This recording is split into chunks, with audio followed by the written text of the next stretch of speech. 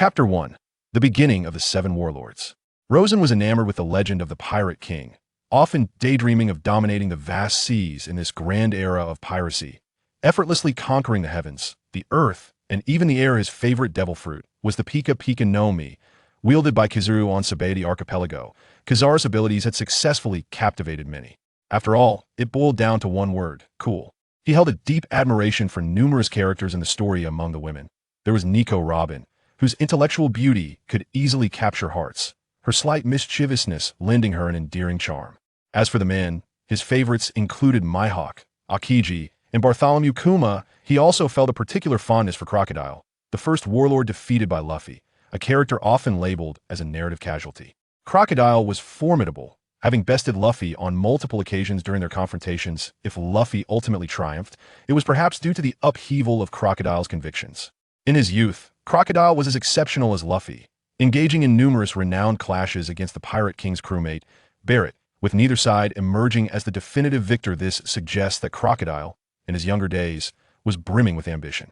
After all, Barrett was once capable of matching Rayleigh. However, youthful skirmishes do not entirely dictate future prowess. At the very least, Crocodile was not lacking in talent. Yet, following his unsuccessful challenge against Whitebeard, Crocodile succumbed to despair, seeking power from external sources rather than honing his own abilities, which led to the subsequent debacle of the Alabasta incident.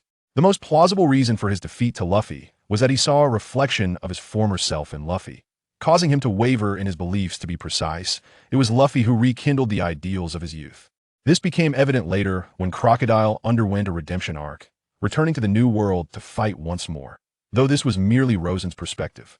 However, Rosen never anticipated awakening one day to find himself in the body of Crocodile, gazing at the golden hook on his left hand. He recalled that both the hook and the concealed blade were imbued with deadly poison. A perilous situation. Should he accidentally cut himself and forget the antidote, it would spell his doom. Running his fingers along the long scar across his face, with his neatly groomed, slicked back hair and draped in a black fur coat, he stared into the mirror, taking in his imposing figure. It took him a considerable amount of time to begin accepting this new reality. Why must it be Crocodile and not Mihawk? I could even accept being Akiji or Akainu. Rosen sighed to himself. Pondering before the mirror, he knew that Crocodile had faced unfortunate circumstances when he first encountered Luffy, though he could not ascertain whether he would fare any better. According to the unfolding narrative, it was likely that he would soon be on the receiving end of a fierce beating from Luffy, subsequently imprisoned and impelled down. This was simply unacceptable. Arriving in this world only to find himself in a cell was hardly conducive to blending in. He was uncertain of the current year or whether Luffy had set sail yet, but he was quite certain that he was situated in Rain Base. From his vantage point, he could clearly see the massive crocodile housed within the aquarium inside. Suddenly, the phone bug on the table began to ring. After a prolonged moment of hesitation, Rosen picked up the receiver. Hello? Upon speaking, he found it surprisingly natural, as if he had instantly grasped the language and script of this world, his mind brimming with a vast vocabulary, suggesting that he had always possessed the ability to converse in such a manner. Although it felt peculiar, it seemed he had undergone some unknown transformation. Boss, came a gentle female voice from the other end of the line. Rosen had inherited Crocodile's body and abilities, but not his memories. While he had read through the Alabasta arc a few times, that knowledge was a distant recollection from several years ago, leaving him unable to retain certain details. Nico Robin? He ventured tentatively, recalling that she had primarily managed the Baroque works under Crocodile's command. Yes, replied Nico Robin. What is it? Rosen instinctively inquired. The preparations in Alabasta are nearly complete, and the agents are set for a meeting, Robin began, only to be interrupted by Rosen. Let's set that aside for now. Come here, I need your assistance with a few matters. After a brief pause, he stated. Nico Robin, in 2 years' time, would become the epitome of beauty in the pirate world. However, at present, her appearance was not particularly striking beyond her figure, though her unique, intellectual, older sister Aura had already garnered her a considerable following. In 2 years, this treasure of a woman would truly unveil her charm. Rosen wanted to summon her for several reasons: to observe her in person, to grasp the current circumstances, and if he were to set sail, he hoped to bring along Robin, his walking encyclopedia of knowledge. Otherwise, with no inherited memories, he might struggle to navigate the seas at all. At present, she was his subordinate, yet one who could potentially betray him at any moment. A rather unfriendly dynamic. It was crucial to note that Luffy's ability to defeat Crocodile was significantly aided by the vital intelligence Robin had provided.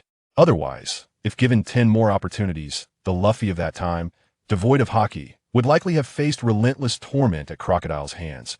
questioning his very existence. Regarding Crocodile's aspirations to establish a utopian kingdom and his plans surrounding the Pluton, Rosen had no desire to inherit or engage with such ambitions, as it was clear that Robin would never divulge these secrets. Even at the cost of her life, the narrative had made that abundantly clear such actions were entirely contrary to Robin's character. More importantly, possessing knowledge of the storyline, Rosen understood that in the latter stages, when Haki became ubiquitous and Logia users were a dime a dozen, could a weapon like Pluton truly wield the power one would expect if it did not belong to him? True strength must be one's own, while the Sansan fruit may not be top-tier combat power. There remained the potential to explore and cultivate Haki. As a warlord, Rosen could not believe he could remain uninvolved when the storm began to brew. Just considering the impending Marineford War, if he were not stripped of his title, it would be nearly impossible to avoid the chaos. Upon reflection, the situation appears rather intricate. Rosen mused, seated on his chair, however, now that he had arrived in this world, be it in terms of identity or strength, he was unlikely to remain inconspicuous. It might be better to create a stir and witness the fascinating facets of this world firsthand. Was Raftel truly a place of treasure, or merely a manifestation of spiritual wealth? Knock knock. A rhythmic double rap at the door interrupted his thoughts. Rosen steadied himself. Come in. The door swung open to reveal a tall woman with a darker complexion, dressed in vibrant attire. Her long, straight black hair and businesslike outfit exuded professionalism. Crowned with a patterned hat, a ruffled short skirt, and a thin top, Rosen was taken aback. Was Robin really this tall? She must have stood around 189 meters, and only then did he realize that he himself was at least 245 meters tall. It seemed the previous notion that individuals around 167 meters in the pirate world were considered disabled was not without merit. However, despite their towering heights, the two appeared harmoniously proportioned, and while they were not diminutive, they were hardly imposing in comparison. Boss, is there something urgent? Although Crocodile's gaze held a scrutinizing quality that felt different from before, Robin remained unfazed, offering a slight smile. Her voice, though gentle, carried an air of distance. After all, Crocodile was a notorious figure in Alabasta. Moreover, he was known for his ruthlessness. Those who failed to complete their tasks would face his wrath, as evidenced by the fate that befell Amar III, the Candleman, who had been unceremoniously fed to the crocodiles for his failure. It was through such brutal methods and formidable power that Baroque Works had grown into a vast organization, filled with numerous talented individuals. Briefly summarize any noteworthy developments that I should be aware of. Rosen reluctantly tore his gaze away from Robin, who was indeed far more captivating in person, the reality of her presence heightened by the subtle fragrance that lingered in the air. He had deliberated greatly before voicing this request, as understanding the current situation was essential, though his curiosity regarding Robin herself was equally compelling. All other plans are progressing smoothly, however. The mission to eliminate the princess conducted by MR5 has failed, and 3 unidentified individuals have emerged. Here are the sketches we managed to gather. This incident occurred a few days ago, Robin said, producing 3 hand-drawn portraits and placing them on the table. Rosen glanced at them, feeling a wave of frustration wash over him. Zorro, Luffy. Nemethus meant Luffy had not only set sail, but had already made a move against his doorstep. Following the Whiskey Peak incident, the next stop would likely be Little Garden, followed by the addition of the new crewmate, Chopper, and soon it would be his turn as the primary antagonist. This was troublesome conflict had already ignited, and while he possessed strength, he lacked combat experience, which would likely lead to an even more humiliating defeat than the original Crocodile had faced. Boss, what should we do? Seeing the subtle shift in Boss's expression, Robin couldn't help but lower her voice to inquire, fearing that she had inadvertently revealed something. Cool it, Rosen replied curtly, the aura of authority dissipating in an instant. Chapter 2. Robin intends to kill me. Defensive Enhancement X2. Robin was taken aback. What was happening? Why did Crocodile appear so troubled, even a bit resigned? It shouldn't be this serious after all. Princess Vivi was not a formidable character of significant strength, and she shouldn't truly be a cause for concern. However, Crocodile's subsequent words sent a chill through Robin's heart. Princess Vivi has traced my identity, and Robin, you played a considerable role in that, didn't you? Rosen recalled that it was Robin who had guided Princess Vivi to investigate the Baroque Works, her intentions glaringly evident. Although she assisted Crocodile, she could never fully commit to someone so inherently cruel. Deep within her heart, she still harbored a glimmer of hope. Despite the destruction of her homeland and years of relentless pursuit, she continued to seek the historical text. Her initial resolve unbroken, it was this innate kindness that prevented her from entirely losing her humanity. Yet now, she believed nothing, having grown accustomed to betrayal and flight after enduring so many trials. Robin felt a surge of panic, almost prepared to unleash her abilities, but she managed to suppress it. Rest assured, I have no intention of harming you moreover. My previous actions were indeed hard to believe after all. In your eyes, I am merely a cruel, capricious individual, brimming with arrogance. Rosen opined, criticizing Crocodile. Well, criticizing Crocodile had nothing to do with Rosen, and that was certainly valid. Thus, such words posed no pressure for Rosen. What does boss intend to do? Initially startled, Robin soon regained her composure, yet her mind was clouded with confusion. If the previous Crocodile had known about her little schemes while she was still of use, he would not have resorted to killing her, but he certainly would not have treated it as if nothing had happened. It seemed the situation might worsen. What intentions? Rosen mirrored her bewilderment. Confronting Luffy head-on was unnecessary. He had no vested conflict with Luffy, and any such conflict belonged to Crocodile. There was no need for him to inherit anything from him. After all, he was Rosen, not the real Crocodile. We must leave before Rosen could finish his sentence. Robin suddenly activated her abilities, numerous arms sprouting from behind Rosen, while she splashed water from the cup in front of her onto him. The entire contents drenched his face, and as her arms coiled around his neck, a tremendous force surged, threatening to twist Rosen's head. Fear coursed through him as Robin attempting to kill him. Well, that was not surprising, but was it not a tad premature? Why was she not adhering to the script? Unbeknownst to him, Crocodile's unusually erratic behavior today had instilled profound unease in Robin. To preemptively strike against a cornered Crocodile seemed a better gamble. Even if it meant complicating her subsequent quest for the historical text, it was preferable to the high probability of being tormented or killed by Crocodile. After all, having traced the leads thus far, she was nearly certain of the historical text's whereabouts. Detecting a lethal attack, activating auxiliary system, human enhancement system, unlocking the boat's utmost potential, beginner's benefit, granting one free human enhancement. The next enhancement requires the host to defeat a formidable foe. Current benefits, doubling overall defensive attributes. One experience package with language content adaptable for immediate use. An abrupt surge of information flooded Rosen's mind, leaving him momentarily stunned, followed by a wave of elation. Benefits had arrived. Human enhancement attributes. Name, Sand Crocodile Rosen. Ability, Sand Fruit User, Unawakened. Intermediate Proficiency, 600-1000. Martial Arts, Intermediate Proficiency, 300-1000. Haki, None Proficiency, 0-100. Swordsmanship, Beginner Proficiency, 100-300. Enhancement Count, 1. Effect, Defense X2, Experience Package X1. Next enhancement requirement, defeat a formidable opponent with a bounty exceeding 100 million berries. Reward, Speed X2. A rather rudimentary display of human attributes materialized in Rosen's consciousness as the enhancement system activated. He suddenly absorbed vast combat experience, feeling as if his body had been transformed in an instant, each muscle fortified. Defense was doubled. While it was not an all-encompassing boost, a fortified defense meant that Robin could not hope to manipulate his head at this moment. Indeed, as Robin exerted every ounce of effort to twist Rosen's head, she found it utterly unyielding. Had Crocodile's power truly grown this formidable? Robin was astonished, but quickly regained her composure, drawing a dagger to stab at Rosen. Rosen reached out, effortlessly seizing Robin's wrist. The speed of her attack appeared painfully slow to him. With a swift motion, he knocked the dagger from her grasp, then wiped the water from his face. He had genuinely been startled. He never anticipated Robin would launch a sudden assault against him after disarming Robin. He entered an elemental sandy state. Robin's hands ceased to sprout further appendages, dissolving into petals as they vanished with her ambush failed. Any subsequent attacks would be futile. The gap in their strengths was insurmountable. Robin remained calm, offering no pleas for mercy, simply observing Crocodile with an air of detachment.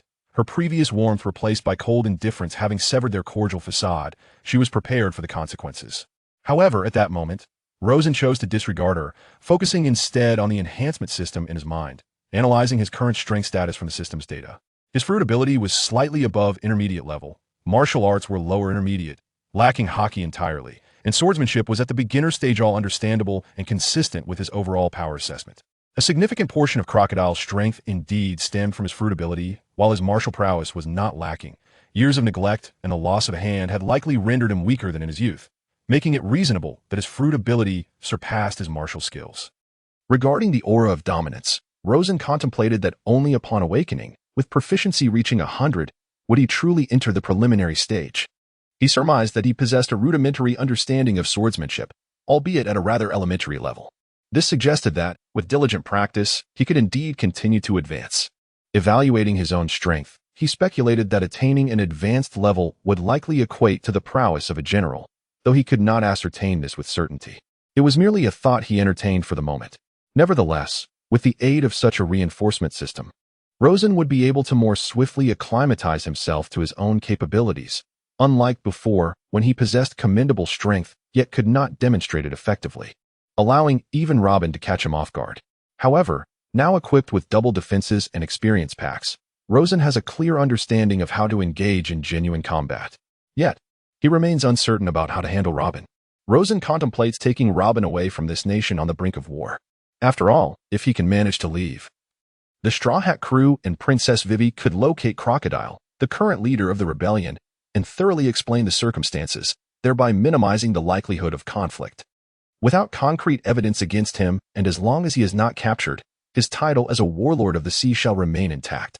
It is not that Rosen is particularly eager to cling to this title, but rather that it has become emblematic of his identity, should it be revoked. 3 outcomes loom: imprisonment and impelled down, death, or the relentless pursuit by the Navy. Each of these scenarios is undesirable to Rosen, especially considering his current lack of supreme strength. Seeking death is not an option.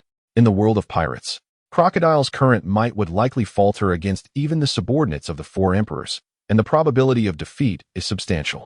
A warlord of the sea devoid of Haki stands little chance in combat. Initially, he may have commanded respect, but as time progresses, formidable foes abound.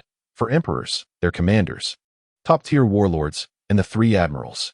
Additionally, figures like Fujitora and Raikaju, along with Sengoku, Garp, and prospective admirals, as well as CP0 operatives, contribute to a staggering array of power. When considering the numerous strong individuals who gathered in Wano, even the legendary duo of cat and dog, who boast bounties of 1 billion, merely rank as upper mid-tier there. A warlord of the sea like Rosen finds himself overshadowed in such circumstances, rendering his current strength somewhat awkward, neither high enough to command authority nor low enough to be inconsequential. While he may seem capable of exchanging blows with many, the reality is that he would struggle against any true powerhouse. Chapter 3. The Warlord and his secretary prepare for departure. Nico, Robin, I must share something with you. Regardless of whether you believe it, upon hearing it, you shall face 2 choices. Rosen contemplated deeply, although he recognized the invaluable knowledge Robin possessed. If her intent remained to eliminate him, he could not afford to bring her along. Indeed, Rosen intends to depart from Alabasta and venture into the new world to grow stronger. He cannot afford to be weak in this world. His identity dictates that weakness will invite not only the wrath of pirates, but also potential eradication by the Navy, favoring a more formidable candidate to assume the title of warlord. Rosen once considered leveraging Alabasta's existing resources for steady growth, yet his heart yearns for the broader world. Alabasta is, undoubtedly, a nation rich in historical significance. However, the current predicament is rather challenging to resolve, and having just arrived in this world, Rosen is eager to experience the vast ocean. Thus, he chooses to set sail. Alas, at this juncture, does the boss have anything further to convey? By now, one would expect that you have discerned the whereabouts of the poneglyph. It seems that I am of little use to you now. Robin smiled, fully aware that even in her absence, Crocodile would ultimately unearth the poneglyph. Her presence now serves merely to facilitate the translation. However, now the situation has changed. Could Crocodile still hope for assistance? From the very beginning, such an outcome was utterly implausible. The historical text pertains to the records of the Pluton weapon, not a chronicle of history itself, which neither holds any interest for you nor for me. Rosen shook his head. Have you seen it? Robin inquired, her expression a blend of confusion and disbelief. Had Crocodile not only located the historical text but also translated it? Otherwise, how could he ascertain that it contained information about Pluton? Rosen's tone suggested certainty, devoid of any indication of alternative possibilities. It's somewhat accurate. Returning to the main topic. As of today, all operations of the Baroque works are terminated, and we shall adopt a new directive to venture into the new world. If you are willing to join me at sea, to my knowledge, there exists a piece of the historical text in Skypea, another in Fishman Island, one at the lair of the Yonko Big Mom, and currently within the royal tomb of Alabasta. I can assure you access to all of these. Rosen recognized that such statements might appear naive or even ludicrous, and would likely lack persuasiveness. Nevertheless, He deemed it essential to plant a seed of transformation for their future collaboration, preventing Robin from becoming consumed by dark thoughts of betrayal. Whether she believed him was of little consequence. As long as his words left an impression, his objective would be achieved. Continuing, Rosen added, "If you choose not to join me, I shall not compel you. Perhaps the Straw Hat Pirates would be a splendid alternative for you, although I am uncertain at this moment." Reflecting on his journey since inhabiting Crocodile's body, he pondered whether Robin would truly acknowledge Luffy had their paths not crossed in the royal tomb. It was a complex query, for Rosen's arrival had irrevocably altered the narrative. While plots may exhibit inertia, reality does not. What has transpired has indeed occurred, and what has not remains absent. Given Robin's character, trust in others was inherently challenging for her. In the original storyline, Robin had sought refuge with the Straw Hats due to a lack of alternatives, eventually moved by their actions. However, with the script now erased, only the choice of reality remained. Unless Rosen was willing to enact the drama alongside Luffy, adhering strictly to the original plot, such a course was improbable. Was Impel Down truly a place for human habitation? Although there had been attempts for rescue in minor arcs, would that still be feasible now? The risks were substantial, and he was not so altruistic as to prioritize others over himself. Moreover, Robin, after years of evasion, felt an overwhelming fatigue. Otherwise, she would not have contemplated being entombed in the royal crypt. To be frank, Rosen did not wish to witness this battle-hardened girl endure further tribulations. Hence, despite the inherent dangers, he resolved to keep her close, believing the advantages outweighed the drawbacks. Thus, Rosen painted vivid visions for Robin, Skypiea, Fishman Island, and the Yonko. With each name he uttered, her eyes sparkled brighter. Indeed, I harbor some interest in these matters, particularly in the void of history. Should you come across any information regarding ancient weapons, feel free to withhold it from me. Rosen's voice, rich and captivating, softened, fully aware that Robin would not divulge any secrets regarding ancient weapons. Why? Robin could not comprehend this version of Crocodile, so starkly different from her preconceived notions. The Crocodile she knew was arrogant, self-centered, and quick to eliminate any hint of rebellion. However, beneath this arrogance lies a cunning strategist, a true figure of ambition. Yet now, he utters such words. Moreover, he does not even reflect on the fact that he was about to kill her. Has he lost his mind?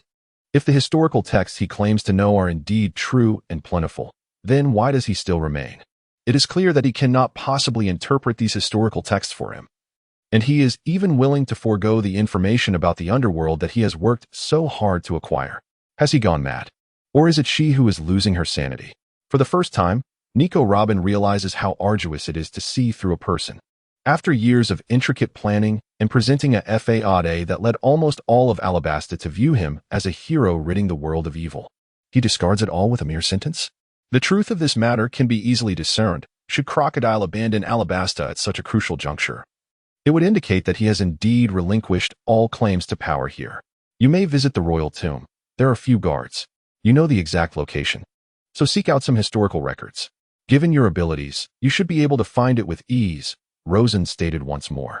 I understand that, but are you truly allowing me to leave just like this? Robin suddenly interjected, still skeptical that Crocodile would simply let her go. Yet, her words were a veiled consent to follow him, as she need not claim knowledge of how to locate the royal tomb otherwise.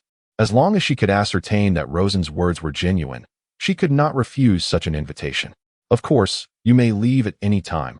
However, before you do, I require your assistance in contacting someone, Mr. 1. Have him meet me, and I will entrust you with the preparations for our departure. Both tasks should be within your capabilities. Rosen pondered before speaking. Rosen did not impose any punishment on Robin. After all, her target was Crocodile, not him. Given the nature of their relationship, this was understandable. A trivial matter, Robin smiled faintly. In truth, he wished to bring more members of Baroque works along, but upon reflection, aside from Mr. 1, who was fiercely loyal and recognized his authority, the other senior agents were either lacking in loyalty or were simply unreliable. Even those who were deeply loyal to Crocodile were not individuals he desired to include, primarily due to their insufficient strength. Mr. 1 was different. In the original narrative, Crocodile's words were nearly absolute, and the potential of the Sand fruit was immense, having once bested the formidable trio of Luffy, Zoro, and others. The Candleman and Thornman were not deemed worthy of inclusion. It was not that they lacked value, but rather that their worth did not compel Rosen to insist on their presence. Among these individuals, he valued only two, Robin and Mr. One, both of whom were exceptional agents. Go ahead, and by the way, consolidate Baroque Works funds. Acquire a better ship. Do you have any suitable candidates for a crew? Rosen had already taken Robin's agreement to accompany him for granted. Indeed, while he held some hope for the Straw Hat crew, it was merely that. It was far better to continue alongside Crocodile, for the historical texts he spoke of were an irresistible temptation for her. Should we select from the senior agents? Robin inquired. No, most of them are untrustworthy. I have no time to engage in ideological work with them, nor do I wish to be cautious around them. They are too weak. Let's recruit some ordinary crew members. Wait, let us also bring Mr. Five along. Though his abilities may be somewhat unseemly, they might validate some of my theories. Rosen concluded after some thought.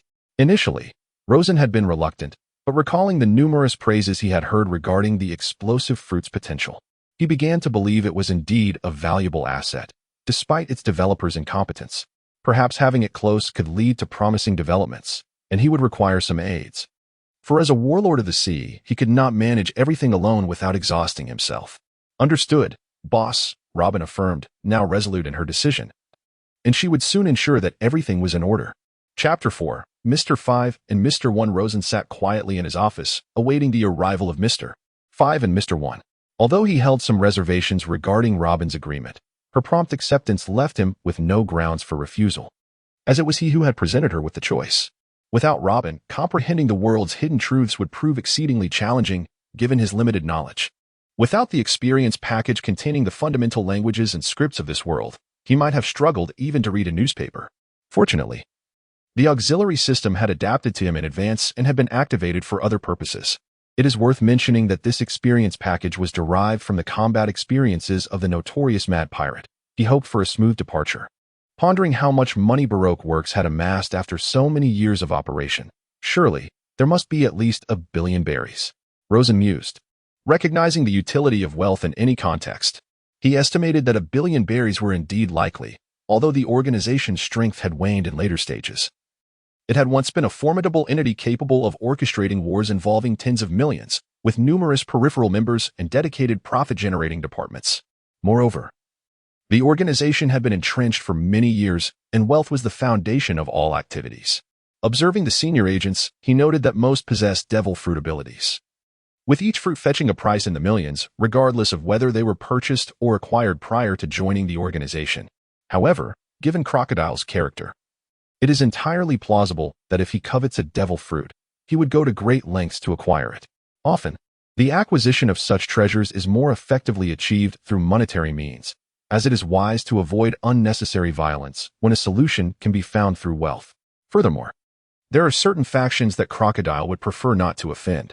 After leaving Rosen's office, Robin promptly sought out information to verify the location of the royal tomb. Previously, the destination had eluded her, but now that it was confirmed, she was determined to uncover any historical records that might provide clues. Before long, Robin succeeded in her quest. That very evening, she infiltrated the royal tomb, guided by King Cobra. She assured him that if he assisted her in locating the tomb, she could halt the impending rebellion orchestrated by the unseen instigators. Although Rosen was unaware of the intricacies involved, it was hardly surprising that Robin possessed the means to fulfill such a promise. Yet, in truth, all of this was merely a fabrication spun by Robin. However, the naive king chose to believe it, unwilling to confront the prospect of bloodshed. Perhaps, if Crocodile were to truly depart, it would not be entirely deceitful on my part. Robin mused. Moreover, if the historical text could indeed be discovered here, it would imply that a portion of Crocodile's words could be deemed credible. Conversely, if such a text were absent, then all that had been previously uttered would amount to mere falsehoods. The crux of the matter remains, could it be that Crocodile intentionally divulged this information to her, all the while discreetly tracking her movements? Nevertheless, even if that were the case, it would be of no consequence. As long as she refrained from revealing anything to him, his discoveries would ultimately yield no results. However, until Robin finished reading the historical text and returned to her abode, she found no trace of Crocodile. Had he truly abandoned Alabasta? After all the superficial efforts, the time invested, and the energy expended, how could he simply relinquish it? What could have triggered such a drastic change? Robin was perplexed, unable to find any clues. Yet, Based on the verifiable facts, perhaps temporarily aligning with Crocodile was still a prudent choice. After all, given the circumstances, he had not attempted to take her life, which suggested that her own safety was not in jeopardy. Mr. Valentine's Day? I do not recall inviting you, Rosen remarked, biting down on his cigar before igniting it and taking a deep drag. Ah, invigorating indeed. Long ago, Rosen had been an avid smoker. Yet he had refrained from indulging in cigars or even moderately priced cigarettes, despite his financial stability. Crocodile stock appeared to consist of exceptionally high-quality goods. In the past, even one cigar would surpass several premium cigarettes in value. For Rosen, this was a fortunate circumstance. Though he appeared somewhat juvenile, he had, in reality, carved out a modest success for himself, a young man who had risen from an orphanage, steadily progressing toward triumph. Boss, I just happened to be partnered with Mr. 5. We failed the last mission, so I hope you can grant me another chance. The strikingly fashionable Valentine, with her fair complexion, trembled as she spoke, fully aware of the company's regulations. Despite being a high-ranking agent, the consequences of failure could be severe. Therefore, upon learning that the elusive mastermind was summoning Mr. 5, she steeled herself to attend. Yet, upon encountering Crocodile himself, fear enveloped her. The title of Warlord of the Sea carried immense weight for individuals like her, and she had never anticipated that their enigmatic leader would be one of the renowned warlords. Even Mr. 5, the bomb man, was now filled with trepidation, uncertain of the reason behind their sudden summons. Their original aim was to rectify the losses from their previous mission, but upon receiving news of Ms. Nico Robin, they hastily made their way to Alabasta.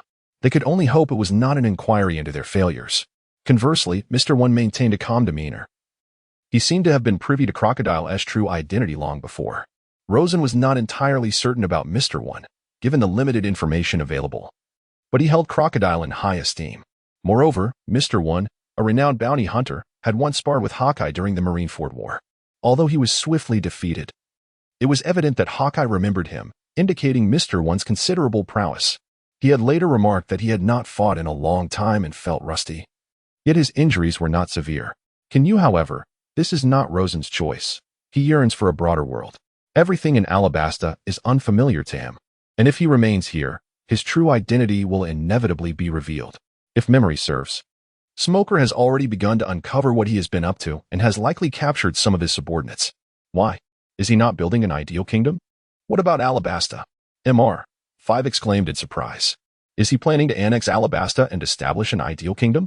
It's not that he desires such a thing excessively, but having a goal is certainly better than having none at all. Rosen glanced at Mr. 5, but chose not to respond, instead continuing with his second point. Tomorrow, we shall set sail, departing from Alabasta, with our sights set on the latter half of the Grand Line. The competition will be fierce, far more intense than the trifles of Alabasta. However, I present you both with two options. You may choose to continue following me or depart. For the sake of a stronger and more challenging goal? Mr. 1 inquired expressionlessly. Indeed, the stage in Alabasta is too small.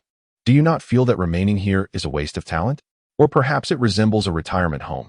If we cannot contend with the strong, we will inevitably be eliminated. Rosen stated solemnly, recalling how Crocodile was ultimately defeated here in the original narrative. This sounds rather intriguing, since you have invited me. I shall join you, Mr. 1 nodded in agreement. Chapter 5 Interlude. What about the other members? Valentine's Day timidly posed the question. Do you care about the other members? Rosen replied, somewhat perplexed. Although these individuals are colleagues, there is no emotional bond among them. Aside from their partners, colleagues are merely tools to be used as commanded.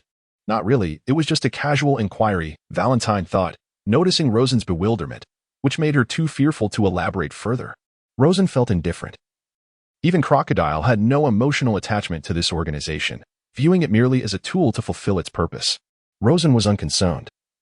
He could simply issue a dissolution order before the organization departed. Many among them were assassins and hunters, not particularly virtuous individuals. Their lives were of little consequence to him. Perhaps disbanding early would even save some lives. How do you both choose? Will you continue to follow me, or will you depart on your own? Rosen inquired, experiencing for the first time the convenience that the title of Warlord of the Sea afforded him. Otherwise, if he were merely an individual starting from scratch and encountered these two, he might have had to engage them in a fight, for they were not particularly virtuous either. Yet now, they were merely two insignificant characters he could easily discard. We are willing to continue following the boss. Both the rockstar still. Rosen shook his head.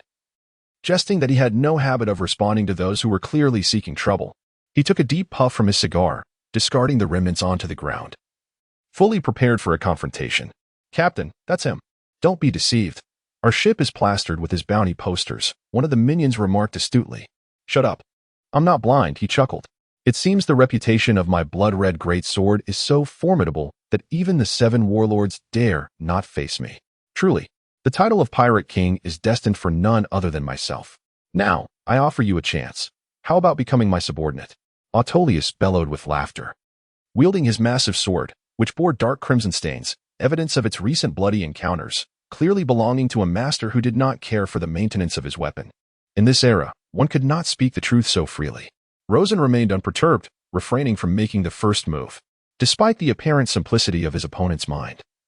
It was often those with the simplest thoughts who could become exceedingly cruel. One should not underestimate the multitude of seemingly dim-witted individuals in the pirate world.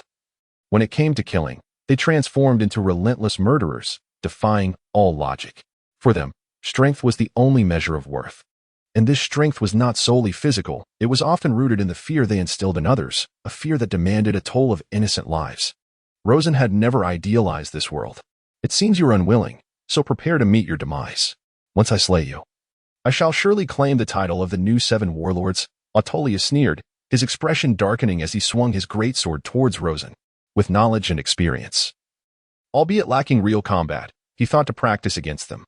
Rosen stood still, raising his left hand, the golden hook clashing against the greatsword with a resounding clang, sending sparks flying. "Huh!" Autolycus roared, attempting to overpower Rosen with sheer brute strength. Yet Rosen felt little pressure, not even shifting his stance. He appeared to be merely a minor adversary. At this moment, Crocodile, based solely on strength, was a man whose bounty exceeded 160 million. A figure the original author had designated, with his actual strength likely surpassing double that amount. If one were to assess his current power and danger, a bounty of 200 to 400 million would not be out of the question. Of course, bounties are not absolute indicators of strength, as they are determined by a combination of power and threat levels. In the early stages, how many pirates truly possessed bounties exceeding 100 million? They certainly would not encounter Crocodile easily. Chapter 6. Mastering the Sand Fruit, an unexpected encounter impossible. How could such a diminutive frame withstand my blade? Autolycus sweated profusely. "What? Have you lost your strength? Allow me to demonstrate." Rosen's right hand formed a fist, striking with lightning speed into Autolycus's abdomen, sending him flying several meters away. "Fire! Kill him!" Autolycus spat blood, bellowing orders at his crew. A cacophony of gunfire erupted. However, Rosen had anticipated this. He swung his right hand, unleashing a swirling sandstorm that expanded immensely upon landing, devouring the incoming bullets and rendering them aimless. "Your survival hinges on your luck," Rosen said, pushing forward with his right hand, causing the sandstorm to accelerate dramatically.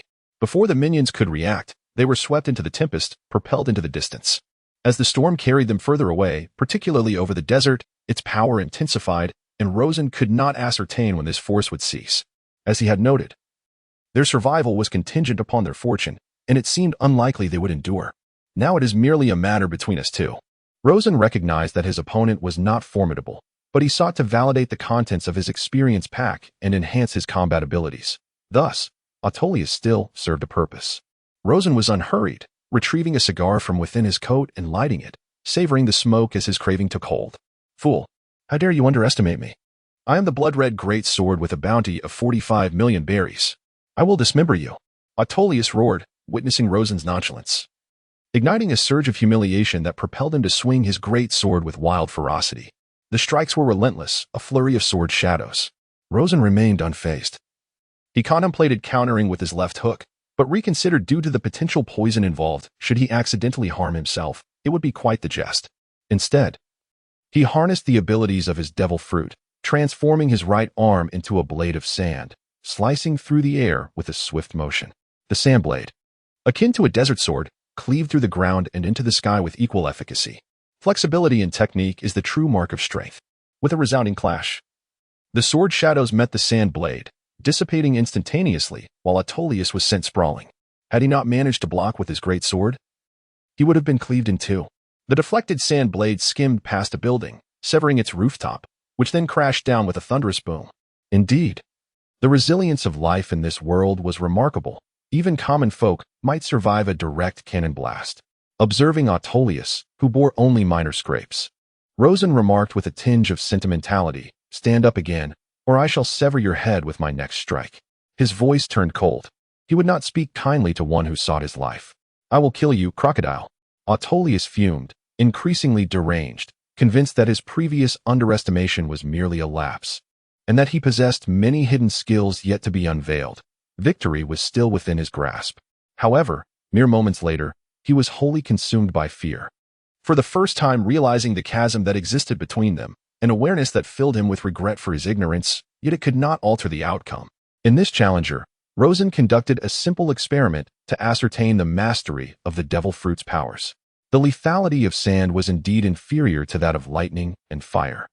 Yet it possessed the ability to absorb the moisture from foes, a skill that, if wielded adeptly, could render an adversary incapable of combat in an instant. The martial arts were far more straightforward. While there were indeed techniques to assist, the essence lay in possessing formidable strength, swift speed, and agile physique. And enduring stamina, these were the foundational elements of martial prowess. "Please, do not kill me. I am willing to submit." A look of terror filled Autolycus' eyes, and the once mighty figure was now battered and broken, collapsing to the ground in a plea for mercy. Crocodile was overwhelmingly powerful, beneath his might. Autolycus felt like a mere child, his confidence shattered. As Rosen became increasingly familiar with the patterns of combat, he unleashed another sandstorm, sending this pirate challenger away, leaving his fate to the whims of destiny.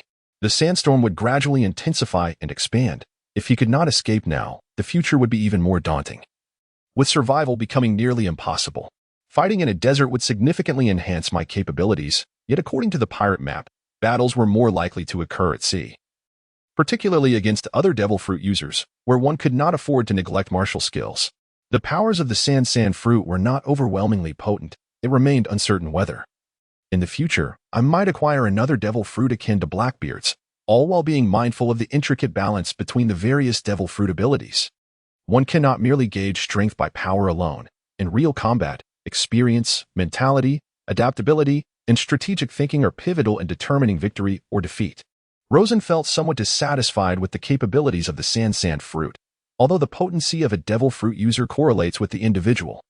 It is often said that there are no worthless devil fruits, only inept users. However, Rosen believes that even within the same category of devil fruits, there exists a distinction in quality from the very outset. A superior devil fruit undoubtedly allows one to navigate the initial stages with far fewer detours. And even with equivalent effort, one could achieve greater accomplishments compared to a weaker fruit. To illustrate, between the Goro no Mi and the Ushi no Mi, which is stronger initially? The Ushi no Mi, despite its durability, stands little chance against the overwhelming damage output and near-invincible speed of the Goro no Mi. It would struggle even to approach a user of the latter. Therefore, it is imperative to acknowledge that some devil fruits are inherently superior, more advantageous, and stronger from the beginning, with disparities evident in the early stages, while later performance hinges on individual development and application. Nevertheless, Rosen decided to set aside these thoughts for now, focusing instead on mastering the capabilities of the Sasasa's fruit. He mused that if he could harness its powers to the point of awakening, it would be even more remarkable.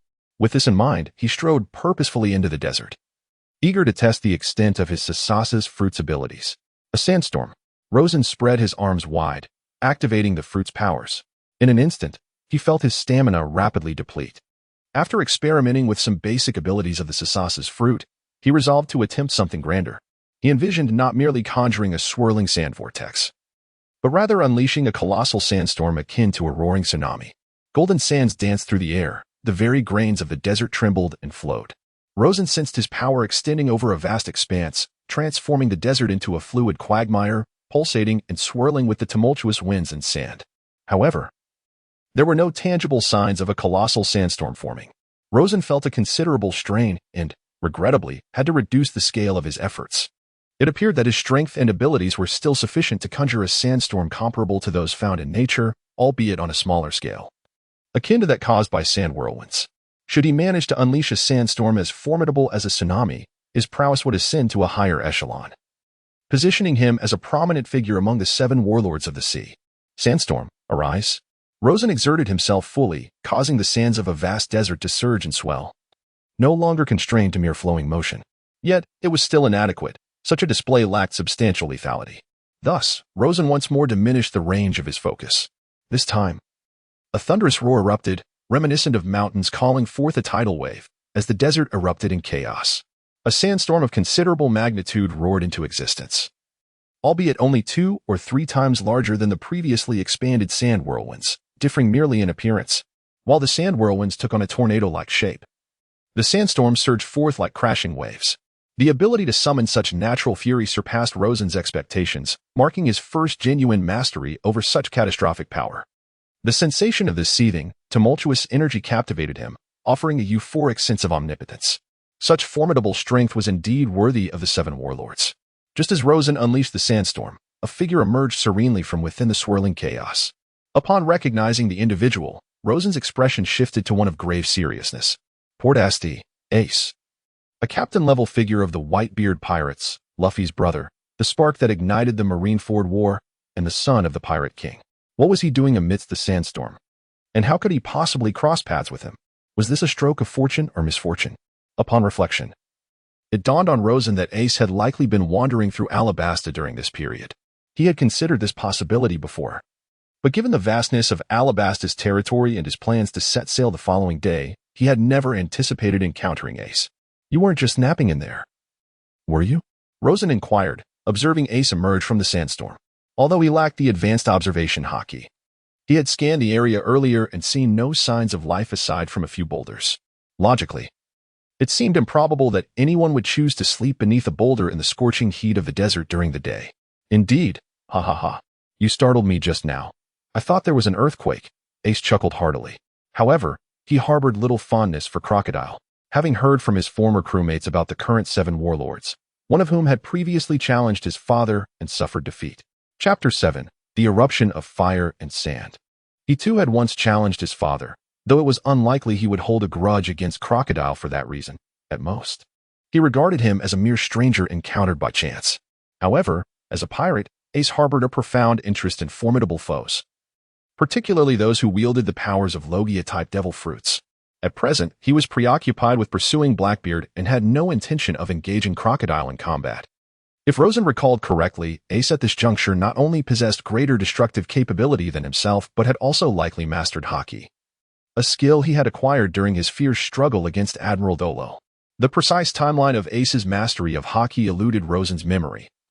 Yet this journey marked the final chapter of Ace's life, suggesting that he must have gained at least some proficiency in Haki, especially considering his innate potential for Conqueror's Haki evident since childhood. Thus, from any perspective, Ace's strength significantly surpassed that of Crocodile. Prior to his allegiance with Whitebeard, he had previously declined an invitation to join the 7 warlords of the sea, with an official bounty amounting to 550 million berries. Nevertheless, should a confrontation arise in this arid expanse, Rosen felt confident in his ability to navigate the situation, whether by retreating or engaging in battle, as he held a geographical advantage. Given the sometimes unpredictable nature of combat, it would be remiss to dismiss his chances entirely. However, Ace's demeanor suggested he had no intention of striking. However, Rosen was eager to test his mettle. The previous small pirate was hardly a challenge. Even if he could not currently overpower Ace, at least he could escape into the desert, where no one could hinder him. Furthermore, in a friendly spar, he believed Ace would not resort to lethal force. At least, the Ace he envisioned did not strike him as excessively cruel. Sooner or later, he would confront someone of this caliber. Why not experience it now?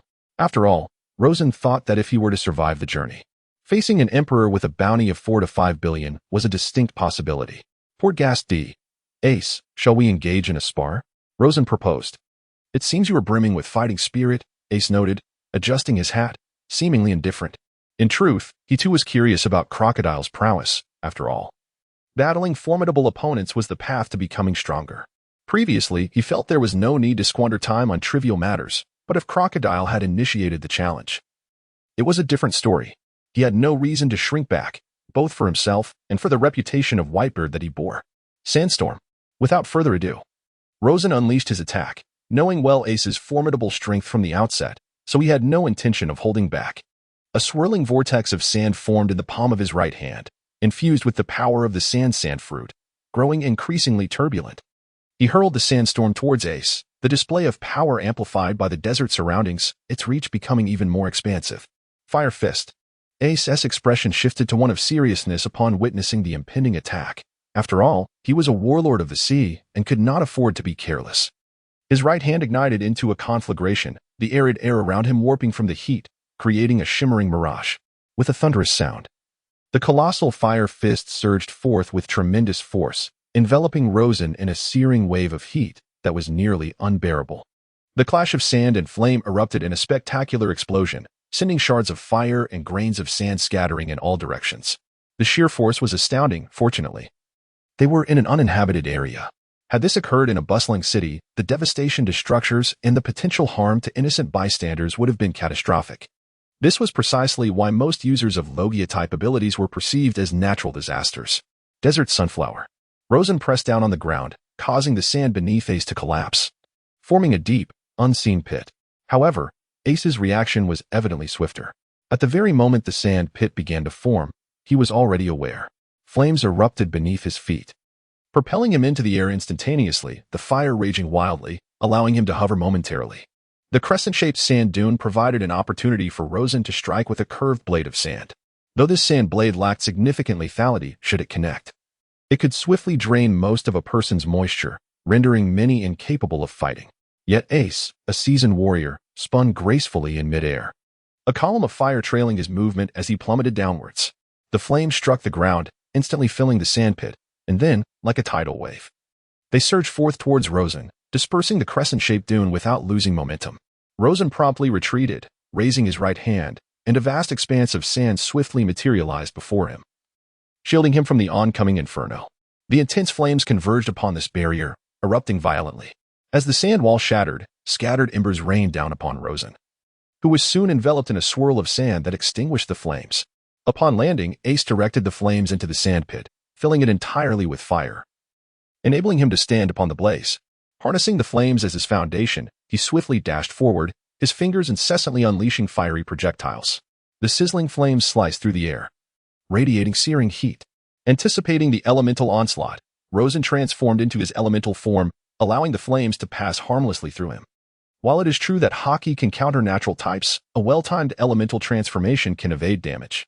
Although uncertain whether Ace could imbue his flames with Haki, it was prudent to remain cautious. Then, a thought struck Rosen. Could his sand truly withstand Ace's flames? If it could not, how could he, lacking an understanding of Haki, triumph in this battle? Logically speaking, flames cannot ignite sand, while sand, to some extent, can extinguish fire. Thus, in this regard, it seemed that he held a slight advantage with his fruit S abilities. However, if one's strength and stamina do not keep pace, such advantages become negligible. It is akin to the ice fruit wielded by Akiji. If developed to a sufficient extent, freezing magma is certainly feasible. Thus, the interplay of strengths and weaknesses is not absolute. Nonetheless, at this moment, Rosen's sand manipulation abilities appear to hold a slight edge, a fact that had not crossed his mind until now. With a swift movement, he summoned the sands from the surrounding desert to create 4 swirling sand tornadoes encircling Ace. Observing this, Ace smiled slightly, suddenly transforming into a rolling inferno, his hands slamming against the ground. Great fire pillar. With a resounding explosion, a towering column of flame engulfed him, sending waves of fire cascading outward, colliding violently with the swirling sandstorms, resulting in a series of thunderous detonations. At that precise moment, Rosen's extensive combat experience kicked in. The sand beneath Ace's feet suddenly coalesced into a massive, horizontal sword, sweeping towards Ace's form. Yet, as the once razor-sharp desert sword made contact with Ace, it merely sparked without inflicting any significant damage. Haki? Rosen was taken aback. In an instant, Ace unleashed a torrent of flames from a single arm, directing it toward Rosen with overwhelming force. Caught off guard, Rosen quickly manipulated the nearby sands to erect multiple barriers, but they were obliterated in an instant. With a deafening roar, Rosen bore the brunt of the assault, though fortunately, its intensity had diminished by half. Despite having preemptively elementalized, Rosen felt the sting of burns, whether due to psychological perception or reality. It is true that sand can extinguish flames, yet fire can also incinerate sand. Even if the damage was minimal, it signified that their abilities, despite their mutual ignorance of Haki, were not entirely ineffective against one another. The impact was simply less severe than in a direct physical confrontation, especially since Ace was proficient in Haki. In a sudden burst of speed, Ace surged forward, opting for close combat. In the blink of an eye, he stood before Rosen, who was acutely aware of their disparity. The physical confrontation was no longer a spar, but was veering dangerously close to one-sided defense or outright defeat. More importantly, Rosen sensed a change in his enhanced attributes. Thus, he promptly dispelled all sand defenses and calmly stated, "I concede." Ace's assault came to an abrupt halt. Chapter 8. The bright future of enhancement. Rosen felt no shame in admitting his defeat, as the outcome had been largely anticipated. However, had the battle persisted, Ace would have found it no easy task to overcome someone with the advantage of terrain. This encounter could only be deemed a friendly exchange, not a true battle of full strength, applicable to both Rosen and Ace. Not continuing?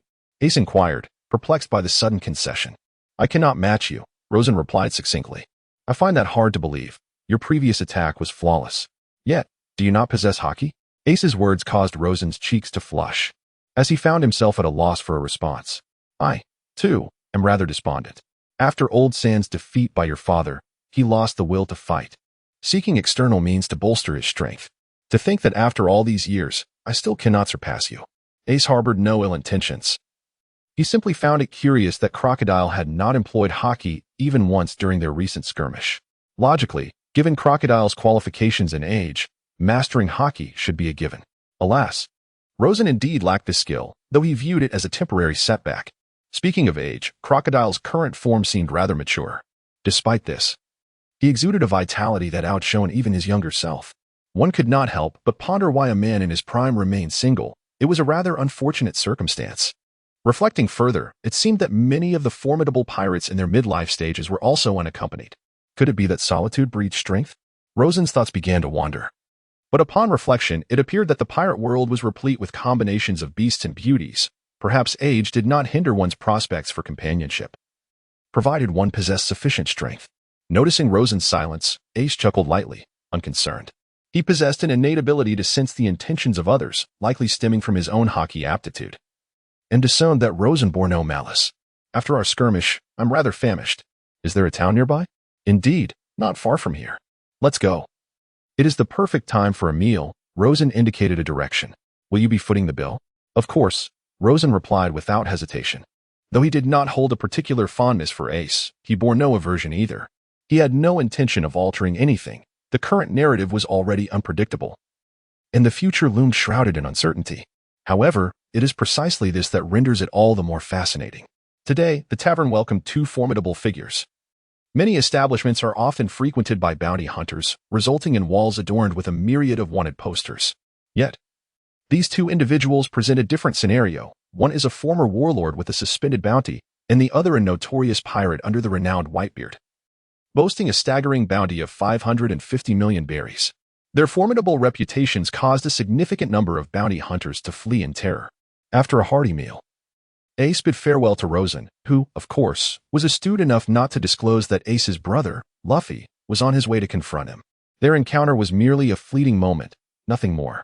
It is essential to exert oneself and strengthen through diligent practice, is it not? This was the transformation stemming from his confrontation with Ace. His fruit mastery had inexplicably increased by 2 points, though his physical skills remained unchanged. Rosen glanced at the enhancement system in his mind, and joy surged within him. It turned out that continuous use of abilities in combat or practice could indeed elevate this proficiency, a revelation that invigorated Rosen with newfound motivation. Human enhancement attributes: name, Shichibukai Crocodile, Rosen. Ability, unawakened Sand Fruit user. Intermediate, proficiency, 602-1000. Physical skill. Intermediate, proficiency, 300-1000. Haki. None. Proficiency, 0-100. Swordsmanship. Beginner. Proficiency, 100-300. Enhancement attempts. 1 effect. Defense X2.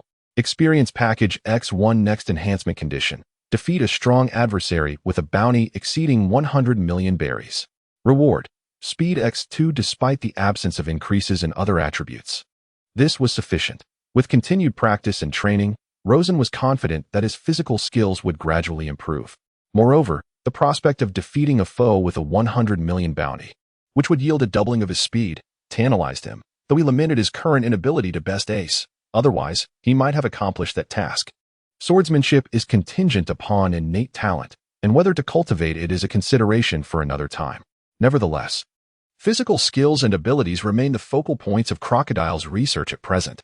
He sincerely hoped that one day, an enhancement attribute would appear, Devil Fruit Capacity X1. Such a development would be splendid. The host must continue to strive for strength. Attaining Devil Fruit Capacity X1 or X2 is not merely a dream. A faint, ethereal voice suddenly resonated in Rosen's mind. There will be no arbitrary exploitation of cheats or an overpowered protagonist. The narrative is coherent and well-paced, with no disarray. The dual fruit ability is merely an auxiliary enhancement, akin to others' golden fingers. Perhaps due to the overexposure to narratives that collapse, the perception of such abilities is less favorable. Hence, after a million words, I felt compelled to clarify that the combination of dual fruits can indeed unleash boundless creativity. Is it truly possible? Rosen was taken aback. A surge of excitement coursing through him. This enhancement system was remarkably potent. However, despite his inquiries, the system remained silent regarding the conditions required to achieve such effects. Nevertheless, this was sufficient to ignite Rosen's imagination. If he were to consume a devil fruit, which one would he choose? Such a perplexing decision. Yet, this did not dampen his joyful spirit. It appears our boss is in remarkably high spirits today. Robin suddenly appeared beside Rosen, effortlessly utilizing her devil fruit abilities to locate an individual within a city. Have all preparations for departure been made? Rosen inquired, offering no objections. For his mood was indeed buoyant. Everything is prepared, but we only have one ship. Are you certain you do not wish to bring along the remaining members of the Baroque Works? What about the elite agents? Robin handed Rosen a small notebook, which contained the list of participants and their brief backgrounds. Truly, Robin's meticulousness was commendable. Luffy, do not blame me for stealing your Robin. Without a person of such vast knowledge, I, Rosen, cannot fathom how long I would survive at sea. In truth, one cannot say it was theft, considering Robin had always been his secretary prior to this. No, he must not feel guilty for disrupting the narrative. Reality no longer adhered to the plot, and he ought to adopt a more relaxed perspective regarding the potential troubles that might arise in the future if Robin had not been with Luffy, had not reached Water 7, and had not been threatened. Would she still have been captured and taken to Judicial Island? The probability of that seems quite low. Even if it were to happen, upon deciding to bring Robin along, Rosen had already mentally prepared himself. He would not regret the choices he had made. No, we shall not take them. Henceforth, our path will primarily focus on the elite. No matter how numerous the weak may be, they cannot withstand the overwhelming aura of a conqueror. What purpose would it serve? Rosen firmly rejected the inclusion of those he deemed weak, believing that a select few would suffice, and gathering more individuals was a time-consuming endeavor. However, when Robin opened the notebook handed to her by Rosen and glanced through it, she noted that there were at least 10 to 20 individuals listed, not including Mr. 1, Mr. 5, and a few others. How can we accommodate so many people? Did I not mention that our departure should be kept simple? She questioned.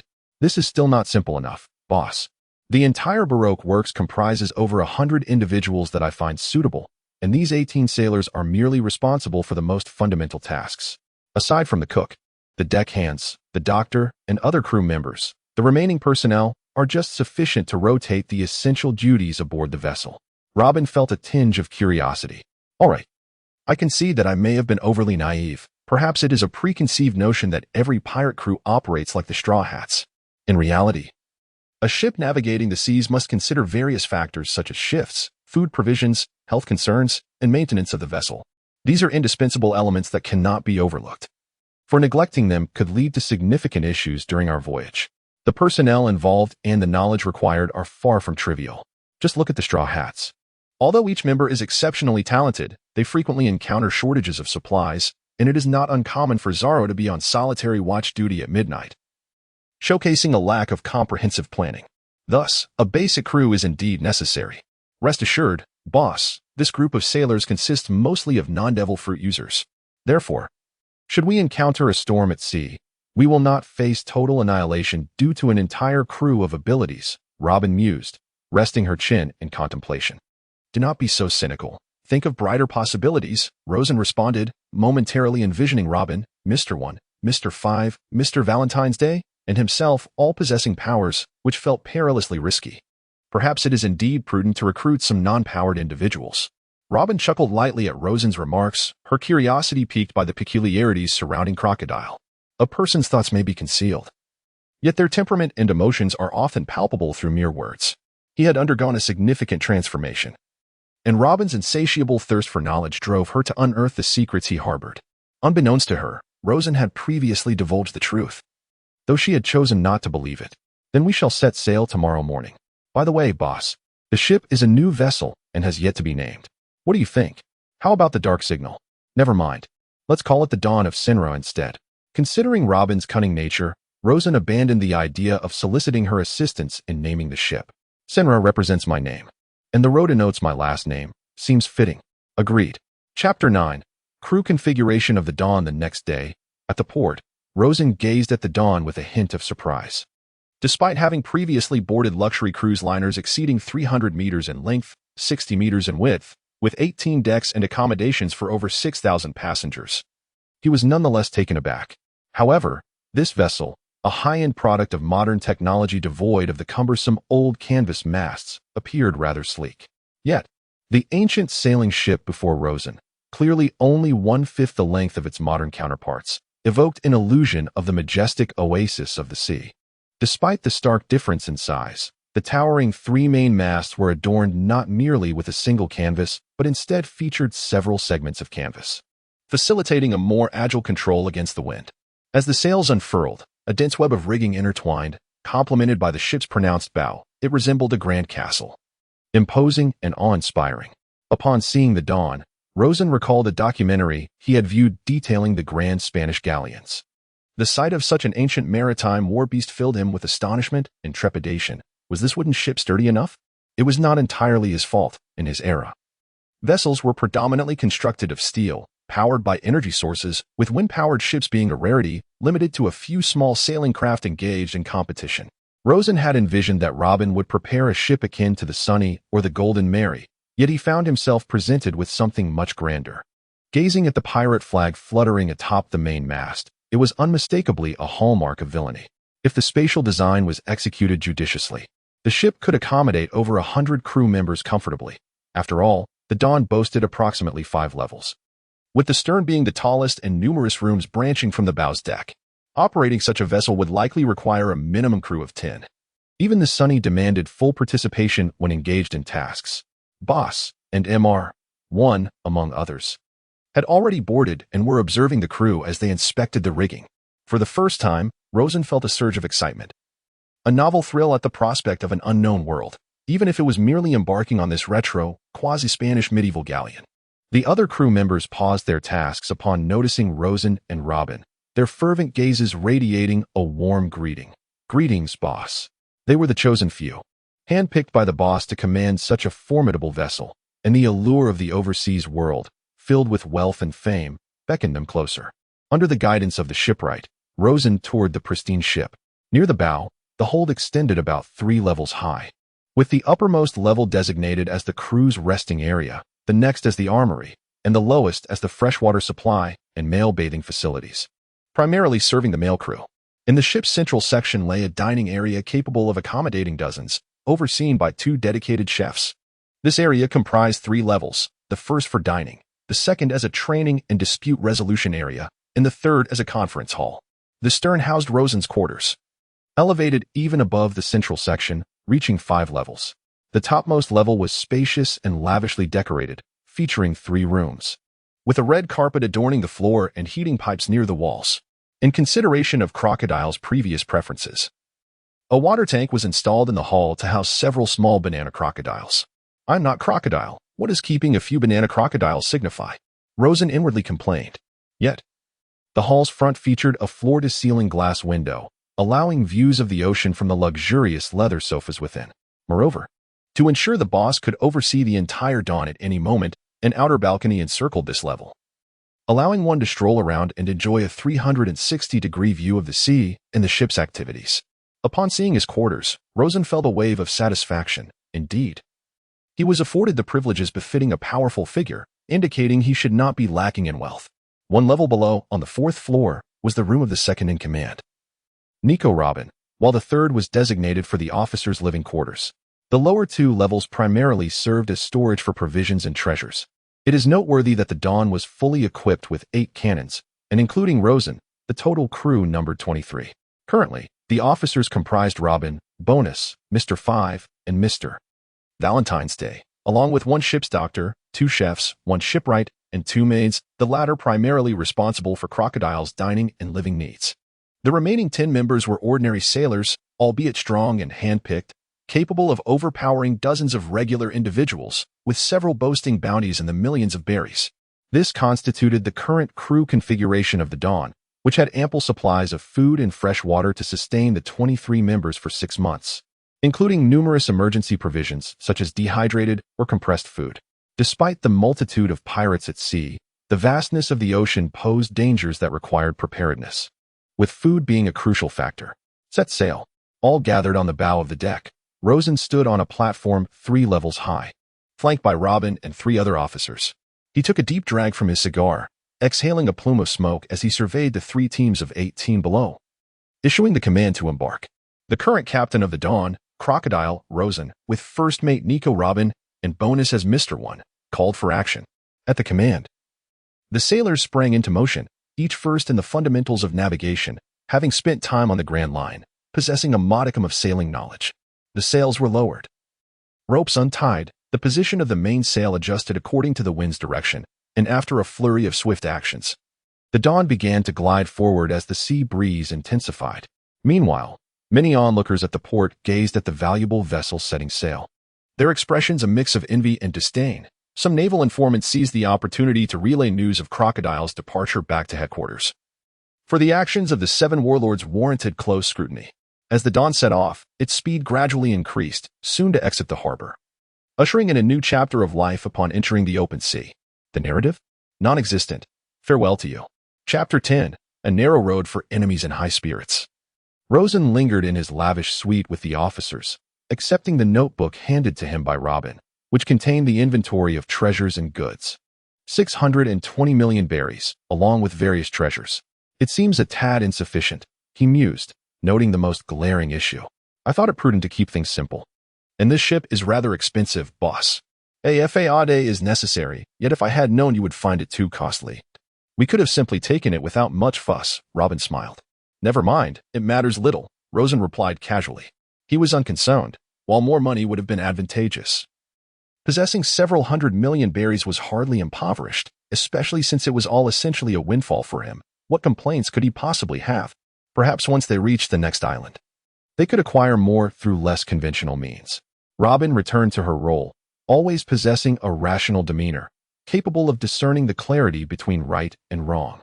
Certain values can only be recognized in relation to corresponding elements. This principle guided her survival. Henceforth, she resolved to cease any unwilling endeavors, urging others to refrain from self-righteous actions. Did they comprehend? She harbored a disdain for those who acted without prior consultation. Rosen fixed his gaze on the 4 officers and spoke with gravity. He feared that these individuals might still cling to their previous reckless ways, potentially inviting trouble upon themselves. For the outside world was not as forgiving as Alabasta, where the strong were plentiful. Moreover, Rosen felt an ominous aura of villainy looming over him, apprehensive that his subordinates might unwittingly attract formidable adversaries, an ordeal he was not prepared to face at this juncture. A period of cautious development was still requisite. Understood, exclaimed MR1, with the other 3 echoing in unison. Robin paused momentarily, yet felt a sense of relief wash over her, lightly shrugging her shoulders with an expression of acquiescence. If only she had known that Crocodile had become so amenable. Perhaps she would have allocated more berries to the starving villagers and children back then. Rosen remained oblivious to Robin's ulterior motives regarding the berries. Had he known, he might have been infuriated. MR1, MR5, Rosen began, placing the documents aside. You 2 are primarily responsible for the ship's security, with MR1 leading and MR5 assisting. Additionally, should you encounter any promising talent, do inform me. Rosen's thoughts were lucid. It was crucial to delineate responsibilities clearly, as human nature is inherently complex. If he failed to appoint roles, conflicts were inevitable. Understood. MR, Valentine's Day, you are also considered a combat member. So please prepare some chocolates for us to sample. The gaze of Valentine's Day, reminiscent of an enamored admirer, made Rosen feel somewhat uncomfortable. In his recollection, She was a ruthless fiend. Now, her demeanor was timid and deferential. Had she lost her edge? Nevertheless, if she had indeed dulled, it was a pity. Her ability to manipulate weight could be a formidable asset if applied to weaponry, given that her bounty stood at 7.5 million berries. However, in comparison to MR1 and MR5, she remained relatively insignificant. What shall my responsibilities entail, boss? Robin inquired, noticing Rosen's reluctance to elaborate. You will oversee all matters aboard the ship, including intelligence and crew management. Assigning such a task to Robin felt like underutilizing her talents. Reflecting on Baroque works, she had been the principal authority, managing affairs effortlessly. Regrettably, this capability had not yet been fully showcased within the Straw Hat crew's current narrative. Additionally, dedicate some time each day to enlighten me about history. Rosen admitted his ignorance regarding recorded history, which rendered him inept. Encountering valuable artifacts without understanding their significance would be a grave oversight. Thus, knowledge was imperative, aligning with his initial intention of bringing Robin along. Of course, Robin replied without further contemplation. Captain, we have a situation. There's a pirate ship on the same course as us. Should we fire upon them? A vibrant voice resonated from the crow's nest, brimming with enthusiasm. How audacious. They dare to share our navigational path, ignoring our presence as a warlord of the sea. They must be taught a lesson. Rosen was reminded of an essential matter. He did not wish to see any indiscriminate slaughter or pillaging of innocents among his crew once they set sail. If such behavior is observed, those responsible shall be dealt with severely. As Rosen's decree echoed, a silence enveloped the vicinity, the tension palpable. The crew's initial reaction was disbelief. Was the boss truly serious? As pirates, how could they survive without plundering? This contradicted their expectations. Mr. One and the others wore expressions of confusion, yet Rosen's resolve remained unyielded. He recognized the necessity of enforcing these rules. It would be futile to address the aftermath of unnecessary bloodshed. Anyone unable to comply may disembark at any time. I assure you, no repercussions will follow. However, those who remain and defy the rules will face the consequences I have clearly outlined, he reiterated. If anyone hesitated or was genuinely unable to accept this, he would not coerce them. What had changed? The crocodile of old would never have uttered such words. Robin's emotions were tumultuous. She could not discern whether Rosen's words were sincere or merely performative. The latter seemed unnecessary, as they were all allies here. Regardless, boss, you are a warlord, and we have needs that necessitate the acquisition of pirate resources. MR1 was the first to grasp this perspective. Following his lead, the others began to realize that Rosen's statement posed no significant conflict with their objectives. It was merely a regulation, one they had adhered to in Baroque works as well. Crocodile, are you aboard? Did you cause this chaos in Vivi's kingdom? I swear I will obliterate you. A furious roar reverberated around them, and upon hearing such Na'vi words, Rosen felt an ominous premonition. Indeed, chaos erupted on the ship. Enemy attack. Lucci, next time refrain from using projectiles, or I shall certainly end you. A voice trembled with trepidation. This was inconsequential. However, the enemy's captain was nowhere in sight. Was Vivi certain she had spotted Crocodile with her telescope?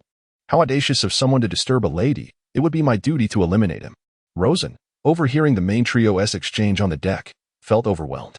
Could that pirate ship truly belong to the Straw Hats? What a twist of fate.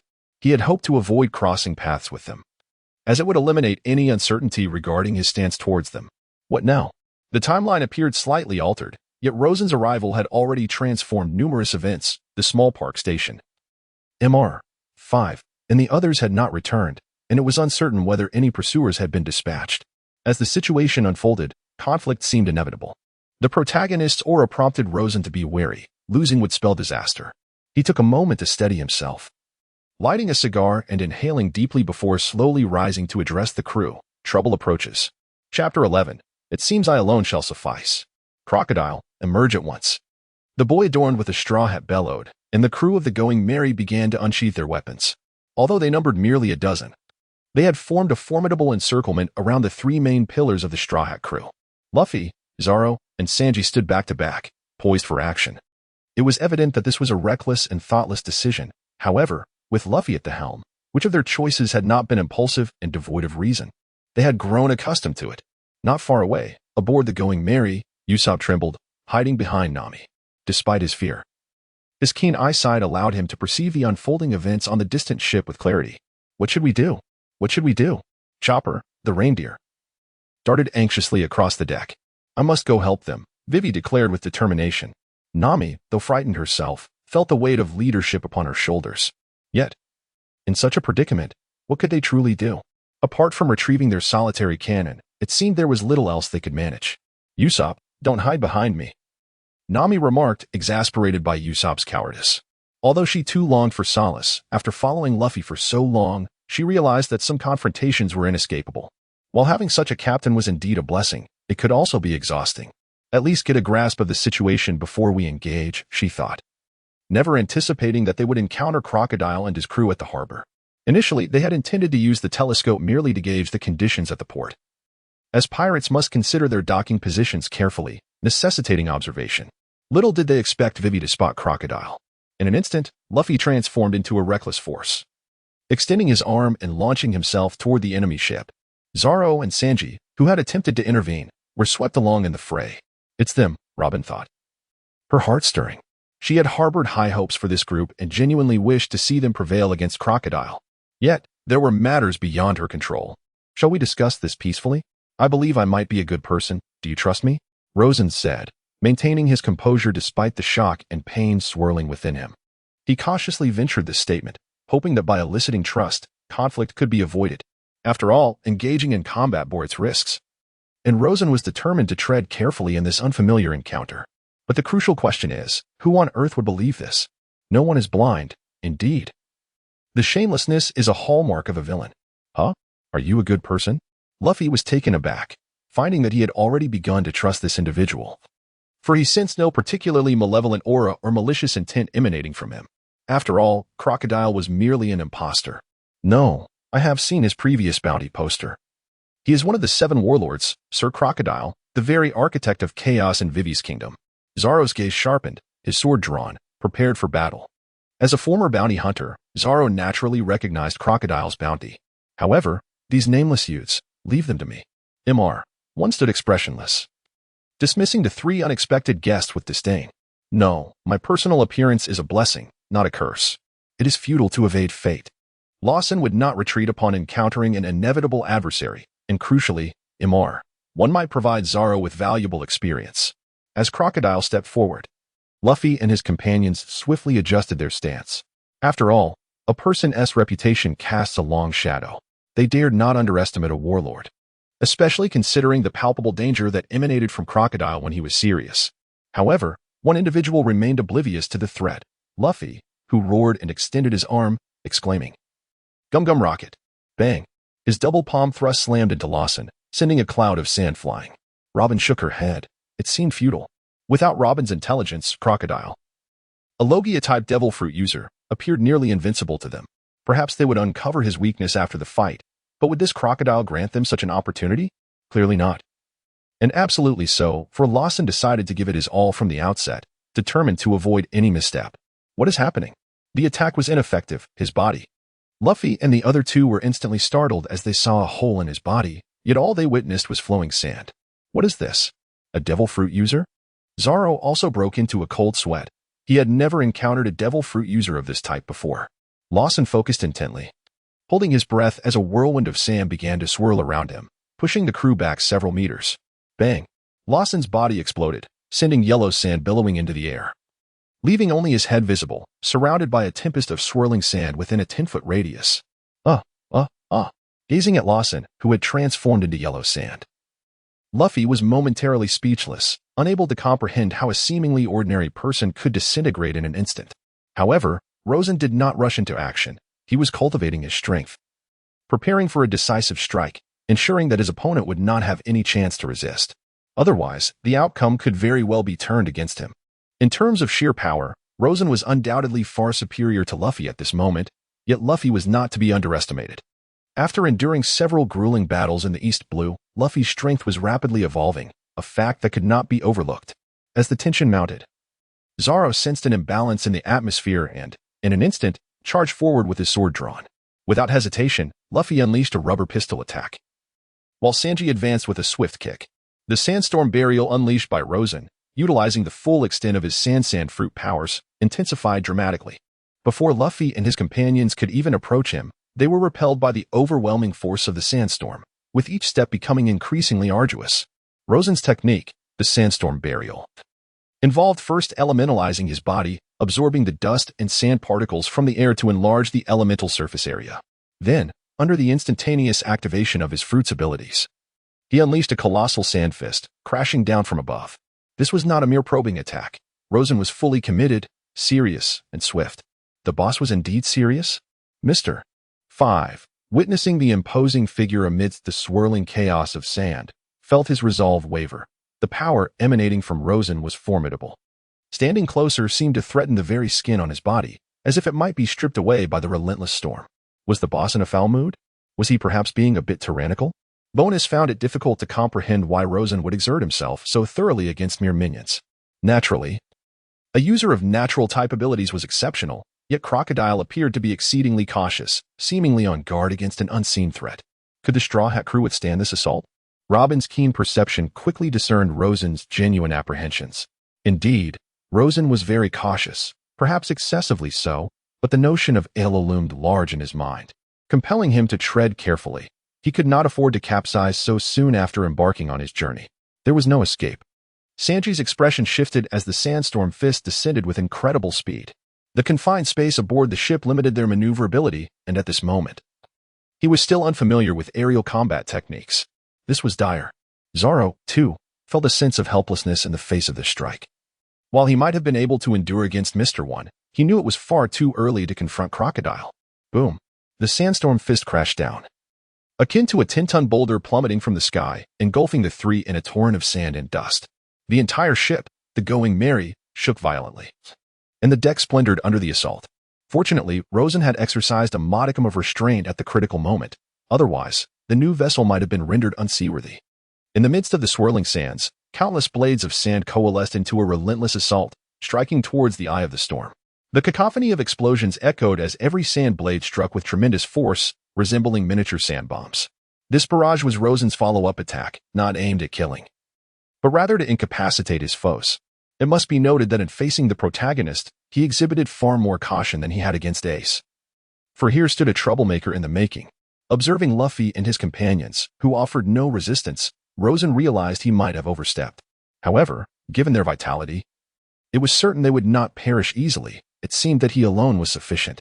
Chapter 12. Overwhelming Power, Shifting Blame Indeed. The situation unfolded in a manner simpler than Rosen had anticipated.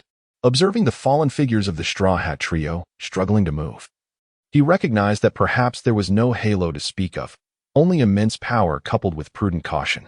The moment the battle commenced, the victor had already been determined. Curse be Luffy, who, despite his injuries, struggled to rise from the ground, his body marred with lacerations yet remarkably free from any fatal wounds. Zoro and Sanji, still unable to regain their footing, were fortunate to retain their consciousness in such dire circumstances. But how could Crocodile be this strong? Was there truly no capacity for resistance? Was this what it meant to be one of the 7 warlords? Zoro, unwilling to concede, leaned on his sword and slowly straightened. Rosen regarded him with indifference. Even with all 3 of the main fighters united, the prospect of defeating him while he remained vigilant and grounded in reality was an impossibility. However, to torment or even kill the master is not Rosen's intention. His sole aim is to ensure that Luffy refrains from entangling himself further. Given the circumstances within Alabasta, although he has not deployed any undercover agents to exacerbate the situation, the outlook remains grim, and it is highly probable that unforeseen developments could lead to war at any moment. I understand that you fear not death, yet should you perish, who would rescue Alabasta? Your purpose in coming here was to assist Vivi, was it not? Do you truly believe that defeating me would aid her? Rosen is unwilling to continue the conflict. It serves no purpose, and moreover, he harbors no animosity towards them, for they have brought him considerable emotional resonance in the past. However, if one insists on continuing the fight, then Rosen will invariably prioritize his own life. Are you not the one orchestrating everything? If you are defeated, Vivi's nation shall surely be saved. Yet Luffy, steadfast in his beliefs, is unlikely to easily overturn his convictions. I have relinquished all my interests in Alabasta, and civil war is on the brink of eruption. You still have time to intervene, but if you linger further, I cannot predict how dire the situation may become. Rosen remarked, secretly hoping that Luffy, the headstrong child, would swiftly rescue the innocent populace of Alabasta. After all, he cannot bear witness to the tragedy unfolding around him. And should chaos erupt, it would ultimately be he, Crocodile, who would bear the blame. Please, do not be so obstinate, Straw Hat leader. Quickly, take up this burdensome liability. Will you? What? War is about to break out. Zoro and Sanji slowly rose, revealing that the people of this world are indeed resilient, though they can barely stand. Indeed. Did you think I ventured out to sea for mere amusement? I have no interest in Alabasta. Whether you believe it or not, I must depart now. Do you wish to impede my progress? Consider carefully, for your obstruction may precipitate tragedy within the nation. Observing the expressions of the three, Rosen calmly extracted a cigar and lit it, now awaiting their choice. Glancing at Sanji, he tossed him a cigar as a courtesy among smokers. Sanji instinctively reached out, momentarily feeling that Crocodile was not quite as he had imagined. A villain, perhaps not so much, yet undeniably formidable. What is happening? What on earth has transpired? Usopp, having witnessed the recent events, felt utterly bewildered, yet predominantly fearful. It was terrifying that three powerful beings aboard the ship could not overpower Crocodile. How could this be? I wish to return to the East Blue. Move closer, Vivi urged through gritted teeth. Luffy is risking his life for her. She cannot merely stand by and watch. Let us reconsider. If we proceed, we might face annihilation. This is too frightening. Usopp's legs trembled uncontrollably, a far cry from the so-called god of desperation he would later be dubbed. They seem to have ceased fighting and are now conversing. Chopper observed Luffy and the others, preparing to report to Nami. Report to Colonel Smoker. A conflict has erupted between the Straw Hat pirates and the warlord at the bay outside the port. At this moment, not far from the harbor, a naval soldier contacted Colonel Smoker via a transponder snail from the height of the lighthouse. Smoker, maintaining a serious demeanor, had not overheard the conversation between Sanji and Crocodile as depicted in the original work, but had apprehended several operatives from Baroque works, including Mr. 11. The intelligence he had gathered, combined with subsequent investigations, led him to a startling hypothesis. The warlord Crocodile was enacting a treasonous scheme, though evidence was scant. Smoker was nearly certain of this fact. Thus, whether it be the Straw Hats or the warlord Crocodile, he harbored no intention of letting them escape. He was determined to bring this band of pirates to justice, especially Crocodile, a pirate cloaked in governmental authority. He would not hesitate to face retribution from the Navy, for he lacked sufficient evidence, but he could not allow Crocodile to continue his nefarious activities unchecked. Gather the crew. Prepare to set sail to apprehend Crocodile and the Straw Hats, Smoker declared, exhaling a puff of smoke towards his subordinate, Tashigi. Apprehend the warlord. That is not our silence. Prepare for departure at once.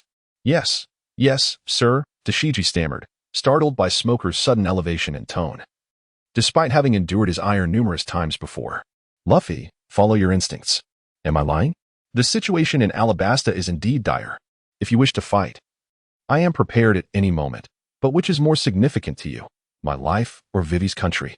Rosen remained unhurried, for he sought to distance Luffy from the impending catastrophe, at least to prevent any grievous incidents. Yet Luffy, seemingly attuned to the essence of all beings, sensed that Rosen's words bore an air of truthfulness. Why? Are you not the villain, the one intent on destroying Princess Vivi's nation? Why share this with me? Luffy, not one for deep contemplation, posed the question directly, for the matter was glaringly evident. Is the past truly significant? What matters is the present, is it not? Rosen dismissed the inquiry, secure in the knowledge that should a conflict erupt, he would not act recklessly, victory would be assured. He would exercise caution with Luffy, far more than he had with Ace. However, Sanji and Zoro exchanged skeptical glances, their disbelief palpable, for it was inconceivable that Vivi would deceive them. Yet the man before them was indeed somewhat different from their expectations. Who are you?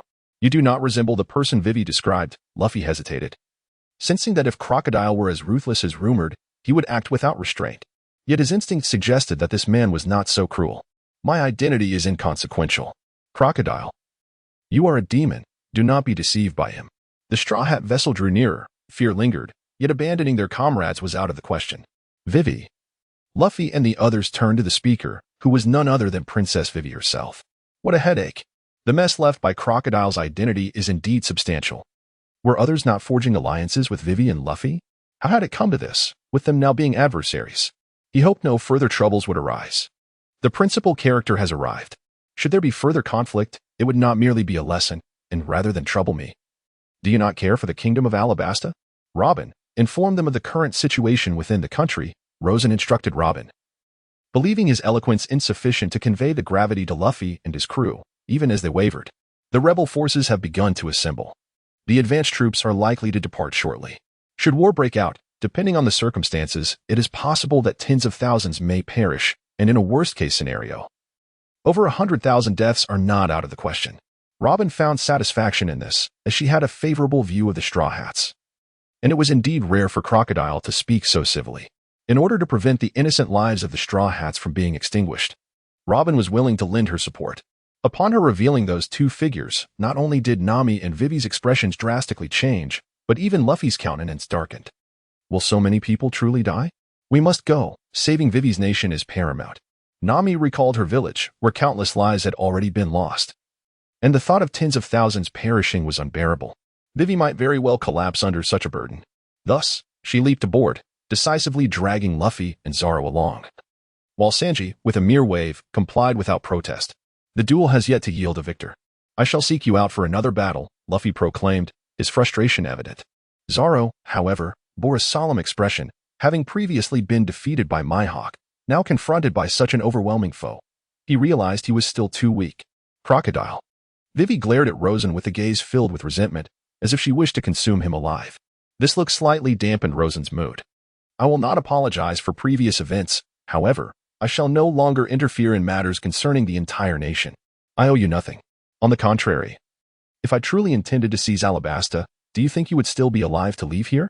Rosen spoke coldly. Princess Vivi found herself at a loss for words. Stifled by his remarks, she tried to retort but was left speechless, utterly confounded by the stark contrast of Crocodile's demeanor. All she could do was shoot him a venomous glare. We must depart, Rosen declared dismissively. From his perspective, everything had unfolded largely as he had anticipated since earlier. Although encountering Luffy had been unexpected, the narrative had already been disrupted, and minor discrepancies in timing were not uncommon. Boss, naval ships are approaching us swiftly from both flanks. A crew member reported from the lookout, having spotted the vessel shortly after Luffy had set sail. No need for concern, they are likely pursuing the Straw Hats. Rosen replied nonchalantly. The navy present here should be Smoker, Luffy's old adversary, and as a warlord of the sea, it was improbable they would pursue him. Boss. The navy is directly targeting us instead of pursuing the Straw Hats, the crew member said, his earlier confidence waning as he noted the direction of the approaching ships. Crocodile. The usurper, you cannot escape, Smoker's voice boomed as he stood at the prow of the naval ship, billowing white smoke enveloping him. Should the two vessels draw near? A confrontation would be inevitable, for the threat posed by a warlord of the sea far surpassed that of the Straw Hats. It seems the Baroque works has been thoroughly exposed. Crocodile is in a precarious situation. Rosen exhaled a puff of smoke, feeling a slight headache emerging. Even a journey at sea offered no respite. Chapter 13. A narrow escape fire. Colonel Smoker commanded, and the ship's cannons began to rotate, unleashing a cacophony of cannonballs that reverberated across the sea. The projectiles whistled through the air, creating towering columns of water as they struck near the Going Merry. Occasionally, a cannonball destined to hit the ship was detonated mid-air by Mr. 5's small explosive projectiles. Sandstorm, Rosen gestured, sending a whirlwind of sand towards the airborne cannonballs, causing them to explode. Boss, this navy is exceedingly bothersome. I suggest we halt and eliminate them. As they initiated this conflict, Bonus remarked coldly. Indeed. They have been pursuing us for nearly half an hour, and our course has been significantly altered, Mr. 5 added impatiently, his abundant hair not immune to the strain of such long-range skirmishes. Boss, have we not attempted to contact the Navy headquarters? I believe their evidence alone cannot substantiate any substantial charges. As a warlord of the sea, you should simply explain the situation to headquarters. Perhaps this might compel the Navy to cease their assault, Robin suggested, equally perturbed by the disturbance. It was impossible to enjoy a moment of reading amidst such chaos, as both the Navy and pirates were equally insufferable. Rosen's interest peaked upon hearing her words. Robin's analysis was sound. Otherwise, continuing on this path would yield unfavorable outcomes. If they retaliated and sank a vessel, the ramifications would be difficult to clarify. Moreover, had Smoker not been deceived by Crocodile and imprisoned in a sea stone cell, his combat prowess could not be underestimated. For Rosen, this conflict held no significance in terms of safety, and maintaining their current speed would eventually allow them to shake off Smoker. It merely required time. However, if a simple phone call could procure tranquility, it would be a remarkably efficient solution. After all, if the Navy persisted in their pursuit, it would be tiresome. Even if they remained unfazed, Rosen vaguely recalled that the warlords of the sea had a means of contacting the Navy headquarters. But as he was a soul transported from another world, he could not recall the details. Thus, he resorted to the most primal approach. Does anyone know the phone snail number for the Navy headquarters? I know, Valentine replied promptly. Excellent. Retrieve the phone snail and dial the number for the Navy headquarters, Rosen instructed, not overly surprised, for such information ought to be public. Otherwise, how could the masses receive intelligence? The Navy served as the official authority in this world, and even back in East Blue. The villagers of Nami's home could contact the Navy by telephone. The phone snail began to dial. Having observed the phone snail several times, Rosen was intrigued by this biological device that could mimic voices and expressions, rendering it quite fascinating. As the connection was established, a soldier at the Navy Headquarters Intelligence Division answered, "What is the matter?" Many calls inundated their office daily. Although the local Navy bases often manage to handle the majority of the data, yet there are still individuals who frequently direct their calls to the Naval Headquarters Intelligence Division. These soldiers, tasked not only with documenting intelligence but also with promptly reporting any information deemed valuable to their superiors, employ colossal telephone bugs. The entire building is filled with such extension phone bugs, and the staff is quite numerous. I am Sir Crocodile of the Seven Warlords. Am I addressing a naval officer? Rosen inquired as he picked up the receiver. Sir Crocodile of the Seven Warlords. The naval intelligence officer was taken aback, in all his years of service. It was the first time he had received a call from one of the Seven Warlords. Are you truly one of the Seven Warlords? This is not a jest. Is it? Although startled, he felt compelled to confirm the authenticity of the information, as it was indeed shocking. The Seven Warlords are, strictly speaking, recognized by the world government as one of the three great powers that can stand equal to the Navy headquarters and the four emperors. Just the title alone is beyond the capacity of a mere naval soldier to handle. He picked up the bounty notice and compared it with the telephone book. It appears my expedition is off to an unfortunate start, Rosen remarked indifferently. Please hold for a moment, the naval soldier replied, visibly anxious. He quickly confirmed the call and subsequently informed his superiors. A vice admiral soon arrived in haste. Greetings, I am Vice Admiral Steelres from the Naval Headquarters. Might I inquire what brings you, Sir Crocodile of the Seven Warlords, to contact us? Steelres maintained a calm demeanor, though he was filled with numerous questions. I set sail from Alabasta and inexplicably fell under attack by the Navy, led by an officer named Smoker. I seek clarification. Is this a unilateral action by the Navy headquarters to breach the Seven Warlords agreement? Rosen articulated slowly. Upon hearing the accusation of tearing apart the Seven Warlords agreement, Vice Admiral Steelres was drenched in sweat. The responsibility of unilaterally violating the agreement with the Seven Warlords is a burden that even Fleet Admiral Sengoku might hesitate to bear. Given that the Seven Warlords system is established by the world government and holds a unique position, despite the presence of numerous officers within the Navy opposed to this system. However, as long as this system remains in place, it must be upheld, and the Naval Headquarters currently lacks the authority to abolish it. Please wait a moment. I will inform Admiral Sengoku immediately to ascertain the truth of the matter, Shitirius stated hurriedly. Although this issue may not be particularly significant, its ancillary effects are sufficient to warrant the involvement of Admiral Sengoku. It is likely that the headquarters has not issued any such orders. Otherwise, this vice admiral would have had some inkling. I await your news. If, after half an hour, I discover that the pursuers are still in pursuit, I will take action to sink the naval warships, thereby considering it a unilateral breach of contract on your part, Rosen declared before hanging up the transponder snail. Damn pirates.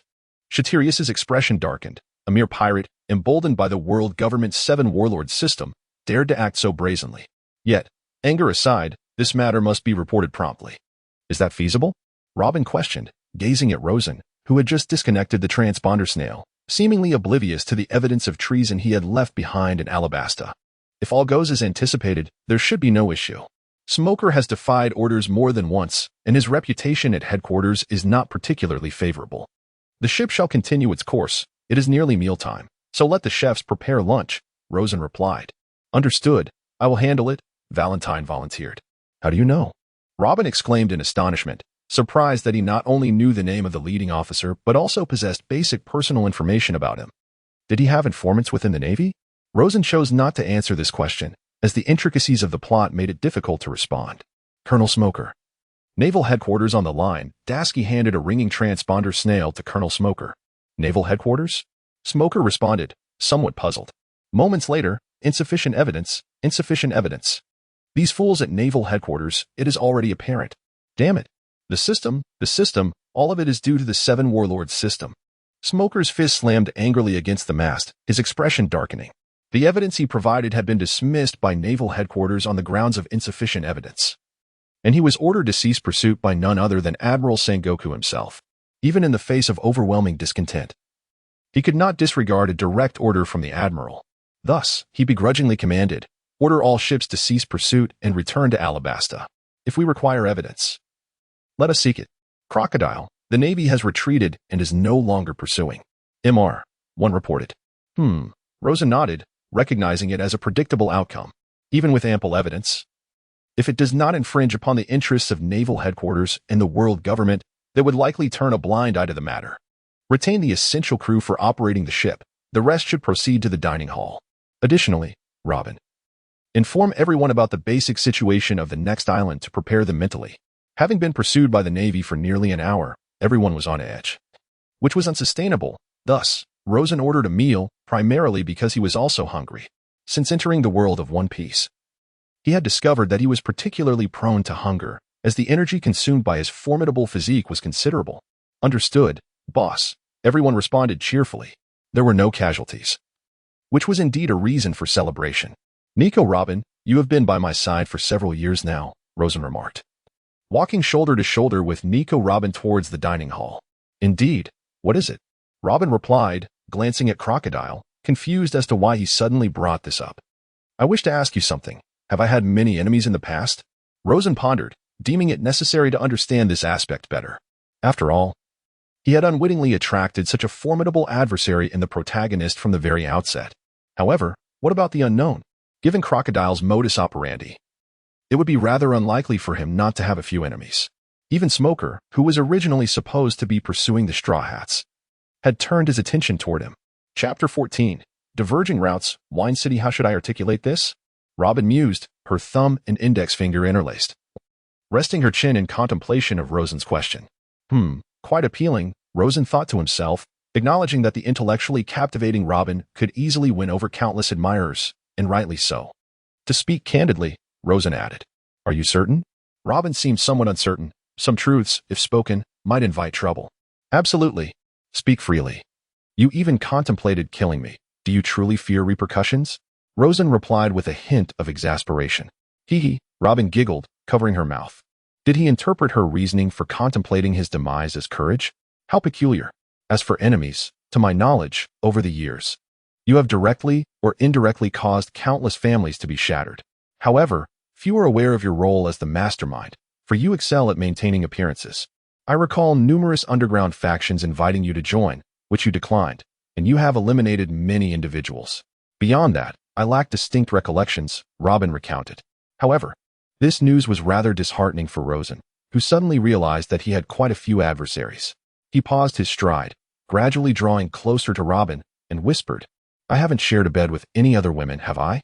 Adversaries were one thing, but should a little crocodile spring forth from the crevices of a stone one day, it would indeed be amusing for his sister. Matters of the heart were the most challenging to navigate. Reflecting on Whitebeard too, one could not help but question the veracity of such a claim. How could a man of Whitebeard's formidable stature produce such a foolish offspring? Did he not care for his reputation? Robin exclaimed in surprise. What is Crocodile's issue? He seems quite unhinged. Is he mad or merely foolish? Or is he hinting at something? It was indeed plausible. Juxtaposing his past actions with his current demeanor could only lead to such a conclusion. Was there any truth to this? Rosen felt a rising sense of urgency regarding this matter, as it could potentially evolve into a significant problem. After all, with Crocodile's power in Alabasta and the inherent nature of men, the complexities of companionship were far from straightforward. After all, Crocodile was a man, at least. His current form undeniably was. This is something I must ponder deeply. After all, I cannot perpetually monitor your life, Rosen mused. It seemed there had been a few instances. After a moment of contemplation, Robin's mischievous side emerged, revealing an answer that left Rosen in a state of dread. "Oh no, old sand. How can you not control yourself? Please do not bring forth any foolish little darlings." Rosen's expression became somewhat dazed. Observing Crocodile's displeasure, Robin intended to clarify that she was merely jesting. believing that Crocodile must have some awareness to appreciate such humor. However, Rosen promptly dismissed her. "Do not speak of it. Crocodile's affairs bear no relation to me, and I shall not acknowledge them," he declared with conviction. "Very well," Robin replied with a smile, choosing to let the matter rest. As the number of diners in the restaurant began to swell upon learning that the Grand Boss would also be dining, a long rectangular red table had been adorned with a tablecloth, fresh flowers, and delectable food. Tonight's main dish was pan-seared steak. The long table, accommodating over 40 seats, was clearly the primary dining area of the establishment.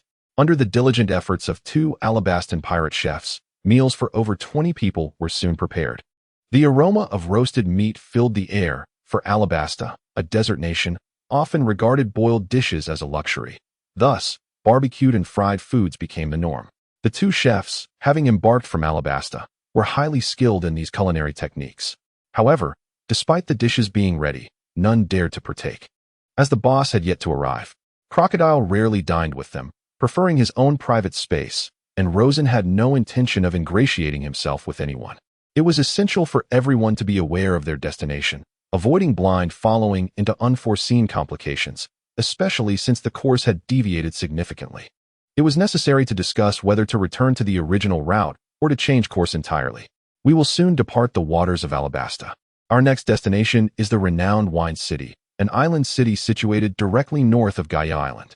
Though our route has strayed, the delay is minimal. We shall rest there and replenish our supplies.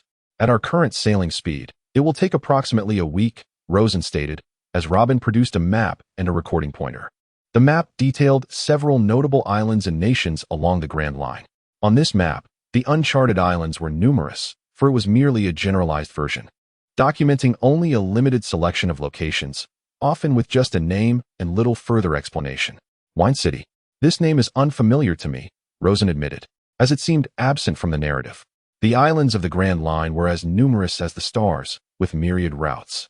Luffy and his companions had only traversed one among many. The islands accessible from Alabasta were far from singular. Rosen had intended to follow the course Luffy once charted. Yet considering his current abilities, he might not be capable of confronting the Thunder God. Moreover, Luffy's approach to Sky Islands was utterly unreplicable. Therefore, he would likely follow a similar path, but refrain from hastily challenging the Sky Islands, opting instead to prepare thoroughly beforehand. After all, he was a man of his word, and he held a keen interest in the historical texts and the treasures of the Sky Islands. However, he never anticipated that the course recorded by Robin's log pointer was not the same route that Luffy had traversed.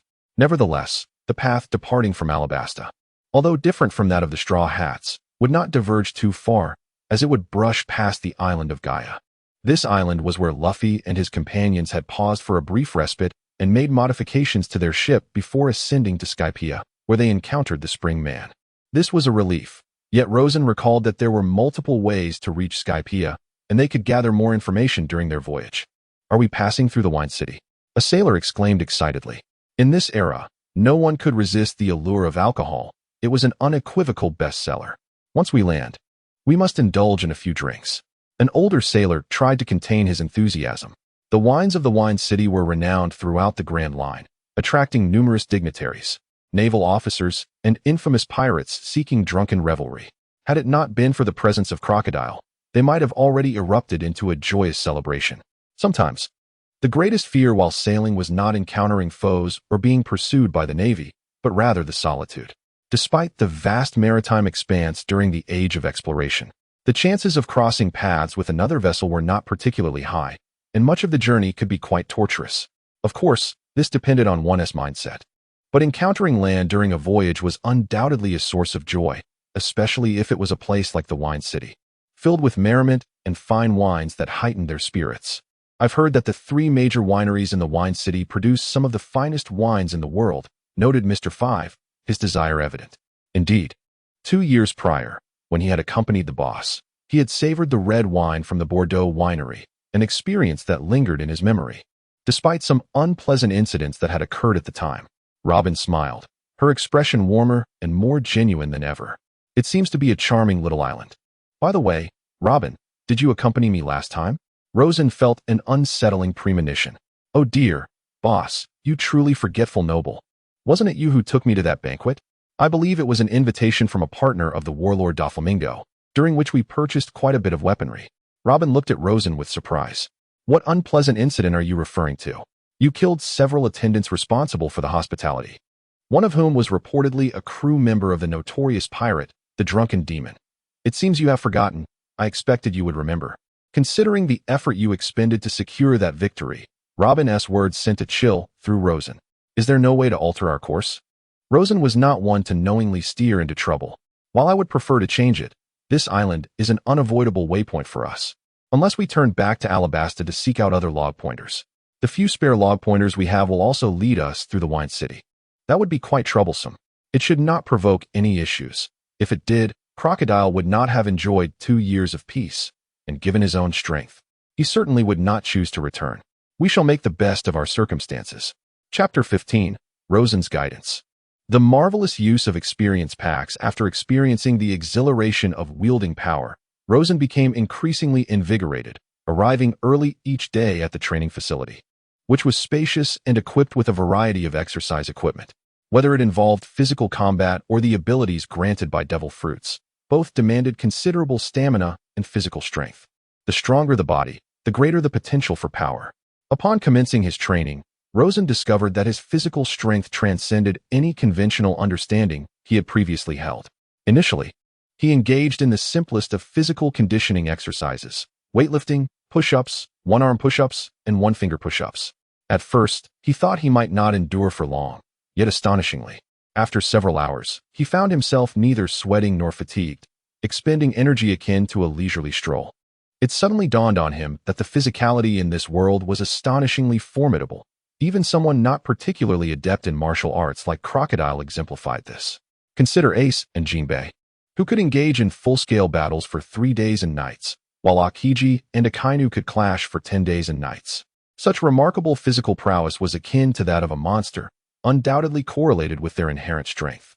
Yet, recalling Zoro's training in his less formidable days, Crocodile accepted the reality of his own formidable physique with equanimity, gradually altering his training regimen.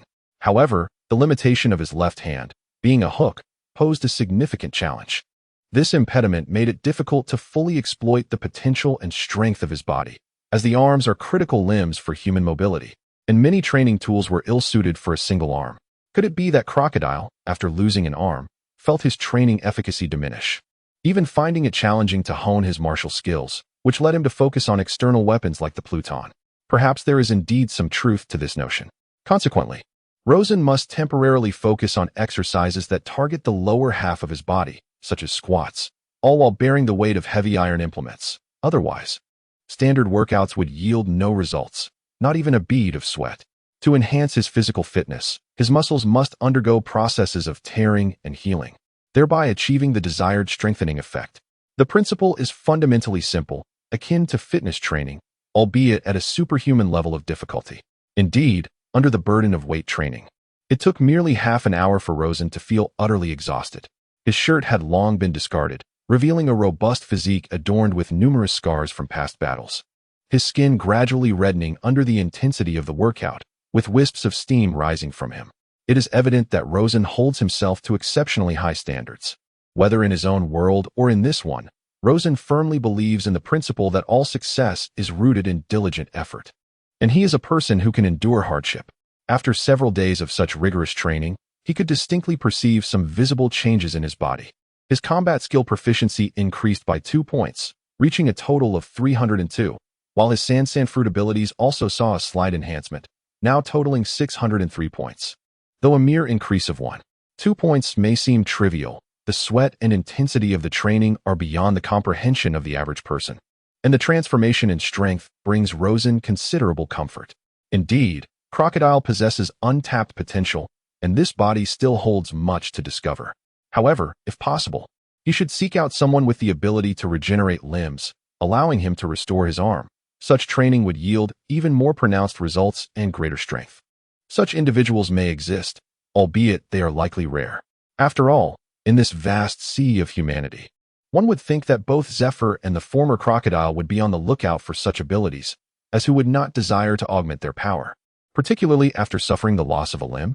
Nevertheless, Zephyr seems unconcerned, His mechanical arm is remarkably powerful, and the Sea Prism Stone effectively counters those with abilities. If a limb-regenerating individual cannot be found, acquiring a mechanical arm of this caliber would suffice, being far superior to a mere hook. Speaking of the hook, Rosen had long since instructed his crew to remove the venom within it. Although it was well installed, the knowledge that his left hand contained poison left him feeling somewhat insecure, compounded by his inability to master the proper use of the hook. He simply could not wield it effectively. In recent days, despite occasional fluctuations in weather, such occurrences are typical in the Grand Line. Aside from an initial sense of surprise, Rosen paid little heed. This morning, the sweltering summer heat had vanished, leaving the dawn ship blanketed in snow, which the sailors were diligently clearing. It must be said that these sailors are remarkably efficient in their work, and Rosen is quite satisfied. After all, not having to worry about trivial matters is one of the perks of his position. His needs are met with lavish arrangements, allowing him to concentrate fully on his training. Unbeknownst to him, the training area was no longer solely his domain. Perhaps his grueling workouts had inspired Bonus and the others. The atmosphere in the training zone was quite invigorating. Driven by imagination and a wealth of combat experience, Rosen occasionally offered guidance where he noticed deficiencies. Mr. 5. When utilizing your explosive fruit capabilities in close combat, it is essential to concentrate the force of the explosions at a single point, such as overlapping blasts or the active fission of explosive particles. These are worthy avenues of exploration. Mr. 5 looked perplexed, struggling to grasp Rosen's terminology. Overlapping explosions? Explosive fission? Perhaps it would be best to simplify. If I recall correctly, the air you exhale should also possess explosive capabilities. Wiping the sweat from his reddened body with a towel, Rosen observed Mr. 5 striking the iron block with ferocity, each punch reverberating with explosive energy. The steel slab, over half a meter thick, easily withstood the barrage from Mr. 5, sustaining only a slight charred layer but no substantial damage, a clear indication of his inability to focus his abilities. Indeed, boss. But when I concentrate my power in my fists or feet, I often feel a sense of inadequacy, as if I lack control. Mr. 5 admitted, revealing the challenges he currently faced. Well, the enhancement of your abilities is closely tied to your physical fitness. I've noticed that you've solely focused on your fruit abilities these past few days, which is insufficient. Physical training must proceed in tandem. Additionally, I believe you could also work on your lung capacity. During combat, inhale deeply to store air, then release it in tandem with your strikes, creating explosive attacks that catch your enemies off guard. Against foes of similar stature, such attacks would target their vital points. Such an idea, if proposed in reality, would seem implausible. However, the individuals in this world possess extraordinary lung capacity, rendering conventional wisdom ineffective. Sufficient air can cycle through their bodies, producing a massive explosive force with a mere roar. Typically, defenses are more geared towards physical and weaponry threats. Yes, boss, I will strive to improve. Mr. 5 exclaimed, exhilarated by the prospect of receiving such detailed guidance from Crocodile, whose extensive combat experience as a warlord is invaluable. Many possess potential, but it is rare to encounter someone willing to mentor them. Consider the well-known Kobe, once humorously dubbed the author's favorite son, under the guidance of powerful mentors. He transformed from an ordinary individual to an exceptional rear admiral in just a few years. This transformation is undoubtedly linked to his innate potential, but the guidance of figures like Garp played a crucial role. Bonus, your physical defense is formidable, and your cut fruit ability boasts considerable offensive power. Generally, swordsmen cannot breach your defenses. You possess a perfect counter to them. However, be aware that this world harbors many swordsmen capable of severing steel. Should you encounter such an adversary, how would you respond? This is a question you must contemplate. The idea of a swordsman capable of slicing through steel. Mr. 1 Bonus fell into deep thought. Thus far, he had not encountered such an opponent, but if Crocodile spoke of it, such individuals surely exist. Now, the two of you shall engage in a practical exercise. Mere training is insufficient. Only through real combat can one discover the shortcuts to improvement, Rosen commanded. The clash between the cut fruit and the explosive fruit would reveal who wields their abilities more effectively and possesses greater potential. Chapter 16. The Phantom Incident. On the Dawn ship, with a resounding crash, Iron Fist collided with Explosive Fists, unleashing a powerful shockwave that sent smoke billowing into the air. Bonus's expression remained stoic, his body unmarred by injury, in stark contrast to Mr. 5, whose fists were left bruised and reddened. It's too tough. My explosive abilities fail to inflict any damage on Bonus. Mr. 5 lamented, disheartened that his explosive attacks had no real effect on the ironclad monk. Though the explosive power was commendable, Bonus's abilities rendered his entire body as hard as steel, with internal organs possessing similar fortitude. When necessary, he could further enhance his defensive capabilities. To harm him, Mr. 5 would need to focus his explosive force at a singular point. Otherwise, his efforts would merely be a source of annoyance. Bonius spoke softly. At present, he was an ally, refraining from transforming his arm into a blade for attack, merely employing his physical defensive capabilities to engage in a contest of fists. Nevertheless, this had already left Mr. 5 somewhat at a loss. Rosen observed the sparring between the two. Both the explosive fruit abilities and Bonius's swift slashing technique impressed him greatly. The destructive power of the explosions, had they not faced the ironclad Bonius, would have posed a significant threat to most individuals. However, Bonius's robust defense and commendable offensive capabilities rendered him formidable. And had he opted for blade-like strikes in close combat, Mr. 5 would have surely sustained some injury. Bonius was impervious to blades and bullets, capable of transforming any part of his body into a cutting edge. Kicks morphed into slashes, and punches became thrusts. Initially, Zoro had suffered considerable suppression. Had he not ultimately grasped the technique to cut through iron, he would have been unable to defeat Mr. 1, Bonius. Now, it was Bonius's turn to strike. He planted his feet firmly and launched an assault on Mr. 5 with remarkable speed, his poised fist generating an overwhelming force. Mr. 5, taken aback, quickly inhaled deeply. As he drew in the air, his abdomen visibly contracted, while the upper part of his chest swelled like a balloon, creating a rather bizarre sight. Though the physical constitution of individuals in this world could easily withstand such changes. Mr. 5 roared, unleashing a fierce gust of wind from his mouth, akin to a rushing current. The blast shot forth like an arrow, aimed directly at Bonius. As Mr. 5's mouth closed with a thunderous sound, the air burst forth, detonating mid-air. Slashing. Bonius sensed the enhanced power of this strike and promptly abandoned his offensive, assuming a stable stance. He brought his fists together at his chest and remained immobile, allowing the explosion to engulf him. Coughing, Mr. 5 gazed at Bonius, now enveloped in the explosion, and could not suppress a smile. He had not anticipated such formidable power from this attack.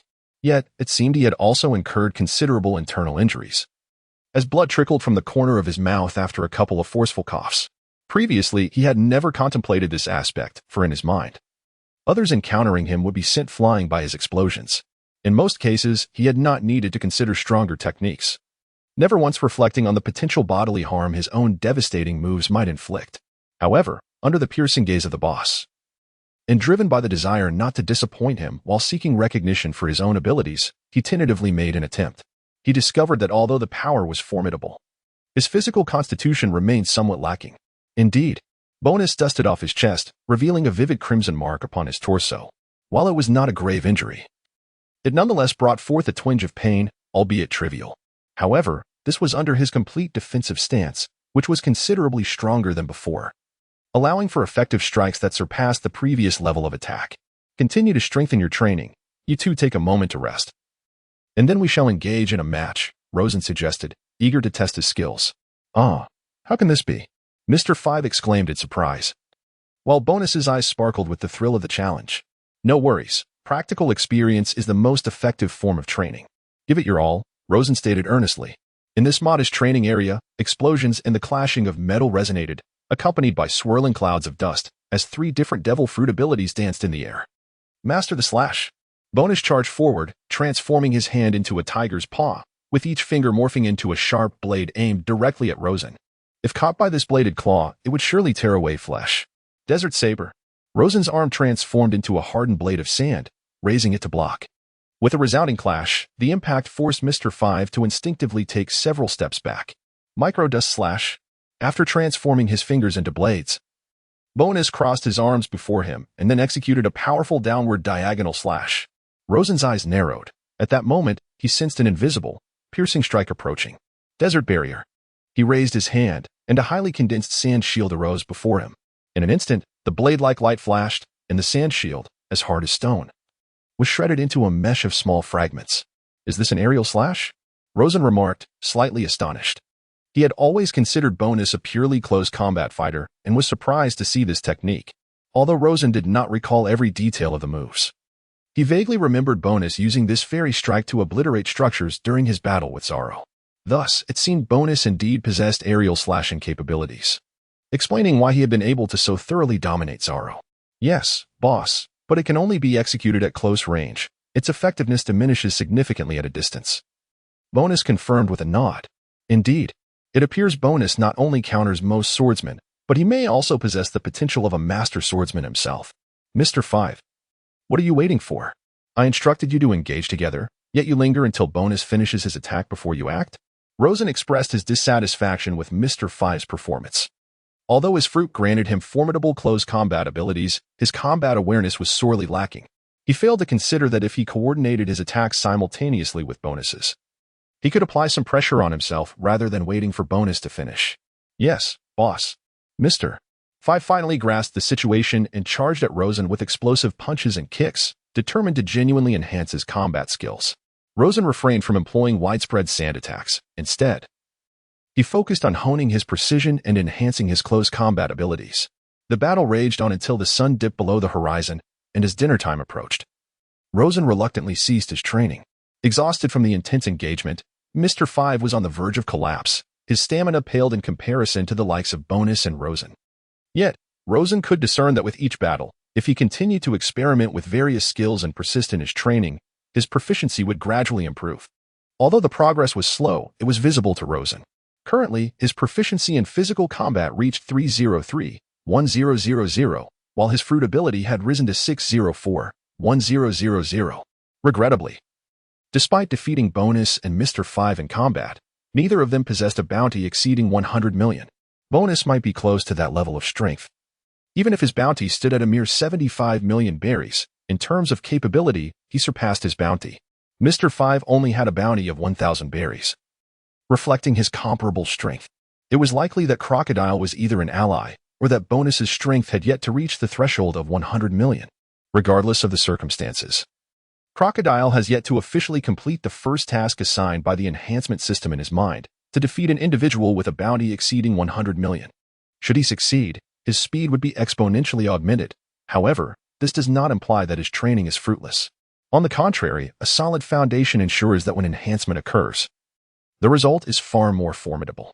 It is said that last night, Bosi encountered an unexpected incident, leaving him so frightened that he now hesitates to enter his room for sleep. Is it possible that a ghost truly haunts the ship? I suspect it may indeed be true. Did you not hear Bosi mention witnessing a small figure that seemed to glide rather than walk? He was utterly dumbfounded, claiming that as he turned to flee, he was struck from behind, leaving him with a swelling that has yet to subside. However, I suspect he merely fell in fright and is too embarrassed to admit it. Two sailors, engaged in the task of stowing the sails and dropping anchor, exchanged whispered words filled with mystery. A ghost. Rosen furrowed his brow, perplexed. When had such rumors begun to circulate aboard the ship? What events had transpired in recent days? Rosen was completely oblivious, having devoted himself solely to his training. Chapter 17. A thorough search of the ship. Rosen returned to his opulent suite, as usual. He did not always dine with the crew. He was indifferent to the matter. However, his presence invariably rendered the atmosphere unusually silent, as if everyone feared to disturb the dining experience of their superior, to afford them a more comfortable mealtime. Rosen chose to dine in his own quarters, especially since a maid was designated to attend to his meals and daily needs, which he found quite agreeable. "Boss, it is time for your meal," announced a maid, placing a silver tray laden with food on a table beside Rosen. Another maid set down a platter adorned with fruits, red wine, and glasses for the wine. The two maids were obedient and respectful, uttering not a word as they gently retreated. Yet, Rosen spoke up, requesting, "Please summon Robin." Understood. The ghostly incident that had reached Rosen's ears piqued his interest. If there were indeed a specter aboard, it would be rather unsettling. However, if it were not a ghost, but rather an enemy, it would warrant even greater concern. The meal was exquisitely prepared, though the fruits were scarce, given the challenges of preserving such delicacies at sea. Furthermore, when it comes to sustenance, the energy provided by dried meats far exceeds that of fruits, making them a more practical choice in terms of space and nourishment. Rosen savored the tender, juicy beef, which provided ample energy, allowing him to sustain himself without excessive consumption. He was quite satisfied with the provisions here. Perhaps considering his single-handedness, the steak had been cut into uniform pieces, thus facilitating his dining experience. As he relished the steak and savored the red wine, having primarily subsisted on dry rations in recent days, Tonight's indulgence in steak was a delightful change. Although he was not well versed in wines, he found this one smooth and pleasant, with a rich bouquet of fruit flavors. Just as he finished his meal, a knock echoed at the door. "Boss." "Enter," Rosen replied, setting down his utensils and wiping his mouth with a white cloth from the edge of the plate. Speaking with calm composure, "There is a matter I need to discuss with you. Today, I inadvertently overheard the crew discussing the presence of a ghost aboard. What is your perspective on this? Do you have any speculation or leads?" Rosen had not forgotten Robin's capabilities. If an enemy lurked aboard the ship, even the Dawn could not provide sufficient cover for them, as Robin's abilities would likely uncover them, provided they were indeed living beings and not apparitions. Under normal circumstances, such absurd rumors should not arise, especially since we have only just set sail a few days ago. The crew's morale remains high, and we have not yet faced any shortages of provisions. Hallucinations should be out of the question. If we had been at sea for an extended period, one might understand the onset of mental strain. Robin found the situation perplexing and began to analyze it deeply. What sort of issues typically arise during prolonged voyages? Rosen, curious, inquired further. He had not spent much time at sea, with his experiences limited to travel or coastal excursions, leaving him relatively uninformed about maritime matters. It depends on the situation. In the event of a long voyage lost at sea, anything could transpire. Cannibalism over food, betrayal, treachery. These are all scenarios that can unfold aboard a pirate ship, as ultimately, individuals act in their own self-interest. Let us first address the matter at hand, Rosen reflected, feeling an ominous presence looming. However, Robin's words are not without merit. If a ship were to lose its course at sea, it is conceivable that even a mundane merchant vessel could encounter the situation Robin described, let alone a pirate ship. I myself have little insight into this matter, having only learned of it today. From the crew, it seems that during the nights of the past few days, ghostly figures have been appearing. Robin shrugged her shoulders, expressing her helplessness. Have you searched with your abilities? Are you certain they are not stowaways? Rosen frowned, reflecting on the limitations of his Haki. It appears he must find a way to master Haki, dedicating himself to thoroughly studying every word Rayleigh imparted to Luffy. Yes, I have searched. We can rule out stowaways. There are no unfamiliar faces aboard. I know each crew member, and it would be impossible for someone to impersonate them unless they possessed a unique devil fruit ability. Robin analyzed. Through the floor-to-ceiling windows, Rosen observed that heavy snow was beginning to fall, erasing the last remnants of the sunset and leaving only a dull, gray expanse. Night was fast approaching, and if this issue remained unresolved, it would not only disrupt the crew's lives, but also prevent him from finding peace of mind. Since it appears every night, let us too keep watch in the crew's living quarters tonight and ascertain the nature of this ghost. We are close to the Wine City. We cannot allow everyone to become worn and weary. Yes, summon Bonus and the others. Let them conduct a thorough search of the entire ship. Mobilize them. Rather than letting them live in fear of the unknown, it would be better to inform them of an unexpected visitor on board. But let us refrain from mentioning anything about ghosts, Rosen strategized. Understood. I will take care of it immediately, Robin nodded and departed. Soon, the entire crew of the Dawn was mobilized, forming groups of 3 to conduct a comprehensive search of the vessel. However, given the size of the Dawn, the search would require some time. Moreover, the icy conditions made the search less convenient than it would be on a clear day. Some areas were covered in layers of thin ice, and Rosen felt a chill, but thankfully, Crocodile's taste in clothing was not poor, and most of his garments were presentable. Even if they were not, he had little choice at this moment. Originally, Rosen did not expect much from this search, but he was taken aback to discover something, leading to immediate chaos aboard the ship. We have made a discovery in the ammunition depot. Hello? Is anyone there? Every room on the Dawn was equipped with communication pipes. Even in Rosen's captain's quarters, there was one. If something required assembly, one merely needed to lift the cover of a metal pipe by the table and speak into it to notify all rooms. However, it was rarely used. For although the Dawn was not small, actually locating someone or sending a person seemed more sincere, unless in a combat situation that required command authority. At that moment, a frantic voice echoed through the pipe, identified as one of the more capable sailors, if he recalled correctly, named Miguel's. He knew this because Robin had discovered Miguel's strong management skills among the sailors and proposed to Rosen that he be promoted to captain of the sailors, allowing her more time to read. The reasoning was compelling, leaving Rosen momentarily speechless, but from his tone, it was evident that something had gone awry during the search. What has happened? Rosen approached the communication pipe. Dialing was unnecessary, as it was more convenient than a telephone bug, available only on the ship. During the search of the ammunition depot, Aben and the others came under attack. They opened the communication pipe's cover, but all I heard were screams, Miguel's replied swiftly. His voice filled with concern. Gather all crew members and surround the ammunition depot. I will be there immediately. Rosen donned a heavy coat for warmth, pushed open the door, and issued commands, though his expression remained grim. Chapter 18. Have you heard the news? Rosen descended from his quarters and encountered Robin just as she was exiting on the fourth deck. Further down, Bonus, Mr. 5, and Valentine were also making their way toward the ammunition depot. Yes, Robin nodded. Another person has been taken down in the ammunition depot. Do not enter until the boss arrives. As they approached the doorway of the ammunition depot, a scream pierced the air. The shadow of the ghost incident loomed over them. And just as two small teams had intended to enter the depot to provide support, another scream rang out, met with silence in response to their calls. This only deepened their fear. Boss. Upon Rosen's arrival, the crew felt a surge of reassurance, for even all the officers had gathered, parting to make way for him. Rosen's inner vigilance peaked, and his mind began to simulate various scenarios. If it were a ghost, could it be Perona? Yet the timeline did not align. She should be with Moria at this time. If it were not a ghost, then what could it be? Robin had already searched. There were no other individuals aboard. Regardless of the circumstances, he could not allow this entity to wreak havoc on his ship. For safety, Rosen summoned Sand, entering an elemental state, then pushed open the door of the ammunition depot. In an instant, a small shadow darted towards him like lightning. Sandstorm. Rosen reacted instinctively, as he caught sight of several crew members lying unconscious on the floor. A sandstorm erupted, roaring to meet the swift shadow that had yet to be clearly identified. With a thud, the shadow collided with the outer edge of the sandstorm and was sent flying into the wooden wall. However, in the next moment, it flickered and vanished. It is a physical entity, not a ghost.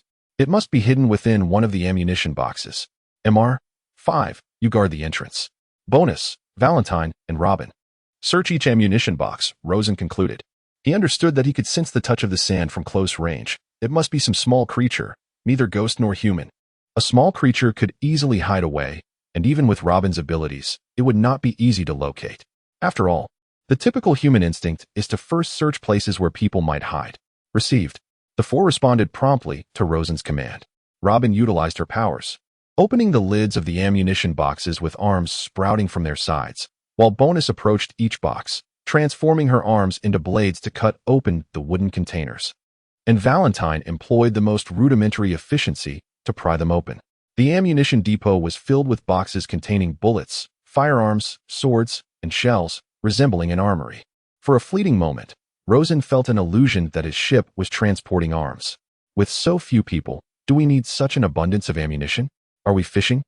Rosen's vigilant gaze swept the area, ensuring that he could respond swiftly should the shadow make another attack.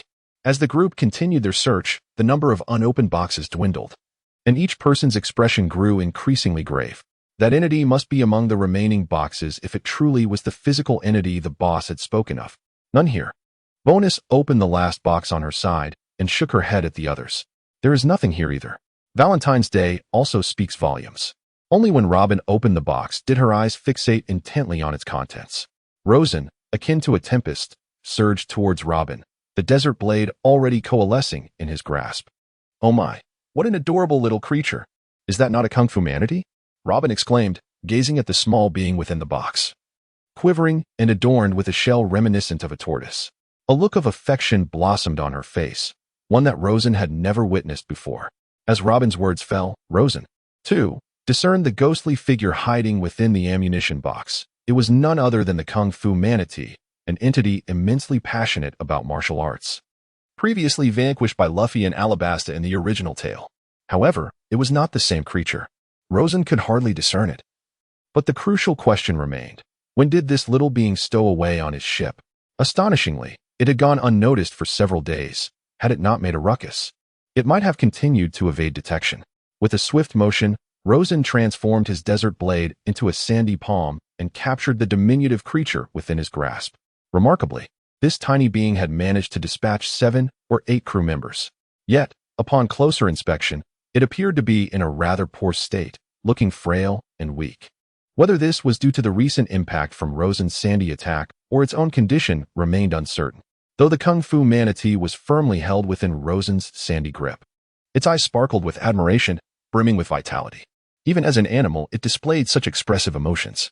However, Rosen soon found solace in the thought that the intelligence of creatures in this world could rival that of humans.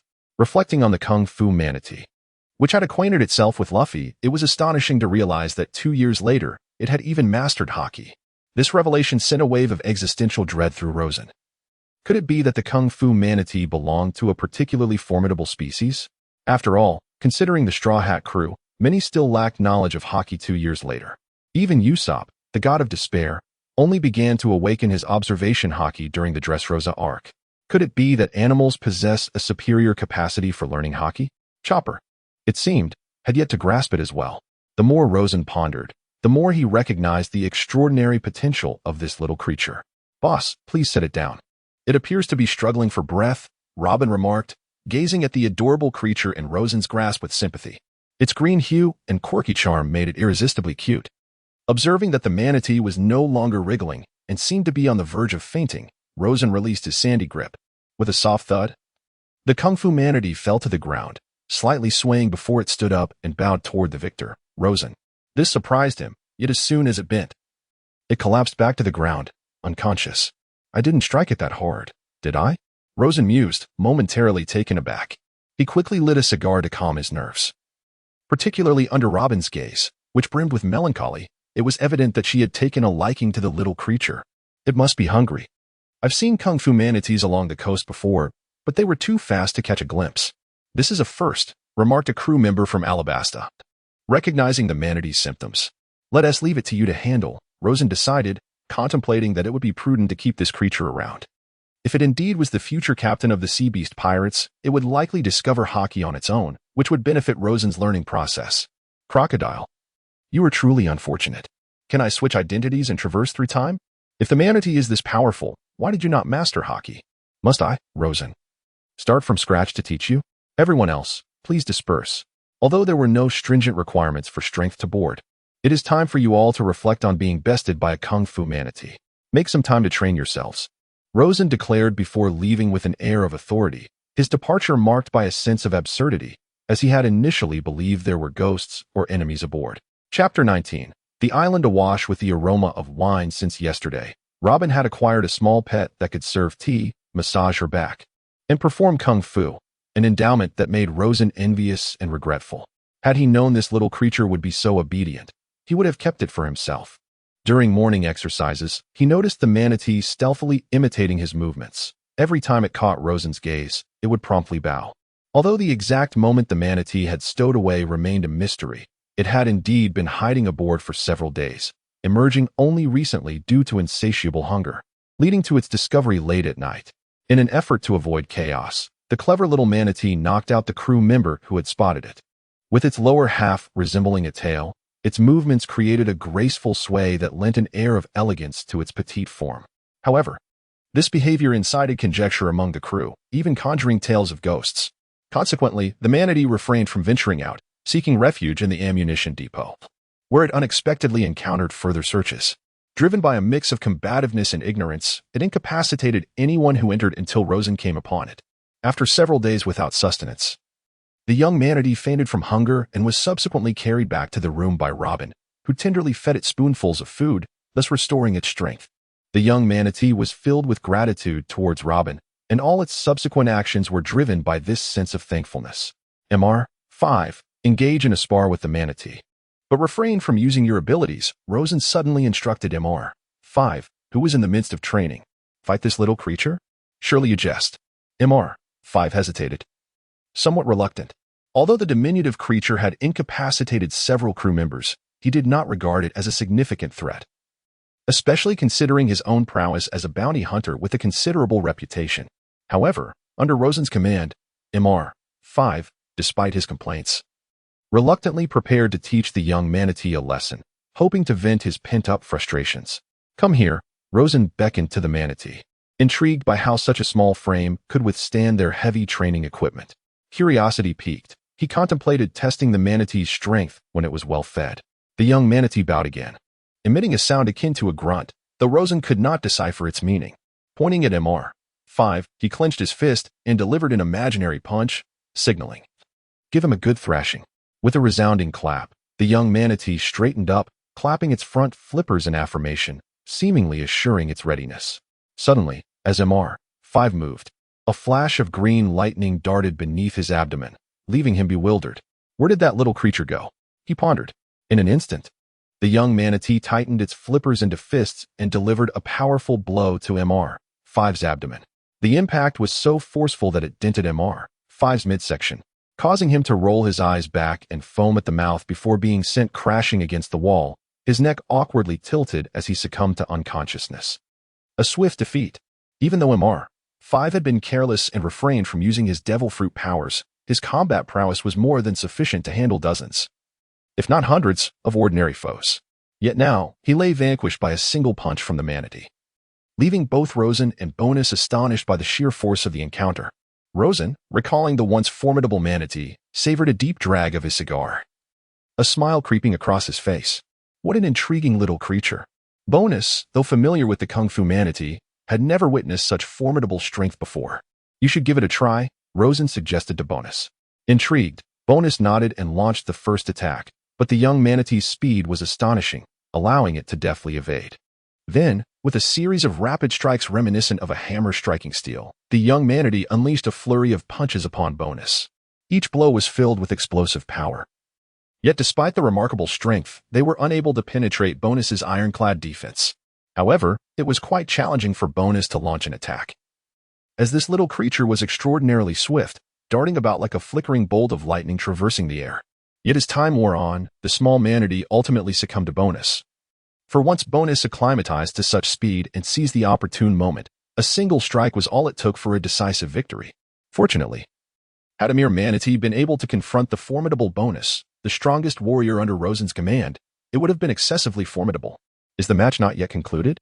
Robin, who seldom frequented the training grounds, made an exception this time, approaching the entrance and beckoning to the manatee. Reluctantly, the little manatee cast a lingering glance at Rosen and, upon receiving his nod of approval, made its way to Robin's feet. Robin crouched down, cradling the manatee in her arms, and then addressed Rosen, saying, "We are soon to arrive at the City of Wine, and the crew has already made their preparations. I only hope that this time the boss will stir up less trouble." In the past, Robin would never have uttered such words, as it would have seemed disrespectful and could easily provoke the original Crocodile. After spending these days together, Robin discovered that Crocodile had indeed become much more amiable, and his demeanor had transformed significantly. Gradually, she began to accept this changed version of Crocodile, which prompted her to express her slightly concerned thoughts. "I never intended to stir up trouble. I merely wished to leisurely explore the island. Although the ocean views are splendid, the lack of liveliness leaves something to be desired. However, whether trouble might come knocking is another matter altogether," Rosen remarked, a haze of smoke obscuring his expression. Robin chose not to elaborate further. As the previous incident had not truly reached a conclusion, it remained uncertain whether the Bordeaux winery personnel would dare to provoke a warlord again, a matter she could not foresee. "By the way, let us allocate 500,000 berries to each crew member. They deserve to unwind, and expenses should not be spared," Rosen reminded her, noting that throughout this week of sailing, he had essentially taken a back seat, with all necessities catered for. Thus, it would be remiss to shortchange these comrades. 500,000 berries each. Robin was taken aback. Such an amount merely covered the expenses of a single excursion to the island, and this expenditure did not seem particularly extravagant. In the past, some captains would not even provide such funds. At most, they might offer a mere 100 or 200,000 berries, which was generally considered generous. This compensation is regarded as a bonus, and each crew member possesses their own purse. Despite their status as crew members, Rosen must also provide a certain amount of basic welfare berries periodically. Moreover, any treasures seized are distributed based on merit, allowing them to accumulate their own little fortunes. However, Rosen remains somewhat oblivious to the purchasing power of berries, mistakenly believing that 500,000 is insufficient. For the time being, this is all they can manage. The total value of treasures, including those in the treasury, is estimated to be no more than 800 million berries. If difficulties arise, compensation can be addressed later. It is not that the amount is too little, but rather that it is excessive. Nevertheless, As the new ship sets sail for auspicious beginnings, it is not out of the question. However, boss, I too am entitled to a share of that 500,000. Robin, having no substantial savings herself, could purchase numerous books with such benefits. Well, you may take 2 million and use it to acquire more knowledge about the Sky Islands. If all goes well, our next destination will involve researching how to reach the Sky Islands, Rosen remarked, somewhat taken aback, before addressing Robin. Sky Islands? Are they islands in the sky? This was the second time Robin had heard that term from Rosen. Recalling his mention of historical texts. Indeed, the specifics will be revealed in due time, Rosen nodded, gazing into the distance as the ship approached. The outline of an island becoming visible. After a week of sailing, there were no significant incidents. The only unexpected occurrence was the sighting of a manatee. Rosen found himself missing the sensations of solid ground and the presence of crowds. If the recording pointer here is full, it will only take 3 days, quite swift indeed. Robin was eager to explore the historical texts. A rich aroma of wine wafted through the air, as if the entire port were flowing with spirits.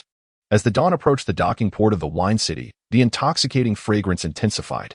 The sailors with a penchant for alcohol felt their cravings stir, while Rosen, unaffected by such desires, found the scent pleasant and mild, revealing a satisfied expression. The wine city appeared quite appealing, though the fragrance did not reach 100 miles.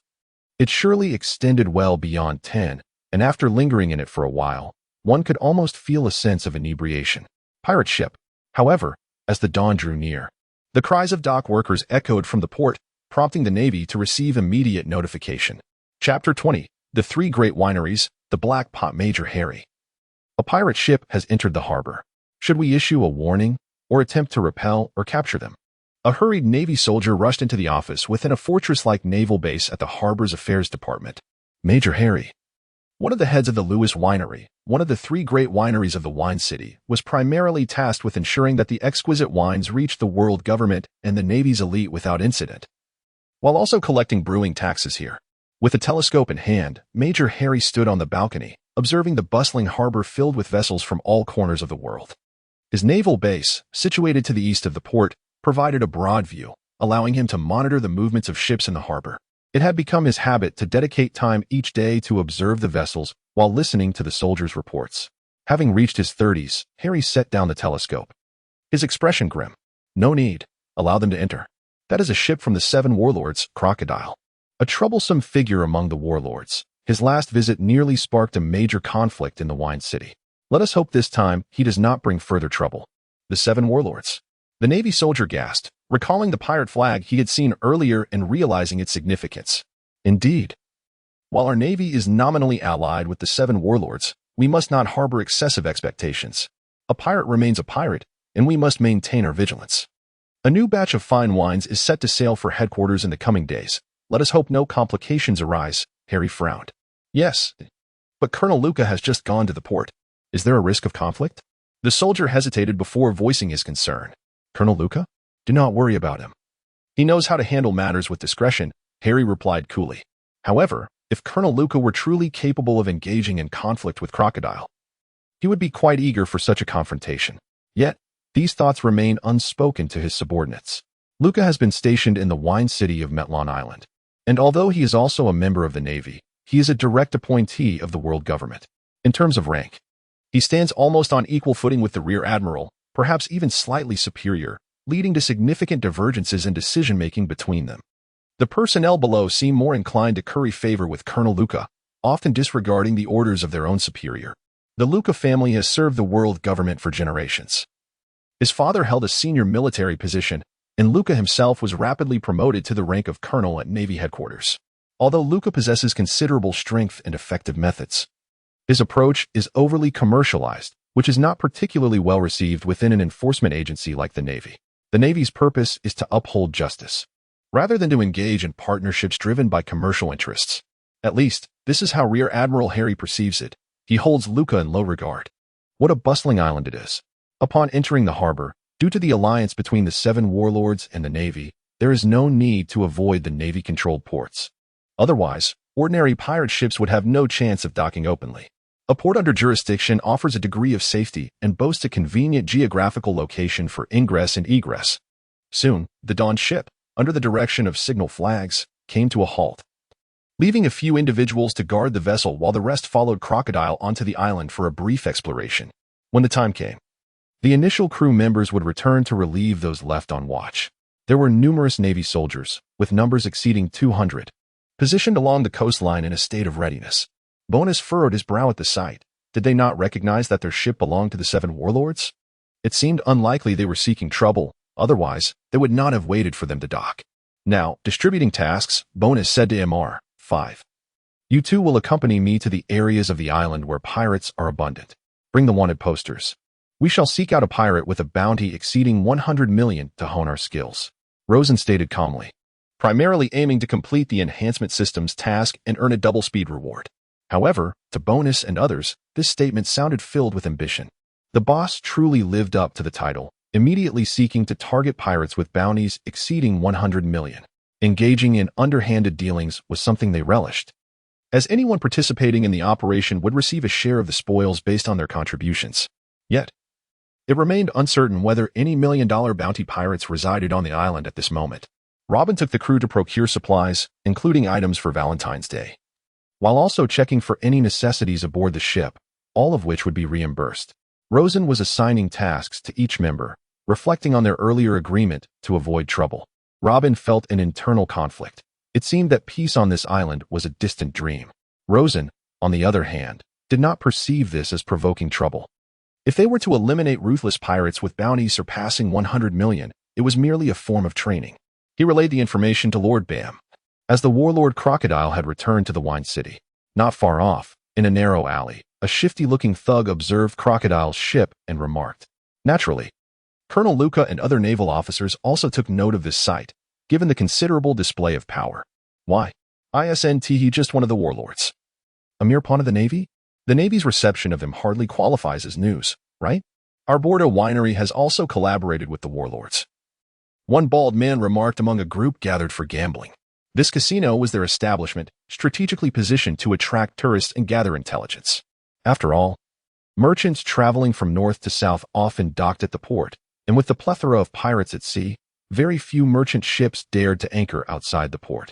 Do you think we were dispatched to this prosperous land because our strength is formidable in the New World? No, 2 years ago, a group of skilled individuals from the Bordeaux winery, including the second-in-command, were all killed by Crocodile, the shifty thug continued. Is that true? Why has he the boss sent anyone to retaliate? I've seen that guy's bounty. Though he's a warlord, it's not even over 100 million.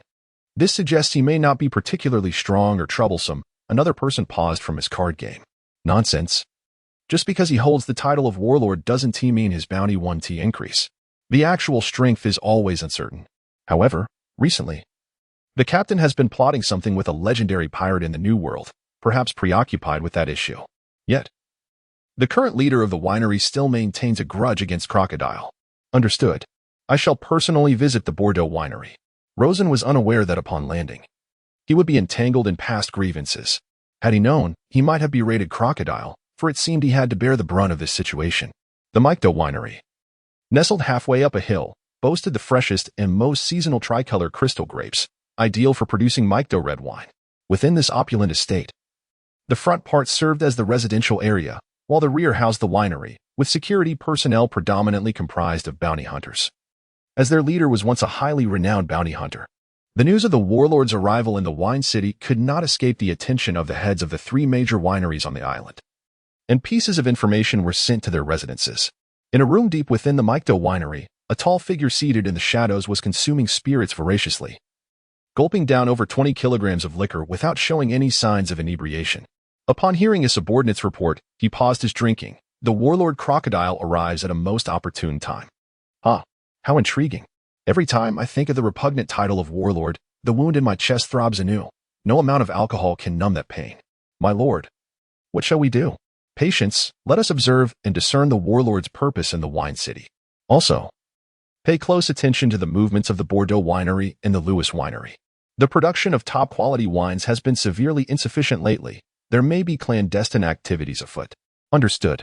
Meanwhile, the Bordeaux winery received news from the gambling den at the port. Chapter 21. Colonel Luca's Olive Branch welcome, Warlord Crocodile, to the Wine City. I am Colonel Luca of the Wine City Naval Base. How may I assist you? A remarkably handsome middle-aged man clad in the distinctive uniform of the naval headquarters stood before Rosen, his cape billowing with the word justice fluttering in the wind. Rosen scrutinized Colonel Luca, noting that his demeanor seemed excessively cordial. Initially, he had suspected that the gathering of so many naval officers was a precaution against any potential mischief from him. To his astonishment, after disembarking, the colonel even performed a symbolic salute to welcome them.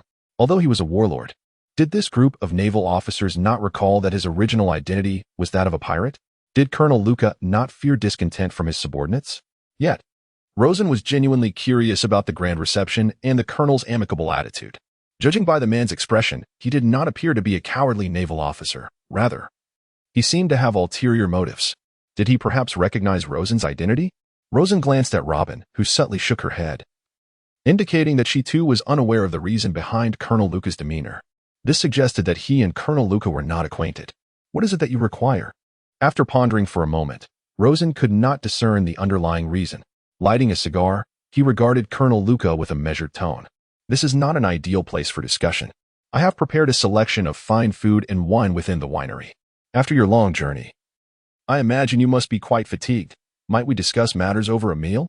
Colonel Luca spoke earnestly, his smile infectious, giving Rosen the impression of returning to a social gathering. He appeared to be an exceptionally sociable colonel. However, Rosen would naturally not acquiesce to this seemingly kind invitation. Given his suspicion that the other party had ulterior motives and his desire to avoid entanglements with troublesome matters, he was disinclined to engage with Colonel Luca. If there is something to discuss, let it be stated directly. I am pressed for time. After a moment of contemplation, Rosen declined Luca's warm invitation. Colonel Luca was taken aback, hesitating momentarily. Internally calculating, he realized that Crocodile was not easily swayed. Resorting to force might prove futile, regardless of whether they were rivals. A breakdown in relations could jeopardize his plans. It had come to his attention that there were unpleasant memories between you and Bam, and news of your arrival on the island had likely reached his ears. Based on my understanding of Master Bam, he is unlikely to let this matter rest easily. Luca edged closer to Rosen and whispered, Bam is the steward of the Bordeaux winery. Rosen, having learned about Crocodile's actions on the island, had sought Robin's insight into the details of that time. It could be said that Crocodile had indeed performed a commendable deed, for the severe child abuse incident had greatly disturbed his dining experience. Consequently, several perpetrators were swiftly dealt with by Crocodile. It was then discovered that the eliminated individuals were precisely those responsible for entertaining him from the Pirate Alliance, prompting the second-in-command of the Bordeaux winery to seek an explanation. Initially, the second-in-command merely intended to maintain appearances. However, Crocodile was in a particularly foul mood at that time, resulting in a fierce confrontation between the two, which culminated in the second-in-command of Bordeaux being bested by Crocodile. At that moment, the head of the Bordeaux winery, Bam, was conveniently absent from the wine capital, having returned to the New World. Otherwise, the conflict might have escalated further. However, Bam had never contemplated a peaceful resolution, for the deceased second-in-command was his own brother. Had it not been for the captain's decree prioritizing the escort of exquisite wine production, Bam would have personally journeyed to Alabasta to confront Crocodile. The 7 warlords? In Bam's eyes, they amounted to little more than the Navy's lapdogs. Even Don Quixote da Flamingo, one of the 7 warlords, had to temporarily lend his title to Bam and his companions through the captain's negotiations. Otherwise, how could they, as pirates, possibly operate such a grand winery in the City of Wine?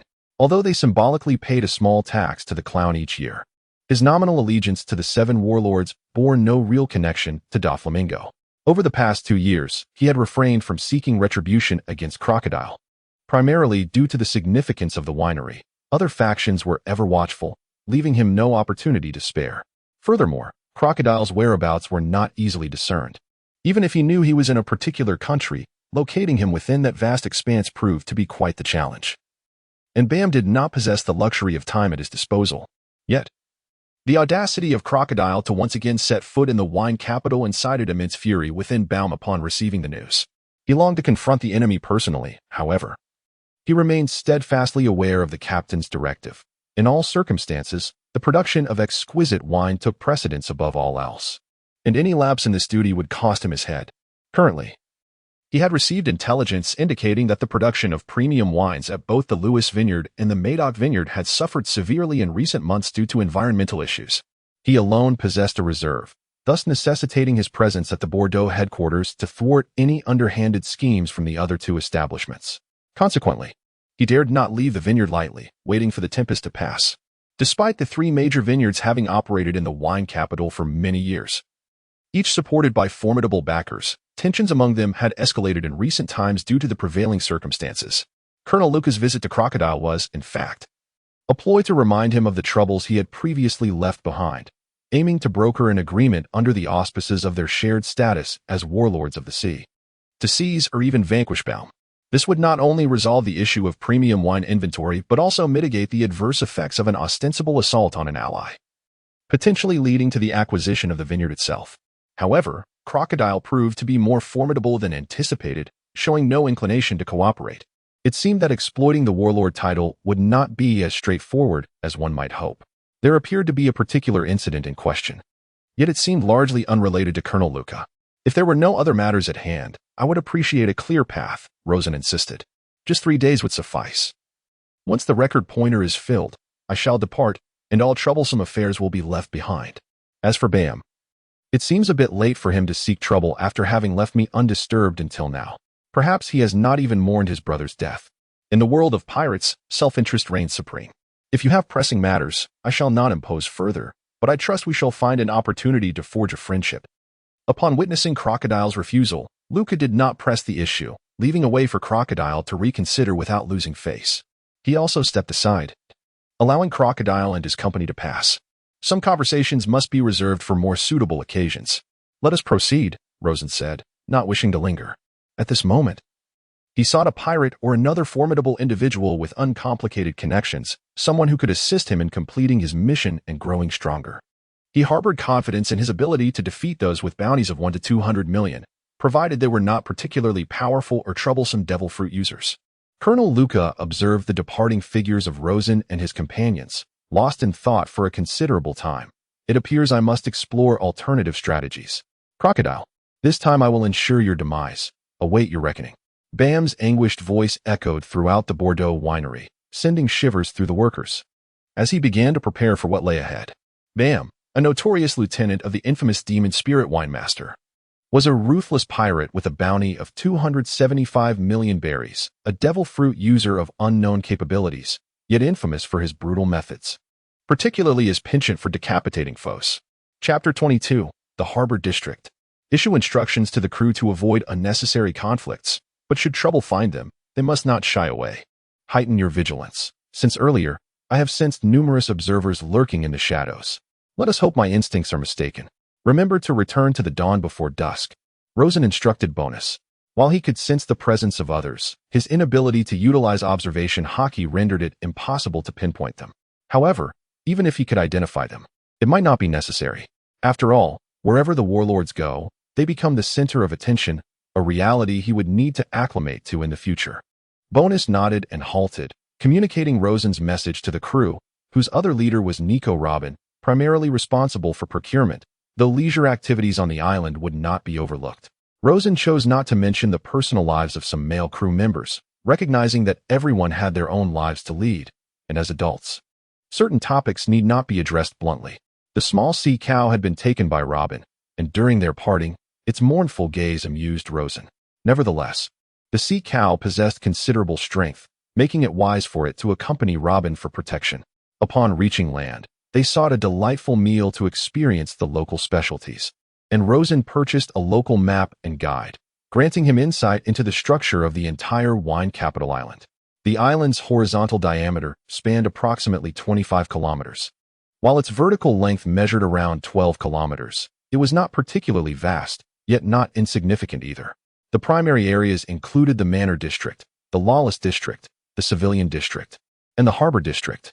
Currently, Rosen and his companions found themselves in the Harbor District, while the Manor District was the most prosperous area, dominated by the 3 major wineries. Nestled between mountains and water, tall buildings rose at the foot and mid-slope of the hills, housing renowned hot spring inns and merchant-safe zones. This area primarily catered to merchants from all over the world, and the wines of the wine capital, whether strong spirits, red wines, or beers, were categorized into 3 grades: good, excellent, and top tier. There was no notion of average or subpar, This distinction was precisely what allowed the wines to gain worldwide acclaim. In contrast, the lawless district served as a refuge for thieves, pirates, and other wanted criminals. Originally an abandoned site, it was a place where ordinary folk dared not venture. And even the Navy paid it little heed. In this world, crime was rampant, and the effort to eradicate it was futile. Furthermore, the ruins of the abandoned city were labyrinthine, rendering any attempts at a crackdown largely ineffective. As long as they did not engage in blatant misconduct, the Navy typically refrained from excessive interference. The civilian district, as one might expect, existed around the periphery of the manor district, inhabited by the island's indigenous people. Yet the harbor district remained the most chaotic. During the day, the lawless district's thugs and pirates would come here to seek amusement. The lawless district merely served as a hideout, while the harbor district represented the blurred lines of chaos. The harbor district extended beyond the port itself, encompassing the entire coastline of the island, forming a complete commercial circle. The three districts could be represented in a circular map, with the center circle denoting the manor district. Surrounded by the civilian district, and the outer ring representing the harbor district, the lawless district was unique, covering only the area of a small village. Nestled between the civilian and harbor districts, at the arched docking port, a dense commercial area thrived. The buildings were haphazardly arranged, with wooden stalls dotting the landscape. Alongside 2- or 3-story stone structures, a cacophony of scents mingled in a way that could induce nausea. Stalls sold seafood, forged weapons, alcohol, local delicacies, and hosted underground fighting matches. As Rosen wandered through alleys, he could hear laughter emanating from small rooms where several attractive girls entertained passing guests while nearby. Children from the refugee community relieved themselves on the streets. The amalgamation of sounds and odors proved disorienting for Rosen. He witnessed armed thieves bullying others, as well as soldiers in civilian attire patronizing small establishments. The frenzied shouts from gambling houses and the occasional brawls stirred excitement among the onlookers.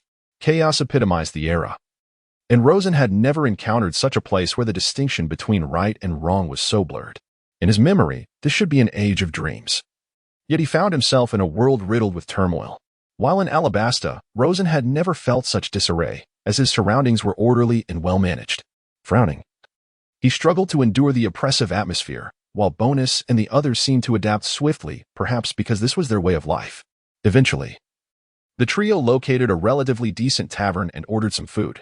Arriving in the wine capital, it was only fitting to sample the local delicacies, especially considering the ship's provisions had become rather monotonous, limited to high-energy convenience foods. Esteemed warlord, our house specialties include sea beast meat, pan-fried frozen knife fish, and pearl rice. May I inquire what delights you wish to partake in? The tavern owner's demeanor shifted upon recognizing his guests. The proprietor possessed considerable courage, otherwise he would not dare to run an establishment open to all. However, this was his first time entertaining the 7 warlords of the sea. Occasionally, he would distribute wanted notices issued by the Navy to certain bounty hunters and sell intelligence to pirates who frequented the establishment. As long as profit could be made, he was indifferent to the nature of his trading partners, whether they were criminals or even members of the Navy. Therefore, when it came to information, he was more informed than anyone else. The names, appearances, and bounties of the world-renowned 7 warlords were deeply etched in his memory. When Rosen and his companions entered the tavern, the previously boisterous atmosphere quieted considerably. Within the dimly lit tavern, patrons conversed in hushed tones, the mingling scents of smoke and alcohol permeating the air, while some corners were occupied by card games. However, there were always a few individuals who, distracted, would cast glances in their direction. After ordering some specialty dishes and fine wine, Rosen requested a piece of intelligence regarding the pirate activities around the island. Upon sitting down, Bonus adeptly navigated the interactions with these patrons, having once been a killer and a renowned bounty hunter in the West Sea. Coming to such places felt akin to returning home, as he was well-versed in the unspoken rules of the environment. Please wait a moment, the tavern owner said hesitantly. What seems to be the problem? Bonus inquired, his expression remaining indifferent, yet the tavern owner appeared somewhat intimidated. Currently, we are out of the finest wines. May I offer you our premium quality alternatives? The tavern owner, under Bonus's intense gaze, broke into a cold sweat, fearing the displeasure of these formidable patrons. In recent days, many wealthy pirates had been dissatisfied with the unavailability of top-tier wines, but those situations were manageable. However, dealing with the 7 warlords was an entirely different matter. Bang. Mr. Five slammed his palm on the table, his anticipation for the exquisite wines of the island now dashed. understandably souring his mood. Do you expect our boss to drink inferior wine? Do you look down on us? Chapter 23. A comfortable shade beneath the tree. The world of pirates has never been bound by numerous rules. It is characterized by unrestrained freedom, and Mr. 5 was indeed living by that principle. Please, it is not that we dare not provide you with the finest wines, rather. There has been a recent shortage in the production of top-tier wines from the wineries, and we are unable to procure stock. I assure you. I have no intention of deceiving you, the tavern owner hastily explained in a state of panic. Indeed, pirates are notoriously difficult to please. Very well. We will have whatever you can offer, Rosen remarked. Although he was eager to sample the island's finest wines, the lack thereof was unavoidable. And there was no point in losing his temper over something unchangeable. Right away, I will make the arrangements. The tavern owner responded hastily, retreating in a flurry. The 7 warlords are indeed tyrannical. Typically, old ghost wouldn't show us such courtesy. What an infuriating fellow, a bounty hunter muttered quietly. He glanced at Rosen and his group, lamenting the situation, wishing for a chance to capitalize on their presence. If only he could discreetly poison them. Perhaps he could exchange their heads for some wine money. Yet, to hunt pirates, one must first leave the tavern. Otherwise, he would find himself blacklisted, with access to information cut off. This was precisely why pirates and bounty hunters could coexist peacefully within the tavern, though what transpired outside was another matter entirely. Suddenly, from a corner, a short yet immensely muscular man, his physique resembling a mountain of stone, slammed his fist onto the table. His expression turned grave, as if a resolution had been made. He hefted a massive axe, forged from steel, onto his shoulder and strode towards Rosen and his companions. The eyes of all present brightened. It appeared a spectacle was about to unfold. Many in attendance were proud and reckless individuals, while the names of men carry weight. Not all were intimidated by the 7 warlords. Many were merely observing, waiting to see if anyone would step forward, willing to test the waters. As not only some members of the Navy, but also pirates and bounty hunters held disdain for the warlords' regime. However, the strength of the 7 warlords should still be formidable, though the precise level remains ambiguous. Should it be discovered that this particular warlord is not as powerful as presumed, it is likely that many, driven by fame and fortune, would take action. Such occurrences appear to be almost inevitable. Rosen began to relish the exquisite delicacies before him, merely glancing at the approaching short man without giving him further thought. Much like Alabasta, a name that stirs the hearts of sailors who wouldn't wish to make their mark upon the world. Disappointing indeed. Mr. 5 rose, intending to address this nuisance. After all, it was unreasonable for the boss to resolve every minor inconvenience. What purpose would they serve otherwise? Mr. 5 resolved that even if he could not eliminate this challenger outright, he would ensure that he lay incapacitated for several months. Under the boss's guidance over the past few days, he felt his physical strength and fruit abilities advancing rapidly. The people of this world possess extraordinary resilience, with dedication, effort, and training. Notable achievements are within reach. You are the 7 warlords, Sir Crocodile, the stout man declared, wielding a hefty axe as he stood a short distance from Rosen. Without lifting his gaze, Rosen continued to savor his meal, as yet another dish of roasted sea beast was presented before him. The meat, still on the bone, glistened with juices beneath a thin, crisp skin, appearing utterly delectable. Rosen took a piece and bit into it, his eyes lighting up at the delightful flavor. The meat was perfectly charred on the outside and tender within, releasing an aromatic burst of juices that melted in his mouth. What business do you have with our boss? Mr. 5 asked, raising his chin haughtily, regarding the individual before him with disdain. I am the Mad Axe Simon, with a bounty of 23 million. I wish to join your pirate crew, the stout man proclaimed in a booming voice.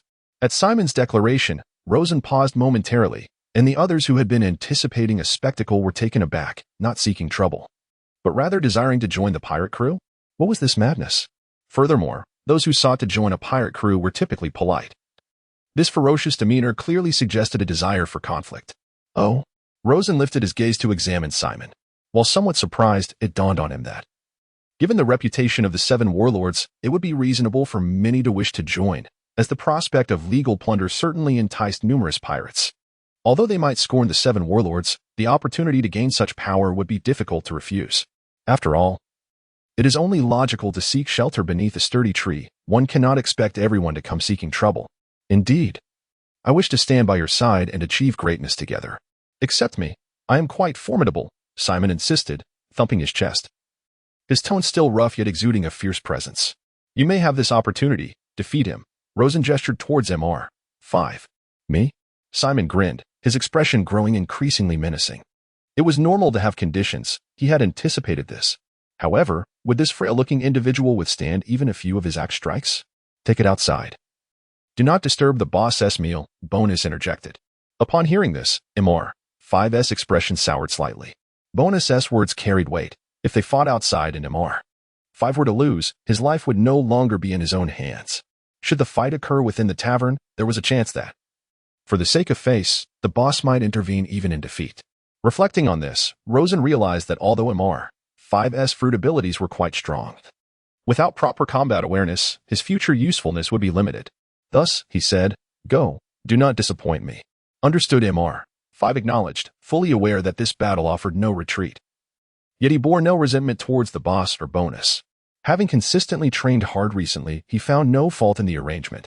"Let us go," Mr. 5 stated coldly to Simon, who contemplated briefly before following suit. Once outside the tavern, a few others trailed behind, eager to witness the unfolding spectacle. Watching from the shadows, Rosen considered the first opportunity. Failure could pose a risk, yet he hoped to rescue Mr. 5 should the need arise. He reflected on the situation, deciding to grant Mr. 5 another chance. While pressure must be applied, it should not be overwhelming. After all, if one were to push too hard, the loss would ultimately be his. Understood, boss. Here is the newly acquired intelligence. Take a look.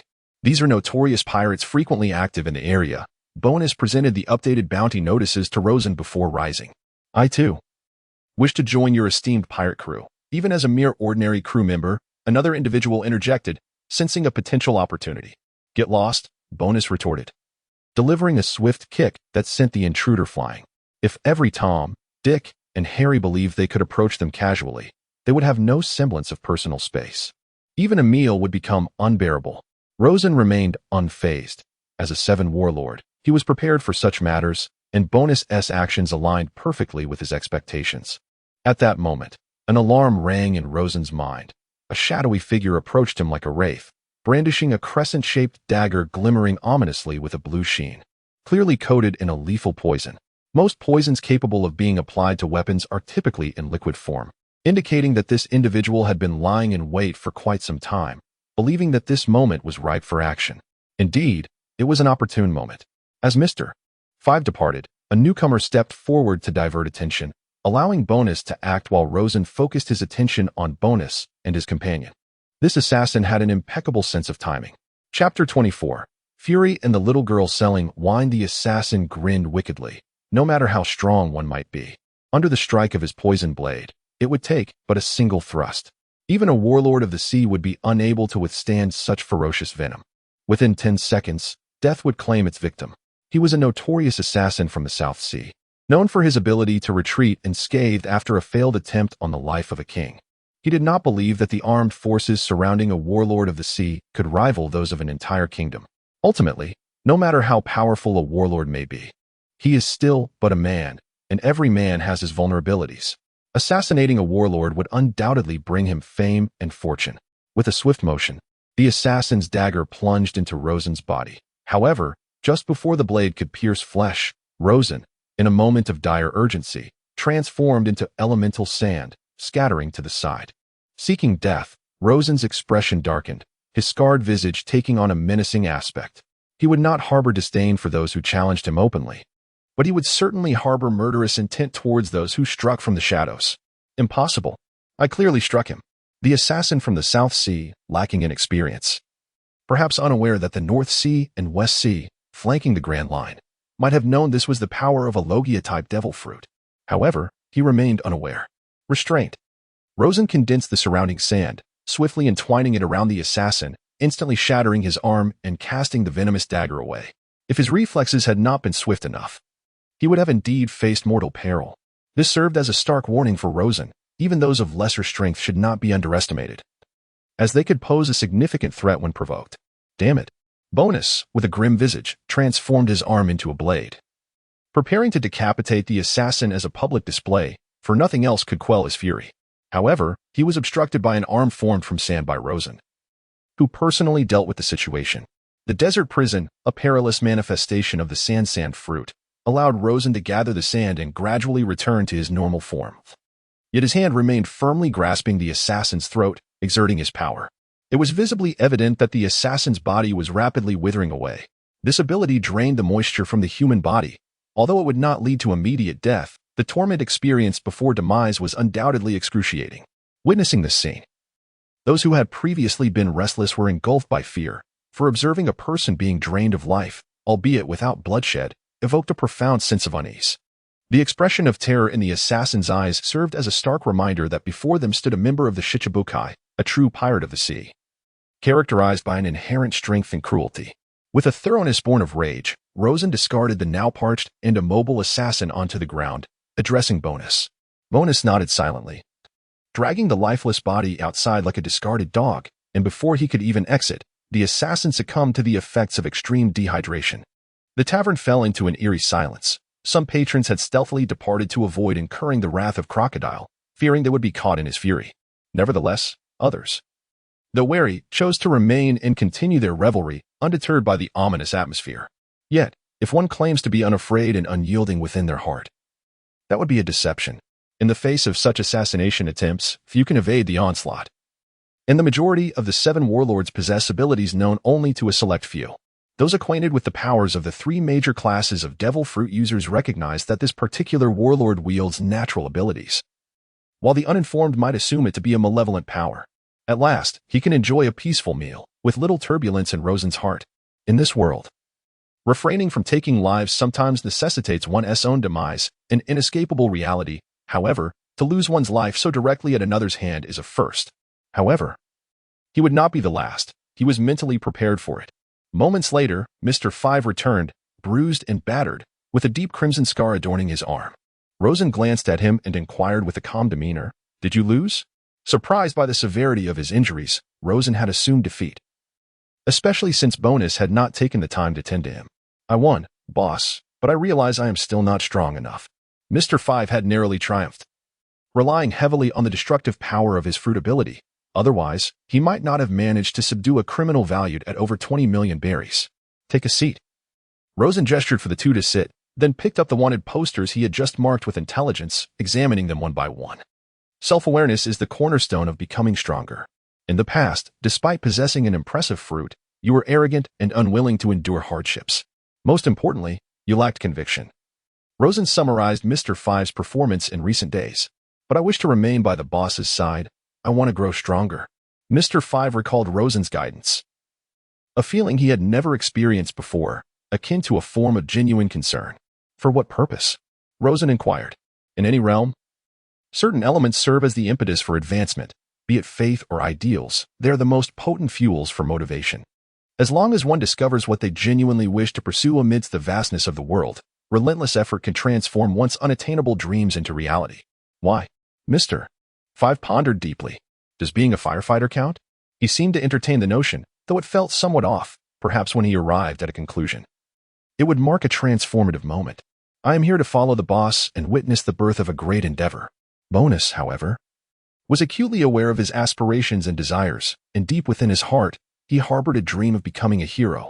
However, each individual's definition of a hero varies. Yet this does not hinder his allegiance to the boss. There is no rush to provide answers. We have ample time to explore. For now, let us dine, and afterwards peruse these bounty notices. It is astonishing that a mere tavern could harbor so many pirates with bounties exceeding 100 million. Rosen gazed at the wanted posters in his hand, taken aback. First, the highest bounty belonged to Bam, with a staggering 275 million berries, hailing from the New World. Following him was Brido, with a bounty of 130 million berries, also from the New World. Then came Anlin, with a bounty of 120 million berries. Judging by their bounties, while Bam's reward may not be particularly high in the New World, it is nonetheless formidable in the first half of the Grand Line, where he faces few rivals. Anlin. Let me seek information about this individual. Rosen decided to start with Anlin, who appeared to have little background, as pursuing the one with the lowest bounty would naturally facilitate the completion of his task. Anlin had been a notorious pirate in the first half of the Grand Line for many years, his methods widely known. He delighted in the massacre of villages, a fact well recognized by all. Before each slaughter, he would call the press to announce his deeds, seeking fame at any cost. A madman driven by the desire for notoriety. While Rosen and his companions conversed, a girl of about 7 or 8 years, carrying a basket, entered the tavern. Within the basket lay a solitary bottle of unopened red wine. She was dirty and limped as she walked, her long hair matted and tangled. Yet her eyes sparkled with an unusual brightness. She timidly surveyed the patrons in the tavern, beginning her sales pitch with the kindest-looking individual. However, more often than not, she was dismissed before even reaching their table. After attempting to sell her solitary bottle to every table still occupied by drinkers, she glanced towards Rosen and his companions. Hesitating momentarily, she mustered the courage to approach them. That was the only table she had yet to approach, as the individuals there appeared quite intimidating. For someone like her, if luck was not on her side and she encountered someone particularly fierce, a beating would be a gentle consequence, and no one would come to her aid. The tavern owner emerged from the kitchen, aware that he must personally oversee matters as he was serving the 7 warlords. Upon noticing the little girl selling wine approaching their table, his face paled. Do you want to buy some wine? The girl stood awkwardly before Rosen. He could detect the unpleasant odor of someone who had not bathed in days, but he chose not to reveal his discomfort. Instead, he regarded her and asked softly, How much? 20,000 berries, the limping girl replied quietly. What are you doing here? Leave quickly and do not disturb the adults while they dine. The tavern owner, upon hearing the price, felt a surge of frustration. Before him were the merciless 7 warlords, and this low-quality wine could fetch at most 10,000 berries. If he were to charge pirates or bounty hunters 20 or 30,000 berries, he would not concern himself, as some individuals would indeed be driven to desperation if they were not given a way to survive. However, there are times when salesmanship must consider the audience and the moment. Shakelu Okita had just taken a life in a fit of rage. If there is even a hint of being perceived as a fool, one should not expect a pirate to show mercy simply because she is a child. It's fine. Rosen waved his hand, signaling Boynes to pay for the drinks. He had once lived a similar life, though in his era, the environment surrounding orphans was not as bleak. Thank you, the limping girl said, a hint of disbelief in her voice. She had come to try her luck out of sheer desperation. If she failed to sell even a single bottle of liquor today, she might find herself unable to rise again tomorrow, reduced to begging on the streets. Take it. Boynes remained stoic, his expression unchanged. Silently, he produced 20,000 belly and handed it to the limping girl. Tears welled in her eyes as she accepted the money. And after expressing her heartfelt gratitude, she departed. Such individuals abound in this era, Rosen thought, as he set down his utensils, suddenly devoid of appetite. He never considered himself a good person, especially after having taken a life. He had no intention of proactively helping anyone. For him, simply being able to look after himself was already commendable, and in that world, he was somewhat selfish. Yet, from the little girl, he perceived a microcosm of an era, which also evoked memories of his own lineage. However, it is lamentable that some matters lie beyond his control. They are not merely the concerns of 1 or 2 individuals, but rather products of the overarching trends of an entire era. Unless one day he ascends to the pinnacle of the world and forges an entirely new epic, such phenomena will persist. They are ubiquitous and quite ordinary.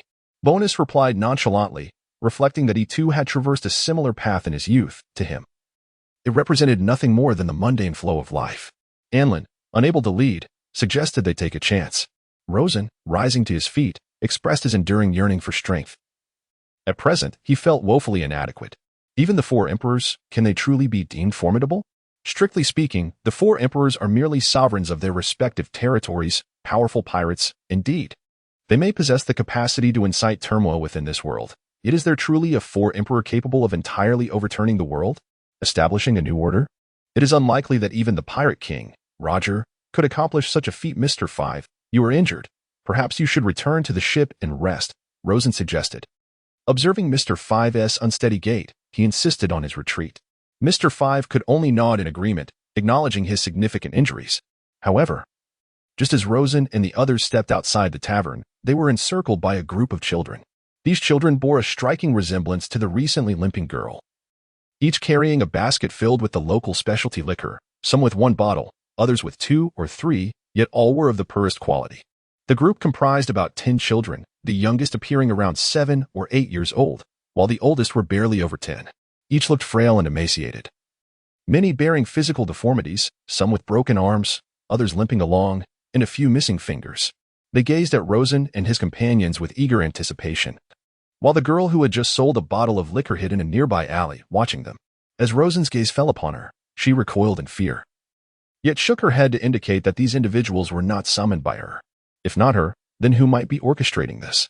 The children yearned to draw closer, yet hesitated. Some took a step forward only to retreat 3 steps in fear, their eyes brimming with longing.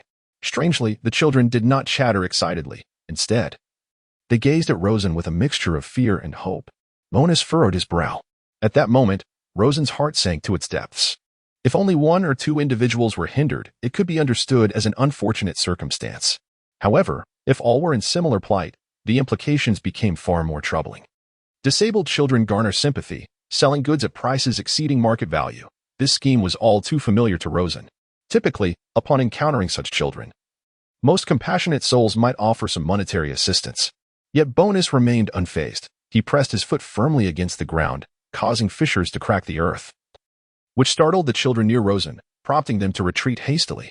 Bonus, purchase all their beverages and have Mr. 5 transport them back to the ship, Rosen commanded. Taking a long draw from his cigar, his thoughts muddled. His mood was dismal. He understood that certain actions, when taken now, could yield uncertain outcomes. Thus, he hesitated, his spirits darkening, unable to remain indifferent or emotionally detached.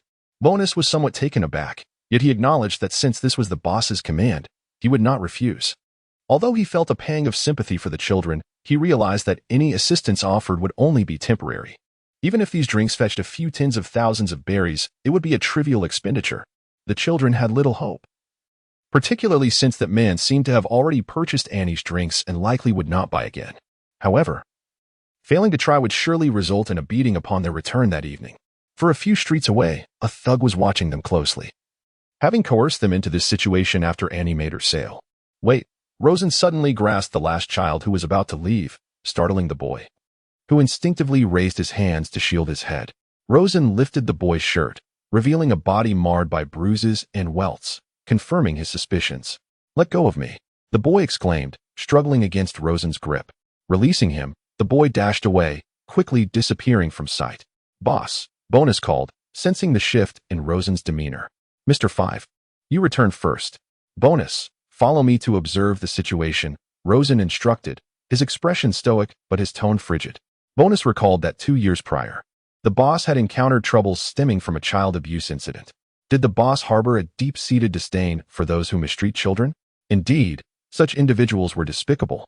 He was an assassin, but never one to harm a child, nor would he ever abuse or exploit them. It seemed the boss was indeed angry.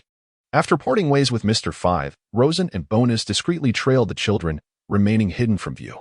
After walking a short distance, Rosen suddenly inquired, "If you wish to undertake an action but were uncertain of the aftermath, what would you do?" Bonus, understanding Rosen's intentions, pondered the question seriously. He had once dreamed of being a hero, but life had led him down a drastically different path. Reflecting on the children they had just seen, he replied thoughtfully, "Boss, we are pirates. Pirates do not dwell on the consequences. We simply pursue our desires." Rosen paused, a slight smile gracing his lips. "Indeed, we are pirates. We must fulfill our obligations and desires, even if merely for our own peace of mind. Some actions bring about change, and action guarantees stagnation. Most importantly, we possess the strength to act." Chapter 26. The Den of Iniquity. The Forbidden Zone was once a grand palace steeped in history, its structures intricately arranged, now decayed and crumbling with the passage of time. Within the makeshift wooden dwellings built around massive stone columns, various outlaws, thieves, and pirates resided. The terrain was complex: forests to the south, rolling basins to the north, the sea to the east, and canyons to the west. At the slightest disturbance, escape routes could be found in every direction, making it nearly impossible to establish a complete encirclement, even with the deployment of the 3,000 naval soldiers from the nearby town. In one of these improvised camps, a handful of armed thugs stood vigilant, responsible for overseeing the orphans who generated endless profits for them. Meanwhile, a few were engaged in games with their leader. "Break that boy's legs, let him beg tomorrow. It's been 3 days without selling a single bottle, while others manage 2 or 3 a day," a towering one-eyed man remarked, pointing at a frail child. "Boss, if this continues, we'll become a team of beggars. 8 of our number have already turned to begging this month," one subordinate muttered, reluctant to accept the situation. "I have no desire for that, but Captain Anlin has decreed that if we fail to deliver 200 million berries within 6 months, our lives are forfeit. Besides, begging might yield equal profits to selling liquor. People these days have hearts of stone and show no pity for children. Perhaps we need to make the children appear more wretched," the one-eyed man chuckled derisively, mocking the coldness of people's hearts. It seems the locals have begun to realize that these children are under our control, leading to a decline in charitable donations. We must redirect their focus toward new arrivals in town, a pirate polishing his weapon suggested. After cleaning his gun, he aimed it into the distance, adjusting his sights, and noticed a thug returning with a group of children. This thug was responsible for managing the children on the streets. We should scout the civilian district in a few days for suitable candidates to bring back. The more we have, the more money will flow in, the one-eyed man, Hollow, remarked with a sinister grin.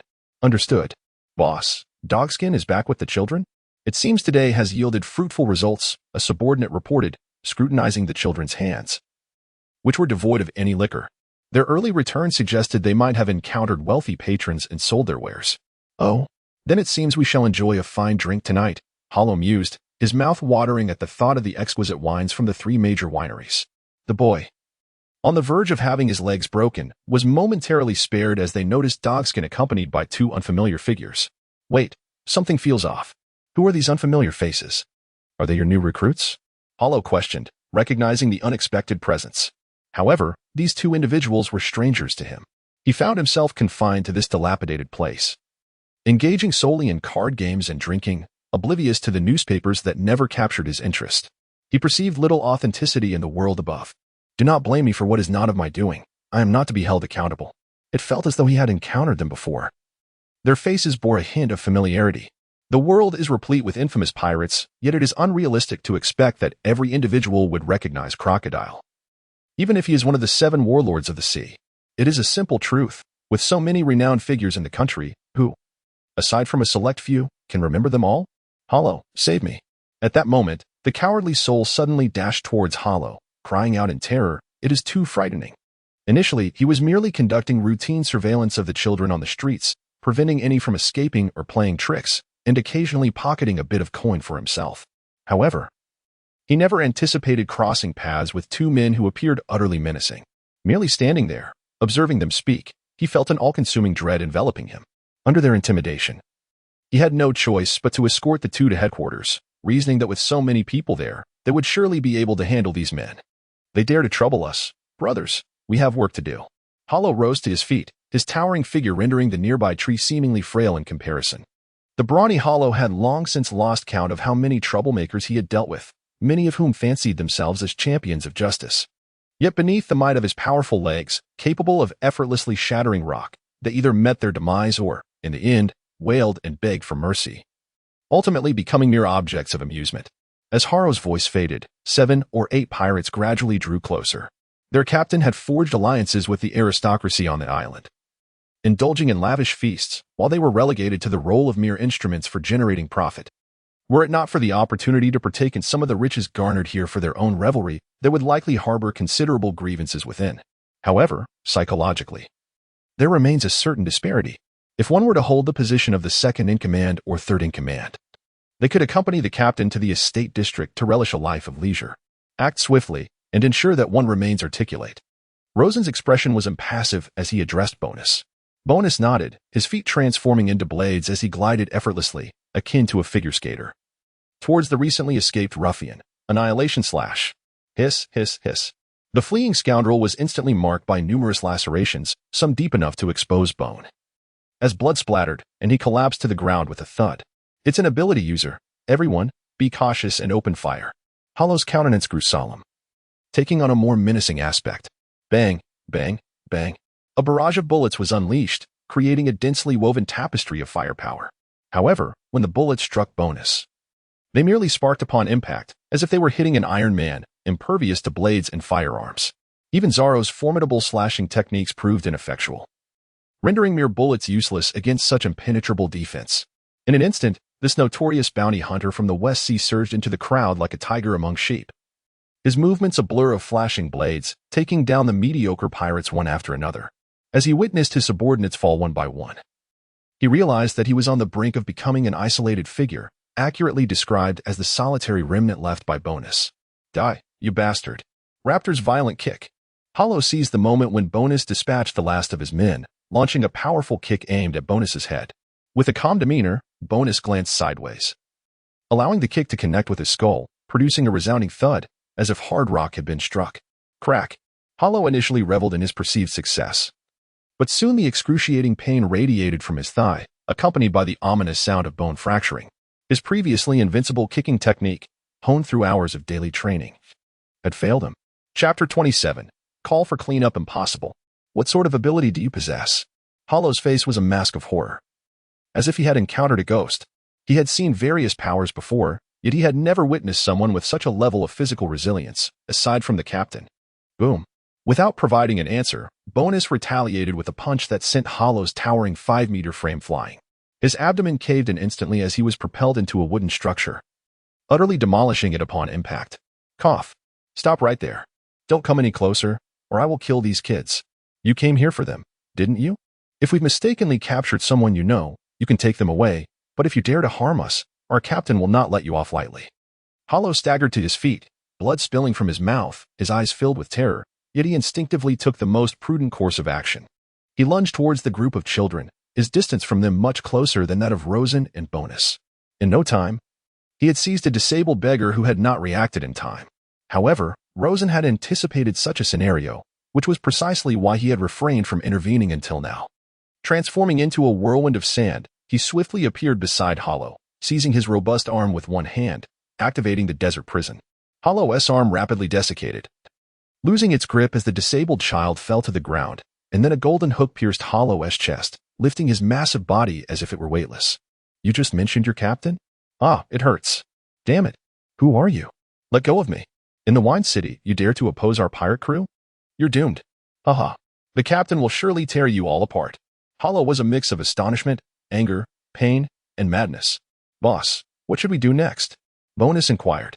Although he had felt confident he could handle the situation alone, Bonus's involvement certainly provided a layer of assurance. Call the Navy, regardless of the circumstances. They're the law enforcement and will not ignore these children. According to the information, the two leaders at the naval base should possess some competence, Rosen replied nonchalantly. This was the very reason for Rosen's previous hesitation. He feared that a well-intentioned act might backfire.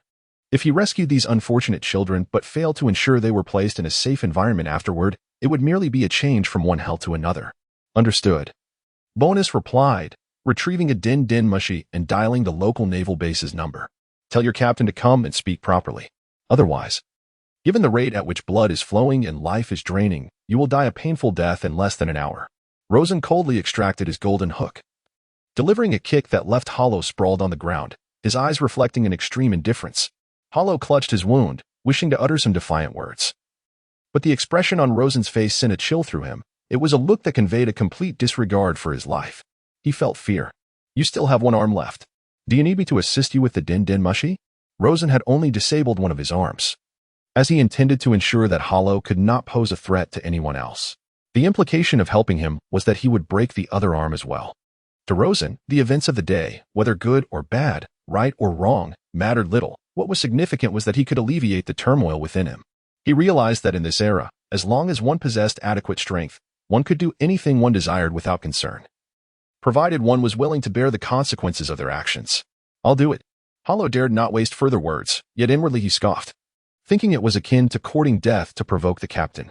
If he were to die and the children were taken away, perhaps the captain would not even find them. Now he was foolishly calling for reinforcements. He could only await his demise. BRRR, BRRR, BRRR. The din mushy initiated the call, while Bonus busily gathered the children together, numbering over 20, with more unaccounted for. Gaga, the din mushy connected, and Hollow stifled his pain, striving to conceal any hint of distress in his voice and demeanor. He recalled Rosen's earlier admonition to speak carefully, thus he refrained from divulging the truth, as that might deter the captain from coming. Captain, we have already gathered the funds for this month in advance. Do you have time to come collect them? After a moment of contemplation, the voice on the other end responded, I will send someone to collect it. The 3 major tavern owners are hosting a banquet tonight, and I must prepare. Captain, no. That's not right. Hollow stammered in urgency. Is something wrong? Have you encountered trouble? The tone on the other end turned ominous, causing Hollow to panic further. Rosen snatched the din mushy from Hollow, declaring, feeling upset, so you take it out on your crew? You one team mind, right? Don't worry. They still have breath left in them, but if you delay any longer, who knows what might happen? There's quite a bit of money at stake. Clearly, the other party placed great importance on money. I don't mind. I don't care about your entire family.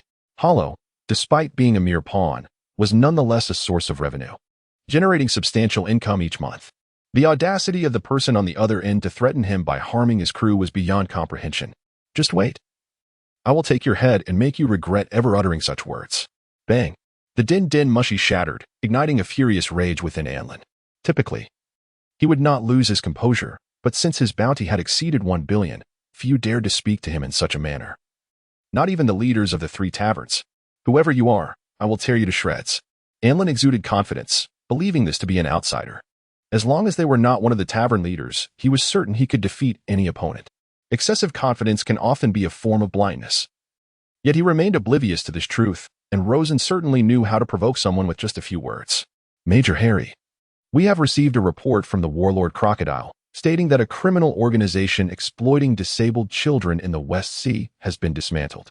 The warlord requests our assistance to some extent. Within the naval base, a naval officer hurriedly entered the office to report. No matter where the 7 warlords go, they can never remain at peace. Well then, perhaps it is best to lie down for a while. If they truly manage to dismantle a criminal gang, it would indeed be a good deed, even if it is a case of black eating black. Moreover, it is an opportunity to investigate Colonel Luca and whether any agreements have been reached. Major General Harry pondered this.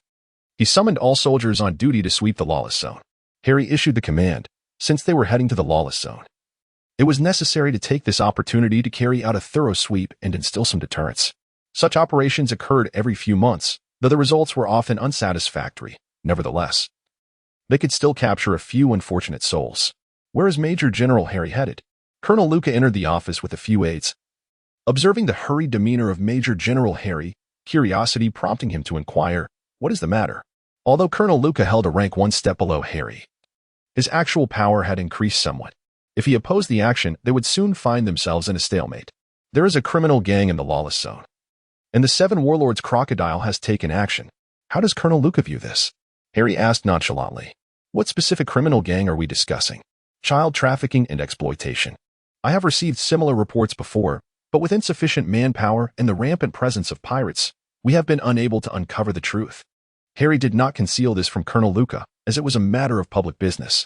Since when have the 7 warlords begun doing good deeds? How peculiar. Luca mused internally. Is there anything else, Colonel Luca? Major General Harry was already preparing to depart.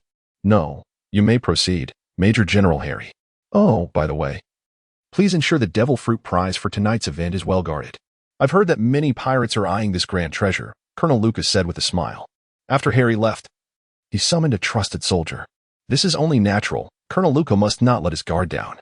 Upon finishing, Harry departed. Send a message to Captain Anlin, informing him that the adversary is the 7 warlords, lest he accuse us of taking money without action. A good show is about to unfold. Colonel Luca chuckled with an air of mystery. Chapter 28. Major General Harry, tension rising. Anlin was racing toward the lawless zone, eager to discover who dared to provoke him. Did they think him too easy to bully, or had his long period of inactivity led them to underestimate his strength? Even the most insignificant individuals dared to lay hands on his subordinates. Faster, Anlin commanded, seated atop a saber-toothed tiger, a ferocious beast he had captured in the forest. Known for its incredible speed, a feat that had taken considerable effort to achieve. As he squeezed the tiger's flesh, a pained expression crossed its face, reflecting a human-like fear. And it quickened its pace. Suddenly, a private phone bug in Anlin's possession buzzed, specifically used to contact a certain individual. Beside it lay a smaller white phone bug, designed to prevent eavesdropping. What is it at this hour? I'm rather busy, Anlin managed to temper his furious demeanor. It seems there may be issues below. The higher-ups instructed me to inform you that the adversary could be the 7 warlords. He just contacted the naval base, and Major General Harry is also on the move. Be cautious in your actions. The voice on the other end was detached, and soon the call ended. The 7 warlords, Major General Harry. Anlin patted the tiger's head, signaling it to halt. He suddenly composed himself. If it were merely one of them, it would be manageable. However, if both were involved, the situation could become dire. Was this a trap specifically set for him? Damn the 7 warlords. Damn the Navy for disrupting my affairs. Anlin hesitated. Venturing forth alone could easily lead to being surrounded. I'll allow you all to live a little longer before tonight. He resolved not to proceed and to temporarily avoid this storm. Once he reached an agreement with the Bounty King and incorporated the entire wine district into his territory, he would deal with the 7 warlords and the Navy without hesitation. Boss, The Navy is coming. Bonus observed the neatly arranged line of approaching naval soldiers and leaned closer to Rosen. But Anlin is taking too long. Logically. The wine district isn't large, and based on the previous conversation, you should have been rushing to confront me. Rosen furrowed his brow in thought. Although he had only communicated through a phone call, there was no doubt that Captain Anlin of the Hollow was furious. The name had come from Hollow's lips. And Rosen felt as if he had stumbled upon something precious without effort. Rosen had prepared for Anlin's arrival, yet he was surprised that Anlin, alone, was slower than an entire naval fleet, and over half an hour had already passed. This was unusual. The Navy needed time to assemble. While Anlin could provide rapid support alone, could it be that someone at the naval base had tipped him off when he called? It seemed impossible to entirely dismiss this possibility, as he did not know any of the naval personnel. They were not characters from the original narrative, making it impossible to judge. If there were collusion between the Navy and pirates, it was indeed a possibility. Otherwise, it was difficult to explain why Anlin, who should have arrived, was still absent. Your Excellency, the 7 warlords, I am Major General Harry of the Naval Headquarters. Is this the child you rescued? Major General Harry looked at the disabled child, missing limbs, his expression reflecting deep concern. He had occasionally received reports of missing children in the past. However, he had always considered such cases trivial in comparison to the heinous acts of pirate massacres, never delving deeply into them. Yet now, gazing upon these dozens of children, he profoundly recognized his dereliction of duty. He too was a member of the Navy with a family, although they remained safely in the military dependence town at the naval headquarters. Yet he could scarcely fathom the torment inflicted upon his own child, reduced to a mere tool for profit. He could only imagine the madness that would ensue. And he would spare no effort to bring the perpetrator to justice. Major, lead the troops to turn the entire lawless zone upside down. Any criminals who resist may be dealt with summarily. Additionally, I want our informants to continue their search for any other children who might be suffering on the streets. General Harry commanded a nearby major. Where's your captain? Rosen demanded, his foot pressing down on Hollow's head. His expression darkening as a sense of impending conspiracy loomed over him. I am a member of the Fortress Pirates. You cannot kill me. Please, spare me. I will never engage in such deeds again. I promise to live a good life from now on. Hollow's threats rang hollow as desperation took hold, compelling him to grasp at any chance for mercy. Why had his captain not come to his rescue? Had all his efforts, all the money he had earned each month for him, been in vain? How could the captain abandon me? That despicable bastard. It's taken care of. Rosen remarked to Bonus before striding towards General Harry. The anguished cries that echoed behind him did not stir any sympathy in Rosen. The more he witnessed the darkness of this era, the colder his heart became. Some individuals were simply unworthy of the human condition in this world. General Harry furrowed his brow as he observed Hollow, impaled by Bonus's blade, his revulsion palpable. Though a criminal, Hollow should have been subjected to the proper judicial process by the Navy. This approach was a blatant disregard for their authority. Consequently, even as an ostensibly allied force, General Harry harbored no fondness for Crocodile, one of the 7 warlords.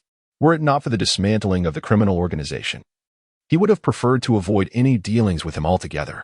Unbeknownst to him, Rosen has lost faith in the Navy, suspecting that they may be complicit with the pirates, potentially even targeting him. He instructed to take the children below and care for them diligently, while also requesting a search through the missing persons records for comparison. Preparing to notify the families. Major General Harry's arrangements are indeed justifiable. However, the children did not greet the Navy with joy. Rather, they were filled with fear. Any child who had previously encountered the Navy had vanished from their memories, eliminated by the hand of horror. This fear, born from prolonged oppression, is not easily dispelled. I do not wish to accompany them. The little girl, who had been tasked with selling red wine to Rosen, retreated slowly, her steps burdened and hesitant. Upon witnessing this, Major General Harry was momentarily taken aback. How could this be? It was unexpected, for they represented the ideals of light and justice. The girl's reaction left a bitter taste in Harry's heart. Wait, Rosen interjected, perplexed by the situation. What is the matter? Harry looked towards the world-renowned warlord, feeling a surge of confusion. This matter had ostensibly been resolved by Crocodile. The Navy's mission here was merely to assist in the aftermath. These children cannot be entrusted to you at this time, Rosen concluded after careful consideration, unwilling to hand them over to the Navy, who might be complicit with pirates. Harry's expression darkened instantly, his hand resting on the hilt of his sword. What do you mean by that? Though you are a warlord, this is the jurisdiction of the Navy. I advise you not to entertain any inappropriate notions. Confronting the warlord, Harry did not falter. Behind him stood the entirety of the Navy headquarters, and he would never relinquish these children to a warlord, even if he had initially saved them with good intentions. Yet, now his stance had shifted. Would these children not be exploited again? What was Crocodile's true intent? I suspect there are spies within your navy. Someone has tipped off the Bastille pirates. Rosen voiced his concerns candidly. Even as a warlord, you cannot insult our navy, Crocodile. Harry, already harboring a poor impression of the warlord, drew his sword at these words. The other navy personnel followed suit, steel glinting in the air as weapons were brandished. Are we prepared to engage? Bonus inquired, seeking Crocodile's intent. In an instant, tension escalated as both parties, devoid of trust, braced for conflict. Everyone, lower your weapons. Do not harm the children, Major General Harry commanded, observing the tense soldiers. Upon hearing his words, the soldiers reluctantly lowered their arms, realizing their heightened vigilance had instinctively led them to a readiness to retaliate. Upon careful consideration, there are an abundance of children present. Should a firearm be discharged recklessly, it could likely result in innocent casualties. We must escort the children away. Rosen furrowed his brow, realizing that it was improbable for the Rear Admiral of the Naval Headquarters to relinquish control. However, this reluctance to let go does not serve to prove right or wrong. One cannot ascertain whether it stems from genuine concern for the children or a desire to obliterate evidence. For now, it is prudent to return the children and allow Robin to gather information before making further plans and judgments. Crocodile, the ensuing matters will be under the jurisdiction of our Navy. Should you truly intend to intervene, I shall not remain a mere bystander. Rosen harbors suspicions regarding Rear Admiral Harry, yet Harry too questions Rosen's intentions. Were it not for Rosen's initial communication, he would not maintain a facade of politeness. For Rosen's demeanor has shifted considerably. If he genuinely intended to take individuals away, why inform him at the outset? Has he been manipulated at some crucial juncture that eludes his understanding? Pirates, after all, remain pirates. It appears that convincing one another is futile. Rosen did not initially expect a naval officer to regard him favorably, yet that matters little, as long as they remain dutiful. Their attitude is inconsequential. This is a measure of his character. However, it is evident that General Harry is filled with doubt.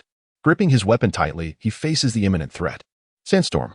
Rosen strikes first. He is determined to take these children away today, resolute in his decision to follow through. He cannot allow the children to escape one peril only to fall into another.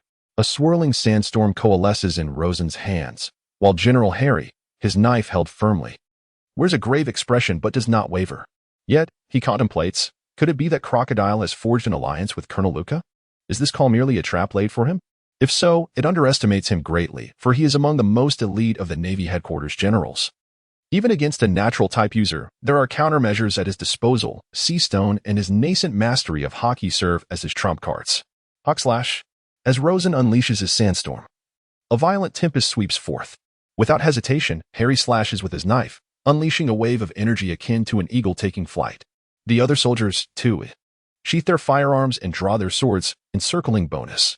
The clash of the sandstorm and the cutting energy creates a violent shockwave, causing the ground to cave in momentarily. A confrontation of superhuman forces is indeed terrifying. Chafe. General Harry, now ignited with battle fervor, is eager to see how pirates can stand shoulder to shoulder with the Navy headquarters. He does not support the system of the 7 warlords. In an instant, he vanishes from sight, reappearing behind Rosen, his long, slender blade slicing through the air towards Rosen's back. Swoosh. The blade glides past, carving through sand without finding flesh. Immediately, General Harry retreats as Rosen's body detonates, sending sand swirling through the air, surging towards Harry. Arc-shaped sand dunes. A sweeping blade of sand charges towards Harry, capable of draining moisture from his body upon contact, potentially diminishing his combat effectiveness in an instant. Paper drawing. Harry sidesteps to the left, employing the 6th form of evasion. Paper drawing, which allows his body to flatten momentarily, evading the strike that was aimed directly at his chest. As soon as his footsteps came to a halt, Rosen thrust his hand forward with great force, commanding the swirling sands of the jungle and desert like a master. In an instant, the dust around Harry was seized by Rosen's powers, transforming into a multitude of razor-sharp sand blades that sliced towards Major General Harry.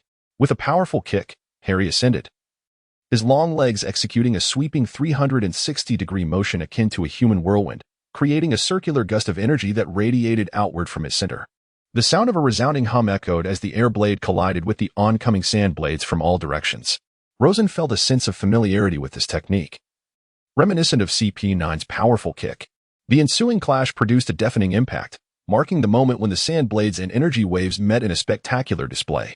Impressed, Rosen acknowledged Harry's capabilities. A major general of the Navy headquarters was undoubtedly a formidable opponent, capable of maintaining order in the bustling city. Even though Rosen might possess a considerable advantage in strength, it was clear that defeating Harry would not be a simple task. Combat is not merely a matter of superior power. Numerous unpredictable factors come into play unless one wields overwhelmingly dominant strength. Reacting swiftly, Rosen seized the moment of chaos created by the explosion of dust to press down into the ground, resulting in a sudden crater spanning over 30 meters. However, Harry leapt into the air, launching a fierce counterattack. With a swift motion, he unleashed a flurry of lethal energy waves from his long blade, enveloping a vast area directed at Rosen. In response, Rosen extended his hook and right hand simultaneously, manipulating the surrounding sands to conjure a colossal sandstorm that surged towards Major General Harry's assault. Yet Harry's ultimate goal remained clear: to engage in close combat. Despite possessing a modicum of Haki, he knew that without proximity, it would be futile. This understanding crystallized the moment the skirmish commenced. In an instant, Harry appeared at Rosen's left side, his blade enveloped in a dark hue of Haki, thrusting toward Rosen with unrelenting force. Rosen furrowed his brow, not entirely surprised. It was evident from their earlier exchange that this naval officer was no pushover. However, the presence of Haki added a layer of complexity that made Rosen's task more challenging. The clash of metal rang out as Rosen raised his golden hook to block the strike, feeling the substantial pressure from the blow. Before he could counterattack, Harry unleashed a relentless barrage of strikes. Rosen managed to withstand each assault, but his martial skills still remained a vulnerability, momentarily succumbing to Harry's full-on offensive. However, Rosen swiftly conceived a solution to break the deadlock: a widespread, indiscriminate assault sandstorm. The sand cascading from Rosen's body permeated the ground, transforming the stones it touched into mere grains of sand. Erosion cycle. This remarkable ability, characteristic of the natural element, resembled an awakened power, capable of assimilating anything it encountered into an extension of its own essence. However, it can currently only touch stones composed of sand, so it does not signify awakening. Rosen utilizes this to augment the surrounding sand's quantity, ensuring that once a sandstorm forms, its potency will surpass that of a sand vortex. Thunderous roars. The earth trembles and mountains shake as, after enduring countless strikes from Harry, Rosen unleashes a sandstorm reminiscent of a tsunami, advancing horizontally rather than in the tornado shape of a sand vortex. Suddenly, towering clouds of dust surge from all directions, and as Harry is startled and prepares to take flight, Rosen has already anticipated this moment: the funeral of the sandstorm. Boom. A colossal sand fist draws upon the swirling sand of the tempest, instantly coalescing in midair into a massive, rolling fist, delivering a devastating blow directly at Harry. Chapter 30. Unexpected Joy. Major General. The naval forces surrounding Bonus gasped in astonishment. Even though the destructive potential of sand is not particularly formidable, it is a force of nature that ordinary individuals cannot withstand. Where are you looking? Bonus was already accustomed to this spectacle. His boss was inherently powerful, leaving no room for surprise. Observing the distracted Navy, he swiftly felled several foes, though he refrained from delivering fatal blows, as his boss had not given such an order. Too strong. An indolent remark from one of the Navy sparked a wave of despondency among his comrades. As the swirling dust settled, Major General Harry leaned on his sword, gasping for breath. Despite having weathered the final blow with iron resolve, the sand-formed fist had nonetheless shattered at least 4 or 5 of his ribs, along with countless external injuries.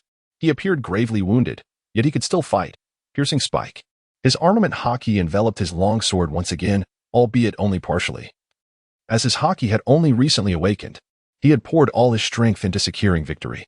Clang.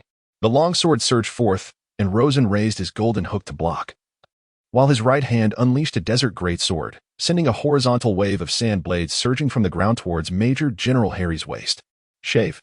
Major General Harry retreated sharply, pondering, is this the 7 warlords? I have exerted all my effort, yet my opponent seems to be holding back. It is impossible. I cannot be defeated by a pirate. Multiple sand vortexes encircle and annihilate.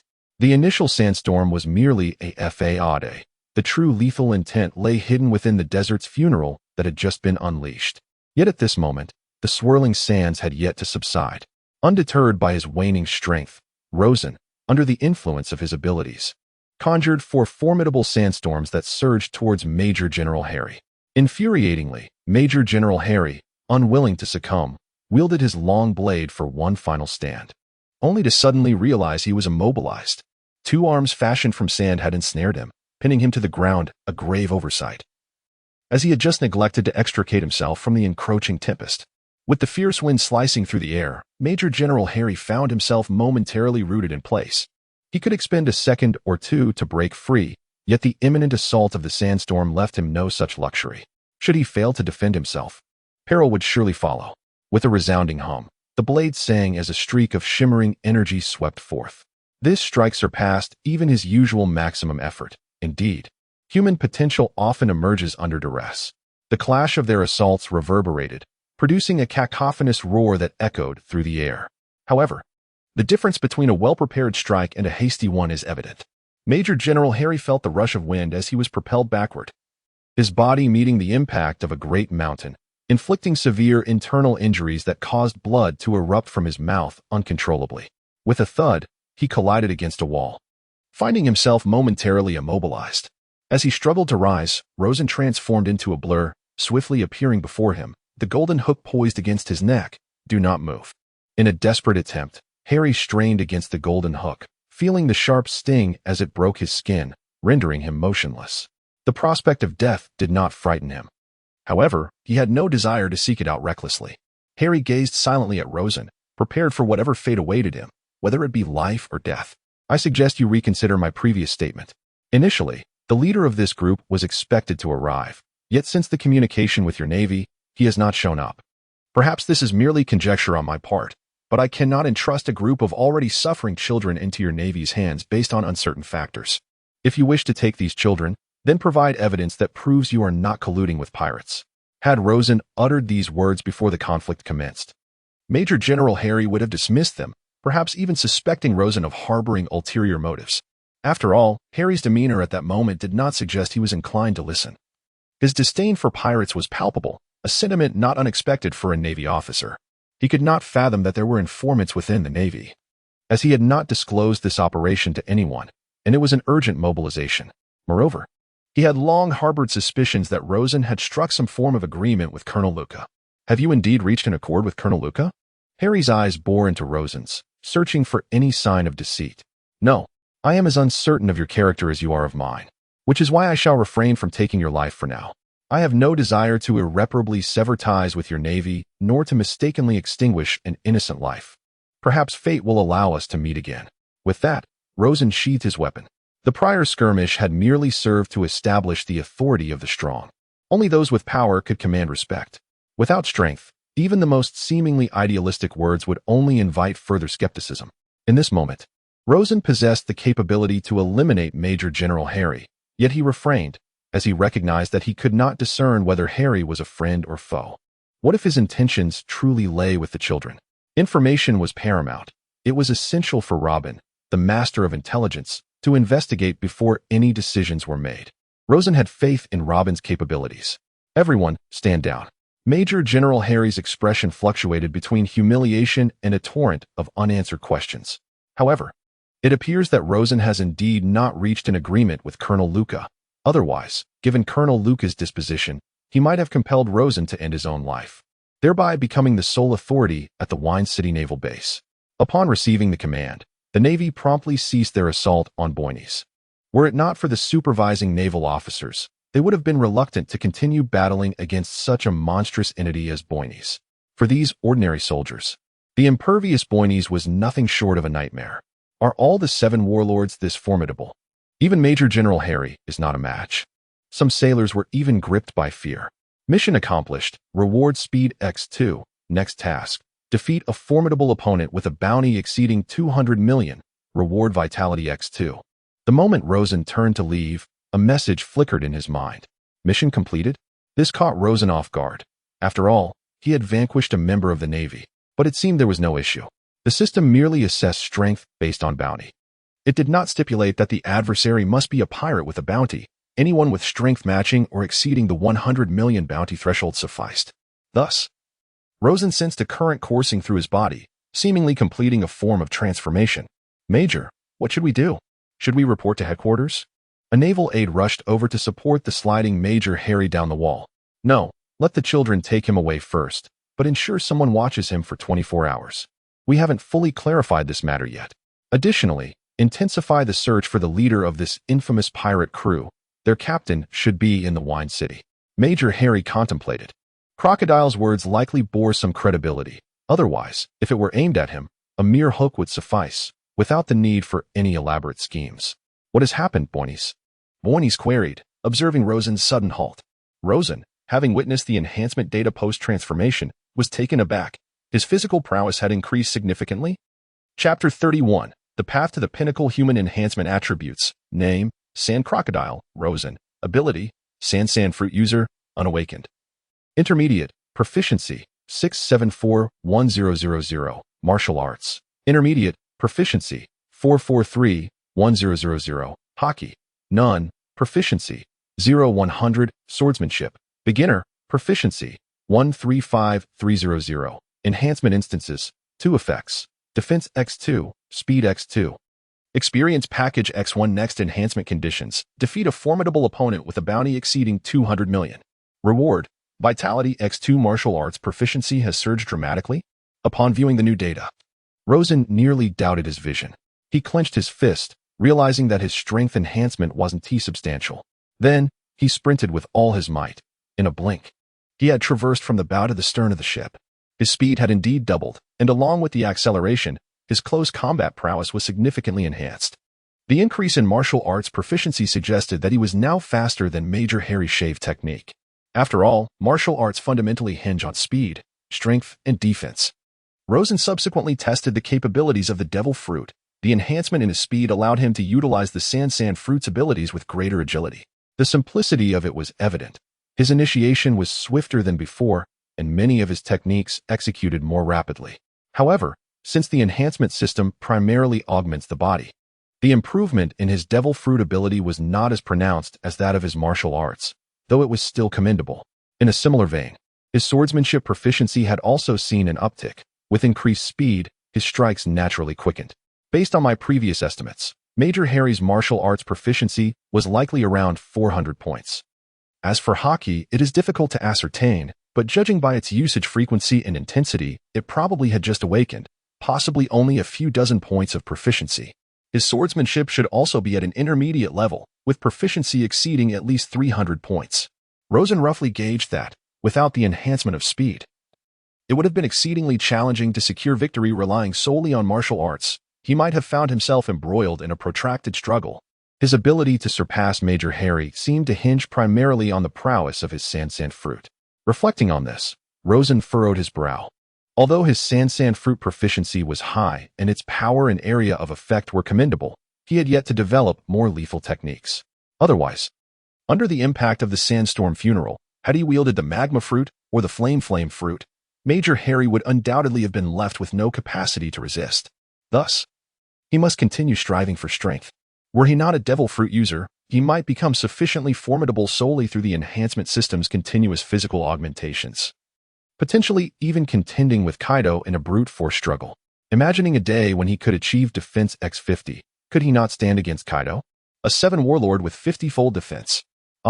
Considering the incident where Luffy was dispatched in a single blow, this notion might indeed seem dubious. After all, among the 7 warlords, he might be at the bottom. Yet, what if it were defense X100 or X200? One day, he would grow powerful enough to pin the mighty Kaido to the ground with his bare hands, simply by consistently defeating formidable foes, perpetual battle. And thus he would grow stronger. Now, as a Devil Fruit user, burdened with the fear of seawater, the enhancement system might eventually expand the capacity of his Devil Fruit abilities. Therefore, it would be prudent to remain vigilant for potent fruits that could bolster his offensive capabilities, potentially yielding a monumental enhancement to his strength one day. Alternatively, once he has grown stronger and mastered Haki, he could confront Enel in the Sky Island. Though that new Devil Fruit ability might not necessarily come his way. Rosen sat alone atop the mast at the stern of the ship, deep in contemplation. On the deck of the Dawn, 4 to 5 dozen children stood scattered about. On the return journey, Rosen had found several street urchins and rescued them alongside the children. Regardless of the circumstances, Rosen felt genuine joy. In his world, such incidents occasionally occurred, yet he often felt powerless. Even a friend from his orphanage had suffered such tribulations. Although eventually rescued, that individual had returned a changed person. Having the ability to pursue his desires while aiding others brought Rosen immense happiness. The crew, however, felt a mix of emotions, not discontent with Rosen's actions. Indeed, most of them were not irredeemably wicked, perhaps a reflection of Robin's choice of companions. However, the rough men found it quite challenging to care for the children, as most of the female members had left with Robin and had yet to return. Fortunately, the children were generally well-behaved, neither crying nor causing a fuss, though their expressions appeared somewhat vacant. One little girl seemed bewildered, struggling to comprehend why the villains no longer sought to capture them. Was it out of fear? But now, a kindly uncle had asked them to prepare dinner, abundant with meat and rice, enough to satiate their hunger, which had long been unfulfilled. Could they truly eat all this? A 10-year-old boy, missing an arm, gazed uncertainly at the food prepared by the crew. No one had ever been this kind to them. They had only known beatings and disdain. Often, even when their hunger became unbearable, they dared not speak up, fearing a beating or worse. Nobody regarded them as human. Those who were sensible understood their plight, while the less aware assumed this was the entirety of life, carrying such views into adulthood. Thankfully, all that was behind them now. You can eat. Feel free to indulge, Miguel thought, a twinge of sadness in his heart. He had ventured to sea not in pursuit of treasure, but to search for his daughter, who had been abducted by human traffickers. His family had been shattered, and his career ruined, yet he felt no regret, for she might still be waiting for him somewhere. He had never confided in anyone about this, aware that hope was slim, yet he had heard tales of exceptional individuals being taken to a distant land, sold to the affluent. Perhaps it was called the archipelago of Shambody. He was uncertain, as such matters were shrouded in mystery for him. He knew nothing and could only follow the ship, hoping one day to reach that place. After all, his daughter was extraordinary. Perhaps she might be there. But he knew nothing of the trafficker's ship or its crew, leaving him reliant solely on fate. Shall we eat? The little girl cautiously observed the adults, unable to resist taking a piece of meat with bones and biting into it. It was meat, fresh and delicious, not sour or foul. Once someone began to eat, the other children followed suit, casting aside their reservations. After all, it was food, and even if the villains returned and punished them, it would be worth it. Robin, accompanied by several crew members, returned with bundles of supplies, having also taken the time to understand the local culture. However, upon seeing the group of children, she was taken aback. What was happening here? As she continued to observe, her expression gradually morphed into one of deepening concern. Where had Crocodile acquired these children? And what sinister plot was he concocting? Why resort to using such young and physically disabled children? Chapter 32. The manor banquet. Robin's demeanor grew increasingly somber as she contemplated how to free these children. If they were adults, perhaps her cold heart could remain indifferent. But children were an entirely different matter. She was even prepared to face any consequences that might arise. In her understanding, it was entirely normal for Crocodile to exploit children for his own ends, for to him, life was merely a meaningless statistic. She had hoped that Crocodile might have changed during this time, but it appeared he remained unchanged, willing to employ any means to achieve his goals. She never entertained the possibility that these children might have been saved by Crocodile, for that seemed utterly implausible, even more so than his using them for experimentation. Wow, this is delicious. I've never tasted anything so good in my life. Me too. The uncle is so kind. I wonder if we'll ever eat like this again. Thus, the children began to eat heartily, reassured that they were safe and would not face punishment. Miguel was overwhelmed, admonishing them not to overindulge, as it would be bad for their health, and to refrain from gnawing on the bones. There was plenty of meat to go around. Hey, I told you not to eat too much. You'll throw up, he scolded, exasperated. The crew burst into laughter at the sight of Miguel, the beleaguered caregiver, struggling to manage even one child. Rosen found the scene amusing as he stood atop the mast, surveying the harbor, pondering that perhaps arriving in this world was destined to entail certain responsibilities. Go help him out. Miguel, come with me, Robin instructed a nearby female crew member. Women, with their inherent sensitivity, would be better suited to care for the children. Miguel felt a wave of relief wash over him as Robin led him to a secluded corner away from Rosen, inquiring about the origins of these children. Upon learning where they had come from, he was left speechless. Had the sun risen from a different direction today? He hadn't noticed. But it surely was not the usual path. Miguel had gleaned some information from Bonus, yet Bonus had been reticent, omitting many details. Robin rested her chin on her hand, furrowing her brow in disbelief. These children were not abducted. They were rescued by Crocodile. How was that possible? This did not align with Crocodile's character at all. She would rather believe that the sun had exploded than accept that Crocodile had committed a genuine act of kindness. What had gone wrong? If this were the case, she secretly hoped the problem would worsen or that it might never be resolved. Though she did not fully trust the information, she was beginning to accept it, for the children's expressions seemed genuine. To confirm her suspicions, she personally began to care for the children. Under her watch, the little girl exclaimed, "Yes. It was the uncle who saved us from the bad people. He is so strong. He defeated so many of them. Oh, and he bought my alcohol. Nobody else would." It seemed that the money remained unturned in, as Hollow and others had been dispatched by Rosen, leaving their earnings safely in their pockets. The ruffians dared not touch the money of the Lucky Charm children, at least not without restraint. When they did dare, they only took a small amount.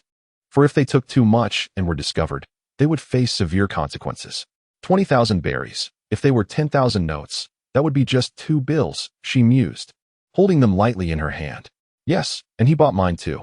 Annie said the alcohol was sold, but at first, we thought it was fake because the uncle looked so fierce. Exactly. But now nobody is forcing us to give them money. We should return it to the uncle later. He must have spent a lot on our drinks. The children chattered excitedly, but Robin had come to understand the entirety of the situation. She stood there, momentarily dazed, contemplating countless possibilities, yet failing to discern any conspiracy. Moreover, he had even defeated the Navy. Was he risking it all, renouncing the title of warlord? Such a thankless and arduous task was indeed carried out by him. "Robin, your arrival is quite timely. I may need to trouble you to step out for a while. Bonus will accompany you shortly, as I require some reliable intelligence." Rosen, emerging from his contemplation, noticed Robin lost in thought on the deck. With a graceful leap, he descended from the top of the mast and landed steadily beside Robin. "Boss," Robin greeted, though his tone was somewhat awkward. Unbeknownst to Rosen, Robin's mind had already conjured a small theatrical scene, one that transformed him from villain to hero. Fortunately, he refrained from taking any action, otherwise the situation would have been quite awkward. Robin's discerning gaze swept over Rosen. The individual remained the same, yet the nature of his endeavors had shifted. In the past, Robin would never have dared to scrutinize Crocodile, one of the 7 warlords of the sea, in such a manner. However, at this moment, she could not help but scrutinize. What was she lost in thought about? Rosen noticed that Robin seemed somewhat detached from reality and promptly pulled her back. "Just now, you mentioned needing reliable intelligence. I wonder whose information you seek." Robin, feeling a bit uneasy, shifted the topic. "I need comprehensive intelligence on several major factions. Particularly detailed information on Colonel Luca and Major General Harry," Rosen replied after a moment of contemplation. "It seems that the coming days may not pass peacefully, and thus, it is imperative to be well informed." He had gathered some fundamental data regarding the 3 major factions from the tavern. Yet that information was largely common knowledge and its veracity could not be verified, which is why he intended for Robin to take the lead. What a coincidence. "I happen to possess a dossier on the heads of the 3 major taverns, as well as insights into some noteworthy individuals. However, the only missing piece is the information on the owner of Madoc Winery. I only know he is a bounty hunter, sometimes referred to as the Bounty King. But in reality, he seems to be an alcoholic, spending his days drinking at the winery, making it difficult to ascertain his true nature. All other intelligence I could gather is compiled here." Robin produced several sheets filled with information from her person. It was her habit to collect useful intelligence, allowing her to stay attuned to any shifts in circumstances.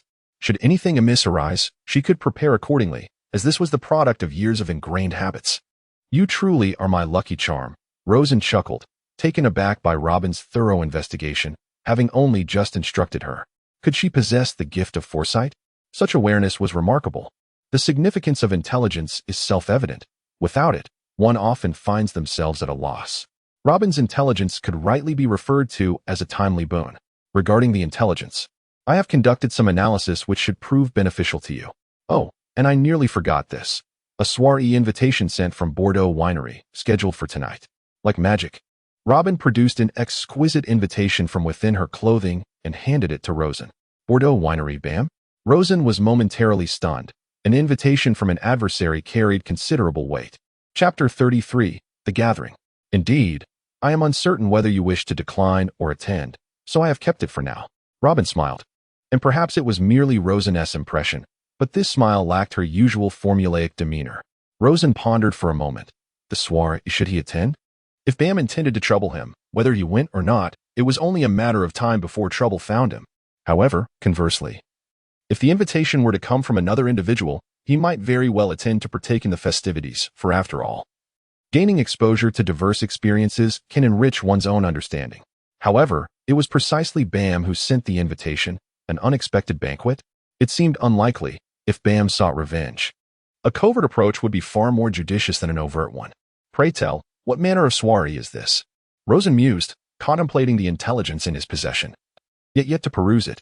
After a moment of reflection, Robin replied, the estate soiree is predominantly held at the Bordeaux winery, co-hosted by 3 illustrious vineyards.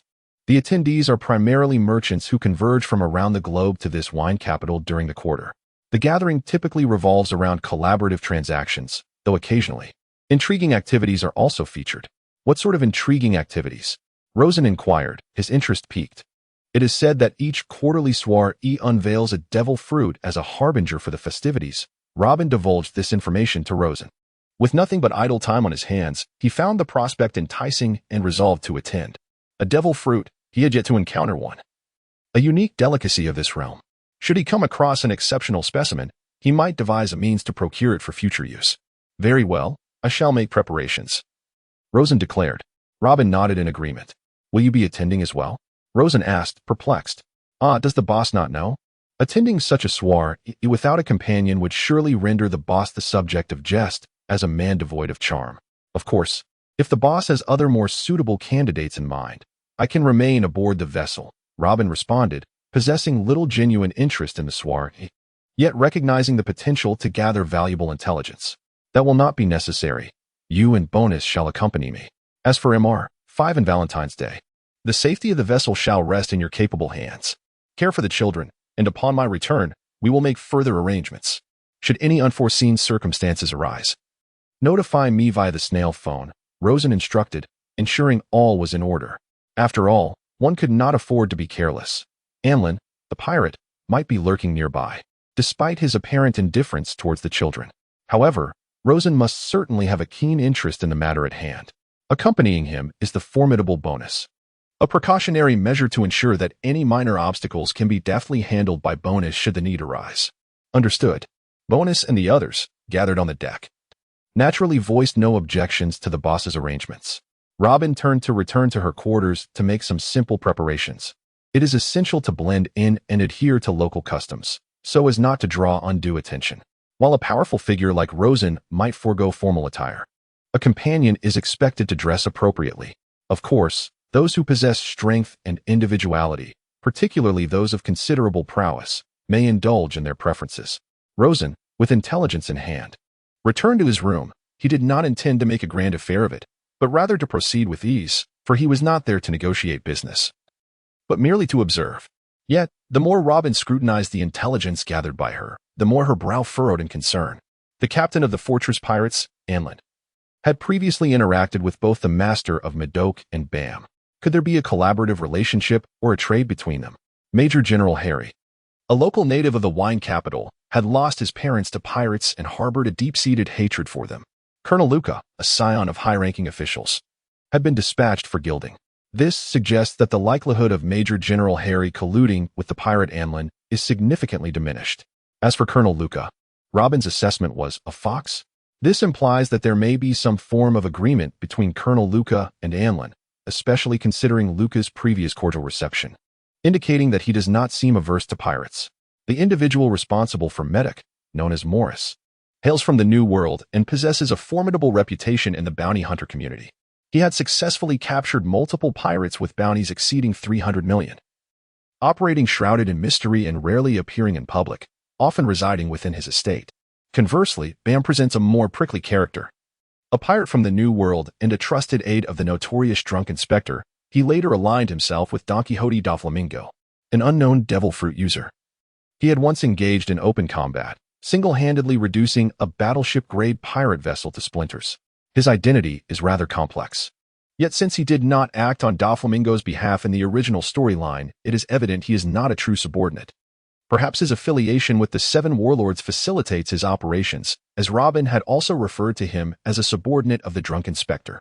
Such a congregation of formidable figures surrounds Bam, whose bounty stands at 275 million, with an activation factor of X2. Rosen smiled, a smile that held an air of danger. Presently, Rosen's overall strength had considerably increased compared to his former self in Alabasta. Although the exact implications of this activation factor X2 remained uncertain. However, any change is preferable to stagnation. If Bam were to feel restless, even without absolute certainty of defeating him, he would not shy away. Perhaps he could still accomplish the task at hand. Moreover, Robin's intelligence was far more detailed than that of the tavern owner, and it remains a mystery how she acquired it. Previously, Rosen was only aware of a few individuals on the island, known for their bounties and names, who had engaged in various activities, yet he lacked any further background information. It seems the tavern owner did not possess the capability to obtain such information. The Manor District, the venue for tonight's gathering, is adorned with meticulously arranged and pristine buildings, predominantly painted in white. Yet, the golden edges of the white edifices outlined the entire Manor District, imbuing it with a resplendent and aristocratic aura. This district predominantly comprises hotel-centric structures, primarily catering to merchants from around the globe. Commoners and those from the harbor district typically refrain from entering this area. Although no explicit regulations exist, the three great manors serve as the sovereigns of the wine city, and certain unspoken rules are universally acknowledged. Should any infractions arise, a mere accusation of theft or misappropriation of wine could spell ruin for an ordinary individual. To the east lies the Bordeaux Manor, while Madoc is situated to the west, and the Lewis Winery is to the south. However, the true authority over the Lewis Winery rests with the Navy. Thus, it should also be considered part of the harbor district's naval base. As the sun gradually descends, its afterglow bathes the surroundings in a golden hue, while luxurious carriages begin to halt at the entrance of the Bordeaux Manor. Wealthy and astute merchants, accompanied by their bodyguards, alight from their vehicles and, under the guidance of the hosts, proceed into a grand structure approximately 8 stories high. Most attendees have arrived well in advance for the soiree, with only Rosen and Robin arriving just in time, having leisurely strolled without any land transportation. 7 warlords of the sea. The reception personnel, barely glancing at Rosen's invitation, allowed him entry, for this title wielded considerable influence among them. It could be said that aside from the heads of the 3 great wineries, no other guest bore a rank more esteemed than that of Rosen. Ah, Crocodile, what a coincidence! A flippant voice resonated behind him just as he stood at the entrance. The voice was somewhat familiar, and upon turning, Rosen's expression sharpened ominously. Indeed, what a coincidence! Perhaps you should relinquish your life. With that, Rosen erupted into action without a moment's hesitation. The newcomer was Amlin, the captain of the Fortress Pirates, whom Rosen recognized from wanted posters and whose voice he had heard before. He had anticipated that pirates might attend the gala, but he was astonished to find one currently under a bounty of over 100 million invited. However, according to the intelligence provided by Robin, both the Bordeaux and Madoc wineries annually pay substantial protection fees to the world government. Thus, within their premises, they enjoy the privilege of enforcement free from interference by the Navy or other authorities, akin to the slave auction privileges in the Chambord archipelago or the unique laws governing the gladiators of Dressrosa. Having encountered Anlin, Rosen was determined to eliminate the threat. Even in such a setting, he believed that a dead man holds little value.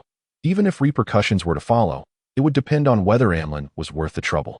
Alive, he might be worth a certain price, but once dead, his value diminishes. This is Bordeaux Manor. Do you dare to lay a hand on me here? Amlin narrowly evaded Rosen's lethal sand blade strike, his disbelief and fury palpable. One of his sources of income had been severed by Crocodile, and he had yet to settle the score for that loss.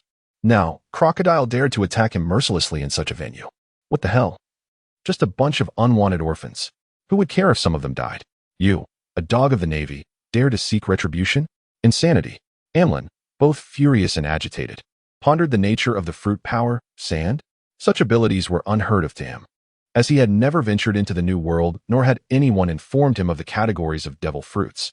Yet he questioned what power sand could possess. Despite its peculiar form, Bordeaux Manor prohibits fighting. The moment a confrontation ignited, over 100 security personnel surged forth from nearby, their numbers overwhelming. Let us not delay. Allow our boss to settle his personal matters. Bonus addressed the security team head-on. Stand aside, or do not blame us for our lack of courtesy. No one is permitted to cause a disturbance at Bordeaux Manor. That is the rule, the security captain declared coldly, as trained bodyguards raised their firearms and blades. I already stated, spare us a moment. Bonus's arms transformed into blades, clearly signaling his readiness for combat. A murmur of astonishment rippled through the guards. For while many had heard of devil fruit users, few had actually witnessed their powers in action. I remember the boss saying that troublemakers can be killed, right? Then let us proceed. A scarred brute leapt from the crowd, attacking Bonus from behind with a knife aimed at his neck. As the blade descended, he envisioned severed heads. Yet the reality was a resounding clash, sparks flying as his weapon shattered. Destruction slash. Bonus spun around, crossing his arms and delivering a fierce strike, sending the assailant crashing to the ground, bloodied and wounded. What is this? Why are there hands sprouting from my back? A chorus of gasps erupted among the bodyguards, many voicing their astonishment as the sounds of cracking bones filled the air. Robin, too, showed no mercy. Recognizing that her boss was targeting pirates profiting from the exploitation of children, and she was more than willing to assist. Thus, the bodyguards found themselves momentarily too occupied to concern themselves with Rosen. Earth Spiral. Sandstorm. Since the ambush failed to eliminate the threat, there was no time to waste. A swift resolution was imperative to prevent further complications. Bonus and Robin acted in unison. Earth Spiral. Sandstorm was a technique recently developed by Rosen. Inspired by the Golden Lion's style, his speed of release had significantly increased, allowing him to rapidly transform a section of ground into sand. However, due to his ability not being fully awakened, only a small area of the surface he physically touched could be turned to sand. However, for the moment, that is sufficient for one. A thunderous roar erupted as a torrent of sand swirled around, transforming the ground into fine particles that gushed forth like a spring. In an instant, yellow sand danced wildly in the air, enveloping the surroundings in a tempest of dust, rendering one as insignificant as an ant. What is this phenomenon? And Lin felt a surge of panic, despite his confidence in his own strength and the abilities bestowed by his fruit. The overwhelming force and spectacle wrought by nature instilled a sudden unease within him. Damn it, the crocodile transformation. And Lin activated his fruit's powers, his body undergoing a remarkable metamorphosis, as his upper garments shredded apart. Scales emerged, his arms grew robust, and his head gradually morphed into the formidable visage of a crocodile. The sandstorm raged from all directions, encircling him entirely. Unless he could escape into the sky, he would be engulfed by the tempest before he could flee this area. Regrettably, he found himself incapable of achieving this, as the sandstorm converging upon him from all directions approached with alarming swiftness. The tumultuous ground, swirling and undulating, was interspersed with rocks that had yet to succumb entirely to the encroaching sands, rendering the descent perilous, enhanced by the crushing force of the stones. This formidable spectacle resembled the gaping maw of a prehistoric Tyrannosaurus rex, with Anlin ensnared at its very center, being engulfed and consumed. Had Anlin foreseen that his encounter with Crocodile would unfold in such a manner, he would have certainly feigned ignorance, mistakenly believing himself amidst the serene ambience of a Bordeaux vineyard, under the illusion that Crocodile would refrain from aggression. Moreover, he was confident that his own prowess would render him impervious to Crocodile's might. Unexpectedly, there exists such a stark disparity between the two. He is indeed a new generation pirate with a bounty exceeding 100 million, not a weakling. Sandstorm Funeral. In a bid to swiftly vanquish Anlin, Rosen concentrated once more, summoning a sand fist descending from the heavens. With a swift strike, he delivered a blow that reverberated through the ground, causing the surrounding area to be enveloped in a layer of sand, which subsequently erupted, leaving only the barren earth exposed. Enough, Crocodile. Is it the title of warlord that grants you the audacity to wield your powers so recklessly at my doorstep? A voice, cold to the core, reverberated from within the manor. It was a foreseen occurrence. Rosen had never deemed himself invincible in this place, which was why he sought a swift resolution.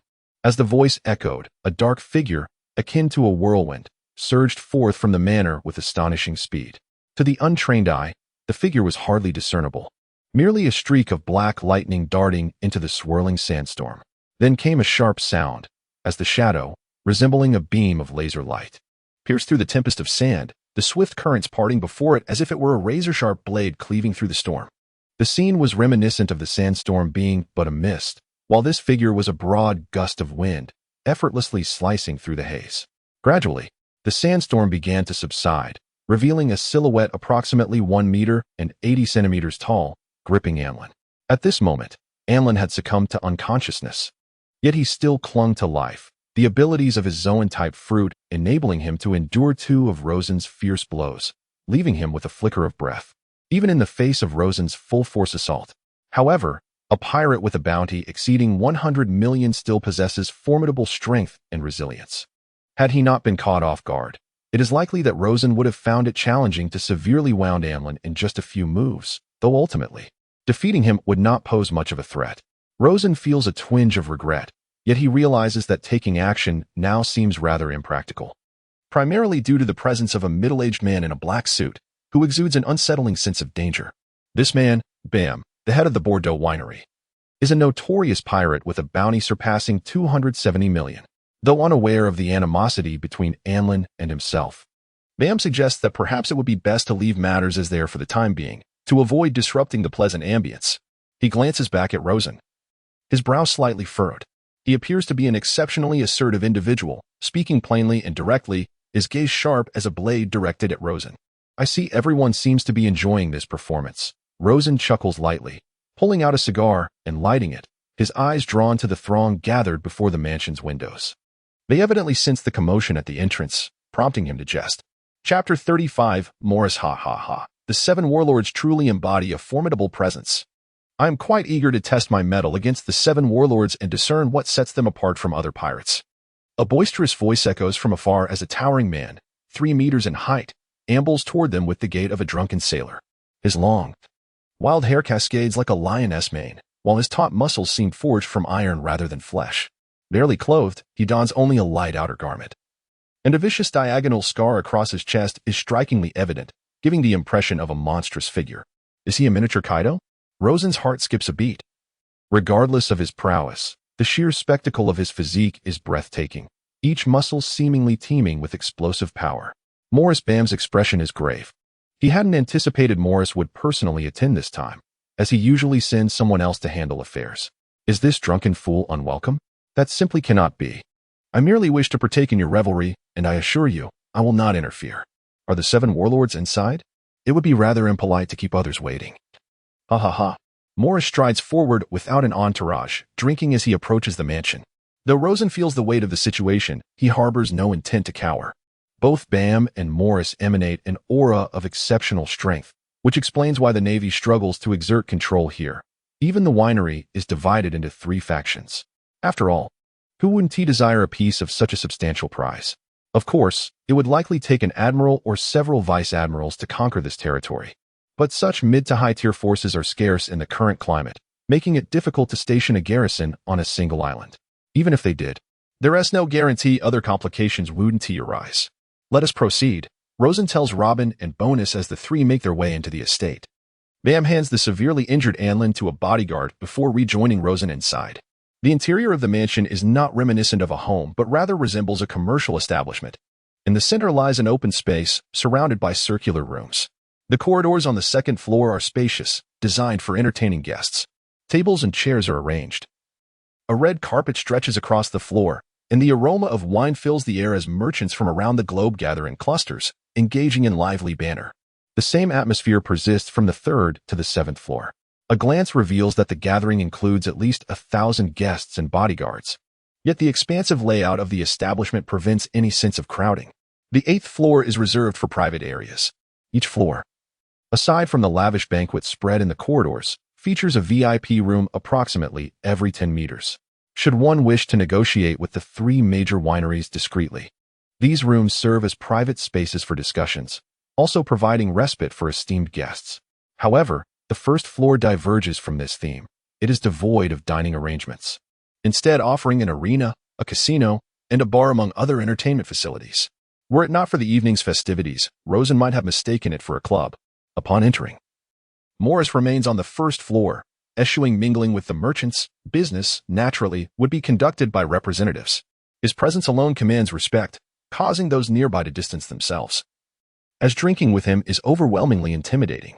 As Rosen and his companions enter, a hush falls over the room, The audience had just witnessed an extraordinary display at the entrance. Many regard Rosen with a mixture of awe and reverence. The display of power he exhibited is nothing short of astonishing for those in attendance, while seasoned merchants seldom encounter a user of a natural-type devil fruit, a rarity indeed. Upon entering, Rosen spots two familiar faces, Colonel Luca and Major Harry. Colonel Luca greets Rosen warmly. Your strength as a warlord is truly humbling. If I could possess even half your power, I would be deeply content. Flattery is not easily bestowed. Yet Luca's sincerity is palpable in both his expression and tone. Perhaps due to Rosen's earlier commotion, Bam's mood is less than favorable, leading him to refrain from sending someone to receive Rosen. However, Rosen is unconcerned, though he laments the missed opportunity to eliminate Anlin, as it may lead to complications in the future. It seems prudent to seek an opportunity before departing. Major Harry remains silent, merely casting a glance at Rosen before lapsing into quiet contemplation. Based on the current investigation, it appears that Rosen is indeed unconnected to Luca and has performed a commendable deed. Yet, it is precisely because of this good deed that Harry finds himself perplexed. One would not typically expect a warlord to act in such a manner. However, it is quite difficult to envision a member of the Seven Warlords engaging in acts of chivalry, such as drawing their sword to aid the oppressed. What troubles you, Colonel Luca? Rosen furrowed his brow, sensing that Luca had been consistently observing him. Given his previous experiences with the children, Rosen harbored certain suspicions, which rendered his demeanor less than cordial.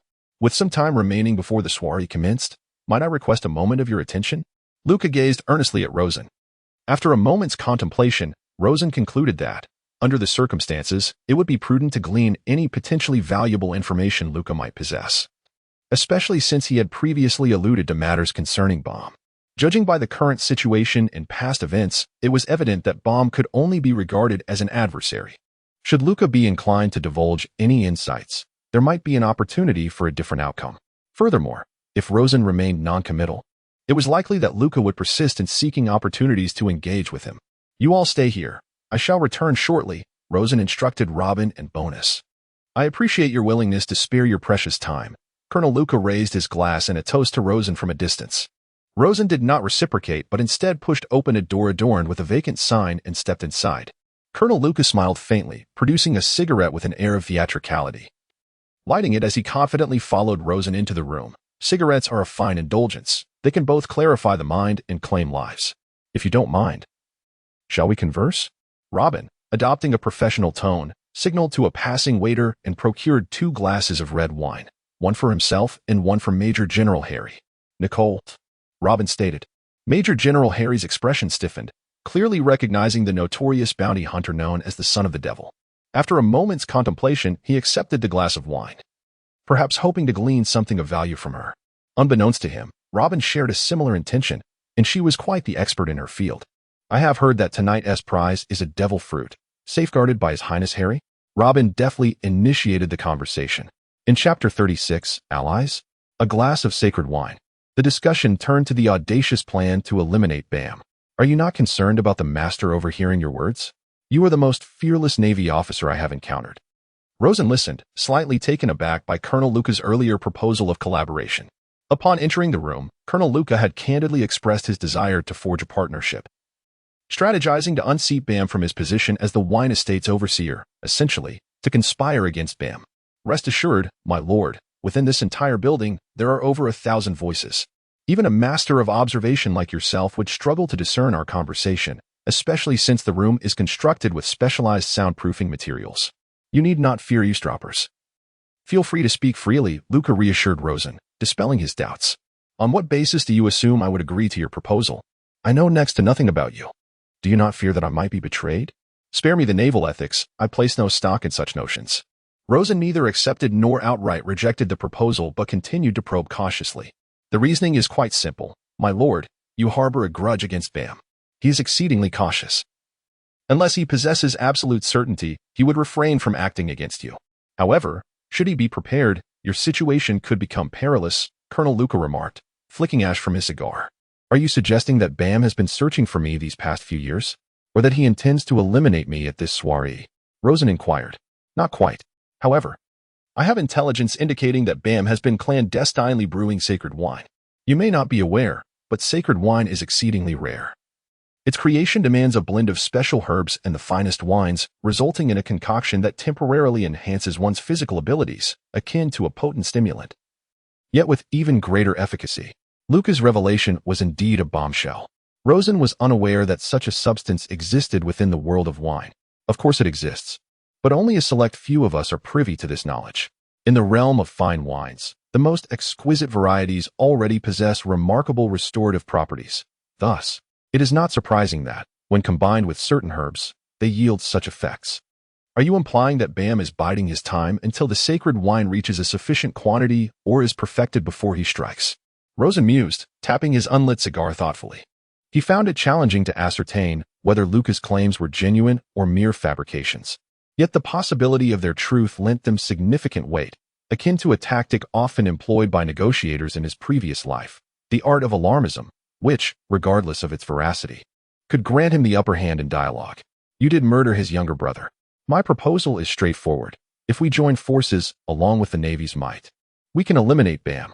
I would acquire the estate, and you would be rid of your most pressing concern, an arrangement beneficial to us both. Luca was confident that Rosen would acquiesce, for rationally speaking, it was indeed a sound choice. Do you possess such confidence in your ability to topple Bam? He has allies. Do you truly believe you can seize control of his estate? Rosen remained skeptical, at least partially. Rest assured, once Bam is defeated and his forces here extinguished, new players will inevitably emerge to occupy his position. As I understand it, Bam's captain is also facing an unfavorable situation, making it unlikely that he would dispatch any reinforcements to the realm of wine. Furthermore, given your stature, you should not fear pirates, Luca continued, attempting to persuade him. You would make a better merchant than a Navy officer. Regrettably, I find your proposal unappealing. Farewell. Rosen pondered the myriad of critical aspects he had yet to comprehend. Thus, he could not accept the offer, having initially approached the matter with the intent of gathering intelligence rather than forming an alliance. Wait, I believe that any venture can be forged into cooperation given sufficient incentive, especially considering we share a common adversary. State your price: gold, fine wine, or something else. Perhaps a glass of sacred wine? Luca, sensing Rosen's intention to leave, felt a pang of urgency. He was perplexed as to why Rosen, who seemed intrigued, would reject him at such a pivotal moment. Surely, the benefits outweighed the drawbacks. Sacred wine, a substance akin to a stimulant? Indeed, do not underestimate its value. A single glass of sacred wine commands a price comparable to that of a devil fruit. In critical moments, it not only preserves life, but can also vanquish foes, along with its inherent collectible worth. Luca's expression betrayed a flicker of excitement. The effort required to produce a glass of sacred wine was considerable. I have but one question. Are you connected to Amlin? Rosen found himself somewhat swayed. Given Bam's unfriendly demeanor toward him and Luca's assertion regarding Bam's intensified efforts in sacred wine production, there was a degree of credibility to the claims. Amlin, are you suggesting this is due to the matter of the missing shipment? Colonel Luca was momentarily taken aback. In his recollection, it was a trivial issue. Why would Crocodile bring it up? It seems you have been feeding him information, Rosen deduced, observing Luca's expression, which conveyed indifference rather than a desire to refute. With this realization, Rosen felt assured. Farewell. He delivered the words coldly before turning to leave, leaving Colonel Luca with a countenance that reflected deep displeasure. A Navy officer capable of collaborating with pirates was someone Rosen could not trust. He would prefer to work independently than risk betrayal. Crocodile, that foolishly arrogant pirate, had squandered a golden opportunity for mutual benefit. How could he blame himself for merely informing others? A pirate should consider himself fortunate that anyone would entertain the notion of collaboration. Curse be it. Luca clenched his fist, crushing the cigarette in his grip, and, in a fit of rage, unleashed his abilities, causing the remnants to dissipate into the air. Without formidable military support, all his plans would remain in limbo. After all, he was significantly weaker than Major Harry. As the soiree approached, the guests were urged to remain patient, and without further ado, the evening's festivities commenced. Each guest was permitted to send forth a subordinate to compete in the inaugural arena battle, with the ultimate victor set to receive a devil fruit valued at 300 million berries as a reward. As Rosen stepped out of the door, he beheld a dapper host clad in a tailcoat, passionately announcing the commencement of the soiree with fervent enthusiasm.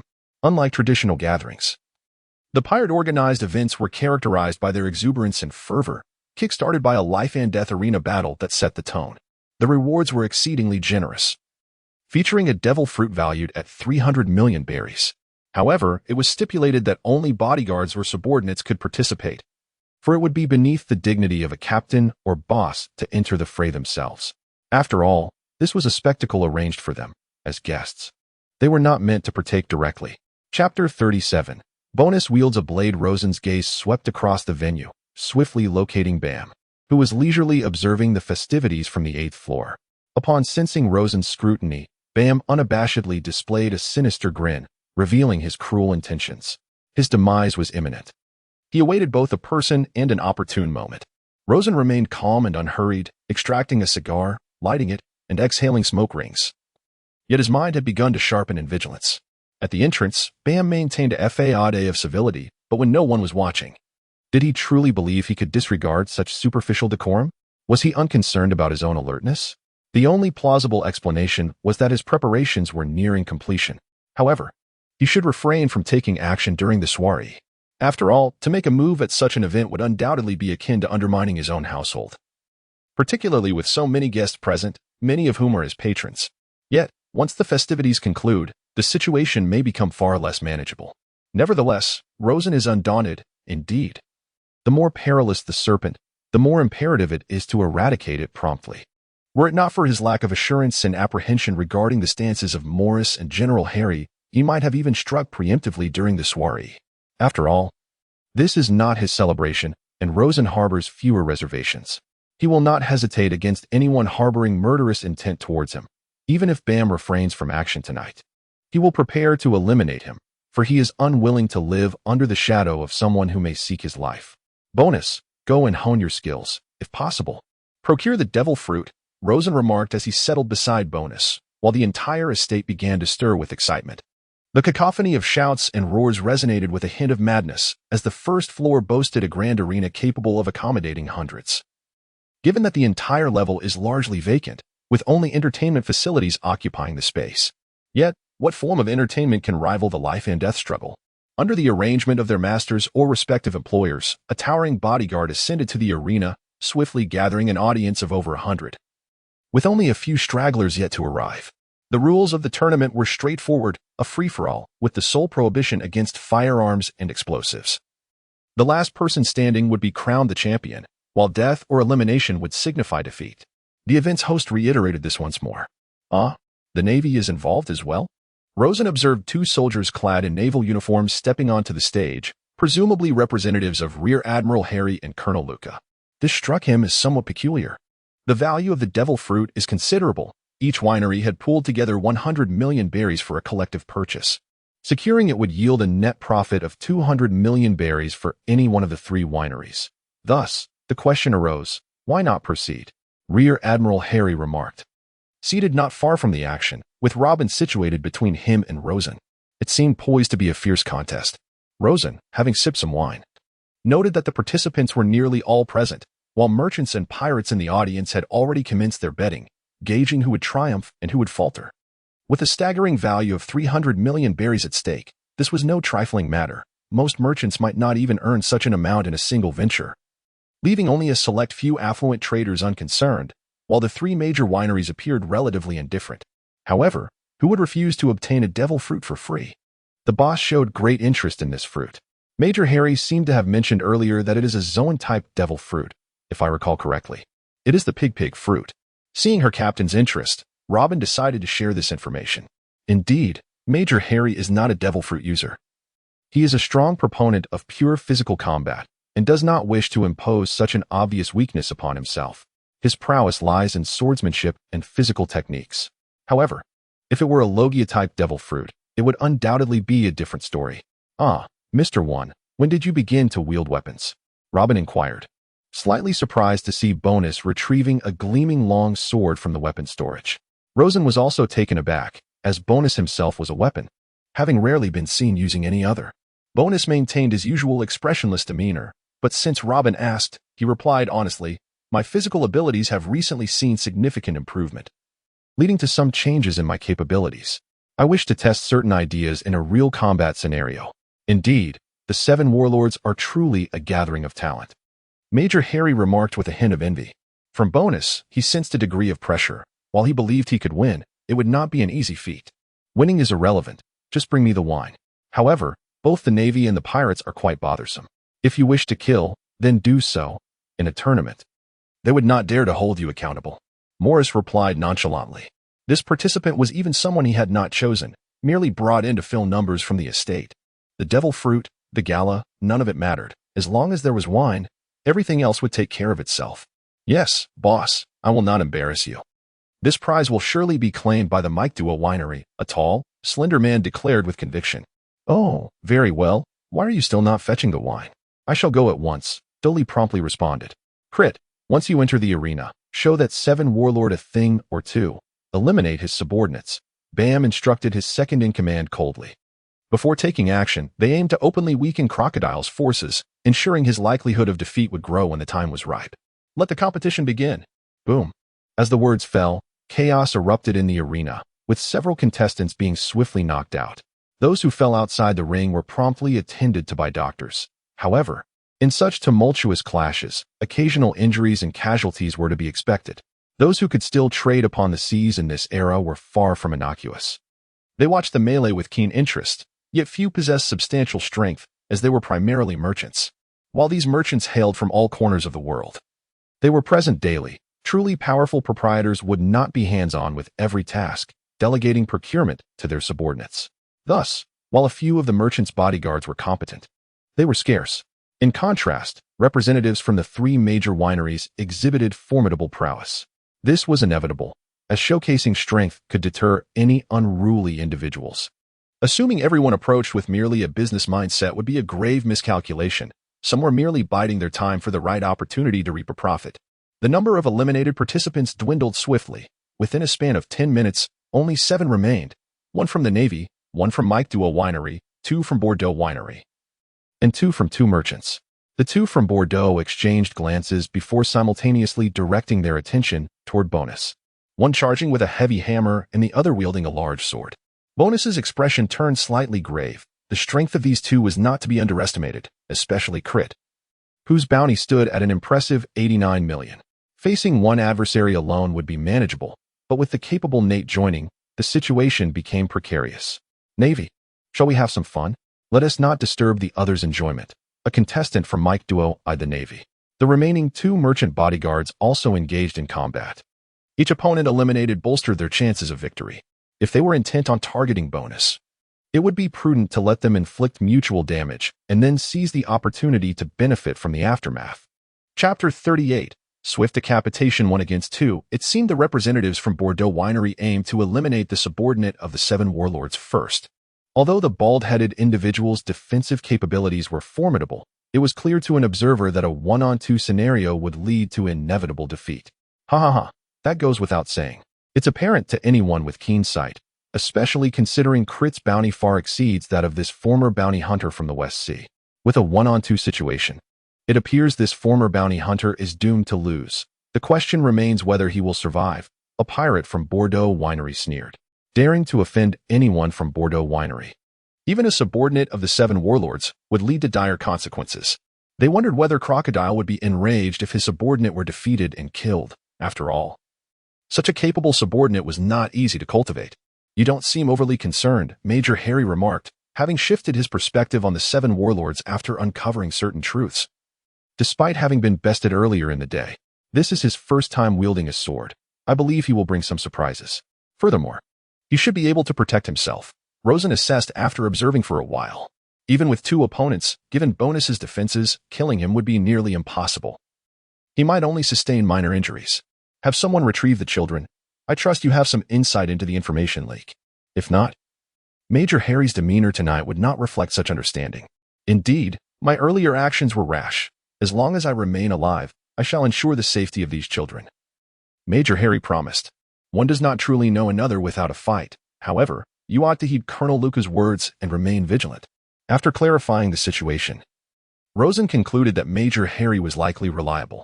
After all, he had earnestly insisted on taking the children away, even at the risk of confronting a 7 warlord. Some matters are best entrusted to professionals and those suited for the task.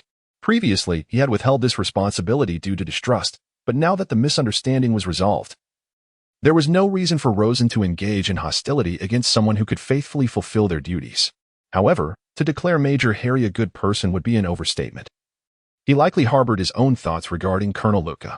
However, this matter does not concern Rosen, as long as the children are properly cared for. The rest is not his burden to bear. To hell with you, gravity hammer.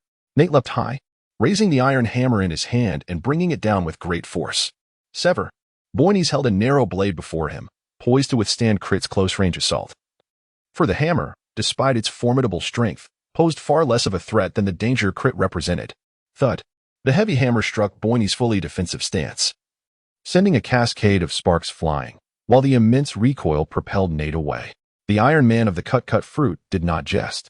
Without an impact capable of rivaling that which could sever steel, even a hammer could hardly inflict significant harm upon Boynes. Clash. But then a great blade descended, a surge of power accompanying it. Although Boynes maintained his footing, the ground beneath him fractured under the force. The venomous bees frenzied stabs. Crit cackled wildly, unleashing a flurry of knife strikes that rained down upon Boynes, igniting sparks upon impact. Yet Boynes remained unfazed. Instead, he executed a swift kick, his elongated leg transforming into a blade-like form, cleaving towards Crit's midsection like a scimitar. Crit swiftly retracted his great sword to block, the sound of metal clashing resonating as he was forced back several steps. He chuckled heartily, indeed, quite formidable. However, it is unfortunate for you that you have encountered me. The power of the devil fruit is not solely yours. As he spoke, a faint golden glow began to envelop Crit's blade, an extraordinary ability of the superhuman type. The rare fruit grants its wielder tremendous penetrating power. Any weapon imbued with this power, even if it were mere scrap metal, would transform instantaneously into a razor-sharp instrument of destruction. With a swift motion, Crit charged forward, while Nate simultaneously swung his heavy hammer in a sweeping arc. It is the power of Lord Crit, the unyielding light that shatters all. Even steel can be severed with ease. Iron Man is doomed. An onlooker exclaimed with excitement. Some even began to scrutinize the expression of the 7 warlords, hoping to discern signs of anxiety, disappointment, or even a grim demeanor on his face. Yet, Rosen remained unfazed, his expression utterly placid, for he noticed Boynes retracting his blade, striking a pose reminiscent of a master swordsman. Is this the progress Boynes spoke of? Is he about to reveal his true strength? The boss grows increasingly powerful. If I do not become stronger, I shall inevitably lose my standing beside him. I understood this clearly when we prepared to venture into the new world. Hence, tonight, I must ensure your demise. Boynes murmured under his breath, a tone audible only to himself. The grip on his blade began to meld with the weapon itself, as if it were a molten substance intertwining. We have no interest in your last words. Just comply and perish. Crit cackled madly, exhilarated by the impending bloodshed. Lightning slash. Boynes swung his blade, and a circular arc of gleaming light flashed past the 2 combatants' forms, moving with such speed it was nearly imperceptible. In that instant, Boynes's weapon vanished from sight. The 2 figures stood still, as if time had come to a halt, frozen in their attacking stances, despite being a good 10 meters away from Boynes. What is happening? Why aren't they moving? Finish him off. Don't falter at such a critical moment. A voice from the crowd expressed discontent. Since earlier, the battle among the 3 had captivated the audience, as the remaining contenders had been evenly matched, making it impossible to determine a victor in the short term. This 2v1 scenario appeared particularly intense. Quite impressive. Morris paused in his drinking, momentarily surprised before resuming his indulgence. Damn it, we've lost. Bam's expression soured.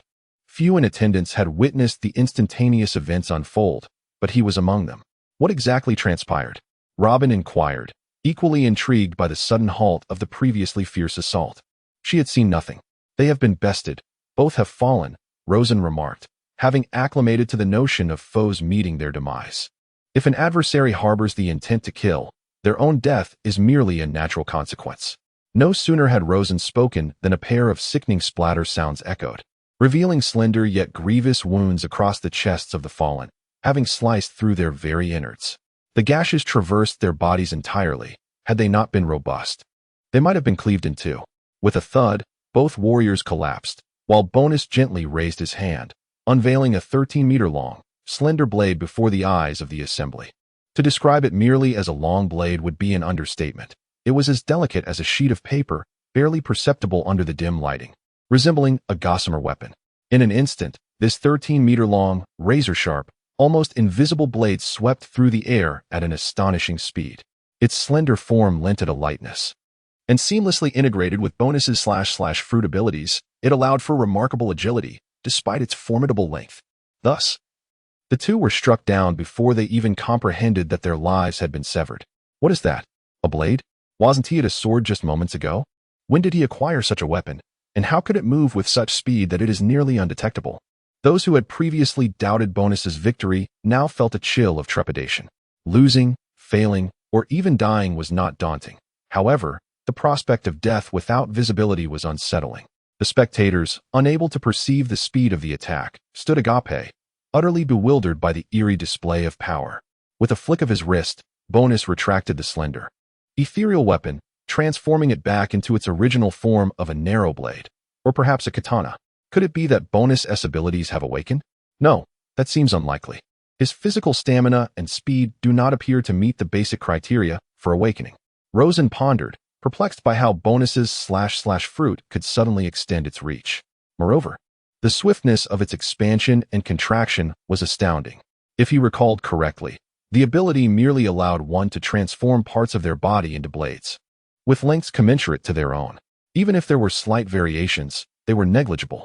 However, he is now capable of directly manipulating the blade, extending such a considerable attack range, and with remarkable speed, as if imbued with a cutting essence, extraordinarily sharp.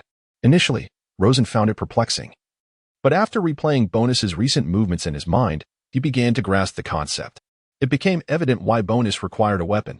He was not merely extending the blade of his own body but, through his ability, controlling a weapon that shared the blade attribute. In an instant, he activated his power, transforming the weapon into a slender, sharp, and extraordinarily elongated sword. Since the sword does not belong to his physical form, he could freely stretch and reshape it without concern for any bodily repercussions. Although the weapon is also a blade, facilitating his control, his ability clearly surpasses the original powers of the quick/fruit. If he were to achieve the awakening level in the future, could he not transform the entire island into a realm of metallic blades? It is highly conceivable, considering Bonus's current trajectory of development. He is likely to evolve towards a state of liquid transformation. Perhaps it would be more appropriate to refer to him not merely as Iron Man, but as Metal Man. A Terminator? This seems to be a promising direction for development, yet he remains far from that goal. He is not yet awakened. He can only effectuate temporary transformations using steel weapons that share the blade attribute, and this technique evidently demands significant energy from him. After all, he is manipulating objects beyond his own body. To illustrate, Bonus was previously a purely melee swordsman, but with this technique, he has become a swordsman endowed with external slashing capabilities, not the release of sword energy, yet not inferior to it. Returning his gaze to the arena. The strongest combatants are the three who have just engaged, with two already eliminated. The battles of others have also culminated in a victor, a contestant from the Micto winery. In the forthcoming confrontation, if Bonus can triumph over him, he will be crowned champion of the evening. At this moment, Dory stands before Bonus. Perspiration streaming down his face even before the combat has commenced, his strength surpasses even that of Crit. Naturally, he does not believe he will lose to Crit. A slight disparity in power is one matter, but victory and defeat are entirely another. However, Bonus had not anticipated that move. Had he attempted it himself, it could have marked the end of his life today. Surrender, for you cannot defeat him. Do not squander your life in vain. For then you would be denied the pleasures of fine wine in the future, which would be exceedingly dull. Morris, on the other hand, was unconcerned and graciously encouraged Dolly to concede. Dolly hesitated briefly, but ultimately, prioritizing his own survival and heeding his leader's words, he swiftly admitted defeat. Surprisingly, it was not a representative from the three major wineries who emerged victorious, but rather a subordinate of the 7 warlords of the sea, a rare occurrence indeed. Such formidable subordinates made one ponder whether some pirates might even contemplate switching allegiance, particularly those lacking powerful backing. With Dolly's concession, I hereby declare that tonight's arena champion is Daz. Bonus, a valued aide of the warlords of the sea, congratulations to him for receiving a devil fruit tonight. The host, microphone in hand, proclaimed with fervor. The crowd erupted into a cacophony of reactions. Some applauded, others cursed loudly for their losses, while a few, maintaining their composure, clapped gently. The evening's festivities had only just begun. Patrons were encouraged to indulge, and to seek out their respective hosts for further arrangements. The event transitioned into a trading theme. For Rosen, the ensuing developments held little relevance. He was not particularly fond of alcohol, occasionally indulging in a sip based on his mood, but he could not discern the quality of different wines, hence he had no intention of purchasing in bulk. Nevertheless, procuring a small quantity for the ship was prudent, given that many aboard enjoyed a drink. He entrusted this task to Robin while he awaited Bonus's return with the devil fruit. Well done, Rosen complimented Bonus genuinely for the first time, as Bonus had indeed exceeded his expectations. What I should have done, however, that technique demands excessive physical exertion, and it is still far from sufficient strength, Bonus replied, shaking his head. In his view, techniques that could only be employed once or twice were inadequate for sustaining high-intensity combat. Thank you for your efforts, Rosen remarked, pleased to witness such self-awareness, as he dreaded individuals who, upon gaining even a slight increase in strength, became insufferably arrogant. He accepted the box Bonus handed over, containing the devil fruit. However, Rosen had already discerned that this particular fruit was the pig fruit, though its specific form eluded him. Regardless of its various types, a pig remained uncouth. It was likely that women would overlook this devil fruit at first glance. As for men, perhaps a rare few seeking a minor boost in power would consume it. Rosen, however, had no intention of using it, though he considered it wise to keep it for potential future utility, as it was, after all, a treasure of the sea. Devil fruit capacity task X1. Current progress 15, pig fruit. Recommendation: after completion, a minimum body defense of X8 is required for safe activation, with an option for transfer. Familiar with the existence of a reinforcement system within his mind, Rosen received this data with a slight smile, realizing the conditions for triggering the capacity task. Something he should have anticipated. He refrained from opening the box, sensing its lightness. It seemed the devil fruit had already been absorbed into the task. Otherwise, the progress would not indicate a value of 15. To collect 5 devil fruits merely to increase a single capacity seemed exorbitant, equating to exchanging 5 fruits for 1 capacity slot. Even the pig fruit, appearing rather unremarkable, commanded a price of 300 million berries, thus 5 would total 1.5 billion. Should he encounter other, potentially superior fruits, their prices could escalate even further, rounding up to at least 2 billion as a baseline. Blackbeard's grotesque body had saved him a fortune of 2 billion, a true extravagance. Rarely did Rosen allow his thoughts to drift so. Yet, the requirement for body defense raised concerns. Was it a precaution against his own frailty that could lead to catastrophic failure? Would future tasks impose similar defense requirements, such as X2 or X4? Rosen pondered, beginning to understand the nature of forthcoming rewards. However, what did the transfer entail? Could it be used by others as well? Setting the box beside him, though it was now empty, he felt it necessary to retain it to account for the mysteriously vanished devil fruit. The two shared a light meal and a drink, during which Rosen briefly recounted the matters concerning Colonel Luca and Bam to prepare Bonus for what lay ahead. If all went as expected, Bam's demeanor suggested he would not easily permit their departure. "Boss, shall we take action tonight?"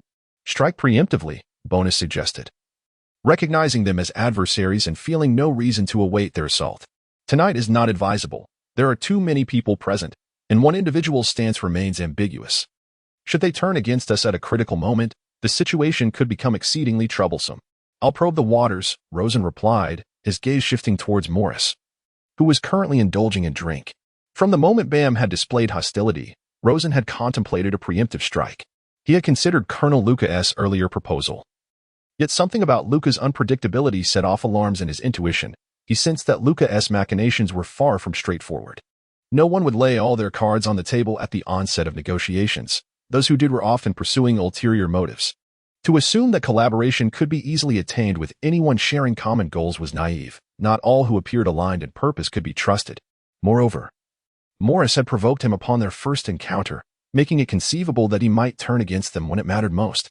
After all, in the eyes of the powerful, the warlords of the sea system bore little distinction from the weak. "Let me go," a voice suddenly erupted, filled with fury. A rotund, ostentatiously wealthy merchant had seized Robin's wrist, his fleshy visage quivering with rage. "Nico, Robin, how dare you betray me? After all these years, I finally found you. So much time has passed that I've nearly forgotten what you look like, but I never imagined you would still be alive. You've changed significantly. But now your good days are over." Recognized by someone in the crowd, it was the West Sea merchant, Maris. Maris, the only latecomer tonight, missed even the opening arena. It seems he was just retrieved by Lord Bam. Does he have a grudge against the subordinates of the Seven Warlords? A curious onlooker approached the commotion in the corner. Release her. How naive of you to think so. I have heard that you have become a subordinate of the Seven Warlords. Huh, quite the cunning maneuver indeed. But should the warlord discover your habitual treachery, I shall be most eager to witness whether he will still offer you protection. Bring this woman away. The expression on Maris's face twisted into a near snarl. Had it not been for Robin's betrayal and the subsequent revelation of his intelligence, how could so many of his valuable slaves have been rescued? The power he had cultivated over the years would not have crumbled so easily. Were it not for a stroke of luck, he might have perished at that man's hands. The magnitude of that loss was staggering. It took years to slowly recover. His animosity toward this traitor was profound, and he vowed never to let her escape unscathed. Even if it meant incurring the wrath of a warlord, he would not hesitate. For he was now the principal partner of Bamu. He believed that, as fellow warlords, Crocodile would not quibble over a subordinate. For he would soon provide Crocodile with a graceful exit. Moreover, unmasking Robin's true nature, her act of betrayal, is universally detestable in any profession. Release your grip. Rosen, with a stoic expression, approached the source of the disturbance. Upon hearing Robin's voice, he sensed an increasingly palpable atmosphere of conspiracy. I shall not intervene, he stated. As he stood beside Maris, it seemed Maris understood Rosen's apprehension, murmuring to himself. He then rose, grasped a wine jug, and, accompanied by his subordinates, sauntered away without a trace of reluctance. However, Rosen was acutely aware that these words were directed at himself. None of those present were fools. And the enmity between Bam and him was a well-known tale in the realm of wine. Yet, Morris's remark instilled a sense of certainty in Rosen while simultaneously sowing seeds of doubt. Could it be that this seemingly inebriated individual possessed such keen insight? If Rosen were to take action against Bam, his greatest concern would undoubtedly be the unpredictable variable that was Morris. It was anticipated that the Navy would merely be spectators. At a critical juncture, Colonel Luca might even seek to exacerbate Bam's predicament. For it was evident from Luca's demeanor and the intelligence obtained that he harbored a genuine desire for Bam's winery, driven, of course, by an insatiable personal ambition. Lord Crocodile. This individual was once my subordinate, yet he betrayed me. I implore you to allow me to deal with her. This woman is nothing short of a demon. You cannot fathom how many masters she has forsaken. To this end, I am willing to bear the entirety of your losses concerning this woman. How does 500 million berries sound? Morris declared with unwavering conviction. Was this person truly the spawn of a demon? Some were slow to realize, as Robin's notoriety was not particularly prominent. However, there are merchants and pirates who occasionally take note of this name, for someone who has been under a bounty since childhood occasionally catches the attention of certain individuals. When mentioned, memories resurface. 500 million berries, my goodness, this woman is valued at such an exorbitant price. Maris must be exceedingly wealthy. Upon hearing this sum, some were left utterly astonished. Indeed, 500 million berries is an astronomical figure. Such a statement indicates that Maris seeks to settle accounts with Robin while avoiding enmity with a warlord of the sea. What do you know? Lord Maris is a premier merchant, sourcing goods for the aristocracy of the world government, remarked one who possessed a modicum of insight, envy evident in their voice. The goods in question were well understood by those present. The clandestine transactions likely involved arms or slaves. The world aristocracy, could it be? Someone gasped in disbelief. Silence. Some things are better left unsaid. The notion of merely a woman being sold for 1 billion berries was a trivial consideration for those who regarded her as a traitor. The spawn of a demon, rumored to be a harbinger of calamity in the dark underworld. Many had met their demise at her hands, having been deceived. Some harbored an insatiable desire. Although they were merchants, they occasionally transformed into pirates, and this individual clearly possessed considerable knowledge of the underbelly of society. Yet, by maintaining a discreet profile, they evaded the grip of bounty hunters. What has transpired? Bam furrowed his brow and leaped down from the upper floor. 8 stories high was hardly a challenge. Rather, he was perplexed as to why Maris had so swiftly come into conflict with Crocodile. Had there been a history with Crocodile's subordinates? What was the situation? His invitation to Maris was indeed intended for a collaborative effort against Crocodile, as he possessed numerous merchant ships capable of thwarting Crocodile's escape by sea. Furthermore, with a remarkably powerful bodyguard and formidable weaponry at his side, he needed to ensure that Crocodile could not turn the tide, lest he escape and bring about relentless troubles in the future. Yet he had yet to begin persuading or promising benefits to Maris. How could it be that the two were on the verge of confrontation? Should a conflict arise, he would undoubtedly bear the greatest loss. After all, this was his territory, and an eruption of discord at the soiree would tarnish the merchant's perception and trust in him. His plan was to take action against Crocodile the following day, as he was not yet prepared for all contingencies. Your Excellency, the 7 warlords. What do you think of my proposal? Although Maris was arrogant, he was not foolish. A sum of 500 million berries would surely entice even a 7 warlord. Moreover, he had made it clear that his grievances were not directed at Maris himself, but rather a subordinate of his with whom he had a past dispute. This would undoubtedly cause Maris some embarrassment, yet he believed that 500 million berries could compensate for that. At the very least, those around them seemed to share this sentiment. Especially since someone had just revealed damaging information about Nico Robin, a woman who had survived through incessant betrayal, certainly not worth preserving, particularly given her substantial value. Sometimes, pride holds little worth. It appeared that he could not comprehend reason. Bonus, sever his hand. Rosen understood the situation regarding Robin better than anyone else present. As long as Robin's value remains intact, she is still one of her subordinates. Did this group of individuals perceive this as a mere spectacle? Is this orchestrated by Bam? In Chapter 41, Mutation, a dagger emerged. Bam intervened at a timely moment, cursing the damned 7 warlords. He could endure this for one more night. Is this not what you wish to witness, Bam? Rosen furrowed his brow, initially suspecting that Maris's actions were instigated by Bam. Observing the people around, it was clear that Maris was a distinguished guest, personally welcomed by Bam. Now, this sudden maneuver seemed to be merely an excuse to strike, or so Rosen believed. Concerning the losses incurred at the gala, it depended on Bam's resolve to eliminate his own kind. If his desire was strong enough, any losses would be bearable. The grand performance was about to commence. Colonel Luca smirked slyly amidst the crowd when a shadowy figure approached him. How are things progressing? Colonel Luca glanced up at a room above, where Anlin was being treated. The figure whispered a few words into Luca's ear, causing his expression to shift slightly. His brow furrowing deeply. Crocodile, should I wish to kill you, I would do so openly, without resorting to underhanded tactics. The current situation is crystal clear. It is your subordinate who is entangled with Lord Maris. Bam spoke coldly. Indeed. He intended to slay Crocodile in full view of the public, ensuring that everyone witnessed the consequences of offending them. He sought to sever Crocodile's head before all. As a tribute to his brother, Bam, though cautious and averse to risk, despised subterfuge. For him, a swift and ruthless approach was far more fitting when dealing with enemies. If one must hide even when seeking revenge, does that not indicate cowardice? I do not concern myself with your grievances. I must take this woman with me. Anyone who dares to obstruct my path shall not be treated kindly. Although Maris was unaware of the enmity between Bam and Crocodile. However, he had already lost much of his patience. He gestured to a dark-skinned giant beside him to prepare for a confrontation. Rosen frowned, pondering whether this was indeed a mere coincidence. After all, if Bam was openly intent on killing him, there was no need to hide anything further. Regardless of whether it was a coincidence, his intentions were clear. No one would take Robin away. To press his face into the ground. A warlord who relinquished his subordinates for money would only cause the morale of his crew to dissipate. While some might disregard such sentiments, Rosen did not, currently. The only capable subordinates he had were Bonus and Robin. He was resolute in his insistence on bringing Robin back, and there would be no compromise on that front. Bonus, previously obstructed by Bam, transformed into a blade-like form upon Rosen's renewed encouragement, and a gust of sand began to swirl around Rosen. Robin observed him, her thoughts in turmoil. If he were to abandon her, she would not be surprised, in her mind, since she could no longer assist him in deciphering historical texts. Her value must have diminished significantly. 500 million berries was a staggering sum, yet he still refused, his resolve unwavering. Why was that? Crocodile. Do you truly believe I would hesitate to kill you? Crocodile's obstinate attitude and blatant disregard for others only served to further infuriate Bam, who had been suppressing his murderous intent. The more intense Bam's murderous aura grew, the more reckless Rosen became.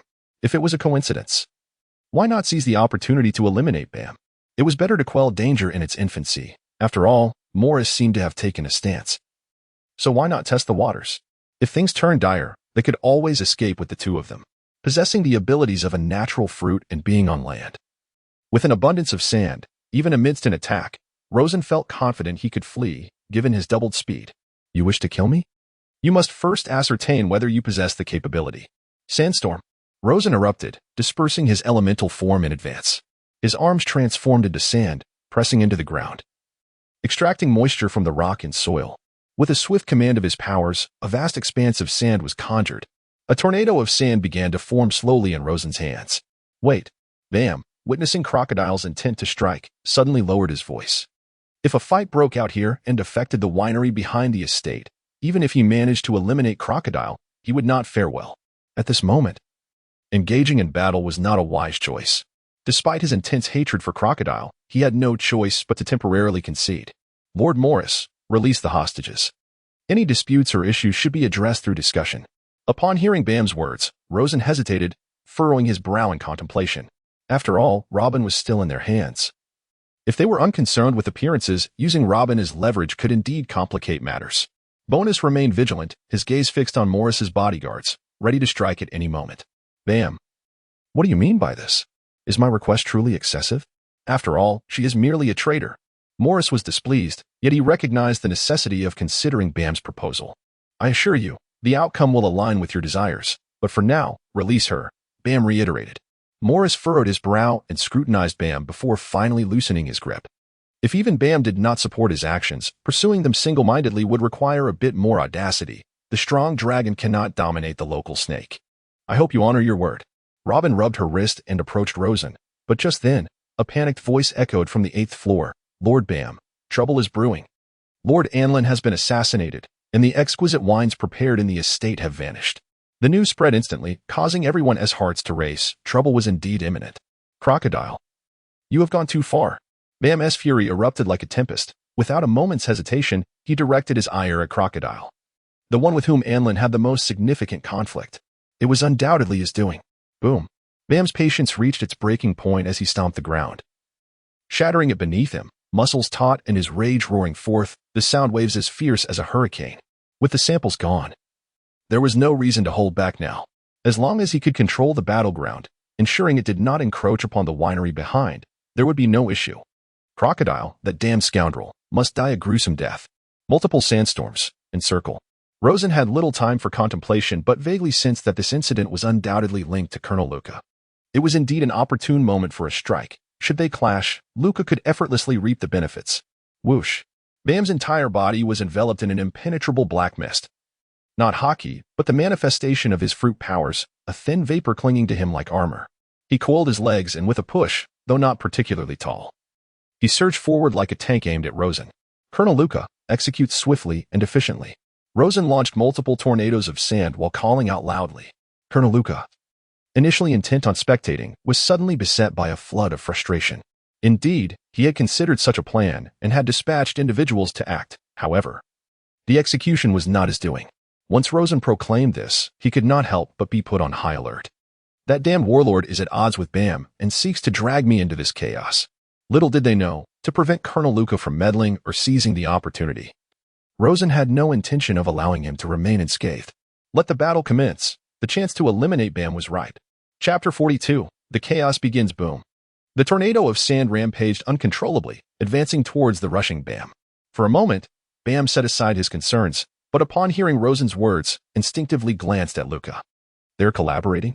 It was not entirely implausible. Earlier reports indicated that Luca had met with Crocodile. Damn the Navy, a wretched group of pests at critical moments. The guards of Bordeaux Winery surrounded the warlords. Morris, we shall combine our strengths. I will assist you in reclaiming that woman, and together we shall eliminate the warlords. I implore Colonel Luca to refrain from acting for the time being, or else I shall not be merciful. Bam's voice rang out. Luca's expression darkened at that moment. He genuinely wished to unite with the warlords to eliminate Bam first. Unfortunately, he did not believe he would be a match for them. Self-awareness was still intact. To contend with Bam, who possessed formidable strength, Luca could only resort to utilizing his scarce yet powerful weapons, which he had prepared in advance. However, he had not anticipated engaging in battle this evening. Thus, with his trump card yet to arrive, he could only observe, though the prospect of reaping the rewards was enticing. Morris paused, staring at Robin's figure. Old grudges surged within him. This was indeed a prime opportunity. With Bam willing to act, the likelihood of success was high. Skoda. Proceed and retrieve Nico. Robin. I will command the guard to cooperate with the Bordeaux Winery's efforts. Understood. The dark-skinned Skoda nodded and charged towards Robin, only to be intercepted by Bonus, resulting in an immediate clash between the two. Meanwhile, Bam surged forward like a tempest, directly breaching Rosen's sandstorm and swiftly arriving before him.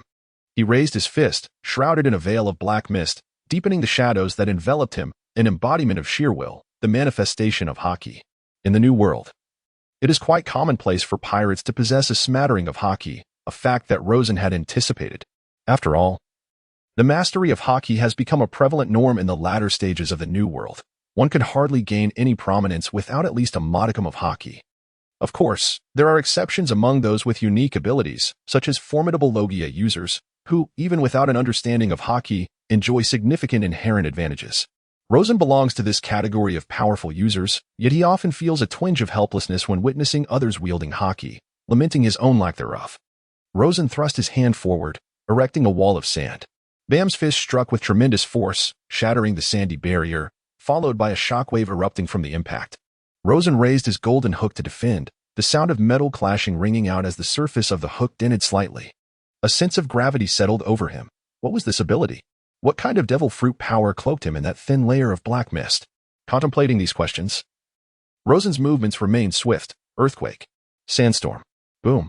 Rosen quickly retreated, creating distance as he pressed one hand against the ground, unleashing his full power. The entire structure trembled, the floors vibrating violently as large chunks of earth transformed into sand. The house is going to collapse. Run. Someone shouted, snapping the others from their stupor. Most among them possessed only average strength, and being buried beneath debris or sand would spell peril for them. In an instant, chaos erupted as the occupants of the house scrambled to escape, many of them cursing as they fled. However, the extensive area damage inflicted by the powerful combatants was alarming, particularly with the presence of a nature elemental. One misstep could lead to unfortunate consequences. Hundreds of guards surged from the rear of the Bordeaux winery, encircling Rosen and his companions with layered defenses. Maris, too, launched a distress signal, summoning dozens of individuals residing in the estate area alongside him, as well as hundreds of desperate souls waiting at the port. An incident had occurred, prompting an immediate response from all. The first mate aboard Maris's vessel, upon noticing the signal, sprang into action, causing a commotion at the port. Not only had Maris brought guards, but other merchants had also enlisted a considerable number of protectors. The ships, initially resting at the port, began to gather upon hearing the incessant ringing of the telephone bucks. Attending the meeting had always been safe. Yet one must always prepare for unforeseen circumstances. Such caution is indispensable for those who engage in commerce. What transpired? The boss is in danger at the Bordeaux winery and requires our swift assistance. Do not question the reasoning. If we delay, the boss may hold you accountable. Thus, the once tranquil port erupted into chaos, with hundreds and thousands of guards, bodyguards, pirates, and hunters all hastily converging towards the Bordeaux winery. Meanwhile, Colonel Luca retrieved his telephone book, attempting to call for naval reinforcements, but was halted by Harry. Colonel Luca, it is unwise to mobilize the Navy now. If lurking pirates catch sight of the Navy, conflict is inevitable, and the situation could spiral out of control. But isn't that precisely what you desire? You have always been zealous in capturing pirates. Perhaps this opportunity could yield numerous captures. I refuse to remain idle, Colonel Luca replied coldly, uncertain of Bam's stance towards him. One must possess the ability to safeguard oneself. Trusted allies must remain close at hand for peace of mind, along with that secret weapon, to prepare for the impending situation. As Luca spoke, he had already dialed the telephone buck.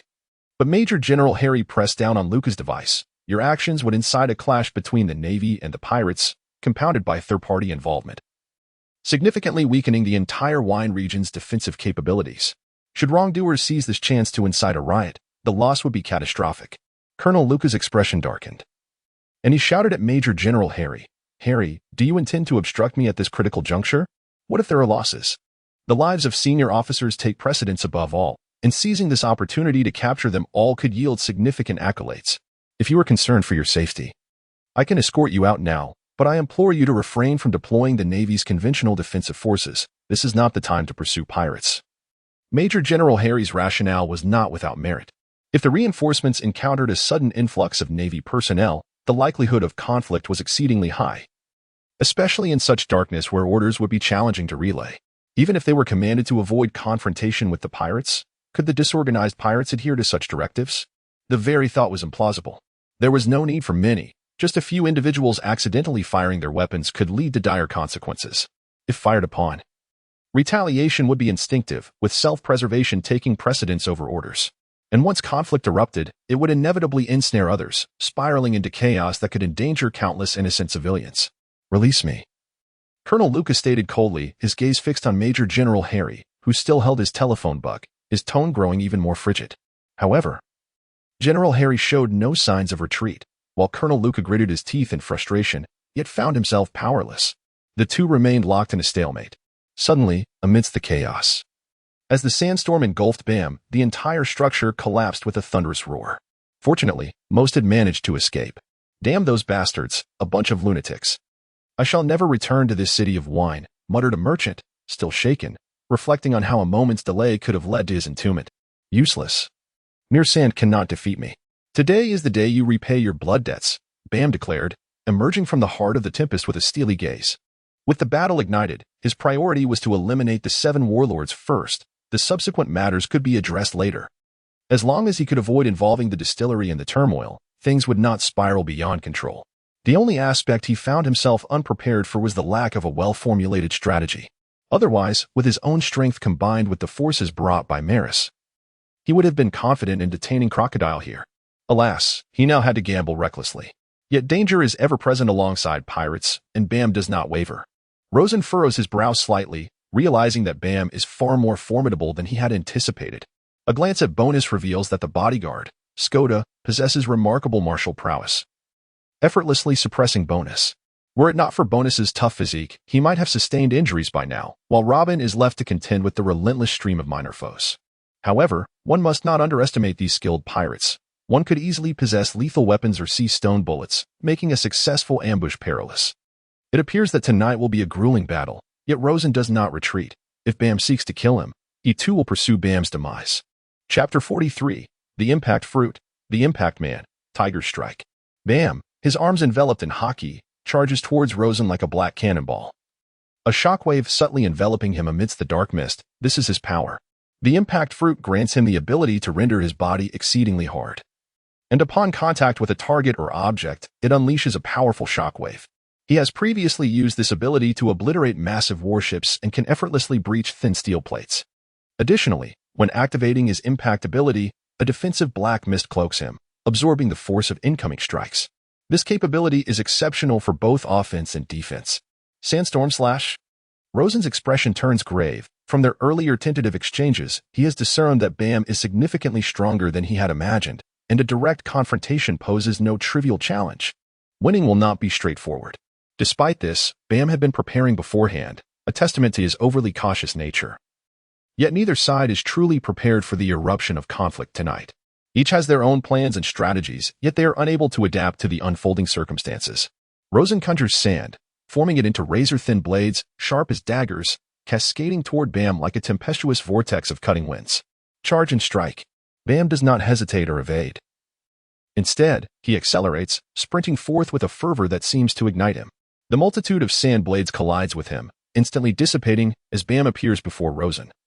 His Haki-clad fist propelled forward, imbued with an accompanying shockwave. With unwavering composure, Rosen maximizes his speed, his form disintegrating into sand. Bam's punch misses its mark. Yet the force of his strike still sends a shockwave that sends dozens of people flying in the distance. Elemental Rosen swiftly maneuvers to Bam's rear. The foundational double speed of the 7 warlords is not merely for show. Rosen's strength has significantly increased since his time in Alabasta. How swift! Bam exclaims in astonishment. Just as he prepares to retaliate, Rosen, wielding a massive desert sword, strikes Bam from behind, launching him away with a single blow. However, Rosen furrowed his brow. For the blade bore no blood, yet it was evident that something had been severed. Damn it! Bam surged forth from the shadows once more, though it could hardly be termed shadows anymore, as the other buildings within the estate were ablaze, illuminating the surroundings. At last, some pirates or others could no longer resist the temptation to seize a profit amidst the chaos, and the Bordeaux winery's fermentation area presented a particularly lucrative target. This unexpected turn of events incited greater fury within him than being struck through his Haki defense by Rosen. He sought to turn away, but Rosen would not grant him such an opportunity. Desert Sunflower. Boom. The ground collapsed unexpectedly, and the distracted and enraged Bam fell into an endless sandpit. Subsequently, Rosen gathered the desert's wrath and unleashed a colossal punch towards the sandpit. Unless Bam could burrow underground, he would inevitably suffer the consequences of this blow. For whether he remained at the pit's bottom or emerged to confront it, he would meet a fist capable of filling the entire pit with sand. Bang! The sandy fist crashed down as expected, shattering the ground surrounding the pit, and the scene fell into a profound silence, as if the tectonic plates themselves had shifted. Lord Bam!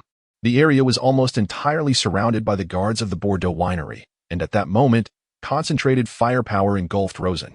Immediately, a net made of sea prism stone was hurled by a formidable guard, descending in a circular formation to envelop Rosen. Annoying flies. Sandstorm. Rosen did not regard it closely. A whirlwind of sand erupted skyward. Bullets from behind and the descending sea prism stone net were all drawn into the vortex of dust, which then swept towards the enemy ranks, accompanied by anguished cries. Although the miscellaneous troops could not confront Rosen directly, they could exhaust him or disrupt him at critical moments, which indeed vexed him. Had Bam been eliminated? Some pirate merchants, now protected by guards, felt considerably more secure as they observed from a distance. They hoped Bam would prevail, enabling them to continue their business. Otherwise, this venture would have been nearly futile. It was uncertain when a multitude of bounty hunters had appeared around them. Perhaps the captain's disguise had been uncovered, and now someone was likely seizing the opportunity to target their heads. Even before he could speak, he was struck by a blade amidst the flickering flames. Everyone began a slow retreat. Any unfamiliar individuals who approached were met with violence. The pirate captain also tore away his guise. For his safety, any stranger who ventured near him could find themselves preemptively attacked. Meanwhile, approximately 3,000 meters away in the winery area, a complete winemaking facility stood, normally fortified with over 300 pirates on duty in shifts. Even in this moment when their leader fought ahead, these individuals remained steadfast in their posts. At this moment, they were suddenly besieged by the crew of the Bordeaux pirates, a band of reckless marauders who had recently ventured into the Grand Line. Their assault commenced with flames engulfing everything in sight. For the captain reveled in savoring the essence of death amidst the inferno. Brothers, plunder and slay without mercy. These are exquisite wines that demand to be loaded onto our carts. Be mindful. If you spill even a single crate, you shall take the place of tonight's sacrificial lamb. Bordeaux bellowed, brandishing a formidable sword. His original intent for the night was to secure a devil fruit, hoping to seize an opportunity to claim the legendary treasures of the sea worth billions. However, despite lying in wait for an extended period, he had yet to find the chance he sought. However, when the conflict between the 7 warlords and Bam erupted, he realized that a lucrative opportunity had presented itself. As the wine-producing region was left unguarded by Bam, how could it withstand the relentless onslaught from him and his subordinates? After all, he was one of the few pirates in the city with a bounty exceeding 100 million, specifically a staggering bounty of 130 million berries. In mere moments, hundreds of guards fell beneath the might of his great sword. You all proceed to load the goods onto the ship, but why are there so few exquisite wines? Nearly 10 crates? This is far from sufficient. What worth is this? I shall see if I can find an opportunity to acquire some devil fruits. Bordeaux was driven by greed. Yet, how many pirates are devoid of greed? Captain, we should seize this opportunity to depart. That warlord is formidable, a veritable monster. And even Bam may not stand a chance against him. It would be prudent for us to forego the devil fruit, the first mate insisted, his resolve wavering. The devastation wrought by the natural-type devil fruit instilled a profound fear in these pirates, who had little experience with such formidable powers. After all, they had already profited handsomely from the chaos. There was no need to risk everything for a single fruit. Fret not. They are currently embroiled in a fierce battle. They will not notice my presence, he continued, acknowledging that the warlord's strength surpassed his own. Bordeaux did not oppose this notion, for he lacked the confidence to withstand such an onslaught. However, if the two were to engage in a mutual destruction, would it not mean that he would reap both fame and fortune tonight? Should the situation turn unfavorable, escaping under the cover of darkness would not pose a significant challenge. He held on to that much confidence. The Navy has arrived. A voice cried out from the crowd, and chaos ensued.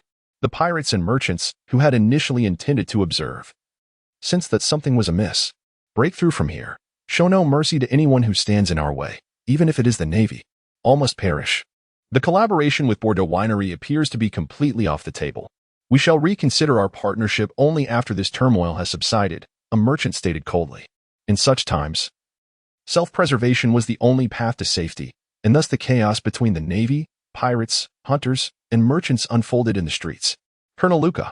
Major General Harry glared at Colonel Luca, his expression dark as thunder. Do not wear such a countenance, Major General Harry. I assure you, I did not contact the bugs. I have extended you a courtesy by not playing along with the charade. It is prudent to assume you might disrupt my plans at the Navy base. Colonel Luca replied with a confident smile. How did the Navy arrive here? Major General Harry pondered, perplexed. Despite his vigilance over Colonel Luca, he had still miscalculated. It is nothing remarkable. I merely made a few arrangements before setting out. If I do not return within a designated time frame, it is only natural that someone would come looking for me. Wouldn't you agree, Colonel Lowley? Colonel Luca stated assuredly. Regarding the outline. To avoid haphazard writing and incoherence later, I plan to draft the entire book's outline beforehand. Currently, the detailed outline only covers about 200,000 words. So it may be challenging to maintain 3 updates this week. I will ensure at least 2 updates, and I aim to return to 3 updates in about a week. My writing speed is reasonably brisk, and having an outline will facilitate future bursts of creativity. Additionally, the website has yet to provide recommendations this week, and I intend to stockpile some drafts. I am immensely grateful for everyone's support. I check my assistant several times daily, and each friend's vote, even if it is just one, brings me great joy. An additional collection is also appreciated, although the current word count may not be impressive. The neighboring writer, who focuses on Marvel, has collections that far exceed mine. I do not believe my work is inferior. Hence, I strive to refine the outline and provide everyone with a more engaging and enjoyable story. I kindly ask that those with spare recommendation tickets contribute more. See fanfare. How majestic. Chapter 44. Underhanded Tactics. Colonel Luca, I will report tonight's events truthfully. Colonel Lowley, take care of yourself, Major General Harry scoffed. He had not anticipated Colonel Luca's infiltration would be so swift, nor that Colonel Lowley would be compromised. Was the temptation of power truly that great? Simply because one was a direct envoy of the world government, did it suffice to make them willingly serve as a pawn? As anger surged within him, he also felt a profound sorrow. Fewer and fewer individuals remained steadfast in their commitment to doing what was right. Perhaps he too would eventually be cast aside for failing to keep pace with the so-called powers that be. Had Colonel Luca not arrived, perhaps matters would have unfolded differently. The intent to eliminate Luca had been brewing for quite some time, stemming from a prior incident pertaining to the upholding of justice versus financial gain. He was resolute in delivering justice to the victims, while Colonel Luca suggested that the nobility should possess certain exemptions. In this incident, Luca emerged victorious, while Major General Harry faced defeat, marking a turning point where more individuals chose to align themselves with power. He could only watch helplessly as the families of victims edged closer to despair. Consequently, the imbalance within him occasionally transformed into a desire for vengeance. Perhaps eliminating Luca now would be a prudent course of action? Given the circumstances, Luca even had certain dealings with Captain Anlin, the pirate. Yet, could he truly proceed with such an action? Could he bear the consequences? No, he could not. His family still resided in the military town of Marieford. Thus, the hand that had reached for his weapon fell back down. Colonel Luca observed Major General Harry retreating like a stray dog and turned to Colonel Lowley, inquiring, "Have you brought the items?" "Indeed, Colonel," Colonel Lowley replied, raising his hand as 7 or 8 naval soldiers wheeled out an artillery-like apparatus. The base resembled that of a cannon, but atop it rested a military crossbow, large in size, with arrows shimmering with particles of light. Such a treasure, Colonel Luca mused, stroking the arrows, which instantly morphed into the form of a pangolin. This was an arrow imbued with the powers of the devil fruit, specifically the pangolin fruit. To enhance its lethality, it incorporated technology from the ongoing research on humanoid weaponry, specifically laser light speed. Moreover, this was not radioactive laser, but rather a laser enhanced upon the arrow itself. When released, the pangolin's scales would envelop the arrow, imparting formidable armor-piercing capabilities, easily capable of penetrating steel plates. The laser-equipped military crossbow would launch the arrow at remarkable speed, with explosive properties upon contact. The arrowhead was crafted from sea stone, making it highly effective against those with powers, albeit unable to transform like the pangolin. This was Colonel Luca's secret weapon, however. The significant drawback was that achieving the arrow's explosive speed required precise coordination with the reportedly dragon-hunting military crossbow. The cumbersome mobile base made it impractical for everyday carrying, and wielding just the arrow would not yield its full potential. Thus, Colonel Luca did not keep it on his person at all times. Time and again, "You thwart my efforts, Major General Harry," Colonel Luca thought, his gaze growing colder as he contemplated the chaotic situation. If a major general were to perish tonight, surely it could be explained away, could it not? After all, the 7 warlords, Bamu, and even the merchants were all convenient scapegoats. Therefore, he dismissed some less familiar officers, let the Navy apprehend any fleeing pirates. Now, act swiftly. Maintaining the Navy's justice relies on you all. Yes, several lieutenants responded, dispersing with their troops. while they found the order perplexing, as launching a capture operation in the darkness would undoubtedly lead to many naval comrades losing their lives tonight and result in greater chaos. However, Luca remained indifferent. As long as he was alive, the number of naval soldiers was inconsequential. Major General Harry traversed a distance, gazing at the flames igniting all around, filled with an overwhelming sense of despondency. Yet, at that moment, an immense feeling of crisis enveloped him. He abruptly turned, only to have a luminescent arrow, clad in scales, pierce through his body in an instant. The domineering energy he hastily summoned had yet to coalesce when the arrow pierced through him, its speed akin to thunder, swiftly penetrating his form. Just before the arrow breached his body, a resounding explosion erupted at the moment of contact, engulfing him in flames. In the moments before being consumed, he beheld Luca, who wore a chilling smile, disbelief etched across his face. This was his weapon, laser-scaled arrow. Luca's clandestine weapon had been turned against him. A thought he had never entertained, particularly at such a close range while he was nearly defenseless. "Come back," Colonel Luca beckoned, as the arrow that had pierced Major General Harry transformed into a pangolin, obediently scurrying back to Luca's feet, reverting to the form of an arrow in his hand. Escaped? Colonel Luca observed the dissipating smoke and the blood-soaked ground, surprise evident on his countenance. That strike had hit directly, yet he remained alive? Was it that the vital points had not been struck? Fate indeed smiled upon him. Relay the orders. Major General Harry has colluded with pirates to assassinate naval commanders. He has now suffered grave injuries and is in flight. All naval personnel must exercise utmost caution upon encountering this man. Justice must be served against those who betray the Navy, Colonel Luca instructed the astonished Raleigh. Understood. Raleigh responded hastily. This matter was witnessed solely by him.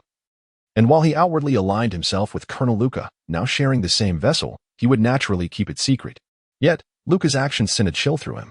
At that very moment, Major General Harry's body, including his organs, was instantaneously penetrated by the laser light, resulting in a catastrophic explosion. Even if he managed to escape, survival was unlikely. His orders were merely precautionary. In Luca's eyes, Harry was already a dead man. On a rooftop in the shadows, Leto observed all of Colonel Luca's actions. Licking his lips, muttering to himself, the Navy, indeed, remains a vile entity, merciless even towards its own. I wonder how the 7 warlords and Bam are faring now? Are there others present? Rosen sensed the recent explosion and suddenly felt the ground tremble beneath him. He quickly dodged, and with a resounding crash, the earth fractured, revealing Bam emerging from below. His impact fruit ability allowed him to break through any obstruction. Mere earth and stone posed no hindrance. The notion of being buried alive was utterly impossible. However, witnessing the rising smoke from the brewing area, his eyes ignited with a furious crimson hue. It's over. It's over. The brewing area is in chaos, all thanks to those damn bastards. If I do not survive, I shall rend you to pieces, Crocodile, Luca. His frenzied roar set alarm bells ringing in Rosen's mind. Had Bam taken some substance, or had he simply lost his wits in an instant? However, to bring about its demise, it is indeed reasonable to first incite its madness. Therefore, let us eradicate this peril once and for all. Rosen made up his mind. No longer would he engage in tentative assaults. It would be a bloody battle. The strong would survive, while the weak would perish. Colonel Luca, with a dark expression, pondered. What does this have to do with me? It seemed that Bam was fixated on him regardless of the circumstances, and he had to devise a plan to deal with him tonight. He hoped that this warlord would emerge victorious, although he held no fondness for Crocodile. It appeared that a triumph for Crocodile would ultimately serve his interests best. Should the need arise, he could lend assistance at a critical moment. However, if Crocodile were to become weakened by the end, he would not hesitate to shift the blame for tonight's devastation onto him, transforming himself into the hero who thwarted the rampaging warlord's murderous spree, confident that his background would facilitate such an endeavor. However, this is contingent upon Crocodile being weakened enough to allow himself to be manipulated. Otherwise, a different strategy must be employed. Chapter 45, Fierce Battle and Circumstances. Unbeknownst to Bam, the only available force capable of launching an assault on the distillery area is Colonel Luca. This is a consequence of Rosen's prior remark before the conflict commenced. Once suspicion arises, it is challenging to dispel. Boom. Waves of impact radiated everywhere, a testament to the unrestrained power unleashed by the two combatants. The battleground expanded, and countless guards and merchants caught in the fray became unwitting victims, rendering the entire kilometer radius a zone of devastation. Rosen and Bam unleashed their full might. One wielded the powers of nature while the other embodied both offense and defense as a superhuman. Bam's strength was indeed the most formidable adversary Rosen had ever encountered. Ace did not count, as their encounter was merely a sparring session rather than a life-and-death duel.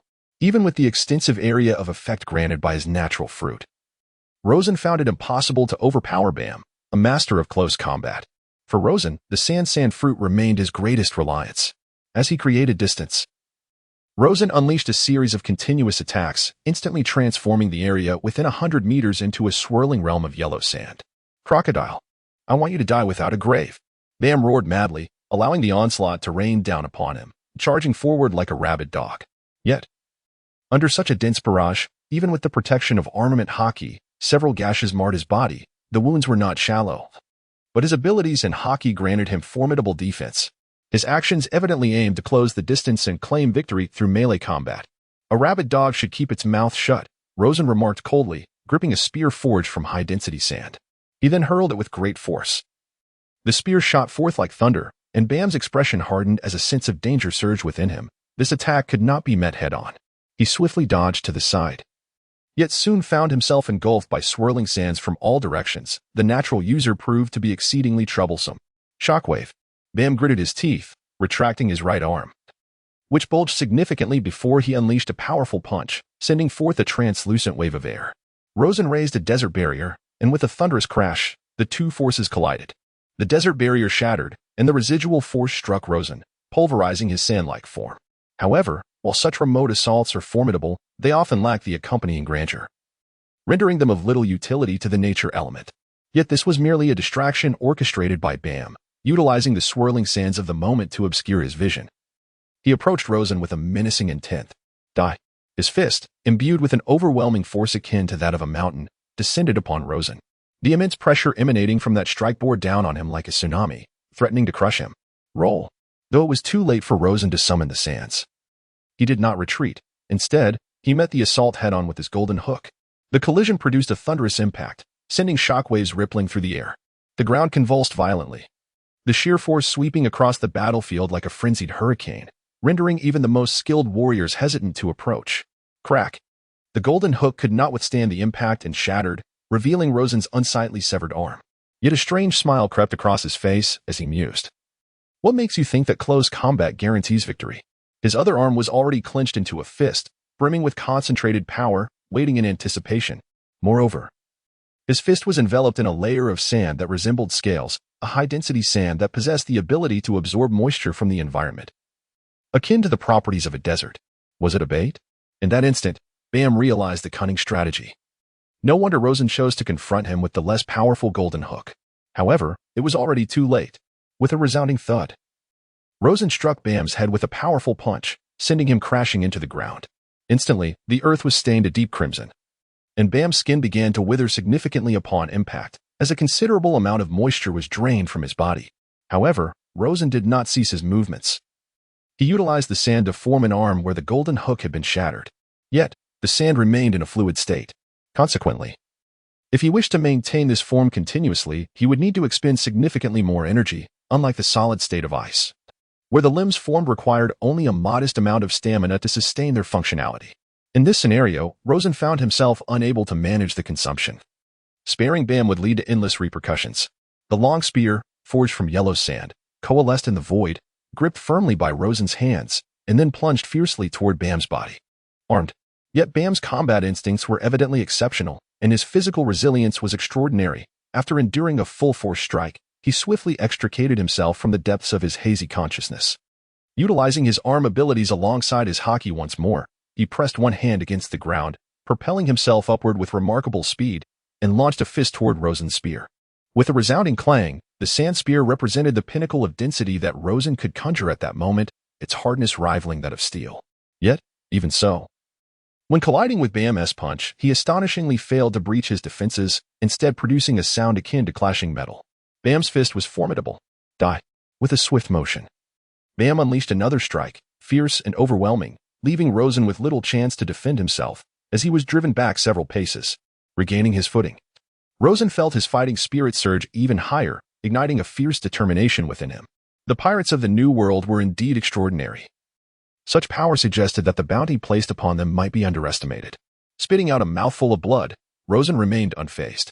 From their recent skirmish, it was evident that he held the upper hand, inflicting greater damage upon Bam.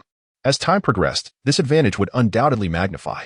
The disparity in their strengths was negligible, making victory elusive. However, the scales of advantage were gradually tilting. As the battle intensified, both combatants became increasingly ferocious, instilling a sense of trepidation in the onlookers. Were all the 7 warlords and New World pirates such formidable beings? The sight of a pirate like Brido, whose bounty exceeded 100 million berries, lurking in the shadows only heightened their alarm. He internally pondered that had he been struck by that punch from a warlord, his demise would have been certain. Colonel Luca, too, was beset by unease. Bam was this powerful. Had he not yet consumed the holy wine? Unconsciously, he commanded a retreat, seeking the opportune moment to strike. However, he discovered that the speed of the 2 individuals far surpassed that of Major General Harry. Even if he wished to launch a surprise attack, he could not find an opportune moment. Without such a moment, a failed ambush could very well result in both of them turning against him. And Colonel Luca felt the mounting pressure. At the edge of the estate, near the civilian district, could they still hold out? Bonus and Robin were surrounded by numerous adversaries, now forced into a dilapidated building, with each sustaining varying degrees of injuries. They were managing, yet uncertainty loomed over whether their leader could secure victory. Robin's expression was grave. It seemed that Bam's formidable strength compelled their leader to exert every effort. The possibility of having the capacity to assist them had now diminished significantly. Naturally, should they call for help, Rosen would be the first to whisk them away, but such an action would guarantee Bam's inability to strike. Bonus and Robin were unlikely to seek aid. They were reluctant to become a burden to Rosen, particularly since part of this conflict had arisen due to Robin, who bore a nonchalant attitude. If death awaited, then so be it. They were encircled here, with rocket gunners ready to demolish the building and mortarmen poised to obliterate the 2. Maris stood surrounded by his formidable force, a cadre of assassins equipped with this world's devastating portable weaponry, which constituted the very essence of his might. Skoda, assist Bam, and swiftly take down that accursed warlord. Should we lose, that monster will inevitably target us first. We still have dual gunners present, more than capable of handling them. Understood. Chapter 46. The Ambition of Maris and the Fanatics. Skoda nodded, turning to depart. His prowess was commendable, yet having observed the battle between Bam and Crocodile, he recognized that a one-on-one confrontation was not prudent. Therefore, the best course of action was to ally with Bam to eliminate Crocodile first, after which the remaining challenges would be mere trifles. The warlords, it seemed, were not all created equal. They were not as formidable as Mihawk. In a shadowy corner, Maris sat on the ground like a vagabond. He watched the distant skirmish without any intention of intervening, merely indulging in drink. Remembering Hawkeye, he instinctively touched his wounds, which began to throb once more. Hey, don't block the way, move aside. Skoda approached from the end of the street, observing a tall figure casually seated on the ground. However, due to its towering presence, it occupied half of the street. He had no desire to take a detour or waste time breaking through walls. So he called out from a distance, urging it to vacate the area. Engaging in a group brawl is hardly a commendable habit. A one-on-one duel is the epitome of true sport, so best not to interfere, as it would ease my burden. Morris's voice was steady and resonant, yet at this moment, it carried a hint of exhilaration. Humph, mind your own business, or else before Skoda could utter a word, he would find a large hand reaching for him. Seeking death. Skoda barely registered the newcomer, but since they dared to lay hands on him, they could not blame him for taking lethal action. That subordinate of the former warlord, though formidable, had found himself at a slight disadvantage during their brief skirmish. Yet suddenly, an exceedingly terrifying aura enveloped him as that colossal hand grasped his entire being. An overwhelming sense of oppression instilling within him a fleeting illusion of facing death. There was no escape. Why, despite the seemingly lethargic speed, could he not evade it? His body trembled. The fear emanating from deep within disrupted his control over himself. His instincts, driven by the primal urge to survive, caused him to quiver uncontrollably. Desperation surged forth from Skoda in a wretched wail. With a thunderous crash, the massive hand seized Skoda's head and forcefully slammed it into the ground, shattering the earth and causing nearby structures to collapse. Skoda, utterly defenseless, was pinned to the ground, and in an instant, consciousness slipped away from him. Boredom. Morris did not kill him. Instead, he resumed sipping his drink, blissfully submerged in the haze of intoxication, a sensation that was truly exquisite. Though he harbored disdain for the 7 warlords, he could not deny that this particular warlord was indeed his lucky star. His initial plan was to incite conflict between the Navy and the Bordeaux winery, then to ensnare them all at once, thereby achieving complete dominion over the entire island. His vision was to establish a base in the wine capital, recruit soldiers, expand fervently, and ascend step by step to the pinnacle of power. Every detail had been meticulously plotted, and even certain necessary sacrifices were deemed wholly acceptable. To facilitate this endeavor, he had even allied himself with Amlin, who, though seemingly lacking in strength, possessed some utility. Through Amlin, he aimed to forge connections with the Navy, enabling him to stay informed about their fundamental circumstances, including the darker aspects of senior officers and information they were reluctant to share with their subordinates. However, it was entirely unexpected that an unforeseen visitor not only clashed with the Bordeaux winery, but also posed a potential threat to its very existence. With the Navy becoming entangled in the situation, this was fortuitous news for Morris, who, in some crucial moments, seized the opportunity to exert a bit of influence, such as in the case of the sudden demise of Amlin. Although they had only briefly collaborated, the results were advantageous, rendering his previous investments worthwhile. From this point forward, he need not worry about a possible alliance between Bordeaux and Louis, the Navy, against him. He could simply observe the unfolding of events, ideally hoping that Crocodile would eliminate the Navy as well, which would be utterly perfect. So perfect that Morris contemplated expressing his gratitude to Crocodile with a substantial sum of money. Following tonight's battle, it seemed improbable that any force capable of resisting him would emerge from the wine capital in the near future. Even if Bam were to triumph over this warlord, it was unlikely he would emerge unscathed, and it appeared that one of them would surely perish, thereby diminishing any potential resistance. As for the Navy, if the current leaders were disposed of, the compliant ones could be retained for the time being, while the disobedient ones would be eradicated. He could then shift the blame onto either the warlord or Bam, letting them bear the consequences, a scenario for which he had long been prepared. It wasn't so much about casting blame, as the conflict between them was genuine. He merely needed a slight push from himself, which was why he felt such elation. Almost effortlessly, he had placed once formidable adversaries on a platter before him. In the end, he would undoubtedly emerge as the victor, and thus he remained patient, allowing them to clash with increasing ferocity. The more people were aware of the chaos, the lesser his own culpability would appear. He had no desire to become a wanted criminal of the Navy prematurely. Given his capabilities, he could have eliminated them one by one long ago. His restraint stemmed from the fear that any action might leak, leading to his status as a target for the Navy. He was renowned as the Bounty King, and the mere thought of transforming into a target he once hunted was intolerable to him. One day, the world's most formidable bounty hunter would inevitably rise from this very place. Thus, if possible, remaining outside the realm of piracy was the most prudent course of action. Morris felt a surge of joy, pouring more wine into his glass. Suddenly, cannon fire erupted, obliterating the hideout of Bonus and Robin. Bonus shielded Robin from the brunt of the explosion. They are still alive. Before the next round of cannonballs is prepared, encircle them. Do not let them escape. If we can capture that woman alive, there will be a substantial reward. A sinister grin spread across Morris's face once Robin was in his grasp. She would come to understand the consequences of her earlier betrayal. A throng of competent assassins surged forward. Flower 12 twist. Robin activated her abilities, bringing down the advancing assassins. Yet this took a toll on her stamina, and her combat efficacy was markedly low at that moment. Her danger level and high bounty were primarily derived from her extensive knowledge. I shall not kill you. Capturing you alive for the boss would yield a greater bounty. Although I doubt he would mind if you were a bit incapacitated. A cold-blooded assassin flickered to Robin's side, swinging his blade from below, intent on crippling her mobility. Clang. Bonus interposed himself, the blade striking him and producing only sparks. Dust slash. The arrogant assassin was instantly reduced to a bloody figure.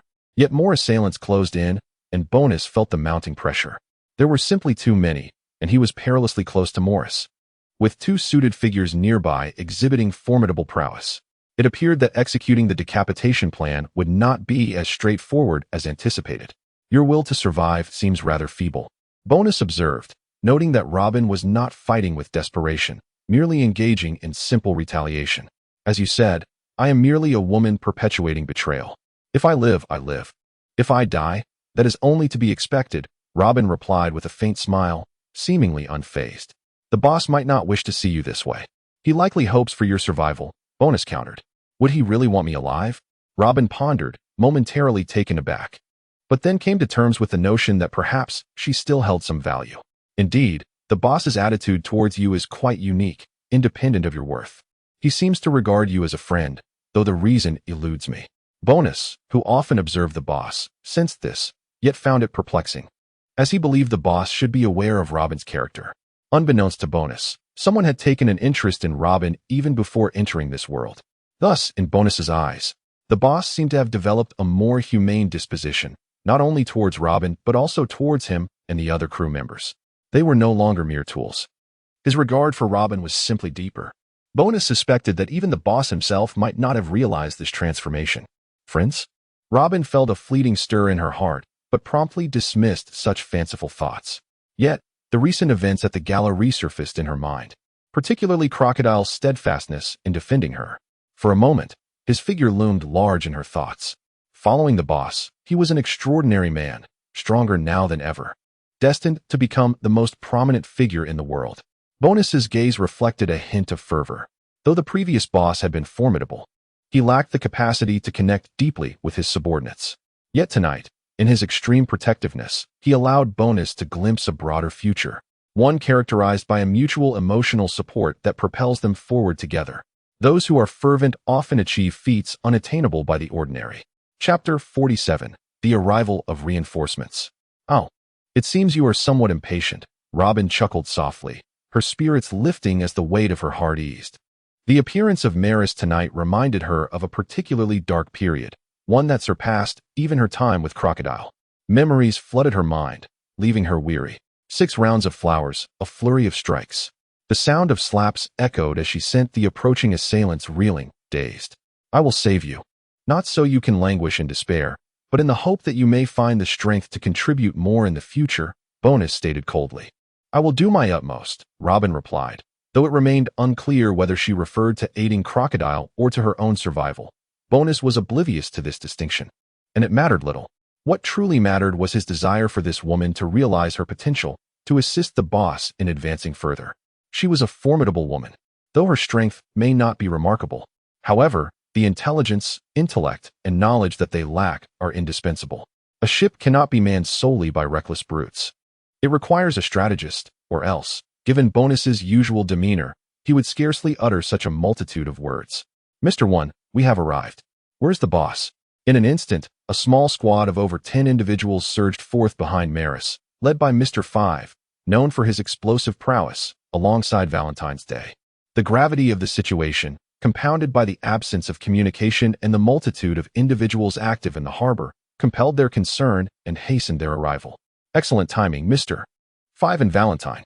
You too, engage those 2 suited men. Do not overextend yourselves, merely hold them at bay. I shall conclude this swiftly. Bonus's eyes gleamed with renewed vigor as he beheld the turning tide of battle, previously stifled by overwhelming firepower and a sea of adversaries. Bonus found himself at a strategic disadvantage. Yet now, the scales had shifted in his favor. One must never underestimate the potency of sustained firepower and the tactics of overwhelming numbers, unless one possesses a natural ability akin to a minion terminator. The strategy of swarming remains a formidable challenge for those endowed with superhuman abilities. While it is possible that Mr. 5 and Valentine may not best the 2 bodyguards, their mere distraction would prevent Bonus from being entirely subdued and overwhelmed. Though he is indeed a formidable Iron Man, constant bombardment would lead to his demise. And these foes are no trifling matter. Their strength is commendable, not the sort that can be easily vanquished in a single blow. Damn it, why are there still subordinates of the 7 warlords? Maris, on the verge of subduing the 2 foes, was suddenly confronted with an unforeseen complication, naturally affecting his morale. Despite their numerical advantage and formidable firepower, with the passage of time, the tide of victory appeared to be tilting in his favor. However, that certainty was now in question. Understood. In response to Bonus' command, reinforcements from Mr. 5 and others swiftly engaged in a chaotic melee, while Mr. 5 and Valentine focused their efforts on the 2 suited men. Continuous explosions. As Mr. 5 closed the distance, he unleashed a barrage of explosive punches, demonstrating that the suited adversary was indeed formidable. However, This does not imply the ability to withstand the explosive powers of the devil fruit. After several exchanges, the individual did not retreat, yet his palm was scorched and crimson. A wielder of the devil fruit, perhaps? The suited man's expression stiffened slightly. Encountering a devil fruit user necessitates vigilance, for even a lackluster strength can pose a significant threat. Moreover, this one appeared formidable, with a weight of 0 kilograms. Valentine ascended while holding an umbrella. Yet another devil fruit user. Maris's expression darkened, though he remained composed. The bodyguards at his side were no ordinary fighters. Their monthly hiring fees were exorbitant, sourced from the underworld, mercenary guilds, and honed in the crucible of warfare. At a weight of 10,000 kilograms, the guillotine descended. Valentine suddenly plummeted from the sky, aiming at another suited man. However, he raised his hand to block, and with a resounding thud, he successfully deflected her strike. This is bad. Was it ineffective? Panic washed over Valentine as the suited man seized her ankle, executing a powerful spin that sent her hurtling away, crashing violently against the wall. Humph, unaware of her impending doom. Upon witnessing this, Maris regained his confident composure, oblivious to the fact that Boynes had already drawn a knife. Meticulously searching for an opening, Boynes struck with blinding speed. In the fiery illumination of the night, a fleeting glimmer flickered. With a sharp hiss, Maris's expression froze. And soon a spherical object was launched high into the air, his eyes filled with bewilderment. What was happening? Was that his own body? Indeed. Such a strange perspective. Why was it like this? The boss is dead. One of the subordinates was momentarily stunned, incredulous. Wasn't he it said that the bodyguards were formidable? If the boss is dead, who will reward them? No, wait. If the boss is dead, what about the money on the ship? The two suited men were also taken aback, remaining alert to potential incoming attacks, having indeed witnessed that fleeting glimmer. However, the situation is escalating too rapidly. Although they possess formidable strength, their bounty is likely only around 60 to 70 million. Previously, Skoda's bounty exceeded 100 million, but with Bonus's current maneuver, it seems only Captain Skoda could possibly thwart it. With the boss now slain, what are they to do? Retreat. A man in a suit declared after a moment of hesitation. Continuing the fight would serve no purpose, and the true master behind Maris would not let them off easily. After all, they are mercenaries for hire, and the death of their master does not equate to their freedom. Should we pursue? MR5 inquired, seeking Bonus's counsel. There is no need. We must return to the boss as swiftly as possible to determine if there is anything we can do to assist.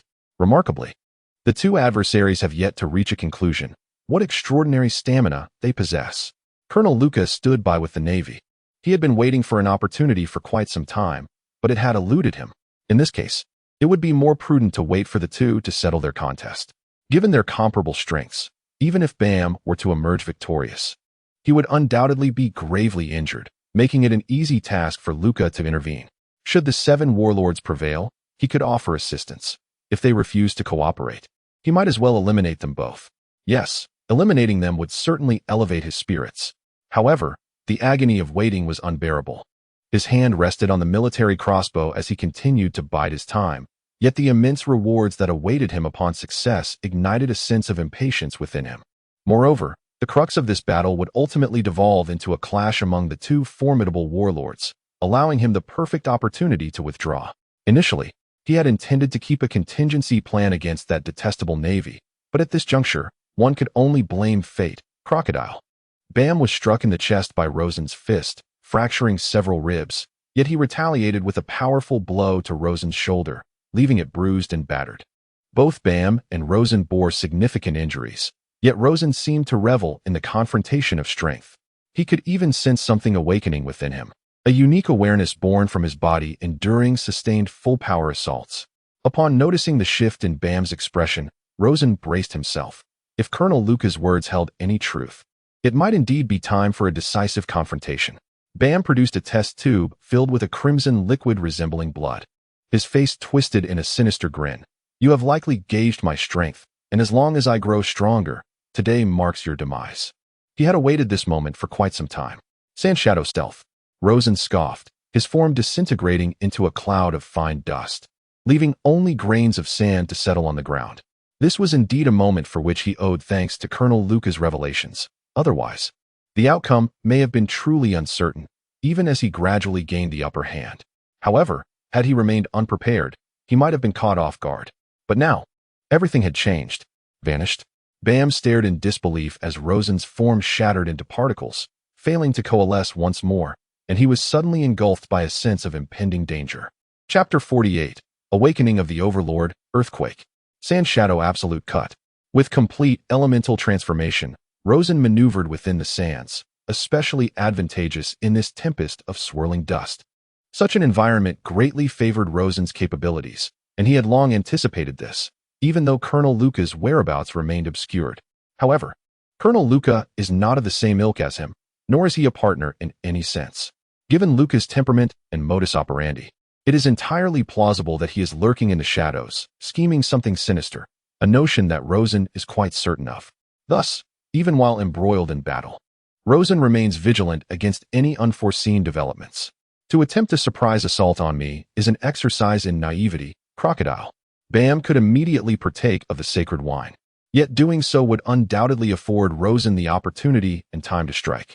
Therefore, he resolves to first repel Rosen before indulging. After all, with Rosen having suddenly vanished, he cannot afford to be careless. With a resounding thud, Bam unleashes a powerful punch, sending a figure, none other than Rosen, hurtling from the swirling sand. Rosen's expression remains inscrutable, though he assesses that Bam may possess a modicum of observation Haki, with his primary focus being on armament Haki. As Rosen is momentarily pushed back, a pre-prepared sand pellet, the size of a thumb, is shot forth at high velocity. At such close range, and given its diminutive size, it poses little threat to Bam. However, its target is not Bam himself. With a sharp crack, Bam is caught off guard. In his perception, it was not a lethal attack, but the subsequent sound of shattering glass jolts him back to reality, as he stares at the fragments of the sacred wine in his hand, momentarily stunned. Suddenly, he erupts in a furious roar, a surge of murderous intent radiating from him. This must be the intelligence leaked by Luca. Otherwise, how could he possibly grasp the significance of that substance? Were all of Rosen's previous maneuvers and subterfuge aimed solely at thwarting his ascent in strength? Damn the 7 warlords. As for Rosen, his demeanor remains impassive. Having recognized that the object enhances combat prowess, how could he be foolish enough to wait for Bam to consume it? Life and death struggles bear no resemblance to friendly sparring. There is no expectation of waiting for one to prepare fully before engaging. Such a notion is non-existent. If this stalemate continues, Bam realizes he may genuinely be in peril. Amidst his tumultuous emotions of rage and realization, he suddenly finds a semblance of calm. However, Rosen afforded Bam no opportunity for contemplation. In an instant, he propelled himself forward at an astonishing speed, enveloped by countless razor-sharp shards of sand, launching a swift and ferocious assault. In a moment of distraction, Bam found himself overwhelmed, as waves of sand blades struck him relentlessly. The swirling sandstorm disrupted his senses, while the violent tempest bore down upon him, inflicting grievous wounds and forcing him to retreat in rapid succession. The ground was pockmarked with craters, and the flames of nearby houses were extinguished one after another, transforming the area into a veritable inferno. Seizing the advantage, Rosen unleashed a torrent of attacks, leaving Bam struggling to defend himself. The space for survival and combat was gradually constricted by Rosen's relentless onslaught. Ignoring his own defenses, Rosen's ferocity intensified. In his quest to incapacitate Bam, he resorted to reckless maneuvers that risked his own well-being. Both combatants were splattered with blood as Rosen's dominance grew, instilling in Bam a deepening sense of dread. With each passing moment, the battle became increasingly perilous, and Bam felt the stirrings of retreat within him. His body battered and broken with numerous fractured bones. Though he managed to land a few strikes on Rosen, the earlier lapses in focus proved grave, and such errors could be fatal against an opponent of Rosen's caliber. Presently, he found himself ensnared in this dire predicament. Despite Rosen's apparent superiority and overwhelming advantage, he still lacked the decisive blow needed to seal the outcome. Resolute, he aimed to eliminate Bam once and for all to prevent future troubles. With a fierce determination, he summoned the earth itself. In an instant, the very sands of the land coalesced into his grasp. The scene resembled a black hole forming in his palm, voraciously absorbing the swirling tempest of sand and compressing it into a formidable mass. A sword of dense, terrifying sand materialized in Rosen's hand. Yet merely maintaining its form demanded considerable exertion from him. His visage contorted with strain, and even his typically restrained battle cries erupted like thunder, as he channeled all his focus and energy into this singular strike. The invocation of a name aids memory and serves as a focal point, swiftly sharpening one's concentration in a heightened state of excitement, just as one might snap back to awareness upon hearing their name while wandering aimlessly. Rosen required this very point to harness such an immense volume of sand into a weapon. The sheer scale of the task was overwhelming. Without this effort, he could not secure victory in such a favorable situation, as he needed a single decisive move to determine the outcome. His sword-bearing arm grew increasingly frail, and his strength was relentlessly siphoned by the weight of the blade. He could not afford to falter. Any pause would cause the nascent attack to collapse before it could fully form. Rosen had underestimated the demand of this maneuver, unaware that the energy required would be so great that it threatened to deplete him entirely. The principle behind the attack was straightforward: to compress and condense the sand continuously. Yet, the sheer quantity he was absorbing was overwhelming. With a primal roar, Rosen unleashed an immense pressure that surged forth, a tempestuous aura swirling in every direction, as if the skies themselves had momentarily been illuminated by a golden halo. This energy, latent within him, stemmed from the potential inherent in Crocodile himself. With his strength and fruit abilities, he had long been capable of mastering Haki. He merely lacked the right moment to awaken it. Now, under the unprecedented focus of Rosen, his latent potential surged forth. Haki swept through the surroundings, causing countless onlookers to collapse, their eyes rolling back as they lost consciousness, igniting a wave of panic. Why has everyone fallen? We must leave, quickly. Let us flee this cursed place. We shall never return. Those who had believed themselves strong enough to witness the conclusion were now fleeing in terror, realizing that even the finest wine must be enjoyed with the assurance of life. Yet they were so far apart. Why did someone suddenly lose consciousness? Was it an ambush or perhaps a poisoning? And what was the source of this ferocious aura, akin to the breath of a demon? Under its overwhelming presence, one felt as though suffocation was imminent. The conqueror's Haki. How could the lackeys of the world government possess such prowess? Morris paused with the wine jug in hand, his gaze sharpening from its previous haze, and he slowly rose to his feet. Impossible. How could you possibly have such qualifications? Bam exclaimed in shock, oblivious to the flames that had already begun to lick at his clothing. Yellow sand. Absolute annihilation. Yet Rosen remained unaware. All he knew was that this strike would determine the victor, and he would give it his all, even surpassing his limits. With unparalleled speed, he unleashed his defenses. Like a bolt of lightning, he approached Bam, sword in hand, and swung towards him amidst Bam's terror-stricken gaze. Close combat. Arrogance. Even without the holy wine. You are merely courting death. Fully armed, in ultimate collision mode. Bam could not evade this move. Rosen was too swift. At this moment, turning his back to Rosen would be even more perilous. Furthermore, his ferocity was ignited. With the full force of armament Haki unleashed, the abilities of the collision fruit activated. And in ultimate impact mode, even standing still, anything that touched him would be obliterated by the overwhelming waves of force. He acknowledged that Crocodile held a significant advantage over him in both strength and battlefield control. However, should he opt for a close-range strike, it would undoubtedly be a path to self-destruction. His physical strength could not possibly withstand the force of his own retaliatory impact in such a state. Moreover, he was confident that the inherent defensive black mist of his fruit, coupled with his Haki, would render Rosen incapable of breaching his entire defense. At most, he would suffer moderate injuries. Therefore, why should he flee? Such an act would be one of cowardice, although this explanation may seem lengthy in reality. The entire sequence from the moment Rosen gathered his longsword to the awakening of his Haki and the subsequent close-range strike transpired in mere moments. With a swift motion, he executed the yellow sand absolute silence slash. The blade of light sliced through Bam's body, and Rosen felt himself enveloped by an overwhelming shockwave that washed over him, the impact being far too potent in both defense and lethality. Fortunately, his sword penetrated as he evaded Bam's side and positioned himself behind him. His longsword could no longer be sustained and erupted with a resounding explosion, unleashing a torrent of condensed sand that filled the air with dancing yellow grains. Rosen could hear the sound of bones shattering in his chest from the shockwave, blood spilling from his mouth in quick succession, yet he smiled. Bam! Struggling to turn his head, realized that this accursed Shichibukai had breached both his Haki defense and the innate collision resistance of his fruit. However, Bam believes that the retaliatory force, given the physical strength previously displayed by Rosen, would undoubtedly result in the shattering of his internal organs, leading to mutual destruction. That doesn't seem too bad, does it? However, a single remark from Rosen haunted him. I apologize, but my body's defenses are doubled as previously demonstrated. I am unaware of what illusion led you to believe that close combat guarantees victory, but since you hold that conviction, I shall indulge you in a performance. I cannot perish. Bam's eyes widened in shock. Yet barely had Rosen's words faded when countless blades of sand erupted from the very depths of his body at the sight of the strike. Blood sprayed forth.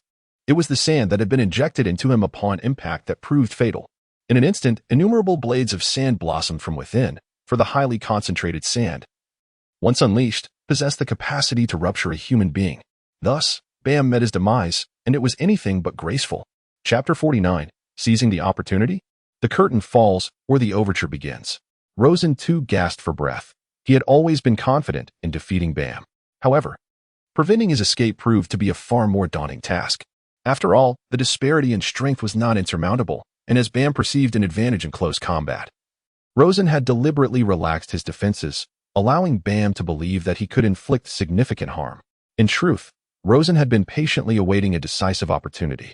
For Bam's defensive prowess was indeed formidable. Ordinary sandstorms or sandstorm punches inflicted minimal damage upon Bam, who was fortified by both armament Haki and the powers of the impact fruit.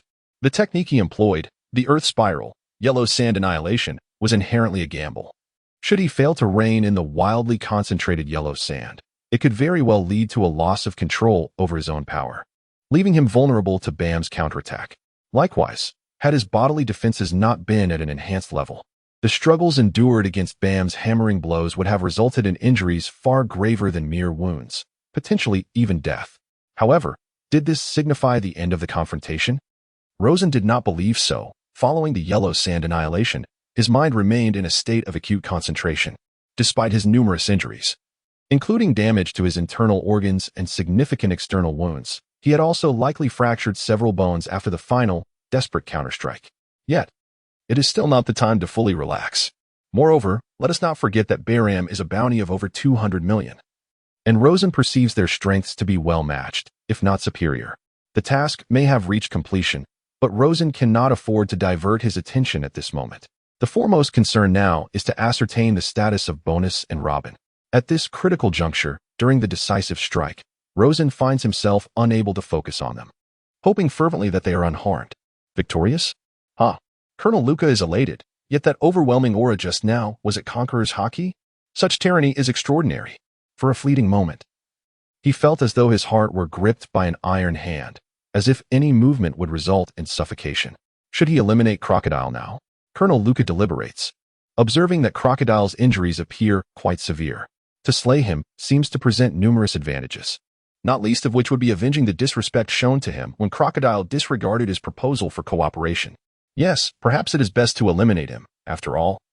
This warlord of the sea is indeed quite perilous. Moreover, should he succeed in killing a warlord, he could potentially craft a narrative of heroism as the savior of the wine city, if managed astutely. Indeed, those who defy him must be dealt with decisively for his own peace of mind. With these thoughts swirling in his mind, Colonel Luca slowly readies his military crossbow. As Colonel Luca was poised to take action, having already commanded his navy to converge and encircle, a figure abruptly emerged, a pirate with a bounty of 130 million berries, Brido. He had discerned the extent of Rosen's injuries and exhaustion, yet he did not approach too closely. Instead, he called out from a distance, "Hey, warlord, a navy officer intends to kill you. How about you hand over the devil fruit to me? If you do, I shall refrain from intervening in your affairs." Luca's expression darkened instantly. Where did this person spring from? This interruption led him back into a stalemate. He had initially contemplated a stealthy assassination, but now, if he pressed forward and failed to eliminate Rosen, what then? Sometimes, overthinking can be detrimental, as Luca found himself hesitating at this moment. Upon hearing Brido's words, Rosen glanced towards him, maintaining a cautious distance. Was he truly perceived as so weak that someone would dare to seize the opportunity? It was indeed a curious thought. Had he not appeared so feeble, Brido would never have mustered the audacity to challenge such a formidable warlord. Yet, weakness changes the dynamics entirely. If you desire it, come and take it. Rosen's calm and measured voice resonated. He glanced at his left hand, now devoid of its golden hook, momentarily feeling a sense of unfamiliarity. He had no wish to expend energy maintaining his sandarm. He required time to recuperate for the impending troubles. Ah, has someone made their entrance? Morris stepped forth from the shadows, positioning himself beside Colonel Luca, momentarily taken aback. Morris! Colonel Luca exclaimed, startled by Morris's sudden proximity. Navy officer, may I inquire about your commander? Where has that Major Harry gone? In such a significant matter, not a trace of him can be found. Morris fixed his gaze upon Colonel Luca. Luca felt as though he were being scrutinized not by a mere man, but by a menacing specter. The oppressive aura sending chills through his limbs. I do not know, he replied, unwilling to divulge any information regarding Major Harry's ambush, especially since he bore no obligation to inform Morris. Is that so? What a pity, Morris said as he sat upon the ground, resuming his drink. His intentions shrouded in mystery. The average Navy soldiers dared not approach him. Only Colonel Lowley remained unfazed, continuing to stand nearby. Damn it, Colonel Luca cursed inwardly. It seemed that a stealthy attack on Crocodile was no longer feasible, with 2 witnesses in attendance, and even those witnesses might not remain. Surely you do not intend to seize the Bordeaux winery, Colonel? Morris suddenly grinned at Luca. Abandoned property naturally falls to us, the Navy. Luca made no attempt to conceal his intentions. Indeed, that seems quite reasonable. Enough chatter. Hand over the devil fruit. Or do not blame me for being ungracious, Brito threatened, believing that under such circumstances it would be effortless to acquire the devil fruit. Had he not feared that Crocodile might still possess the capacity to fight, he would have acted sooner. However, he could not afford to delay too long. The surrounding Navy would soon form an encirclement, and he needed to escape promptly to avoid complications. Lacking even the courage to act, what business do you have as a pirate? The devil fruit is with me. If you possess the skill, come and take it. Rosen relished the delay, for his stamina was dwindling, and every second would hasten his recovery. As he spoke, Rosen provocatively retrieved a cigar, igniting it and inhaling deeply before exhaling a cloud of smoke towards Brito, an act of silent disdain and mockery.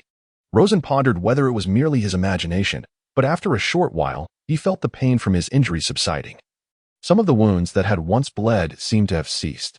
Brito's expression darkened, and with clenched teeth, he deduced that Rosen likely had little combat capability remaining. Otherwise, he would not be able to stand still after such provocation, even if he had returned the disdain in kind. However, the consumption must be considerable, and the injury should be severe. Therefore, do not blame me for taking your head along with the rest. Die. The price of my arrival cannot be settled with merely a single devil fruit. Ha ha ha. What of the 7 warlords? What of the monsters? Brindo brandished his colossal sword, charging towards Rosen like a whirlwind. Sandstorm funeral. Rosen's right arm transformed into sand, cascading to the ground, voraciously absorbing the earth's grains. He then unleashed a punch, a torrent of sand surging forth to confront Brindo, though it did not draw from the tempest of sandstorms. However, Rosen believed that he was sufficiently equipped to deal with the current situation, and indeed, he had yet to regain his peak form. Impossible. A misjudgment. Lito's expression shifted in surprise as he instinctively sought to retreat. He was not the type of brash individual endowed with extraordinary strength. He preferred to capitalize on opportunities from the shadows, a method that was both safe and required minimal effort. With a resounding impact, Lito was sent flying by a single punch, soaring far away until he vanished into a mere speck. Rosen stifled the internal injuries incurred from the blow. Yet he knew he could not reveal any sign of weakness. Otherwise, Colonel Luca's attitude would become inscrutable, and to his dismay, Morris was also present. A frown creased Rosen's brow as he harbored a vague sense of foreboding. If there were any unforeseen elements, they would likely surface now. For this was an opportune moment for anyone seeking to gain. Boss. Just then, Bonus, Robin, and others rushed over from a distance. Though their numbers were limited, they could handle an ordinary conflict if it erupted. Do you have a din-din mushy?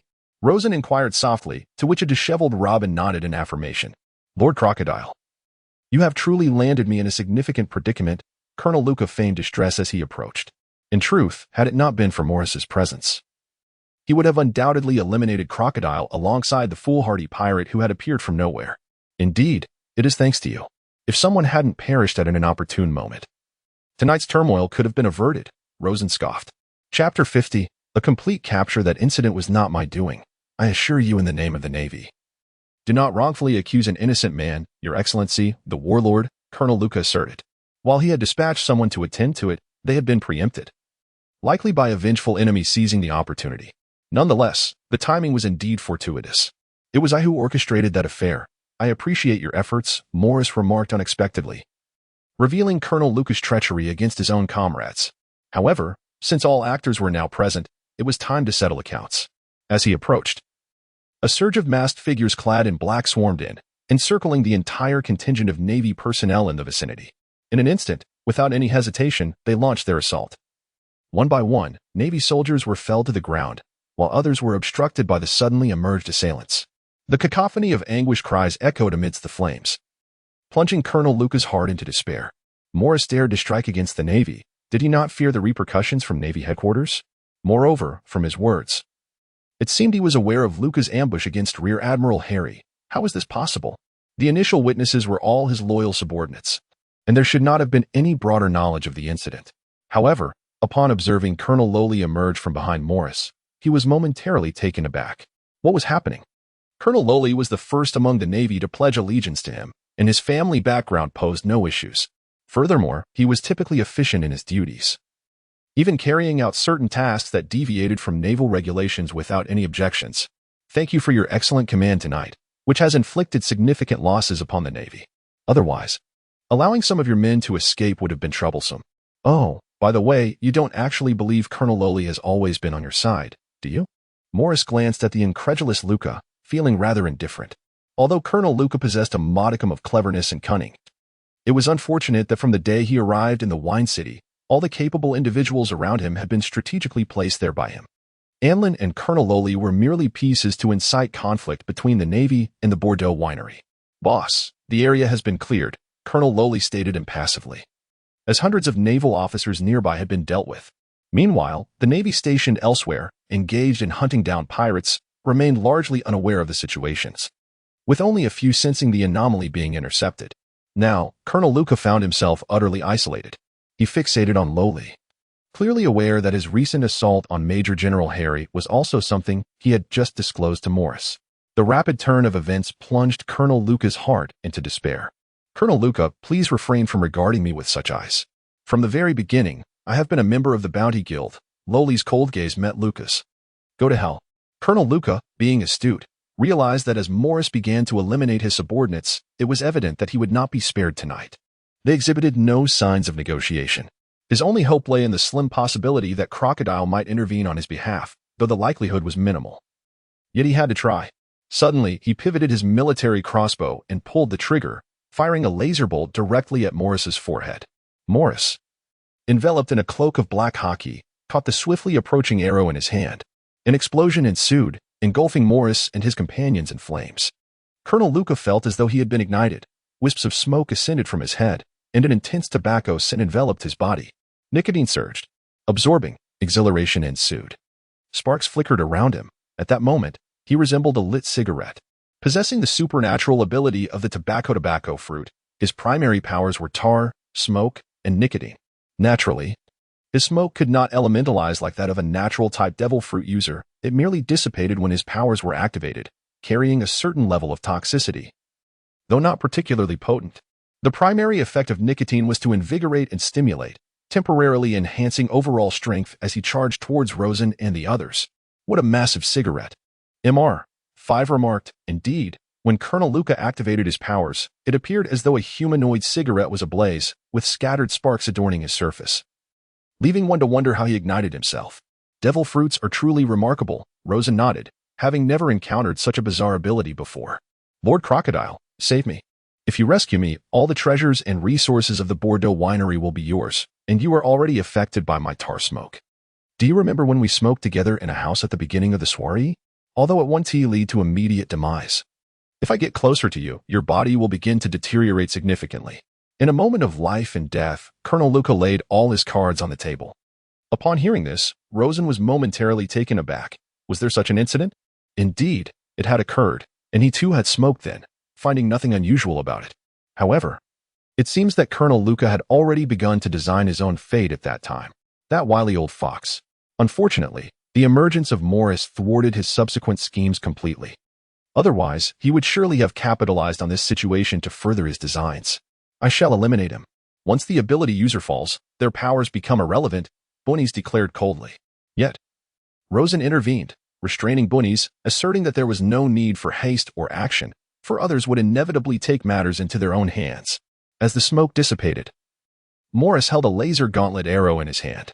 Colonel Luca was all too aware that such an item was nearly single-use against formidable opponents, and he had heard whispers of Morris's strength, which might surpass even Bam's. Thus, he clearly sought Rosen's assistance, leveraging both incentives and threats. Regrettably, Rosen had no intention of intervening, as he harbored other plans. He had no desire to rescue Colonel Luca, should this naval officer possess any greater strength. The night's events could devolve into an unpredictable scenario, and Rosen found it difficult to ascertain whether the so-called tar smoke was, in fact, a scheme against himself. However, it is unlikely to have a significant effect. Otherwise, he would have long since used this method of coercion on himself. If it were truly beneficial, he would surely feel the changes within him. The fact that only a feeble effect necessitates the current display of false strength to intimidate himself became clear to Rosen after a moment's thought. With a flick of his wrist, Morris astonishingly propelled an object without the aid of a military crossbow, achieving a speed surpassing that of the weapon. Colonel Luca, sensing the imminent approach of death, bellowed at Rosen, "Crocodile, save me. Name your price." As he spoke, he drew forth a vial of holy liquor, ready to consume it. Having just unleashed a laser arrow and now sprinting at full speed, this was his only opportunity to retrieve this life-saving elixir, though the effects would require time to manifest. "I shall come to your aid," Rosen shouted, yet remained stationary. Both Bonus and MR5 gazed at their boss in bewilderment, while Robin pondered the situation, beginning to grasp the circumstances, surprised by the depth of her boss's insight. Initially, Colonel Luca believed Rosen intended to rescue him, but as he noted the lack of action, he fell into a stupor. Moments later, his laser arrow pierced his body, triggering an explosive detonation that obliterated him instantly. In an instant, there was nothing left. As the arrow's enhanced velocity unleashed its maximum explosive potential, a force Luca could not withstand. One might assert that Morris was simply too formidable. "Morris, you have slain Colonel Luca. Was everything that transpired tonight orchestrated by you?" Rosen inquired, his expression darkening. "You are indeed a clever man, Crocodile. Were it not for your need to take responsibility for tonight's events, I might have offered you a position alongside us, perhaps even as my second-in-command. Instead, how about this? Once you are stripped of your warlord title, seek an opportunity to rejoin our bounty guild." Morris gestured, and the masked figures promptly withdrew. Their primary objective was to encircle the Navy, while Morris had his own plans for Crocodile. Rosen regarded Morris silently, lighting a cigar and furrowing his brow. After a moment, he spoke slowly. "What leads you to believe I will be deprived of my warlord title due to this incident? My grievances with BAM do not implicate the Navy." Chapter 51. General and Counter-General. The matter is quite straightforward. Warlord Crocodile clashed with BAM in the city of Wine, and Colonel Luca, dispatched to mediate by Major General Harry, succumbed to the warlord's might and perished. If such intelligence were to be conveyed, do you truly believe the Navy headquarters would allow you to retain your status as a warlord? Morris refrained from acting. He had no reason to kill Crocodile, and he was grateful instead. With the Navy's demise, witnesses could only attest to the conflict between him and BAM. Coupled with your position as a high-ranking informant within the Navy, albeit with some gaps, reporting to the Navy headquarters or the world government would indeed yield the results you desire. Rosen contemplated Morris's assertion regarding the revocation of his warlord title, realizing it could indeed be accomplished with relative ease. "Very well, you may depart now. The events here can withstand investigation, even should you attempt to exonerate yourself. It would prove exceedingly difficult, given that this chaos has been witnessed by countless eyes. However, my offer remains open, should the Navy's pursuit prove bothersome. You are welcome to join me as my second-in-command. Our bounty guild possesses considerable expertise in matters of concealment." Upon concluding his remarks, Morris's thirst for alcohol surged, and he began to drink heartily once more. "Why do you act in this manner? Is it merely to eliminate rivals? If it concerns BAM, I could understand. But to spare not even the Navy seems inconsistent with your identity as a bounty hunter," Rosen pondered, perplexed. "I desire only a singular voice to resonate throughout the city of Wine. The Navy is an obstacle, and eliminating them is merely a fortuitous endeavor. Originally, my plans were far more complex, yet thanks to your timely arrival in the city of Wine, I owe you my gratitude. A warlord can be both a harbinger of disaster and a harbinger of fortune. Clearly, you are my fortune." Morris raised his jug in a distant toast to Rosen. Even with Harry and Luca dead, do you believe the Navy headquarters will not dispatch personnel? The Navy headquarters will conduct a brief investigation. Now that 2 uncontrollable generals have perished, the subsequent appointments will naturally favor our own, correct, Colonel Lowley? After all, considerable resources have been invested. And it appears that Crocodile has developed a certain interest in our bounty guild, Morris remarked with a knowing glance at Crocodile, having initially held him in high regard. However, an individual endowed with the Conqueror's Haki would not willingly submit to the whims of others. Yet, should he truly find himself pursued by the Navy, his perspective might indeed shift. The potential inclusion of Crocodile would undoubtedly bolster his bounty association, accelerating its growth. This was precisely why he sought to resolve matters concerning Crocodile. I am merely curious. After all, you have played a trick on me, and the outcome has proven less than favorable, Rosen remarked with a faint smile. Indeed. From the impression he garnered, Morris appeared exceptionally formidable. Before sustaining injuries, he doubted he could have bested him, and the repercussions could have been even more dire. Haha. Are you suggesting a confrontation? That would be an ill-advised choice. In your current wounded state, you are far from my equal. Conserve your strength to deal with the Navy. Morris chuckled. Rosen refrained from countering. It was evident to all present, and was there truly a necessity to engage in battle? No, it was unnecessary. For he would ultimately be the one to emerge victorious. Thank you for your candor, Lord Morris, Rosen said with a subtle smile. For he was not idly conversing with Morris without purpose. What do you mean by that? Morris noticed an unusual expression on Rosen's face. Ordinarily, one about to be stripped of their warlord title would hardly maintain such composure, especially when facing the prospect of relentless pursuit. Moreover, he discerned no significant fury in Rosen's gaze. His demeanor did not align with that of someone in a dire predicament. Why was he so unflustered? What had he overlooked? Morris was astute and meticulous, having strategically placed numerous moles within the Navy, driven by ambition and aspirations. Such individuals often approach problems with a clear and rational mindset. Thus, he concluded that the best course of action for Crocodile was to vacate the tavern without delay. Otherwise, once his subordinates reported to Navy headquarters, the forces dispatched to apprehend Crocodile would be formidable. Reflecting on past occurrences, scarcely anyone who had been stripped of their warlord title had fared well thereafter. Moonlight Moria was deemed too weak by the world government, abandoned during the Marineford War, and nearly lost his life following the revocation of his warlord status. Crocodile had been defeated by the Straw Hats, subsequently losing his title and being imprisoned and impelled down. Jinbei was imprisoned for declining to heed a summons to battle Whitebeard, sent to the 6th level of impelled down. Even Blackbeard, after discarding his warlord title and acquiring the Tremor fruit, was pursued by Akainu. This illustrates that the revocation of the warlord title invariably results in dire consequences for the individual. For those who have yet to attain such status, rejecting it is inconsequential. But for those who have become part of that system, a removal signifies tumultuous upheaval. Such upheaval is not something even Crocodile could dismiss lightly. Why was he so composed? Indeed, Morris had spoken at length as if trying to extract information from him. But what significance did that hold? Even if he divulged everything, the Navy would never place their trust in him unless other high-ranking officers were present. Is Major Harry not dead? Morris furrowed his brow. I have a rather personal inquiry for you.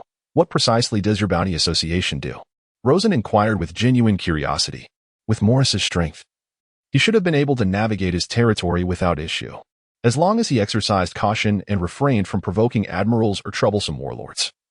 He could lead a life of ease along the Grand Line. Trying to extract information from me? No, Major Harry is not present.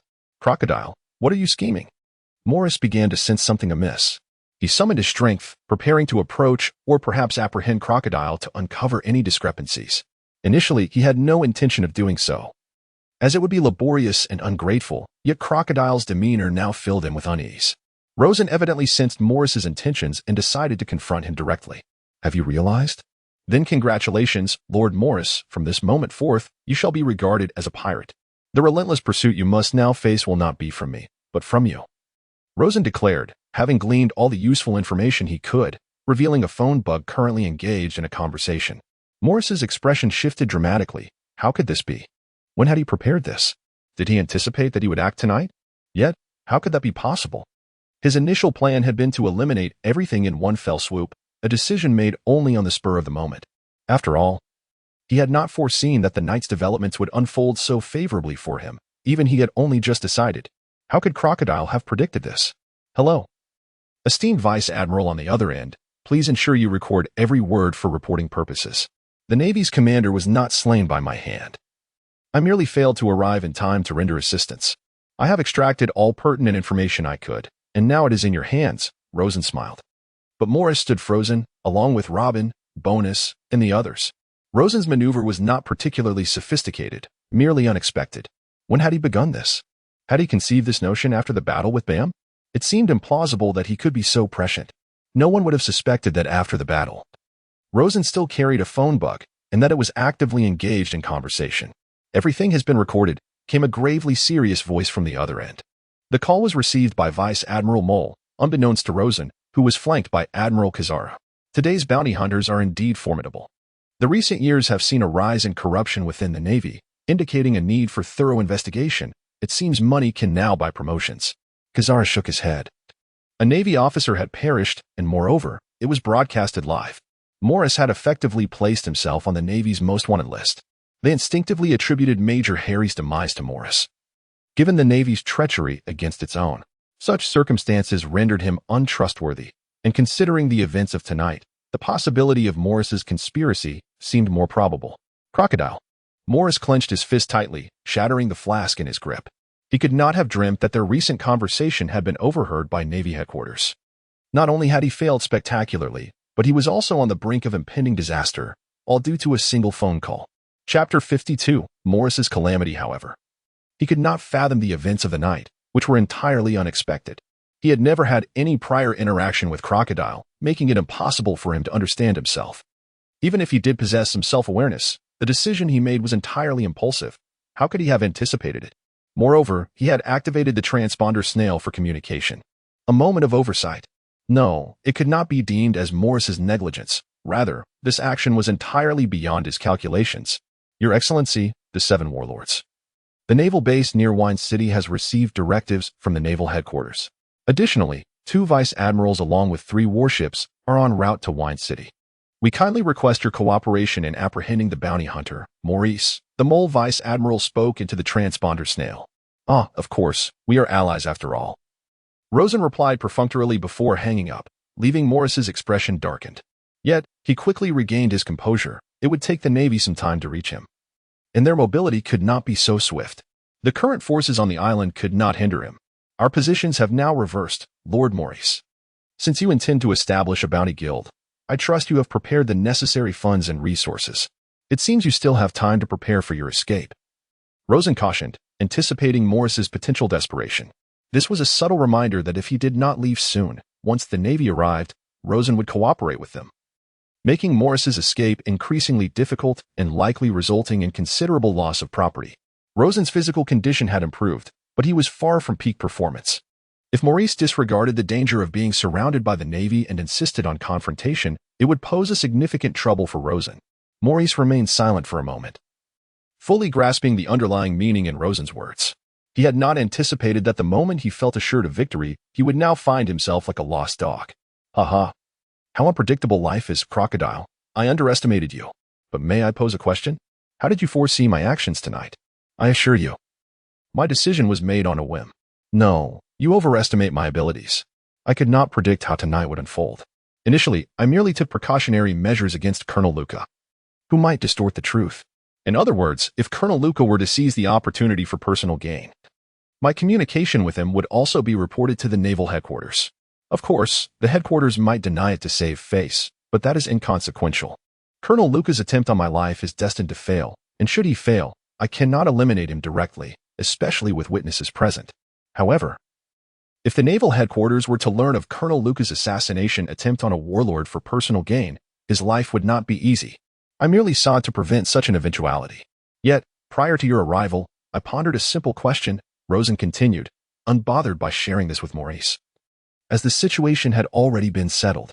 On the contrary, there was no direct conflict between them. It was merely his unfortunate luck that had presented Maurice with an opportunity. Maurice had merely capitalized on the situation. If successful, they would inevitably become mortal enemies. Yet now it was clear that Maurice was the one who had been most severely ensnared. Moreover, Maurice was no ordinary individual. He possessed significant capabilities. Unlike Colonel Luca's cunning and cleverness, his vision was broader and he demonstrated greater patience. Judging by the operatives he had placed beside the Navy and BAM, namely Loli and Anlin, along with his formidable masked subordinates, it was evident that he was scheming for something grander. Perhaps the conquest of Wine City was merely his initial step. What question did you ponder? Maurice inquired with curiosity, his mindset gradually calming after the initial upheaval. In his plans, the guild was expected to undergo a rapid expansion before opposing the Navy. He did not anticipate such an early confrontation, yet it was an unalterable reality. If chaos erupted at Bordeaux Winery tonight, with the Navy intervening and merchants suffering losses while pirates seized the opportunity to plunder, who would emerge as the greatest victor? Whether by coincidence or conspiracy, the ultimate victor could not remain nameless and inactive. Thus, I contemplated that perhaps the greatest beneficiary would be the Mike Duo Winery, wouldn't it? Rosen mused, observing Maurice. His strength had nearly returned, and although a broken bone needed tending, it did not hinder his ability to act. Uncertain if Maurice would retaliate, he decided to reveal the information he possessed, hoping to regain a bit more strength in the process. Maurice suddenly comprehended, sometimes, being overly self-reliant was not advantageous. I retract my previous statement. You are not my lucky star, but rather my harbinger of doom. Until we meet again, I hope you still draw breath. Thus, it seemed that Crocodile's primary precaution was against Colonel Luca, while his secondary concern was the greatest victor, which incidentally was Maurice. Always welcome, Rosen replied indifferently. Instructing preparations for departure. All treasures and resources were to be simplified. It was not yet time to confront the naval headquarters head-on. Maurice turned to leave. With many tasks still ahead of him, he could not allow Crocodile to escape unscathed for thrusting him into the world of piracy. However, it is evident that Crocodile, even when injured, is not a foe that can be easily subdued. Engaging him in battle would undoubtedly squander the precious moments needed for retreat. After years of careful management, it is disheartening to witness such a swift downfall. By the way, if the Navy becomes a relentless pursuer, or if I were to sever ties with the 7 warlords one day, would you consider lending me your strength? Rosen remarked to Morris, echoing a sentiment once expressed by Morris himself. While it carried a teasing undertone, the thought was not entirely absent. A strong individual is a valuable asset. Talent is indeed sought after. Morris halted, momentarily taken aback. Crocodile intended to recruit him as a subordinate. Where did he find such confidence? Even at his peak, Rosen might not have been able to best him. The audacity of the 7 warlords is remarkable. They cannot shield me from the mistakes I commit today, and once you sever ties with the 7 warlords, your demise may not be far off. Perhaps you will meet your end before I do, ha ha ha. Crocodile is indeed an amusing fellow. Let us hope you do not perish by my hand next time we meet. It was merely a jest. Who would take it to heart? Moreover, if Morris were to genuinely agree, he would find it impossible to safeguard him now. The title of 7 warlord is insufficient protection for Morris, who has committed the grave act of slaying a Navy admiral. At least in this matter, it cannot suffice. Morris chose not to respond. Time was of the essence.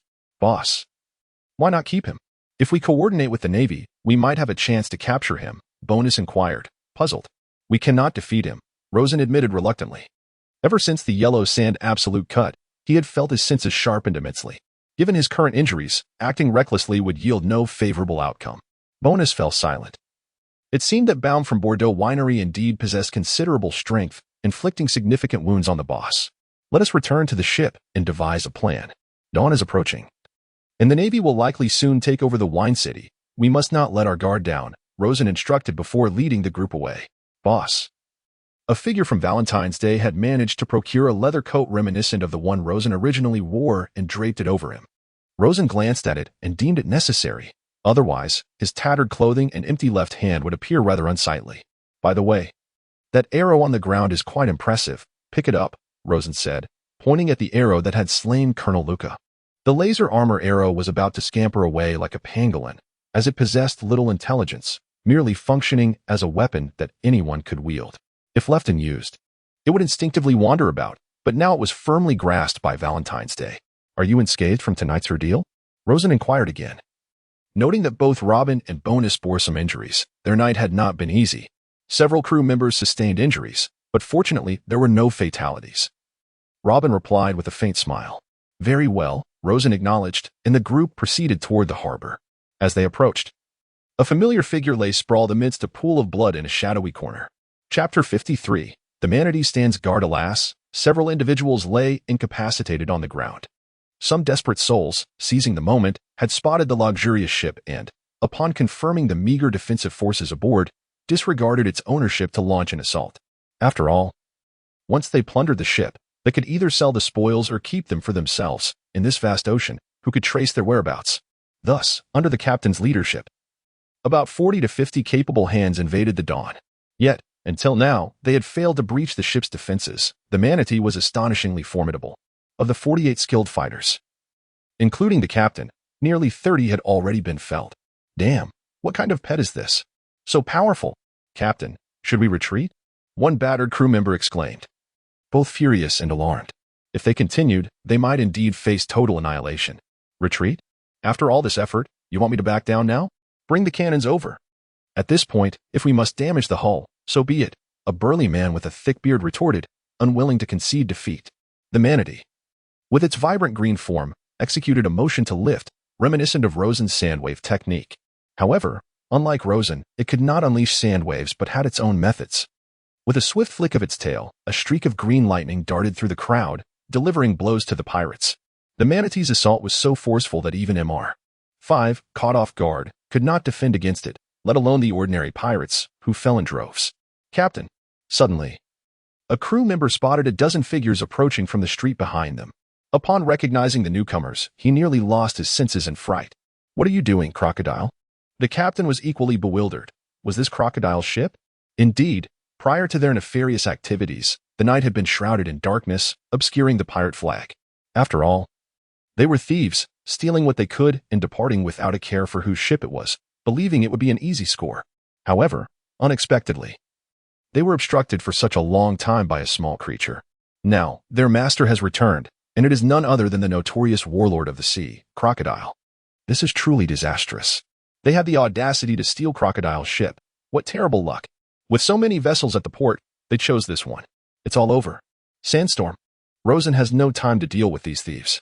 A swirling sandstorm swept through, clearing the area, including those who had previously been taken down, as if they were mere debris. Excellent work. Rosen commended the Sea Cow for its efforts. While there were still crew members aboard, only a few remained. Their primary concern was guarding against pirate ambushes from the sea, and indeed, a few individuals had circled the surface, preparing to board. Fortunately, they held a strategic vantage point and successfully defended it. Hey, the little Sea Cow once again performed a respectful bow, raising its plump little paw in a gesture reminiscent of Sandstorm's initiation. Not strong enough, though. The master was simply too formidable, sending them skyward with a single strike. In the little creature's eyes, there was nothing but adoration. Robin approached and scooped up the tiny being, cradling it in her arms. Regrettably, the little Sea Cow's gaze remained fixated on Rosen. Boss.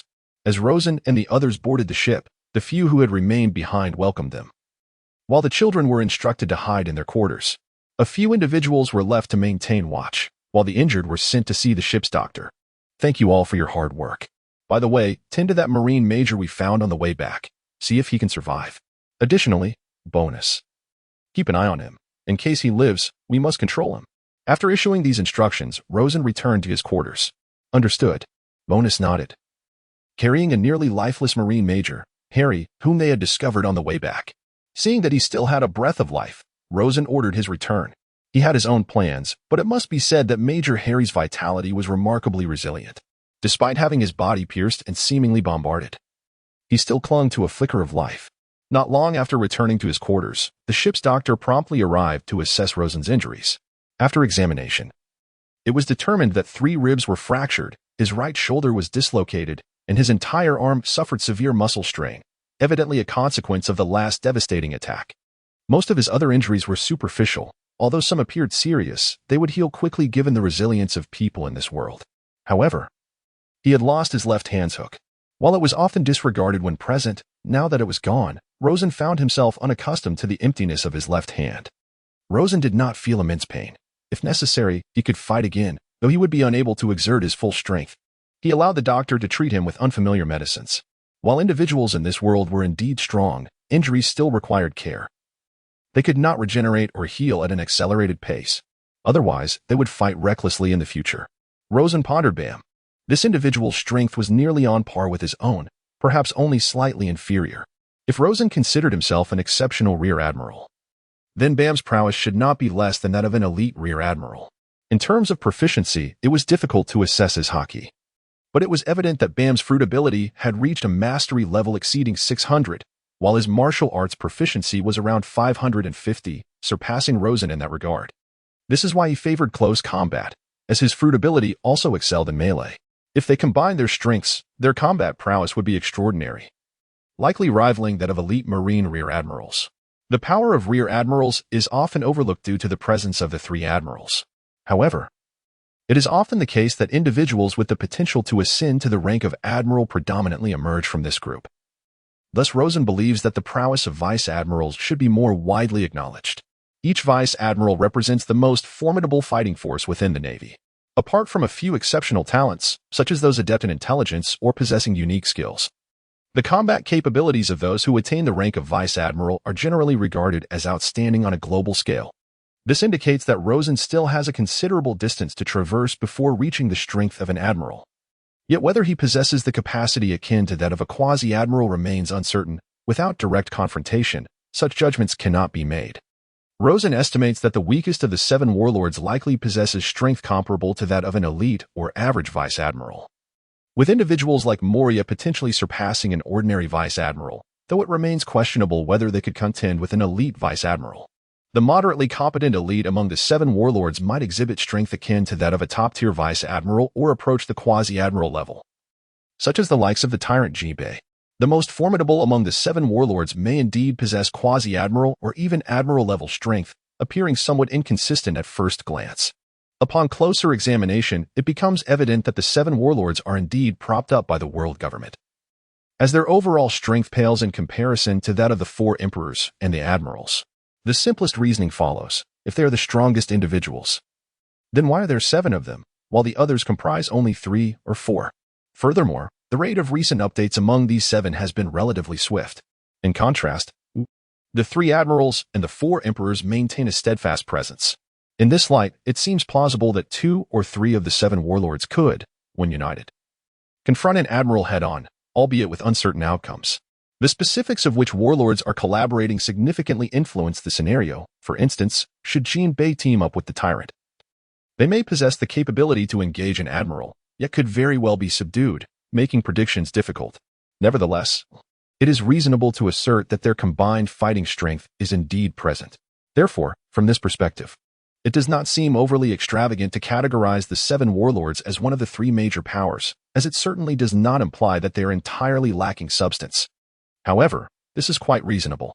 If each of the 7 warlords possessed combat abilities akin to those of a vice admiral or admiral, then the Navy headquarters would be inferior to the 7 warlords, making it impossible to maintain control or summon them effectively. It is important to note that while the system was introduced by the world government, the Navy headquarters predominantly handles its operations. Therefore, it is evident that the Navy must possess a considerable strength advantage over the 7 warlords to wield authority. With just 3 admirals, the Navy headquarters can match, or even surpass, the power of the 7 warlords. Furthermore, the remaining forces of the Navy can be said to outweigh those of the 7 warlords combined, solidifying the Navy headquarters' position as the official authority on the seas. However, the power of the 4 emperors is exceedingly formidable, likely far surpassing that of the 7 warlords. Fortunately, the unification of the 4 emperors is highly improbable. In most scenarios, one only needs to contend with a single faction. The mere alliance of Big Mom and Kaido has already sent shockwaves throughout the world. The 7 warlords are exalted as a significant force primarily due to the circumstances of the Great Pirate Era. The world government requires this system to remind certain powerful individuals that aligning with them offers hope, even if one is a pirate. As long as one possesses strength or can eliminate other warlords, the position is attainable. This arrangement primarily serves to deplete the pirates amongst themselves, alleviating the burden on the world government and the Navy headquarters. Currently, it appears that Dracul Mihawk is the most formidable among the 7 warlords, being the sole one to exhibit power comparable to that of an admiral. He also stands as one of the few with a world-class title, the world's strongest swordsman. While another is celebrated as the world's most beautiful woman, one excels in prowess, while the other thrives in allure. The contrast in strength is self-evident. However, in actual combat, numerous factors can influence the outcome, and examples of the weak triumphing over the strong or peculiar abilities overcoming might are abundant. Some assert that even the weakest of the 7 warlords cannot possibly possess only the strength of an average vice admiral. It is crucial to understand that the 7 warlords lack a true superior who can fully control them, meaning that as long as one demonstrates a certain level of strength, they may qualify to be a warlord, as the world government grants this status. After all, should one perish, a replacement is always available, so occasionally, a moderately powerful warlord may be fortunate enough to avoid confronting a truly formidable opponent. Boss, did you sustain those injuries today? The ship's doctor inquired curiously after examining the wounds during treatment. Indeed. What's the matter? Rosen replied candidly. I see. That seems rather strange. Many of these injuries appear to be healing already. Typically, one would not recover so swiftly after a recent injury, the doctor remarked, pointing to the wounds on Rosen's arm. Rosen glanced at the gash torn by the force of a punch during battle, astonished to find it had already stopped bleeding and scabbed over. In fact, within a few days, the scar might vanish altogether. Suddenly, he recalled defeating Bam and surmised he had completed the task for Active X2, though the situation had been chaotic, leaving him no time to assess his own data at the moment. Now, recollecting this, he focused his mind to examine his status. Chapter 54, New Attributes and the Arrival of the Vice Admiral Human Enhancement Attributes. Name, Shichibukai Crocodile, Rosen. Ability, San Fruit User, Unawakened. Intermediate, Proficiency, 710-1000. Martial Arts, Intermediate, Proficiency, for 80-1000. Haki, Conqueror's Haki Awakened, Proficiency, 2100. Armament Haki, Proficiency, 10100. Observation Haki, Proficiency, 10100. Swordsmanship, Beginner, Proficiency, 14300. Enhancement Instances, 3 effects, Defense X2, Speed X2, Activity X2, Experience Pack X1. Next enhancement conditions, defeat a foe with a bounty exceeding 400 million berries. Strength X2, Random Reset Task, defeat a foe with a bounty exceeding 200 million berries. Defense X2, Devil Fruit Capacity Additional X1 Task, current progress 15. Pig Fruit. Recommendation, after completion, a minimum of X8 body defense is required for safe activation. Transfer is optional. This transformation is significant, first and foremost. Rosen feels that the boost from Active X2 offers little enhancement to his overall power. The proficiency of his fruit only increased from 674 to 710. Martial arts from 443 to 480, and there is no need to mention swordsmanship, as Rosen has never prioritized this skill. However, this time the proficiency in fruit cultivation remarkably increased by 36 points. Although it may not compare to previous achievements, it is still commendable. This suggests that the enhancement is not solely due to the effects of activation. It is likely significantly related to one's ability to transcend personal limitations through the ultimate technique of absolute severance. Additionally, the martial arts skill improved by 37 points. Yet, Rosen did not perceive any substantial changes in his physical condition, possibly indicating that the increase in proficiency was not sufficient. However, a portion of this must stem from the fierce battle, a struggle for survival, which undeniably propels one's growth at an astonishing pace, far surpassing the mere act of training. Reflect on the countless days of training that yielded only a slight increase in proficiency. However, what captivated Rosen the most were the subsequent changes in data and attributes, particularly the presence of Haki, specifically the Conqueror's Haki. At first glance, Rosen thought he had misread. When had he awakened such a power? He had no recollection of it. He was entirely focused on mastering the Yellow Sand Absolute Slash and was unaware that his spiritual energy had touched upon such a pivotal opportunity. Haki, and more specifically, Conqueror's Haki was likely a latent potential within the Old Sand's body. Clenching his fist in surprise, he felt a mixture of astonishment and inevitability. While Conqueror's Haki is indeed innate, it is possessed by a considerable number of individuals, including the likes of Green Pepper, Mingu, Katakuri, and Ace. Given the Old Sand's potential, it was not beyond the realm of possibility that Rosen could awaken the Conqueror's Haki. A person audacious enough to challenge Whitebeard once more undoubtedly possesses extraordinary resolve. Perhaps he had been defeated previously, leading to a devastating blow to his faith and confidence, which in turn delayed the awakening of his Haki. Of course, this was merely Rosen's conjecture. However, he may not have realized that his own will and the limits of his spiritual energy were the primary factors in the awakening of Haki. The prospect of Haki thrilled Rosen. Once awakened, through the recollections of the storyline, he could gradually discern a path to strengthen himself significantly, though it would require training and application. Ultimately, there was a brand new mission, to defeat a formidable adversary with a bounty of 400 million berries. At present, This appeared quite daunting.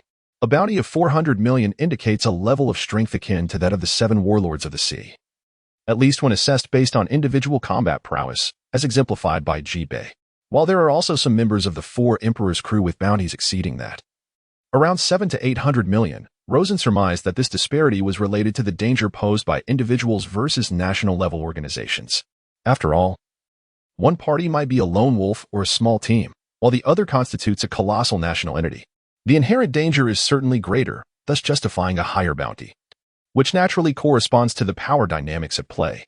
Furthermore, Rosen believed that 1 billion should represent a significant threshold. Yet he still had some distance to cover before reaching that level. Moreover, in this vast sea, randomly encountering an adversary with a 400 million bounty would likely not be an easy feat. It seemed that this mission would not be easily accomplished, but should he succeed, the prospect of doubling his power was an exceedingly enticing prospect. However, what currently occupied Rosen's thoughts was a random task that could potentially allow for the accumulation of previously completed missions and their enhancement effects. It appeared that the conditions for achievement were not particularly challenging. Such easily conquerable tasks, coupled with generous rewards, became Rosen's primary objective. Yet, what precisely was this vitality? With a doubling of power, it seemed there was not a significant change in strength. Could this vitality refer to regenerative cells, perhaps even recovery? The more he pondered, the more convinced he became. Judging by the ship's doctor's tone, it was evident that his recovery speed was significantly faster than that of an ordinary person. However, one cannot help but wonder if one possesses a resilience akin to that of Luffy, where even grievous injuries can be mended with merely a day or 2 of rest. Should such robust vitality truly exist, it might prove more significant than speed or defense, as it represents an elevation of one's very essence. Furthermore, there is an additional task concerning the capacity for devil fruits, which indeed presents a formidable challenge. By the way, is there any chance of saving that Major? Rosen inquired. The crew is notably lacking in close combat capabilities, including himself. If Major Harry were to regain consciousness, it would be imperative to extract some knowledge from him, perhaps regarding the 6 styles. Otherwise, Rosen would have long since relinquished any concern. Saving a life in exchange for valuable insights hardly seems excessive. Prior to my arrival, I performed some emergency procedures, yet we remain in a precarious situation. His fate lies in his own hands, though it appears exceedingly difficult to bring him back. The ship's doctor remarked, tending to Rosen's wounds with ointment and bandages. Alas, if he cannot be saved, there is little we can do. Let everyone rest well. And you should take your leave as well, Rosen stated, although he felt a surge of excitement at the changes within him. It was essential to allow his body a period of recuperation. Understood, boss.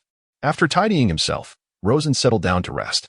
Unbeknownst to him, as he drifted into slumber, his body emanated a faint, ethereal glow, a sign of his active cells thriving, particularly during his sleep. This elusive attribute, more challenging to attain than mere speed, held far greater significance than Rosen had suggested. This subtle illumination even affected a few individuals on the lower floor. Light? Robin mused, gazing at the dim glow filtering down from above, so faint it was nearly imperceptible, yet undeniably present. Oddly, she felt a chill in her arm, accompanied by an exhilarating urge to unleash her power. What is this? Poison? Robin gasped slightly, but soon noticed that some abrasions on her arm were miraculously beginning to heal. This extraordinary sight left her momentarily speechless. Yet this radiance continues to permeate, descending further to the realms of Bonus and Mr. 5, among other officials, though the efficacy diminishes significantly with each downward step. However, these active photons possess remarkable efficacy in healing their injuries, while also stimulating an exhilarating surge of internal power. Shall we engage in a duel? Mr. 5 gazed at Bonus, for the first time expressing such a desire. He felt that his fruit ability was on the verge of bursting forth. That suits me perfectly. Bonus nodded, filled with fighting spirit, as the two made their way towards the training area. Meanwhile, Major General Harry, who was situated in the room with Bonus and the others, was on the brink of expiration, yet upon being permeated by the emanating light particles, his pallid complexion surprisingly gained a hint of color. It emanated from the boss's chamber. Did you witness those peculiar radiances? As Valentine's Day stepped out of the door, he followed the trail of light and coincidentally encountered Robin, who was lingering in front of the boss's door. However, it was evident that the boss was resting, and he dared not disturb him. So he had no choice but to pause for the time being. However, from its origins, it should be attributed to the boss. This is truly remarkable. as if the beneficial atmospheric components in the air have become extraordinarily invigorated. In their memories, the abilities of the boss fruit seemingly did not possess such functions. At this moment, not far from the Wine City Sea, Vice Admiral Ghost Spider and Vice Admiral Doberman were leading 3 warships slowly into the harbor. Both were exceptionally formidable vice admirals. Should Rosen catch a glimpse of them, he would undoubtedly remember their presence. Vice Admiral Ghost Spider was one of the enforcers of the demon-slaying order during the Judicial Island incident, having successfully ambushed Whitebeard's 1st Division Captain, Marco, by shackling him with sea-stone handcuffs, placing him in a precarious situation. Similarly, Vice Admiral Doberman, also an enforcer of the demon-slaying order, had boldly reprimanded red-haired Shanks during his intervention in the Marineford War, asserting his intent to publicly display the heads of Ace and Whitebeard to signify the Navy's triumph, leaving a profound impression of his uncompromising nature. Chapter 55, Vice Admiral Ghost Spider. The Navy has arrived. Cheers erupted from many civilians at the port, as the previous night had been excruciating for them, fearing that the chaos in the Manor District might spill over into their lives. Where is Crocodile? Vice Admiral Ghost Spider surveyed the port, noting the temporary assembly of Navy forces, but not a glimpse of the warlord. His brow furrowed in concern. Clad with a broad-bladed western sword and exuding an aura of menace, he was evidently a veteran forged in the crucible of warfare. Reporting to you, sir. The warlord Crocodile has clashed with the Bordeaux winery. After eliminating the pirates from the winery, he is reportedly gravely injured and unable to assist, a lieutenant said, trembling with trepidation. Even among allies, the presence of Vice Admirals Ghost Spider and Doberman was overwhelmingly intimidating, akin to 2 malevolent spirits emerging from the depths of hell. Their extensive experience in battle radiated an astonishing aura of lethality, instilling fear in all who encountered them. Naturally, this intelligence had been relayed by Robin. In any case, given Boss's disposition, it was unlikely he would aid the Navy. Unless compelled, the warlord seldom cooperated with the Navy. Injured? It matters not. We cannot rely on the warlords for assistance. Doberman, you shall oversee the search at the harbor entrance. I will proceed to the Micdo winery to ascertain whether the bounty hunter Morris has fled, Ghost Spider commanded. Furthermore, all forces at the Wine City Naval Base were to be dispatched to scour the entirety of the island, as intelligence suggested Morris might not have escaped or could still be nearby. Even if Morris had set sail, discovering relevant clues could lead to determining his intended destination. And with the speed of the Navy's warships, it would not be impossible to pursue him, regardless of the motives. Any individual daring enough to slaughter Navy officers posed a significant provocation to the Navy headquarters, and this pursuit would not conclude easily. A rear admiral and a colonel may seem inconsequential, yet one of the colonels possessed a formidable background. The second had been killed by Morris during a communication with Navy intelligence officers present at the time. Failing to make an example of such an act would likely fail to pacify the sentiments at Navy headquarters. A substantial contingent of elite forces from the Navy headquarters disembarked from the warships, led by officers to commence a thorough search of the island. Vice Admiral Doberman nodded in agreement, rallying the Navy to begin an exhaustive search along the coastline. Several pirates, now on the wanted list, were swiftly apprehended and imprisoned. The harbor area and indeed the entire Wine City harbored numerous hideouts, and the Navy's large-scale operations were bound to yield results. After half a day, Vice Admiral Ghost Spider sat within the Wine City Naval Base, listening to the latest reports. They had escaped? Continue the search. With so many individuals involved, it is improbable that they could all have fled. Capture the employees of the Micdo factory and interrogate them one by one to uncover any useful information. Sir, many factory employees are civilians. Should we really interrogate them? The lieutenant asked, beads of sweat forming on his brow. He understood that such an order would likely subject many innocent individuals to severe interrogation tactics, leaving him uncertain and prompting him to seek confirmation once more. Do my orders require reiteration? Complete this by afternoon. Otherwise, you shall no longer hold the rank of lieutenant colonel, starting anew as a private. Do you lack the resolve to be a Navy officer? Sacrifice is inevitable, Ghost Spider replied coldly. Yes. The lieutenant colonel nearly trembled at the reprimand, the palpable aura of menace instilling dread within him. Remaining idle held no purpose. Should there be any new developments, inform me immediately. Take me to the site of Colonel Luca's demise. Is there any chance of recovering the body? Ghost Spider inquired of another Navy officer. Finding the body seems unlikely. It is probably beyond recognition, the soldier replied, bracing himself for the response. With a resounding thud, Ghost Spider slammed his fist onto the table. his mood darkening as he recalled the phone call from a former high-ranking officer of CP0 prior to their departure. His spirits soured. Remembering that this official had significantly aided him during his ascent, he believed his capabilities and achievements justified his rank as a vice admiral without any question of merit. However, he had not been without challenges in the initial stages of his career. Luca's father, the former CP0 officer Howard Aberton, was his benefactor in the workplace. Out of gratitude, he could not refuse any requests made by him. Aberton's only child, Luca, must surely be enduring immense distress at this moment. Simultaneously, Aberton felt considerable dissatisfaction toward Crocodile for failing to save his son. Although the communication snail did not overtly indicate a possibility of conflict with the warlords, the implied message was clear: do not let him find ease in this situation. Ghost Spider, however, remained unfazed.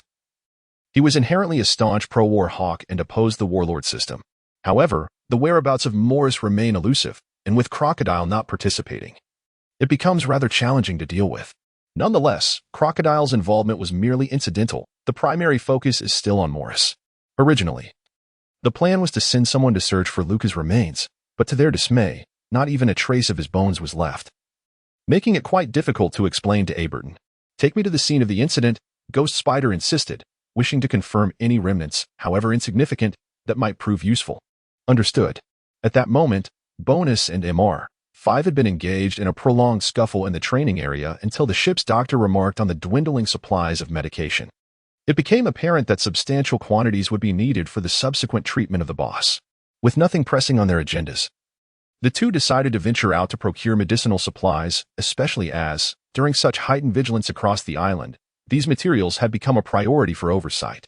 Typically, individuals wishing to purchase such items were required to provide documentation proving their intent, as there was a significant risk that supplies could be diverted for pirate use. Despite ongoing purges, many pirates had managed to escape, leaving numerous injured in their wake. This stringent decree was issued by Vice Admiral Ghost Spider, recognizing that should any civilian fall ill, the delay in obtaining necessary documentation could render their condition irreparable. As Bonus and MR5 crossed paths with a naval squadron, their expressions turned grave. Nearly every vice admiral frequently appeared in newspapers or news reports. Bonus, having once been a bounty hunter, had undoubtedly encountered images of the hawkish vice admirals, those staunch proponents of military action, subordinates of the warlord Crocodile. Ghost Spider, noticing Bonus and his companion, furrowed his brow slightly. Although they were indeed under the warlord's command, Bonus was still a former bounty criminal, a stark example of one who had fallen from grace. As for the other individual, Ghost Spider had no recollection, as only those of notable renown among the warlord's subordinates would capture the attention of a vice admiral. Characters like MR5 typically went unnoticed in their eyes. Naturally, MR5 and Bonus would not obstruct the path of the advancing navy, so they stepped aside. However, to their surprise, Ghost Spider halted as he approached them. Chapter 56. The request for the Navy's 6 styles. After a lengthy slumber, Rosen awoke, feeling remarkably rejuvenated. Most of his wounds had healed, and his fractured ribs were expected to mend swiftly. This astonishing rate of recovery left him in awe, pondering whether his unique constitution or the robustness of those in this world accounted for such rapid healing. Boss, there were unusual phenomena in your room earlier. We detected strange photons penetrating from below, exhibiting potent restorative and stimulating properties. Upon opening the door, he found Robin and Valentine waiting expectantly. They were both puzzled by the changes in the room and anxious to inform him that Major Harry had regained consciousness and was eager to meet. However, they awaited Rosen's instructions, for outside, Major Harry was presumed dead. What light? Rosen inquired, furrowing his brow in confusion. Like this on your chest, but far more intense. Robin pointed at the bandaged area on Rosen's torso. He looked down, startled to see faint luminescent points emerging from beneath the bandages. Observing from a distance, one might miss it entirely. Only upon closer inspection could it be discerned. Moreover, Rosen noticed a slight warmth emanating from the injury. A bold hypothesis struck him. Was his body rapidly healing? But what could possibly cause such an occurrence? As he delved deeper into contemplation, ruling out various possibilities, an epiphany struck him. Cellular activity? Yes, that seemed the only plausible explanation. No wonder the condition, which was ostensibly more challenging than the speed required, had not significantly enhanced his physical prowess or devil fruit abilities. It turned out that when injured, his body's restorative state heightened cellular activity, accelerating the healing process. However, How did Robin and the others know? Please, tell me in detail what just transpired. Robin promptly recounted the events to Rosen. After a moment of contemplation, Rosen replied, "Are you saying that during my rest, the intensity of this light increased, and that it also influenced the surroundings?" Initially, Rosen harbored doubts, but upon reflection, he realized that Robin had no reason to deceive him regarding Valentine's Day. Resting implied a state of relaxation, which also suggested that he might be injured or experiencing significant fatigue. Understanding the notion of active X2 in a literal sense, he considered that it had not manifested earlier either due to his oversight or because he had not been in that relaxed state of repose. Ultimately, he would ascertain the truth through experience. Rosen suddenly cast aside all caution, allowing himself to relax, and he felt a warm current seemingly drifting through his body, particularly around the wounded area. A soft hum resonated, as if the cellular activity disrupted the air surrounding him, causing more pronounced specks of white light to emerge from his chest wound. He sensed an increased warmth emanating from his torso. After a while, the white light diminished, indicating that most of his injuries had healed. It became abundantly clear that this active X2 was not only a personal remedy but likely had a broader effect, and he could unleash double the vitality simply by adjusting his mind and body. Rosen unwrapped his bandages and pressed his hand against the area where his bone had been fractured. Although there was still some soreness, it seemed that the bone had rejoined, showcasing an extraordinary recovery capability. The active X2, acquired by defeating Bam, appeared to be a significant boon. Take me to see Major General Harry. I wish to know how he intends to repay our life-saving grace, Rosen mused, feeling quite pleased. Furthermore, the ship's doctor had initially deemed it nearly impossible to save Major General Harry, yet against all odds, he had survived. Wait a moment. He seemed to be placed in a room on the same floor as Bonus, which suggested that perhaps he had played a role in his rescue. It was astonishing. Despite excessive blood loss and severe bodily trauma, he had managed to pull through, a true miracle. The ship's doctor observed Major General Harry, who was now conscious and even attempting to rise from his bed, and found it remarkable. "Major General Harry, you are indeed fortunate. When I saw you, you were on the brink of death," Rosen remarked as he entered, his tone nonchalant. "Clockter." The expression on Major General Harry's face softened considerably, though his emotions grew more complex. In fact, during his exchange with the ship's doctor, he had already discerned the reason for his presence there. However, it is precisely because of this clarity that the heart becomes more intricate. Former colleagues assassinate one, yet pirates come to one's rescue? What sort of happenings are these? It seems you may have an inkling of what has transpired. Thus, I shall be forthright. Major Harry, you are, in fact, as good as dead out there. Therefore, if you wish to escape this place alive, you must leave behind something of value, for I am a warlord of the sea, a former pirate, and I am not in the business of charity. Rosen pulled up a chair and seated himself beside Major Harry. Upon hearing this, the Major's expression darkened. After all, how could a warlord possess a benevolent heart to save him? Yet, what could he possibly offer that would pique the warlord's interest? Wealth, it seemed, was of little significance, as he possessed scant resources. "I do not know what you desire. If you wish for me to betray the Navy or to provide some intelligence, do not harbor such hopes," Major Harry stated, firmly adhering to his own principles, unwilling to lean entirely towards Crocodile merely because he had been rescued. "What I seek from you is not particularly arduous. Perhaps you could even find it for sale in the black market. However, acquiring it directly from you would be far more convenient. I require the training methods and insights of the Navy's 6 powers," Rosen articulated, carefully scrutinizing Major Harry as he spoke. To be candid, the 6 powers are a form of martial art that even the most capable members of the Navy master in their later stages, while pirates seldom practice it. Each has their own distinct fighting styles, with some even dismissing the Navy's physical techniques. However, there exists a technique that Rosen desperately requires, and that is the moonwalk. With the moonwalk, one can adapt to combat across all terrains, whether in the air or upon the water's surface. The 6 powers? Major General Harry furrowed his brow, perplexed by Crocodile's interest in the Navy's body techniques. To be candid, the 6 powers are not particularly classified, although the Navy has strict orders against dissemination. Many are familiar with them. There are numerous traitorous naval officers, and their knowledge circulating beyond the ranks, even in the black market, is hardly surprising. Teaching Rosen and his companions poses little trouble, provided he does not acknowledge it. But what if I choose not to? Yet, Major General Harry is still reluctant to impart this knowledge, for the 7 warlords, at their core, are pirates, not true allies of the Navy, merely masquerading as such. First and foremost, Major General Harry must comprehend his precarious situation. As I previously stated, outside these walls, he is effectively a dead man. This implies that if I so desire, I can act as though I never saved you. Should you choose to instruct them, the repercussions are minimal. Especially since Colonel Luca is deceased, and Barm has also met his end, while Morris is on the run. It seems the future of the entire tavern will rest solely in your hands. Reflect on this. Rosen bombarded him with several weighty revelations. What? Harry exclaimed, his visage one of shock. What transpired during his escape and subsequent unconsciousness? The 3 prominent taverns have nearly vanished? If he too had perished, that would mean all 3 establishments now lack a master. Who possesses such formidable power? Major General Harry regarded the 7 warlords before him.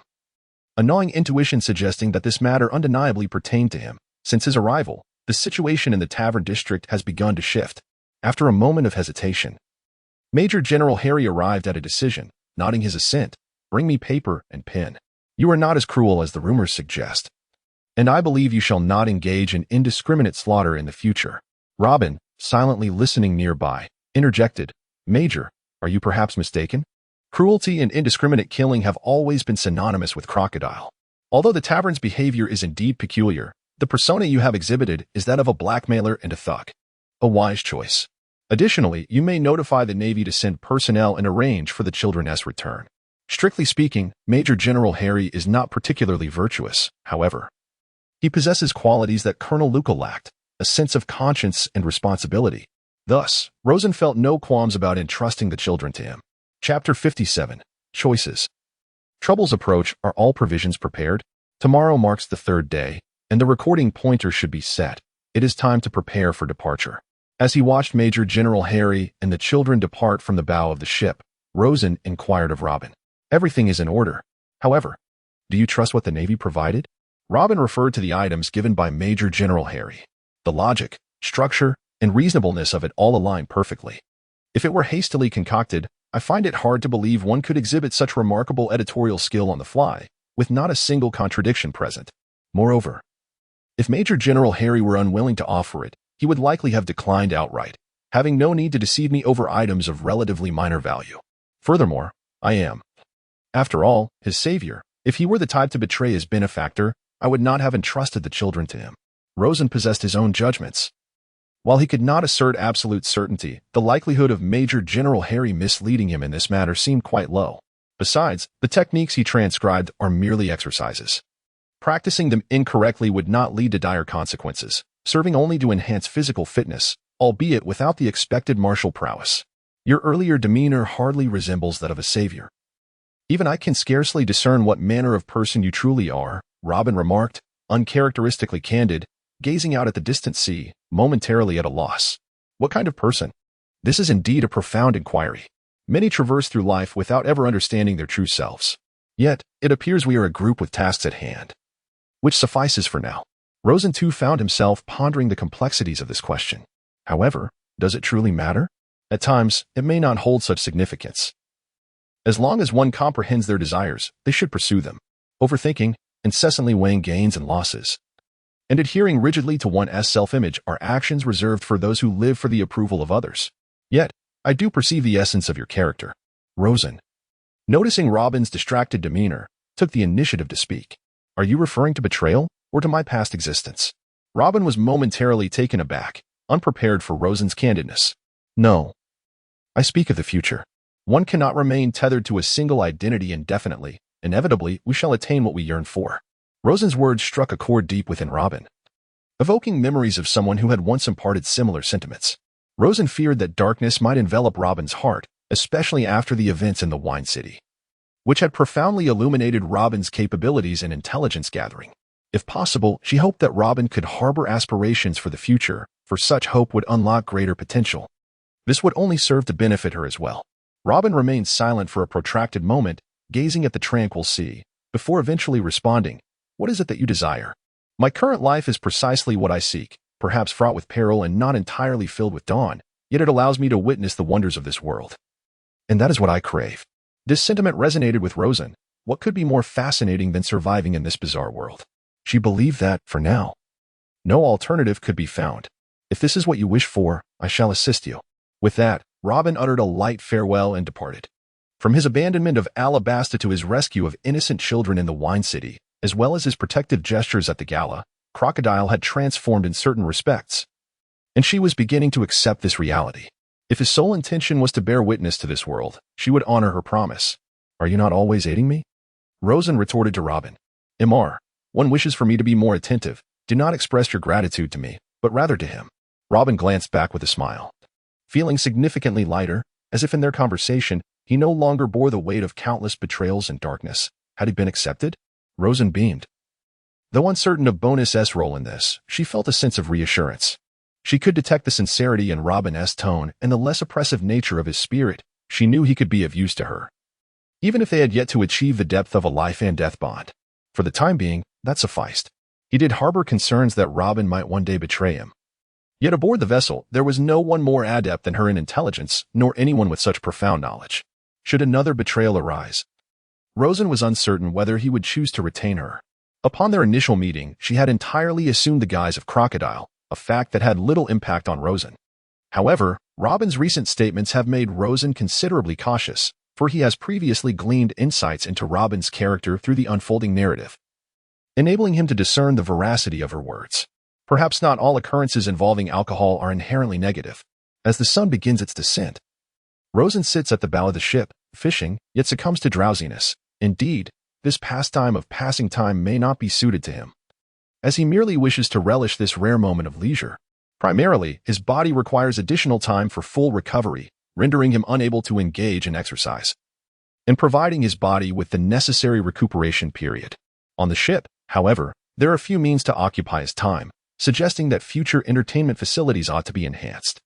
The crew's mental and psychological well-being must be maintained, and entertainment is undoubtedly the most effective means to achieve this.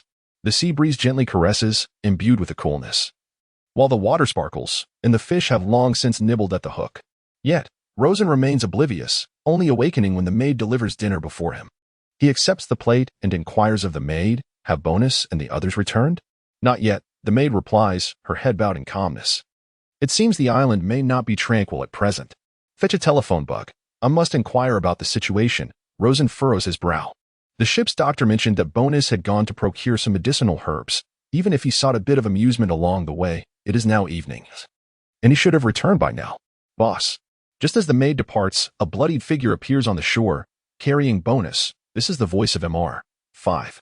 Rosen turns at the sound, his expression shifting dramatically. It is Bonus, gravely injured, alongside Mr. 5, both drenched in blood. "Quickly, lend a hand." "What has happened?" The crew, having witnessed the scene, rushes down to lift both men aboard. Upon seeing his comrades, the blood-soaked Mr. 5 can no longer withstand the strain and collapses. Rosen's earlier good mood vanishes in an instant, leaving him shrouded in darkness. "First, save Mr. 1. I have not sustained severe injuries. The adversary paid me no heed. Mr. 1 has been injected with some substance. Hurry, save him." Mr. 5 clutches the sleeve of the ship's doctor. His own fatigue merely a result of the recoil from his counterattack. In recent days, he and Bonus have frequently sparred, evolving from strangers into friends. Though they are cold-blooded assassins, it does not preclude the possibility of friendship. "Doctor, expedite the treatment." Mr. 5, who is responsible for this? Rosen queries in a grave tone. Currently, the forces on the island should not be overwhelmingly strong, and given Bonus's prowess, even a pirate with a bounty exceeding 100 million should be manageable. Even should he encounter a formidable ability, his fruit powers ought to have shielded him from such grievous injury. It was the Navy. Vice Admiral Ghost Spider took action. He instructed me to relay a message. The power of the 7 warlords is not for mere observation but for assistance. Mr. 5's fury ignites as he recalls the disdainful indifference in Vice Admiral Ghost Spider's gaze when he uttered those words. Is he warning me regarding the failure to rescue Colonel Luca? Tell me what transpired. Others assist the doctor. Rosen scoffs coldly. A Vice Admiral of the Navy, so brazen as to publicly display his face for ridicule? Chapter 58. Before the volcanic eruption. Vice Admiral Ghost Spider. I hear there was a minor altercation between you and the subordinates of the 7 warlords on the streets? Vice Admiral Dalberman inquires. Sharing an office with Vice Admiral Ghost Spider, his brow slightly furrowed. This hardly qualifies as a significant matter, even if a minor conflict arose. The death of a subordinate would merely necessitate submitting a report to the fleet admiral. Furthermore, A subordinate's worth in the eyes of the seven warlords is hardly substantial enough to warrant trouble with the Navy. As long as there is no direct conflict with the seven warlords themselves, such matters are trivial. However, the current circumstances are different from a certain perspective. Crocodile has some merit in this incident. Despite my usual disdain for the seven warlords' methods, publicly humiliating him is not a wise choice, which is why I speak up. Indeed. Merely a minor skirmish. At worst, only one subordinate has died, and I've left him one. Ghost Spider replies dismissively. The situation is quite intricate. Should this incident provoke Crocodile's interference, the pursuit of Morris may become complicated. The role of the seven warlords remains significant, even if we all harbor disdain for this system. Doberman reflects, feeling quite uneasy. Nonetheless, he can deduce a reason or two. Howard Luca's identity is widely known, so he refrains from further discussion on the matter, merely offering a subtle reminder. After all, Vice Admiral Ghost Spider has his own stance, and since both hold equal ranks, a gentle nudge suffices. Ultimately, it is merely a subordinate. Whether he lives or dies should not cause a rift with Crocodile. However, it is certain that he will harbor some displeasure. Or at the very least, a report will need to be submitted to Fleet Admiral Sengoku. However, that is all there is to it. Is there any recent news regarding Morris? Doberman inquired. There is a bit of information. I have intercepted some of his logistics along a concealed coastline, yet Morris remains elusive. I have captured several of his subordinates and am currently interrogating them. Soon, I shall ascertain the route of Morris's escape. The Phantom Spider nodded. Under the extensive manhunt, one naturally gathers some results. Moreover, Morris's ambitions are evidently substantial. He has amassed a considerable number of bounty hunters, some of whom he has even heard of, although their names do not linger in his memory. The logistics resources I have severed amount to nearly 700 or 800 million belly. A staggering sum for any bounty hunter, and this is merely a fraction of it. It appears that the wine industry is indeed a lucrative venture. I will commence preparations for immediate departure. Once the results of the interrogation are in, inform me promptly.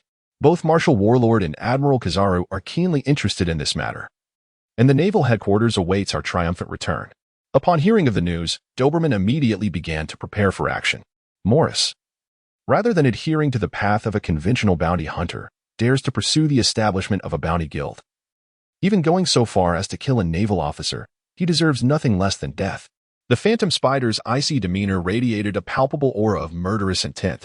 In his hands, no intelligence remained unextracted. His sole hope was that Morris had not fled far, for otherwise, this task might extend into a protracted endeavor. Aboard the Dawn, Rosen listened intently to MR5's account, his expression betraying no emotion, yet internally, he was ablaze with fury. If this matter had been instigated by Bonus, it might have been somewhat understandable. However, the depth of his rage stemmed from the revelation that they merely intended to purchase some medicinal herbs, only to be indiscriminately accused of colluding with pirates by the Phantom Spider. The assertion that they sought the herbs for the pirates, coupled with proclamations of searching for evidence, culminated in a sudden assault on Bonus. An admiral from headquarters launched the attack without hesitation, and Bonus was unable to withstand it, suffering severe injuries. Though Bonus retaliated despite his grievous wounds, his efforts proved futile, ultimately culminating in a poison blade piercing his body. Though MR5 trembled in fear of the murderous aura, he nevertheless launched a desperate strike, only to be sent flying by a kick from the Phantom Spider, who left him with a chilling remark, sparing his life. In his eyes, MR5 was unworthy of even being killed, which nearly shattered MR5's composure. This deliberately left statement served as a reminder to Crocodile of the price for previous negligence. Upon hearing MR5's words, Valentine and the other crew members were engulfed in indignation. The naval headquarters had indeed gone too far. However, they also understood that the boss would not escalate matters with the naval headquarters over this issue, as such actions would evidently yield no favorable outcome. They would have acted similarly in his position. Rosen was aware of this, and so was Robin. Perhaps it was destined that this loss was unavoidable. I see, ship's doctor. How is Bonus faring? Rosen's expression darkened momentarily before returning to calm as he inquired about Bonus' condition. The ship's doctor shook his head. It is not merely a sword wound. It appears that some toxin was introduced along with the blade, colorless and odorless, leaving no trace yet undeniably present. It resembles the venom of a certain spider I have encountered before, which is now eroding his internal organs. There is no hope. Ghost Spider Admiral. Rosen recalled this individual, one of the executing admirals of the Justice Island demon-slaying order.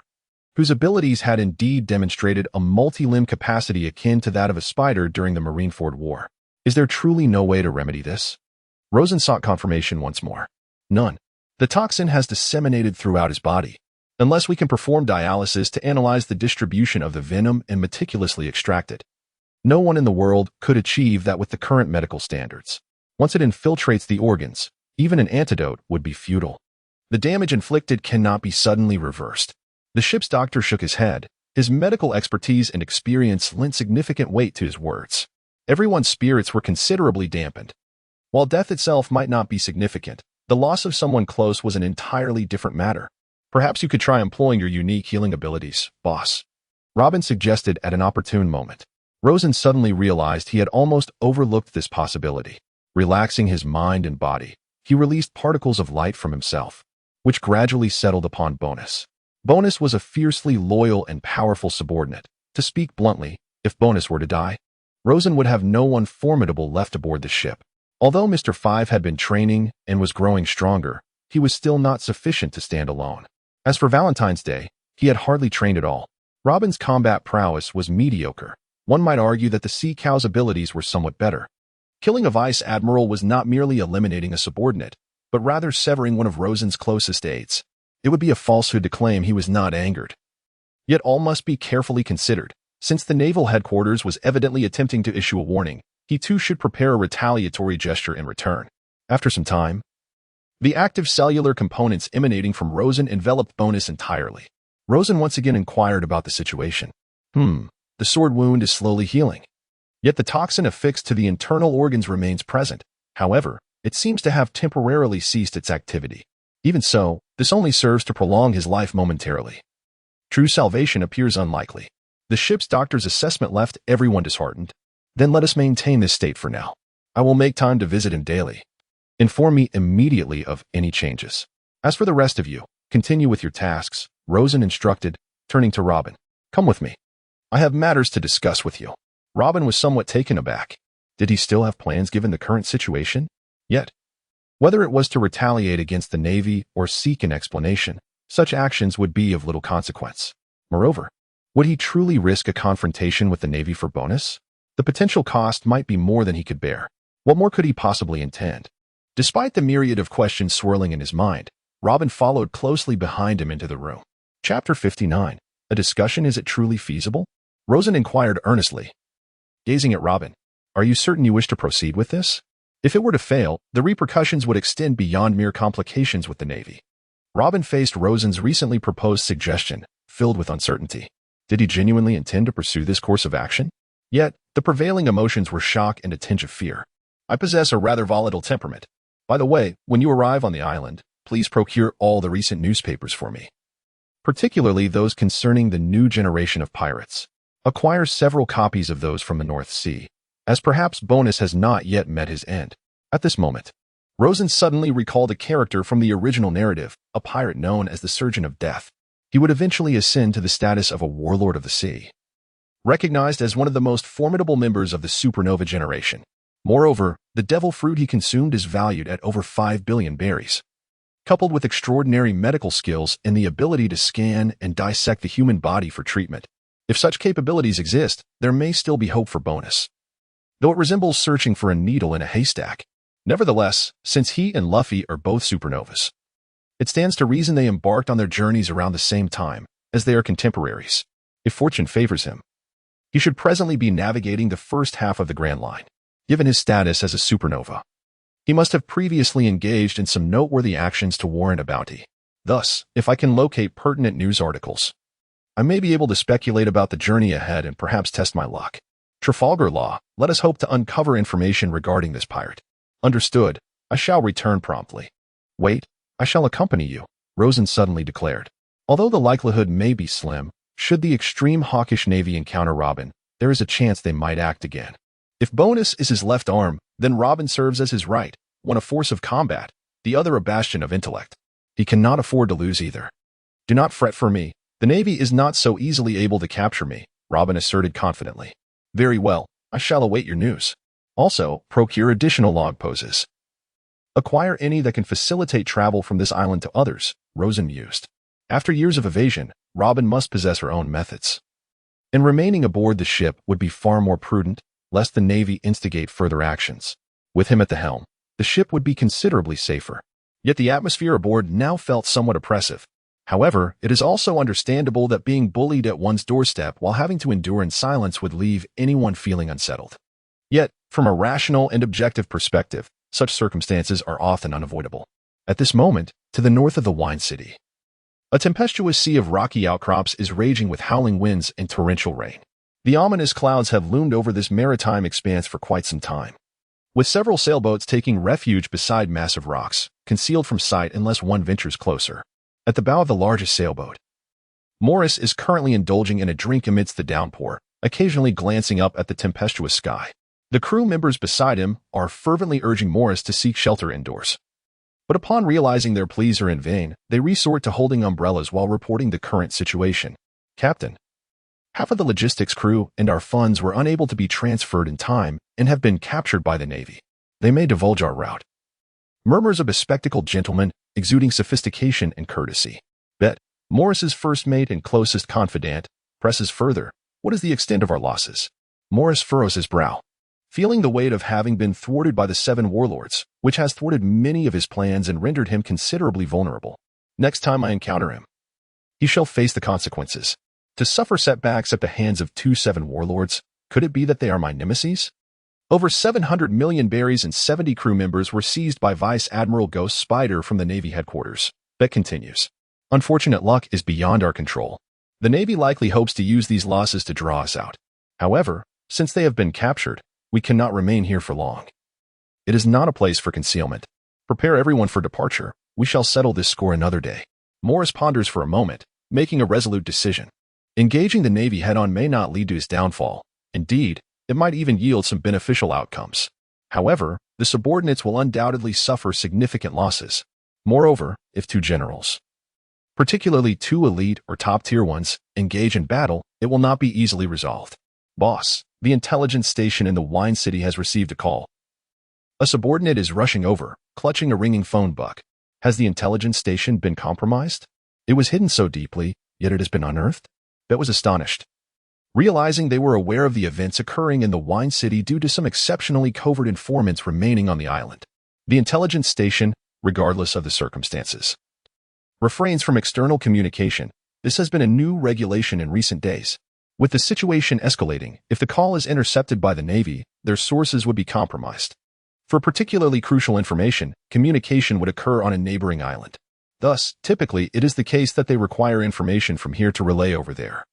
But now that a call is incoming, it likely indicates something has transpired. Could it be a surrender call from the Navy? Ha ha ha, answer it, said Morris with a grin. Still somewhat indifferent. The phone bug connected, and a gentle female voice quickly emerged from the other end. May I speak with Captain Morris? In a tavern. Nico Robin stood over 7 or 8 personnel from the intelligence station lying on the floor, addressing the phone bug. I am. Aren't you from the Navy? Morris responded, slightly taken aback, having expected a call from the Navy. Given the intensity of the Navy's search efforts and the sudden nature of this call, the likelihood of the intelligence station being compromised seemed greater. In truth, the intelligence station had indeed been compromised, but not by the Navy, it was by Robin. I am Nico Robin, subordinate of the warlord Crocodile. Our boss wishes to speak with you. Robin conveyed her intent. Crocodile? Ha ha ha. He wants to speak with me? Am I mishearing? Or has he forgotten that my current predicament of being pursued by the Navy is due to his actions?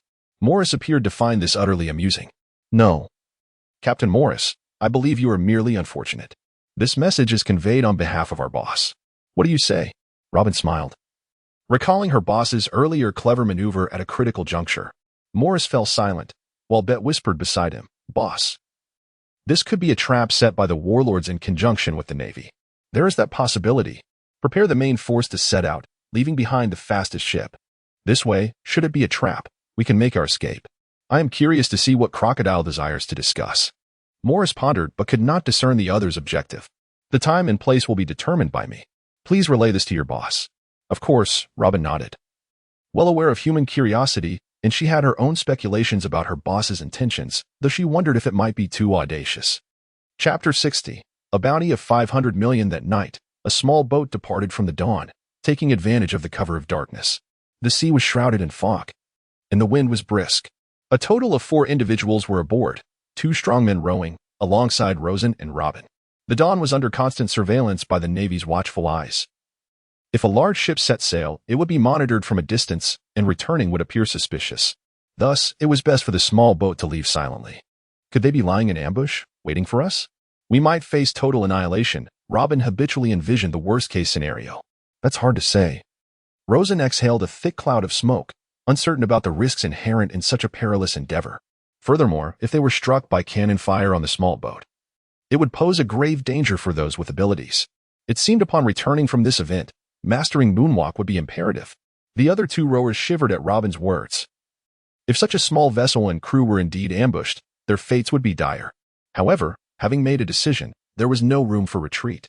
After rowing for over half an hour, having fixed their course and coordinates, they faintly glimpsed a cluster of reefs. Meanwhile, concealed behind the reefs, an observation officer aboard a large ship reported, at 12 o'clock, a vague shadow approaches. It appears to be a small boat. Examine closely for any naval vessels in pursuit. In this fog, several ships could be concealed without detection, but cautioned. None have been spotted thus far. The observer remained vigilant, monitoring the sea's conditions. Don't fret too much. Come, join me for a drink. Morris, seated at the bow, watched the approaching small boat and took a hearty swig before offering the flask to Bet. Bet declined, preferring to maintain his alertness. Then I shall drink alone. Morris appeared somewhat pleased. It seemed that by offering Bet a drink, he was indeed being frugal. You stingy drunk. Bet muttered. He was well aware of his boss's nature. If one were to contest him for 100 million berries, he might concede. But if one sought a drink, receiving even half a bottle would be miraculous. It's Crocodile. He has come close, and there are no enemy ships nearby.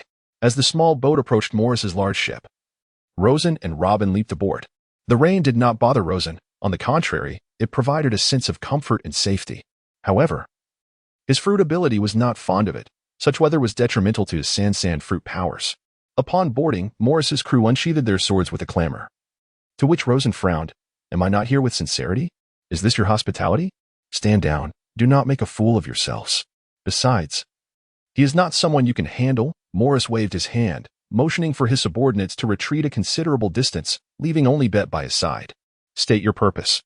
If I find your topic uninteresting, this will be your burial ground. You haven't forgotten our adversarial relationship, have you? Morris's demeanor shifted from casual to grave, exuding an overwhelming pressure. Robin swayed slightly, initially holding the umbrella for Rosen, but the intensity of Morris's aura made her tremble, causing the umbrella to tilt, rainwater cascading onto Rosen's shoulder. This presence was distinct from the murderous intent of Vice Admiral Ghost Spider. It was pure ferocity, akin to the overwhelming intimidation one feels in the presence of a colossal beast. Conqueror's Haki? Rosen was taken aback. He had speculated that Morris understood Haki, which was a normal assumption. However, it was unexpectedly the Conqueror's Haki. Although this aura did not exert a strong sense of oppression upon him, it nonetheless revealed the immense strength and peril inherent in Morris. It appears you are unwilling to converse further? Rosen, of course, would not yield, although he remained uncertain on how to masterfully control his awakened Haki. However, regarding the individuals opposite him, Rosen was aware that if he displayed even a modicum of friendliness, they would undoubtedly seek to take advantage of him. Thus, he began to assert his authority. It was indeed a rare opportunity to confront an adversary. It was prudent to listen first, and should he find it unsatisfactory, taking action would not be too late. Morris smiled nonchalantly, dispersing his aura and reverting to the guise of a drunken man. Observing this, Rosen slowly spoke. 500 million berries. I request you to eliminate someone. Robin's expression shifted in surprise. This was an unexpected turn. She had previously assumed that Rosen sought Morris for a different discussion or perhaps to seize an opportunity to retaliate against the Navy. However, such retribution was limited to gathering intelligence and creating minor inconveniences for the Navy, as any overt actions would be exceedingly perilous for the 7 warlords, exposing them to significant troubles. However, to commit murder, could it be that he intends to assassinate a Navy vice admiral? Has he lost his sanity? Morris was taken aback for a moment, only to awaken to the realization, followed by a derisive laugh. Ha ha ha, I must have misheard you. You, a distinguished member of the 7 warlords of the sea, wish to take a life? Why not do it yourself? You hardly strike me as a person lacking in confidence. Yet, 500 million berries? You are indeed willing to invest such a substantial sum. After a brief bout of laughter, Morris regained his composure, for from Crocodile's expression, he appeared to be quite serious. So, whom does he intend to kill? The former bounty hunter found himself intrigued by this lucrative proposal worth 500 million berries. Rosen clapped his hands twice, and the crew of the small vessel tossed up 2 large suitcases. Rosen caught them and opened them to reveal stacks of pristine berries, 500 million berries, to eliminate Vice Admiral Ghost Spider. Morris was left speechless. To consider the assassination of a Navy Vice Admiral, regardless of whether it was feasible, was that not an act of madness? Even if he were to confront a Vice Admiral alone. Even the most formidable among them, nearing the rank of Rear Admiral, Morris would still dare to engage. However, should a killing occur, the nature of the situation would change fundamentally. Regardless of success or failure, he would subsequently have to confront the vehement retaliation from the Navy. Thus, when the Navy's admiral united forces to land on the island, he opted for retreat and evasion. However, the former warlord of the sea and current ally of the Navy, Crocodile, has audaciously proclaimed his intent to kill a Navy Vice Admiral. Has he truly lost his sanity? Should he fail, his only recourse would be to flee and evade the relentless pursuit of the Navy. If the warlords were to harbor such thoughts, they would first be stripped of their titles, followed by the very real possibility of inciting a hunt led by the admirals. Indeed, this warlord is undeniably deranged. While Morris remains unyielding, his wariness towards Crocodile has only deepened. However, it is highly unlikely that he would acquiesce to such a proposition. The risks are simply too great. 500 million berries is utterly insufficient. Although he was once a bounty hunter and indeed possesses a love for wealth, the risk-to-reward ratio does not align favorably. Naturally, this sum is far from adequate. However, from the intelligence I currently possess, it appears that a considerable portion of your assets has been plundered by the Ghost Spider, and your crew and vessels have also suffered substantial losses, which I estimate to be worth at least 700 to 800 million berries. Typically, such confiscated wealth is temporarily stored aboard naval vessels. In simple terms, if we can subdue Rear Admiral Ghost Spider, your gains could exceed 1 billion. While simultaneously rescuing your crew, Rosen had long prepared for this eventuality. Having made this decision, he was well equipped. Upon hearing this, Morris fell into contemplation, feeling somewhat tempted. Yet, upon reflecting on the current deployment of the Navy, he realized that 2 seasoned headquarters vice admirals would not be easily dealt with, even if he had such an inclination. The feasibility seemed distant. The 2 experienced vice admirals of the Navy posed a formidable challenge, let alone the prospect of eliminating one. Morris shook his head. Perhaps you might first consider my plan. I will not remain a passive observer. That is to say, we shall join forces to take down one vice admiral. What do you think our chances of success might be? Rosen smiled faintly, adjusting Robin's position to ensure the umbrella fully shielded him. As rain had begun to drip onto his shoulder, he then habitually lit a cigar, quietly awaiting Morris's response. We take down one vice admiral, but what of the other? Morris mused, his interest piqued. Should he ally with the 7 warlords to confront a single vice admiral, the probability of success would indeed be significantly elevated. For a vice admiral, it would undoubtedly be a perilous affair. Otherwise, given the vice admiral's extensive combat experience and capabilities, if he were determined to flee, Morris alone would hardly stand a chance of retaining his position. However, should we add a warlord to the equation, the disparity in strength would be considerable. Perhaps even the Marine Admiral would find himself with no chance to escape. Chapter 61, Alliance. Tomorrow morning, I shall convey a false message to Admiral Doberman, indicating that we have detected your presence in the southern seas and are currently engaged in combat, prompting Admiral Doberman to come to your aid, while also outlining the potential escape routes. In this manner, Admiral Ghost Spider will be compelled to intercept your fleeing direction, and you should seek an opportunity to lure Ghost Spider to a designated location, ensuring he remains isolated. I shall lie in wait in the shadows. Should our operation succeed, not only will you recover your financial losses, but you will also gain an additional 500 million berries, all the while rescuing your subordinates.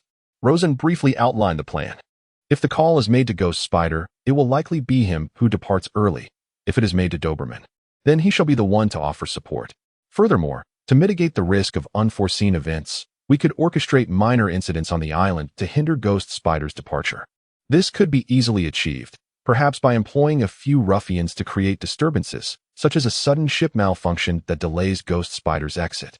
Should everything proceed smoothly, it would be even better. This way, we can stagger their departure times, ensuring they set off separately and relay the encirclement routes, thereby ensnaring Ghost Spider in our trap. Undeniably, Rosen's proposition greatly intrigued Morris, and the plan appeared remarkably feasible with the warlord as an insider, enhancing the odds of success while reclaiming both funds and crew. However, the only concern that Morris harbored was whether this might once again be a trap. After all, he had suffered losses in the past. Why would you kill Admiral Ghost Spider? Given your status, it is exceedingly risky to assassinate an admiral, should your actions be uncovered. Your fate could be even worse than mine. What could possibly compel you to take such a perilous risk? Morris was perplexed as to why Crocodile felt compelled to eliminate this admiral. From this incident, it seemed advantageous for him. Yet it offered scant benefits for this warlord of the sea. He had severed my arm, leaving me in a precarious position if I do not issue appropriate warnings. Once the Navy headquarters or certain individuals within the world government perceive me as weakened, do you think I can retain my status as a warlord of the sea? Achieving the title of warlord is predicated upon strength, not on forbearance or retreat. However, this matter cannot be made public, for that would be a provocation. Thus, I require your assistance, as you currently bear no substantial debts, and blood must be repaid with blood. Should this plan succeed, you will undoubtedly face relentless pursuit from the Navy. Yet this does not differ significantly from your current predicament, and it could also elevate your renown globally. Most importantly, my temper is rather volatile. Rosen spoke candidly. Moria was deemed too weak, which was one of the reasons for his potential eradication. The warning from Admiral Ghost Spider weighed heavily on him. If it were personal, it might be manageable, but if it emanated from Navy headquarters, then it would not merely be conjecture, but rather a test from the Navy. Today, having had my left arm severed without any declaration of resistance, do you not think the Navy will not exert further oppression next time? We must extinguish these risks at their inception. The other half of my motive is to exact vengeance for bonus, and Rosen saw nothing amiss in this. He clearly distinguished between ally and foe. If Morris's reservations are not allayed, achieving collaboration may prove difficult, even if he is currently quite tempted. It seems that being a warlord of the sea is no easy feat, however. Considering your perspective, it indeed presents no detriment to me. The challenge lies in proving that you will not conspire with the Navy against me. Perhaps this is, in fact, a trap aimed at me? Morris articulated his final concern, his expression grave. If this plan were to be executed, it would constitute a significant undertaking that cannot be overlooked. There is no way to prove this. It is a gamble, contingent upon your willingness to accept this wager. As I share this with you, I cannot help but worry that you might disclose information to the Navy, transforming this into a trap against me. Rosen was unfazed. Every endeavor is fraught with risk, and it is impossible to cover every angle. Nonetheless, should Morris indeed seek the Navy, it would likely be futile, akin to throwing himself into a net. The Navy would not be inclined to believe him. However, Rosen's words did carry a semblance of truth regarding such apprehensions. You are not only a madman, but also a gambler. It sounds like an exhilarating proposition. I shall agree, but you should be aware of the cost of betrayal. Morris smiled grimly, an expression tinged with cruelty. I hope you understand that as well. Rosen felt no fear. Such an alliance is fragile, yet fragility may suffice. Both were gambling, wagering that this collaboration is sincere rather than laced with ulterior motives. Rosen harbored little concern that Morris would inform the Navy, while Morris was unperturbed by the prospect of being besieged by both the warlords and the Navy, for he would only leave a fraction of his forces behind the next day. Thus, escape remained a possibility. Details would need to be finalized. On this rainy night, an alliance against Admiral Ghost Spider was forged. On their return journey, Rosen noticed Robin's peculiar gaze and could not help but inquire, "Is there a problem? Is it worth it? If the matter is exposed, the warlords of the sea will cease to exist." Robin was somewhat perplexed by Rosen's reasoning. Confronting an admiral from Navy headquarters head-on seemed imprudent. Do you believe the warlords would genuinely be regarded as allies by the Navy? You might think I am merely seeking vengeance for bonus, and I do not deny this, for I am indeed quite incensed. Yet, what concerns me more is the Navy's response to these events. If this is a test of my resolve, then refraining from retaliation may not bode well for my future endeavors. Furthermore, we should not forever depend on a title bestowed by others. Such a system may well be obsolete in a few years. We must not be shackled by it. Our current objective should be to strive for strength, ensuring that one day, even if stripped of our status as warlords of the sea, we can still navigate these vast oceans freely. Although Rosen hoped that the title of Warlord of the Sea would continue to provide him with greater advantages. However, the reality is that in the World Conference years hence, This system will be abolished, and the 7 warlords will once again face the peril of being hunted. Thus, it is prudent not to regard this matter with excessive gravity, nor allow oneself to be constrained by it. While the narrative may shift, the clamor for the dissolution of the warlord system has perpetually echoed, and the likelihood of such an event remains substantial. Over the next couple of years, Rosen is poised to become significantly stronger, emboldened to confront admirals without trepidation. Therefore, he should pursue his ambitions without undue hesitation. Would you act in the same manner if I were the one injured today? Robin suddenly inquired, curious about Crocodile's perspective on them. That is a question I cannot answer, Rosen replied, shaking his head. The unfolding of events hinges on the circumstances at hand. Robin refrained from pressing further, her confidence bolstered slightly. Had Rosen asserted a definitive yes or no, she might have dismissed it as mere evasion or deceit. His uncertainty, however, indicated that he had genuinely contemplated the matter. For reasons unbeknownst to her, she felt a flicker of joy. Upon returning to the ship, Rosen observed the mountainous pile of newspapers Robin had previously collected. He summoned the maid and several meticulous female crew members, instructing them to scour the papers for news regarding Trafalgar Law.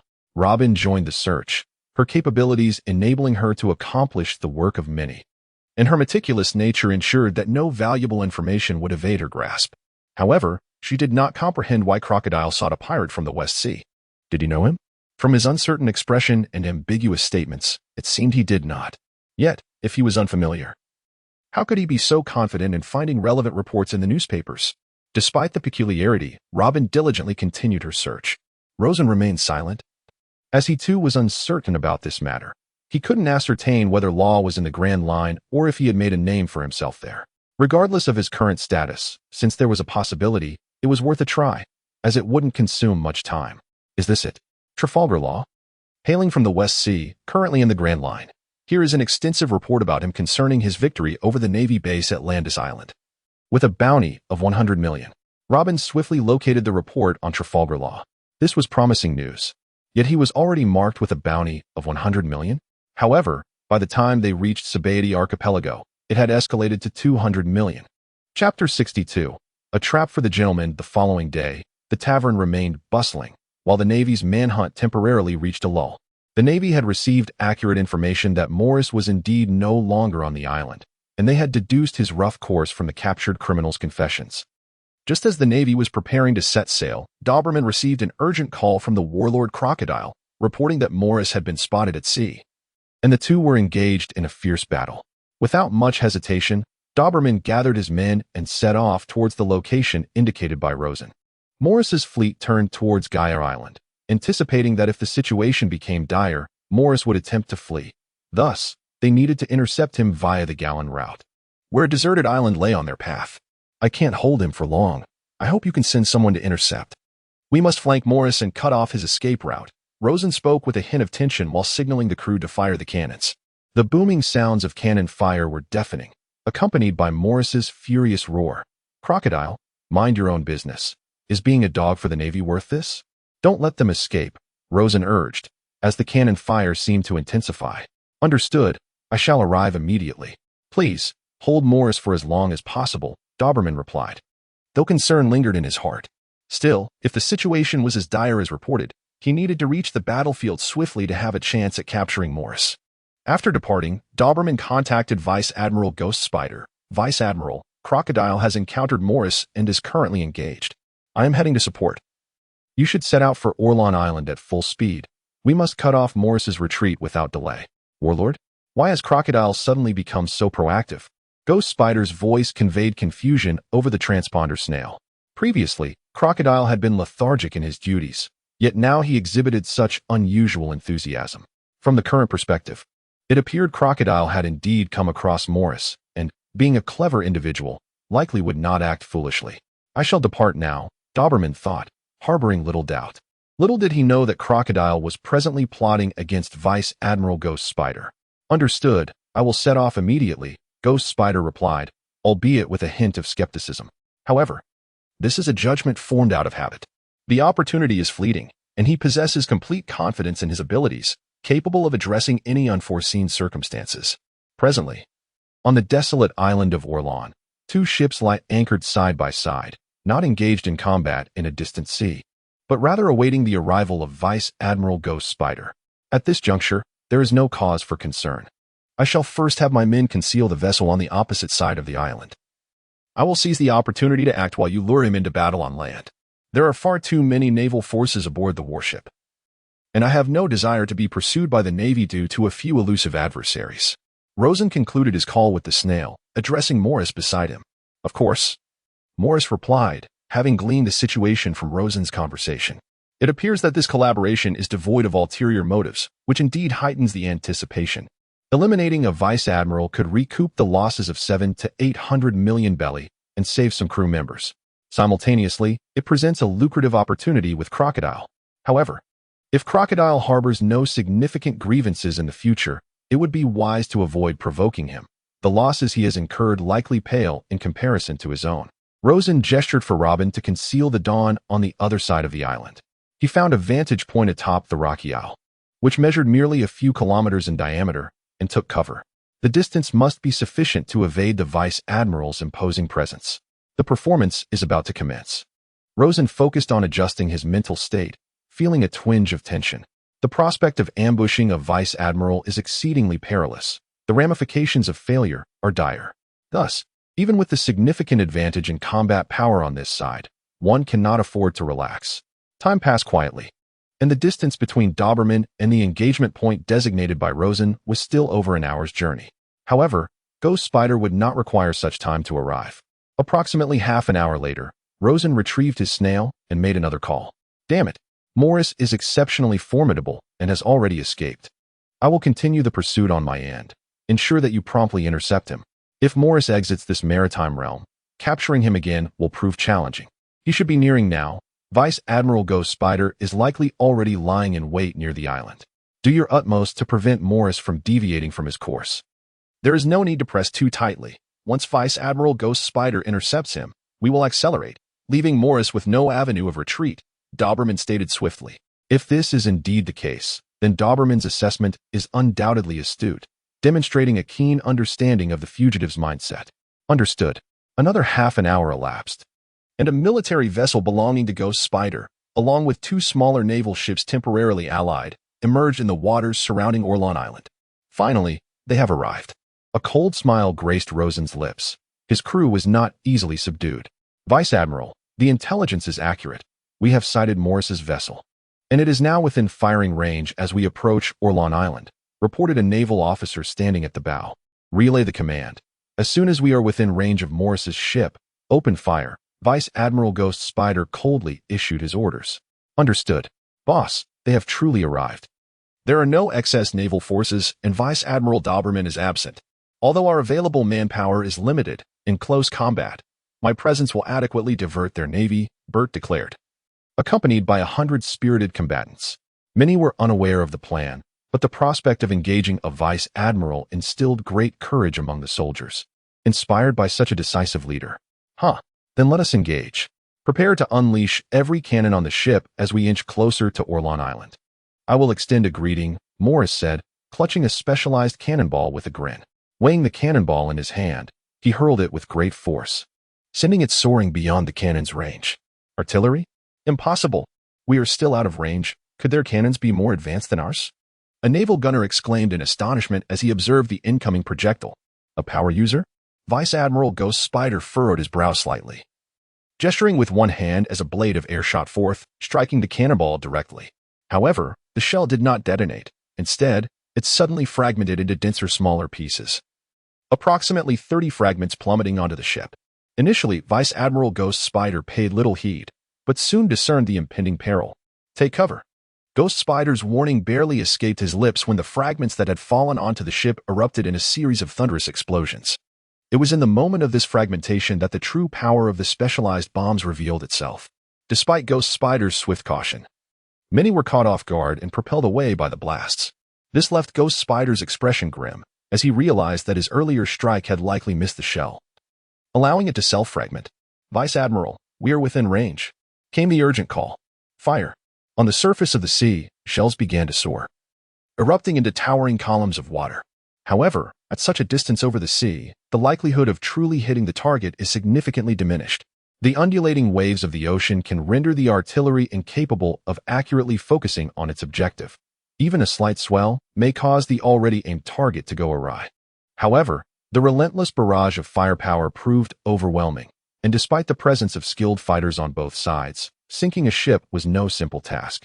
Nevertheless, the distance between them diminished as the cannonade continued. "Admiral, Morris's ship is approaching the deserted island," came the report. Upon hearing this, the Ghost Spider let out a chilling laugh. "Desperate, are we? Planning to fight to the last? Send the order to accelerate our approach and maintain the suppressive fire." Chapter 63, Bloodshed on the Deserted Island. The Navy is closing in. "Look at Morris, brimming with fighting spirit," said Bet. "Of course they would come. We appear like lost dogs, do we not?" Morris chuckled. "Just do not perish. I shall confront the Navy's admiral." From this distance, it was relatively easy for Morris to board the enemy vessel. He tore off a plank from the ship's railing, flinging it with force before leaping onto it like a piece of paper. The plank hurtled towards the Ghost Spider. "What is that?" The Ghost Spider was instantly enraged. How dare a mere criminal display such audacity, attempting to board and engage in battle? He had heard of the infamous bounty king Morris, but regarded it merely as an ethereal title, insignificant unless he needed to capture the pirate and boost his own reputation. In truth, he dismissed the notion that a bounty hunter motivated solely by money could stand against him, drawing his sword to engage. Upon landing, Morris unleashed his conqueror's Haki, instantly incapacitating a small number of men. The majority of the Navy personnel retained some capability, otherwise they would not serve aboard an admiral's ship. Conqueror's Haki. The Ghost Spider's expression turned grave, yet he did not hesitate, striking back with his sword, empowered by his own aura. "Navy, surrender my treasures and subordinates." Morris's palm radiated Haki as he delivered a fierce claw strike in response. With a resounding clash, their weapons met, the intense friction sparking a flurry of sparks, accompanied by static electricity at the point of collision. Both combatants were forced to retreat a few steps. "You possess some skill, but if this is your full strength, I am sorely disappointed." Rending slash. Morris swept his claw-like hand, launching several black energy blades that flew forth with the speed of thunder. The Ghost Spider immediately realized that these were not mere energy blades nor solely Haki. If they were energy blades, they would not bear such a color. If Haki, they could not be unleashed merely through claw strikes unless one possessed a truly advanced mastery. "Surrender and accompany me to Impel Down, and I may spare your life." The Ghost Spider countered with several sword strikes, clashing against Morris's black slashes. In the explosion of their encounter, he swiftly maneuvered behind Morris. Horizontal slash. Rending net. Morris pivoted abruptly, both hands morphing into claws, and with a powerful downward swing, unleashed a net-like black energy blade that surged toward the Ghost Spider like a laser net. Whoosh. The Ghost Spider's blade struck the black energy net, and he prepared to exert his strength, intending to cleave through this formidable barrier. But a faint crack instantly drained the color from Vice Admiral Enigmo's face. He saw the blade that had clashed with the black energy edge now bore a hairline fracture. How was this possible? His sword was one of the rare, famed blades of the world. Even if not among the supreme grade swords, it still ranked within the 21 great grade blades. Its hardness and sharpness surpassed countless ordinary weapons by an immeasurable degree. This was a treasure he had obtained through both his mastery of swordsmanship and a considerable personal sacrifice. Yet after just one clash, a fine fissure had appeared. The shock forced him to withdraw his blade immediately. This must be related to his devil fruit ability. "A wise choice," Morris sneered. "My power is rend. Whether it's the destruction of my own limbs or the slashing energy I unleash, nothing remains uncut. But is this all a Vice Admiral is capable of? Haha. How disappointing, Black Tempest." With maniacal laughter, Morris whipped his arms into a frenzy. His movements so rapid they blurred into afterimages. Then, in a 360-degree storm of devastation, thousands of black energy slashes erupted outward like a hurricane of blades. SHHHK, SHHHK, SHHHK. In an instant, countless Marines were struck. The attacks were too dense, too erratic, too fast. Any soldier who stood even remotely close was cleaved down. And even the steel edges of the warship splintered upon impact, not with mere cuts, but entire sections fracturing like shattered glass. "You dare!" Enigmo roared, his fury igniting. He swung his blade with full force, unleashing a monstrous slash brimming with killing intent, one so vast it even swallowed some of his own men in its path. Screams erupted instantly. Even sword energy can be torn apart. Morris sneered, his Haki-clad claws snapping forward. With a crushing grip, he seized the flying slash mid-air, and with a single squeeze, shattered it into nothingness. Yet, at that moment, as the battle erupted, General Ghost Spider approached Morris like a specter, delivering a sweeping strike with his leg that unleashed a blade of air, striking Morris in the abdomen and sending him hurtling through the air. Meanwhile, on a high ground of the deserted island, Rosen peered through his telescope at the unfolding chaos, his brow furrowing in concern. Surely, Morris has not succumbed to reckless fury. If he fails to draw the enemy onto the island, the consequences could be dire. Fortunately, such fears were unfounded. After a brief skirmish, signs of Morris's waning strength became evident. Seizing an opportunity presented by a cannonball aimed at his vessel, Morris retreated aboard his ship and fled towards the island. At that moment, the naval warships converged with Morris's vessel, igniting a fierce melee. As he fled, Morris made a provocative gesture towards General Ghost Spider, akin to a cornered dog inviting death. Ghost Spider's demeanor darkened. Even without Morris's taunts, he could not allow him to escape unscathed. Moonstep. General Ghost Spider leapt into the air, pursuing Morris with swift determination. In mere strides, he was hovering above Morris, brandishing his rapier, and unleashing a torrent of sword energy that fell like meteors, spanning an area of over 100 meters. Morris, undeterred, accelerated towards the interior of the island. The ground trembled as explosions ravaged the already desolate terrain, transforming the rocky landscape into chaos. It was clear that General Ghost Spider had resolved to either slay or capture Morris. Indeed, the seasoned general seemed to possess formidable strength, surpassing even that of Bam. Concealed amidst the sands, Rosen felt a weight of trepidation settle in his heart. Yet, he had anticipated such a turn of events, which was why he had allied with Morris. Having guided the battle to the predetermined location on the island, he now hoped to remain undetected, provided that General Ghost Spider did not leave this place alive. Otherwise, Rosen could find himself facing the relentless pursuit of an admiral. The prospect of such a pursuit was daunting for Rosen, who knew he could not withstand it. Thus, he resolved to lie in wait, seeking the opportune moment to eliminate General Ghost Spider. The nature of Ghost Spider, whether good or ill, mattered little. What was significant was the immense loss he had inflicted upon Rosen. It was time for a decisive battle. Although Morris believed that Crocodile's ambush against Ghost Spider might not be particularly effective. However, this is not a solitary struggle, though he venerates one-on-one duels. This journey is undertaken to rescue the crew and reclaim losses. How dare a mere criminal speak with such audacity? Although Vice Admiral Ghost Spider's words dripped with disdain, the prowess of Morris is indeed formidable, as recently demonstrated. Thus, in combat, he remains utterly vigilant and will show no mercy. Today, this ground shall serve as your grave. With those words, Morris enveloped himself in an aura of dominance, not launching black energy blades, but rather closing in on Vice Admiral Ghost Spider in a frenzied melee. Bang!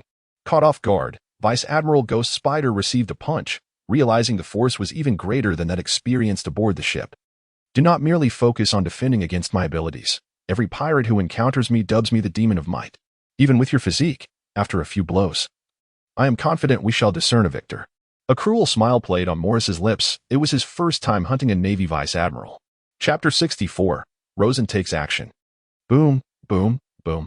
On the deserted island, the sounds of explosions and collisions echoed incessantly as the slashing energy blades and sword auras tore through the ground, leaving it riddled with scars, while the two combatants fought with increasing ferocity, giving their all. However, in terms of combat, it was surprisingly Morris who held the advantage, which left Rosen somewhat astonished. It is worth noting that the formidable strength exhibited by Vice Admiral Ghost Spider was already exceptionally powerful, and Rosen did not possess absolute confidence in subduing him. However, the being known as Morris has defied expectations. His immense strength is proportional to his physical form. Unlike the mere pretenders Rosen had previously encountered, within him lies a reservoir of explosive power. A single punch is sufficient to shatter a boulder the size of a mountain. In close combat, the black, rending blades of energy that coil around his hands can obliterate any defense. Even the formidable Vice Admiral Ghost Spider, fortified by his Haki, cannot withstand the devastating capabilities of Morris's rending fruit. Though Ghost Spider bears numerous wounds, they are yet insufficient to be deemed fatal. However, his imposing aura is renowned among the Vice Admirals, and this Morris, previously merely a bounty hunter, possesses such formidable strength and devil fruit abilities. Notably, this aspect was scarcely mentioned in the intelligence reports from the naval headquarters. Indeed, this sea conceals many hidden talents. Undoubtedly, if Morris were a pirate, he would undoubtedly rank among the 7 warlords, and not of an ordinary caliber. It appears that capturing him will not be an easy feat. For now, one can only hope that Vice Admiral Deo Bowman arrives in time. Until then, he merely needs to hold him off, without the expectation of defeating him. Thus, Vice Admiral Guizhou began to adopt a defensive stance. Morris, aware of his intentions, was unfazed and intensified his assault. Jack the Ripper. Morris suddenly appeared behind Vice Admiral Guizhou, his arm resting on the latter's shoulder as he activated his ability, unleashing a razor-sharp tearing force. Vice Admiral Guizhou, taken aback, realized that his Haki could not fully withstand the attack. He was in danger. Given Morris's previous tearing ability, it was highly likely that he could sever an arm. Damn it, he could no longer afford to conceal his strength. Spider's Hand. Vice Admiral Guizhou activated his life-returning power, which caused numerous spider-like appendages to erupt from his back, forcefully propelling Morris away before turning to launch a fierce counterattack. An ability user? He was well hidden, yet nothing particularly remarkable was discernible, perhaps his own type? Morris did not anticipate the emergence of these sharp, massive spider-like arms from behind him. Were they hair or another substance? Unconsciously, he presumed them to be the result of an ability. Die. An experienced veteran would always have a trump card, and Guizhou was no exception. Now that his hand had been revealed, he would risk severe injury to subdue Morris as much as possible. He had to take the gamble. Otherwise, if he continued to be suppressed by Morris, by the time Vice Admiral Deo Bowman arrived, he might be left with little combat strength. Time was of the essence. He had to make a decisive move. Death did not frighten him. Moreover, the spider-like hands were wielding swords, nearly identical to the one in his grasp. Whether they were conjured or concealed beforehand remained unclear. In an instant, his spider hands were enveloped in Haki, wildly swinging to unleash a torrent of concentrated sword energy. And then he dashed toward Morris in a blur. He did not evade. Vice Admiral Guizhou revealed a cold smirk. Had Morris become overconfident? He had triumphed over stronger foes before, proving that strength alone did not determine victory. Experience and mindset were equally essential factors. Was Morris truly willing to fight to the death? Come forth. Morris had no intention of retreating, but rather prepared to confront the attack head-on. Observing this, Rosen frowned, suddenly recalling the situation with bonus, poison, earthquake, sandstorm. The moment was ripe. Vice Admiral Guizhou was now fighting with all his might. And Morris would not reveal his trump card without having acted first. Although they had established a cooperative relationship, Morris would undoubtedly retain a hidden card. Rosen launched a surprise attack from behind Vice Admiral Guizhou. The ground trembled violently, countless stones transforming into swirling sand before gradually coalescing. What? Vice Admiral Guizhou had initially thought that if he could pierce Morris's defenses and inject his poison, even the strongest physique would swiftly deteriorate. This was not difficult. First, he possessed numerous limbs, and minor surface wounds could be endured in battle, allowing most to withstand non-fatal attacks. What he desired was for Morris to take the bait, even if it meant enduring an attack from Morris. However, he never anticipated such a drastic change in the terrain at this moment. Sand. Could it be? The naval headquarters had detailed records of the current 7 warlords' abilities. It was implausible for a pirate to ascend to the ranks of the 7 warlords without any prior documentation. Furthermore, Crocodile's abilities were widely known among the Navy and contemporaneous pirates during his youth. Vice Admiral Guizhou was horrified, but it was too late to defend his rear. Facing Morris's encirclement was inevitable. Damn it. Armament, iron block. Full defense. His Haki enveloped him as he maximized his iron block technique. Boom. The rolling sandstorm engulfed him. The torrential sand crashing down, or perhaps it could be said he was consumed by the storm. Within this premeditated sandstorm, countless desert swords and treasures had gathered. And Rosen wielded a sand spear, stealthily moving within the storm. He found his mark and thrust forward, blood splattering in an instant. Tearing net. Seizing the opportunity, Morris unleashed a strike, sending a grid-like black blade of energy tearing through the sandstorm, cleaving a significant portion and imbuing it upon Vice Admiral Guizhou. As the dust settled, a bloodied Vice Admiral Guizhou was revealed. He appeared battered, yet his eyes burned with murderous intent. Had he fallen into a trap? Damn you, Crocodile, for conspiring with Morris against me. The two had launched a pincer attack. Although he had fully activated his defenses, he had barely survived, now gravely injured, an inevitable outcome. For Morris's strength surpassed his own, and Rosen was no weaker either. The two combined forces, one even launching a surprise attack. Had it not been for the consideration that Vice Admiral Guizhou understood Haki, Rosen would have preferred to close the distance further and take more time to unleash a more formidable strike, which would have surely led to Guizhou's demise. Coughing, Vice Admiral Guizhou continued to expel blood.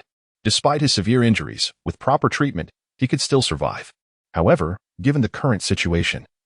It was evident that the two would not spare him. This was clearly a trap set for him. Crocodile, what is your intent? Are you not afraid of being stripped of your title as a warlord? Vice Admiral Guizhou still could not fathom how Crocodile and Morris could join forces. From the intelligence available, the two should have been archenemies. Why then were they united? And why conspire against him? Had it all been an act from the beginning? Impossible. You need only prevent his escape, and I can handle it alone. Morris felt somewhat displeased. The plan was in place, yet he had enjoyed the battle thus far. The spider's hands may be toxic. If you let your guard down, it could jeopardize the situation, Rosen said coolly, intending to question Vice Admiral Guizhou further. Morris paused for a moment, but did not dwell on it. Poison was not effective against everyone, as long as defenses were in place and reactions were swift. It was merely a minor tactic of little consequence. Crocodile, have you lost your mind? Vice Admiral Guizhou spoke, but his gaze was already scanning the surroundings. In this scenario, continuing to fight would lead to certain death. If he wished to survive, he needed to find an escape route. He was unconcerned with how Crocodile would respond. Buying time was all that mattered. I'll finish him. Morris grasped the air, conjuring a blade of energy in his hand. No, let me handle this. This is my debt to settle with him. Before you perish, I have one question. Was it the naval headquarters that ordered you to test me? Or did you act on your own volition? The sand swirling around them rose ever higher, obscuring the scene from any outside observer. Chapter 65. The death of a vice admiral. Do you really think I'd divulge that? Pirates are pirates, and today, you attacked a naval vice admiral. Tomorrow, your countdown to death begins. General Ghost Spider, with disdain, tightened his grip on the sword. The positions of Rosen and his companion were exceedingly cunning.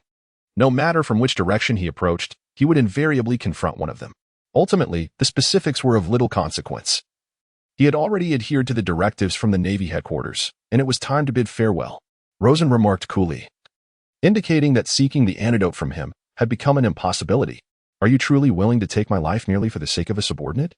In the life of General Ghost Spider, subordinates were mere pawns, disposable and sacrificial at will.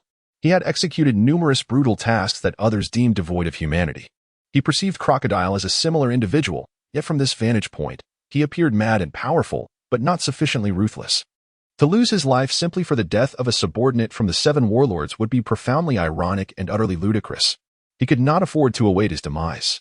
As soon as his words fell, it was not in anticipation of a response, but rather to ensnare his adversary in a fleeting moment of habitual contemplation, allowing General Ghost Spider to make a desperate escape.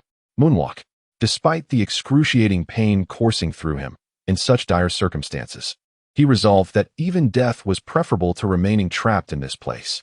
Just as he ascended into the air, a fierce sand strike came crashing down from above.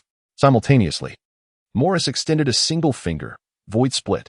In an instant, a jet-black projectile pierced through the air, striking the heavily wounded body of General Ghost Spider. Despite his formidable instincts, he found himself unable to evade the oncoming threat. Upon impact, the initially small wound erupted into a gaping tear, ripping apart much of his flesh and rendering him unable to maintain his fortitude. Slowly, Ghost Spider began his descent, plummeting to the ground. Seizing this opportunity, Rosen prepared a devastating move he had been poised to unleash. With a swift motion, he grasped the air, conjuring a sand sword in his hand, while the surrounding sands writhed and coalesced violently around him. Damn those pirates! General Ghost Spider roared in defiance, but his cries went unheard on the desolate island, drowned out by the cacophony of battle along the shoreline. Yet, despite his unwillingness to submit, he found himself powerless to escape, unable even to evade Rosen's assault. As Rosen's figure darted past, a strike landed with precision. The ghostly spider, devoid of any formidable aura and barely mustering his strength, became nothing more than a fish caught on a board. A chilling sound echoed as a horrific wound manifested upon the ghostly spider, blood splattering forth, only to be swiftly inundated by a surge of sand that erupted from within him. He resembled a porcupine, his body adorned with a multitude of spines formed from the granular assault. Soon, breath escaped him entirely. In the aftermath, Rosen retracted his power. The sandy spines dissolved into quicksand, emptied by Rosen's will, while the bloodied grains were buried deep beneath the earth, rendering the manner of his demise a mystery.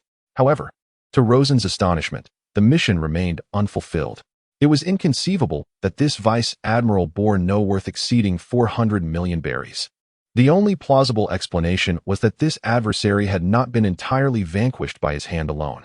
Yet, had it been a solitary endeavor, The ghostly spider, despite his shortcomings, might have managed to flee. "I shall borrow his head," Morris remarked with a casual air, proceeding to take action, an intent Rosen understood all too well. The death of the enemy commander would undoubtedly dishearten the remaining Navy forces, regardless of their numerical superiority, upon learning of the event, even if they did not disband. Their morale would wane significantly. It was preferable for the remaining Navy personnel to avoid a complete massacre. Otherwise, the wrath of the Navy headquarters would be unbearable. The death of a commanding officer in the heat of battle, though sensational, was an expected occurrence that would not lead to utter humiliation. However, should it devolve into a slaughter, it would incite widespread fury. Rosen cautioned, recognizing that Morris, despite appearances, did not seem to be a fool. Yet, in the throes of battle, this individual resembled a berserker. Should one overlook him, they might find themselves ensnared in peril as well. He sought to convey an implicit signal rather than overtly asserting his involvement in the assault. "Rest assured, this trivial matter is well within my grasp," Morris remarked nonchalantly. He had indeed contemplated whether to eliminate Crocodile alongside this endeavor. The benefits of this confrontation were undeniably substantial, yet one must not engage in fruitless endeavors and incur losses. Rosen discerned the scheming depths within Morris's gaze, for he harbored a similar notion. However, Morris's prowess was formidable. Should a confrontation ensue, the likely outcome would be mutual destruction, yielding little advantage, thus rendering such a struggle unnecessary. With a light-hearted chuckle, Morris chose not to linger further. Hoisting the body of Vice Admiral Ghost Spider and swiftly making his way towards the coast. True to his words, the fruits of this battle were bountiful, rendering any further pursuits superfluous. Once Morris departed, Robin emerged from behind a stone. "Is everything complete? Shall we set sail now?" The demise of a vice admiral from the Navy headquarters instilled in Robin a sense of trepidation, bordering on surreal. The death of such a high-ranking officer, hardly a struggle at all, was astonishing. He had grown increasingly powerful, his thoughts intricate and cautious, perhaps even bordering on paranoia. From their recent dialogue, it was evident that he likely harbored suspicions regarding the Navy headquarters stance, formulating a strategy to eliminate a vice admiral. Now, directing the ship towards Deo Bowman's route, creating the illusion that they pursued yet failed to catch up or render assistance, brought a weight off Rosen's shoulders, granting him considerable relief. As he reached for a cigar, he discovered the box empty. At that moment, Robin graciously presented him with a new box of cigars. Rosen was taken aback. "You smoke too?" "Depending on the occasion. If the circumstances call for it, I might indulge occasionally," Robin replied with a smile. Rosen paused. Robin's smoking seemed rather implausible, as he had never witnessed it before. However, from her experience, this is indeed plausible, for the swiftest way to gather information is to adeptly assimilate into the environment. Fortunately, she does not suffer from a nicotine addiction.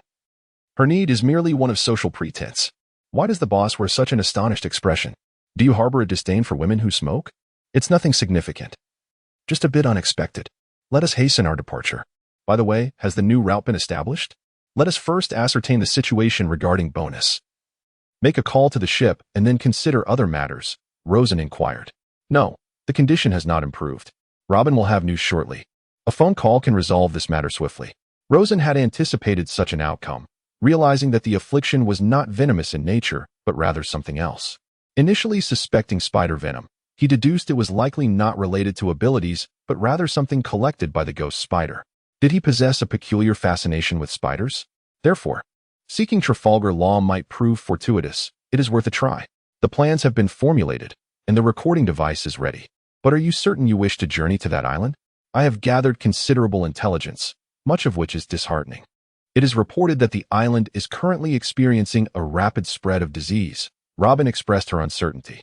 Indeed, it is precisely due to the disease's proliferation that he might be present there. After all, he is a physician. Rosen too felt uncertain. According to news reports, Law's last known whereabouts were in that vicinity, whether for the purpose of treating patients or researching the outbreak. Given Law's background and his current role as a doctor, one would expect him to possess a vested interest. At that moment, the sounds of gunfire and struggle along the coast abruptly ceased. Rosen could sense no further activity, indicating that Morris had likely accomplished his objective.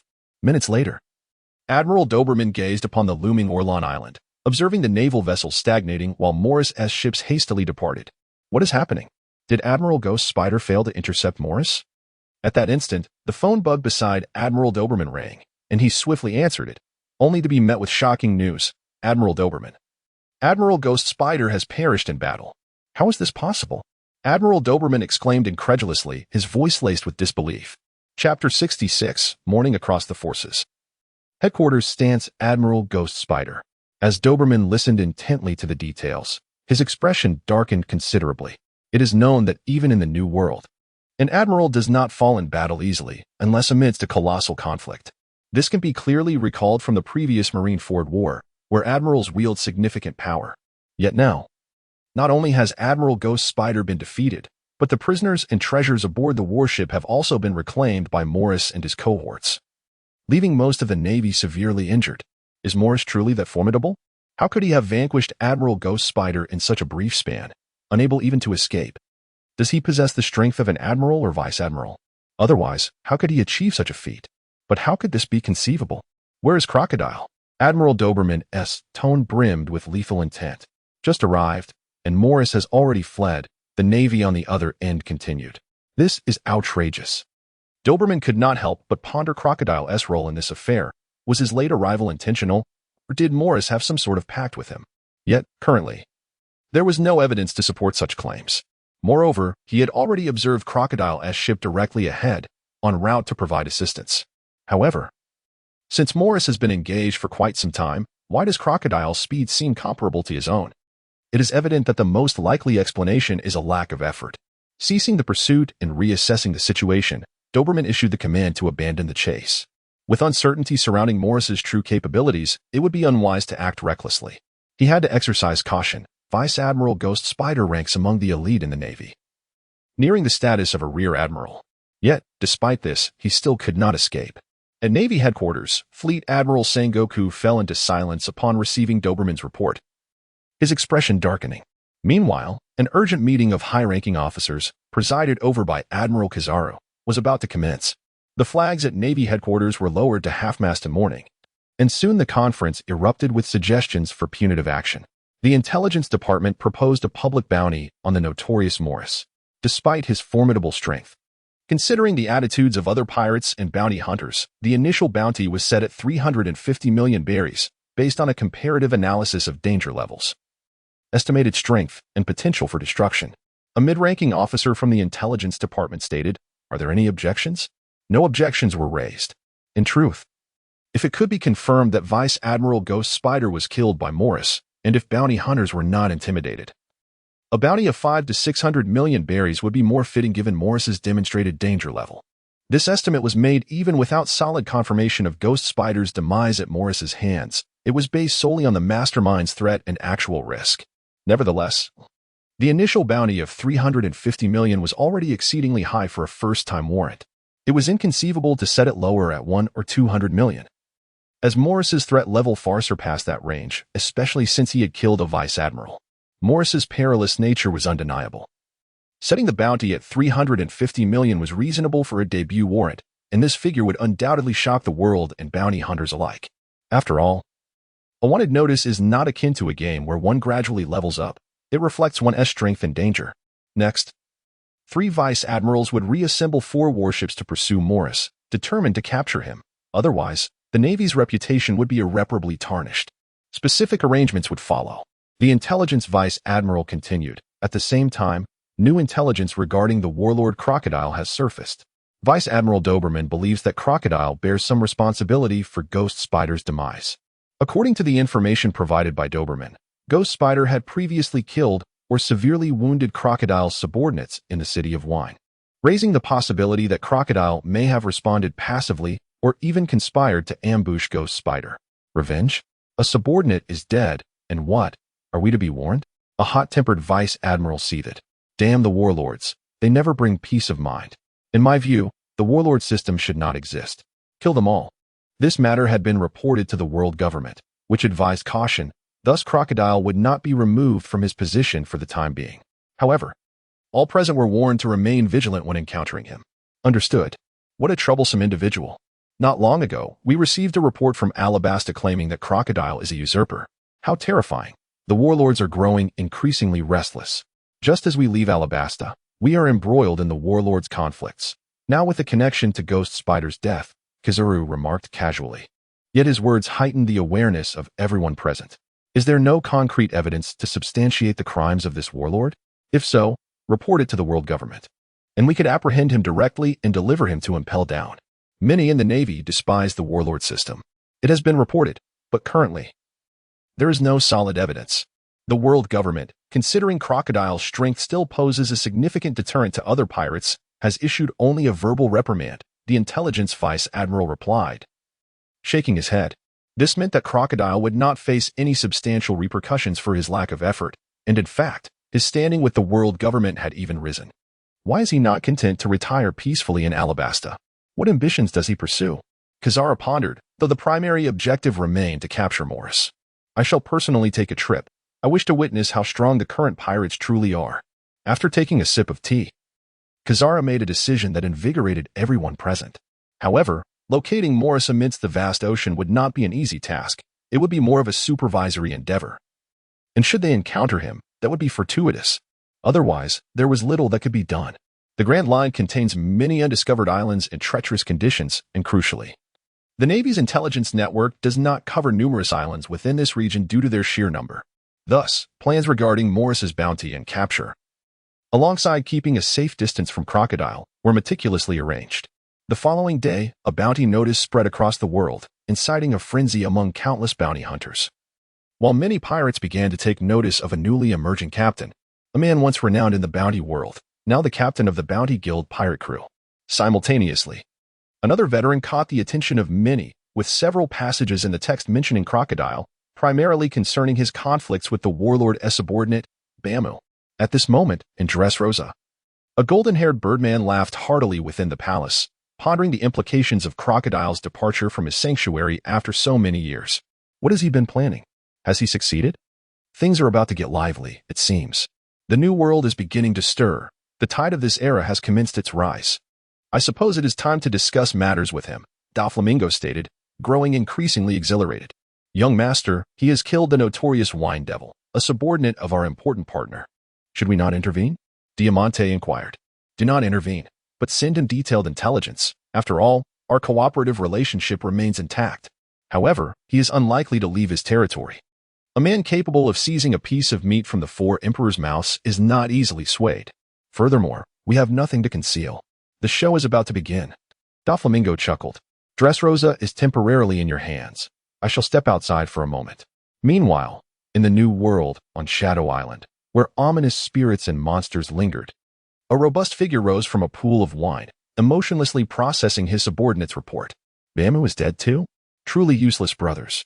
Crocodile is a nuisance. When I find the time, I shall take his head.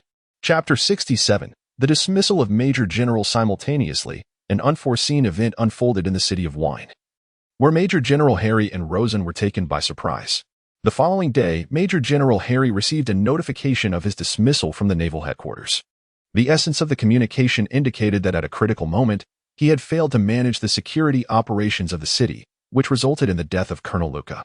This grave dereliction of duty occurred even after he had reported Colonel Luca's prior scheming against him. Yet his report failed to exonerate him from the allegations of dereliction of duty. Instead, it incited a powerful maneuver within the naval headquarters, which suppressed the report and simultaneously announced the revocation of his rank as Rear Admiral, stripping him of his naval identity altogether. This left Rear Admiral Harry in a daze. But he soon learned from a friend, a Vice Admiral at the naval headquarters, that the machinations were orchestrated by high-ranking officials of the world government, bypassing the fleet admiral and issuing the order under the auspices of Admiral Akainu. With the complicity of several vice admirals, he became virtually invisible and, in fact, he had indeed failed to fulfill the responsibilities expected of a naval officer, going missing amidst the chaos. Power. Is the Navy a bastion of justice or merely a stage for the display of authority? How could it be that Harry, your family at the naval headquarters, has been driven from the town? Another harrowing piece of news struck him like a thunderbolt. Rear Admiral Harry descended into madness, drawing his weapon and furiously striking at everything before him, the walls, the desk, until he regained his composure. If justice could not be found within the Navy, then he would continue his quest upon these vast seas, determined that one day he would unseat all those who held power aloft. Fortunately, he had already made arrangements for the children, yet he still urged the soon-to-arrive Brigadier General to keep a close watch over them, as they were his contemporaneous friend. Moreover, he remained resolute in his belief in the righteousness of the Navy. However, he pondered how long he could sustain himself amidst the currents of power, or whether he would simply drift along.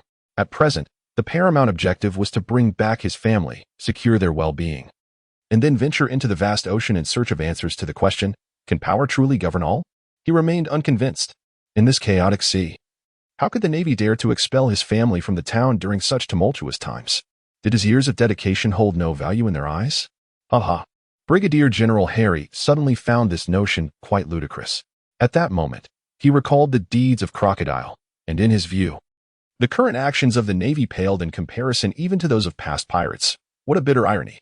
Unbeknownst to him, Rosen was currently exploring the realm of Haki in the training area. Meanwhile, Mr. Five and his lover had also begun their training, with such intensity that it astonished Rosen. He later discovered that merely being in proximity to Rosen invigorated their bodies, even allowing fatigue to be mitigated.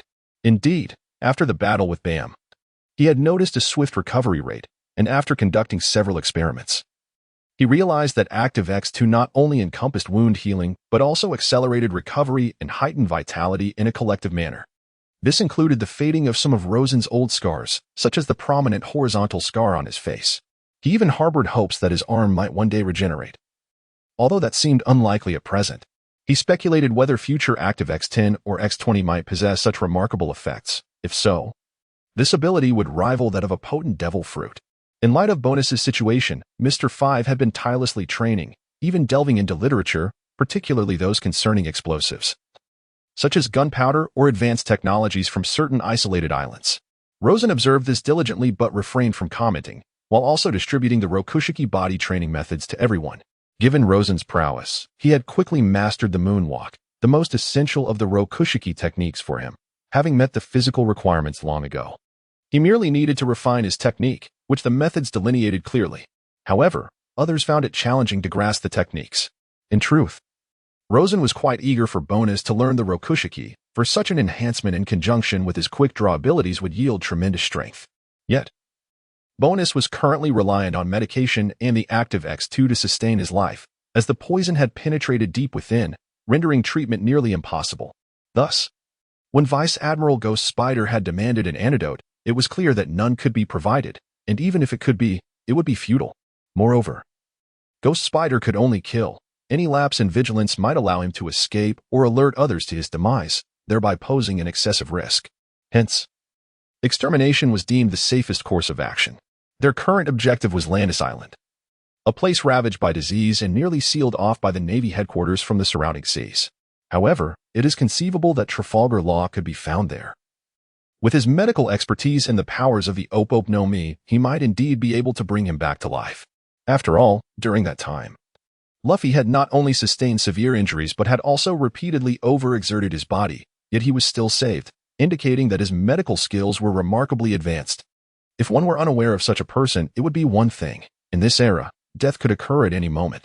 However, knowing that such a person exists, one must still make an attempt. This voyage, however, is not short. It involves passing several islands for resupply and record-keeping. Their current course is generally horizontal, heading southeast. The Wine City is situated along the Great Route, relatively close to the South China Sea. Of course, they must cross the doldrums, a perilous area devoid of wind, before reaching the South China Sea. Presently, they are navigating eastward, with an estimated journey time of around half a month. The duration required for the island's storage records remains uncertain. Rosen harbored a desire to acquire a navigational pointer that could lead directly to Atlantis Island, yet none were available, possibly due to the island's current semi-blockade status. Atlantis Island was once a luxurious retreat for a noble celestial dragon, often referred to as the Divine Garden. Although the celestial dragons reside in a holy land, unique islands are sometimes offered as tributes.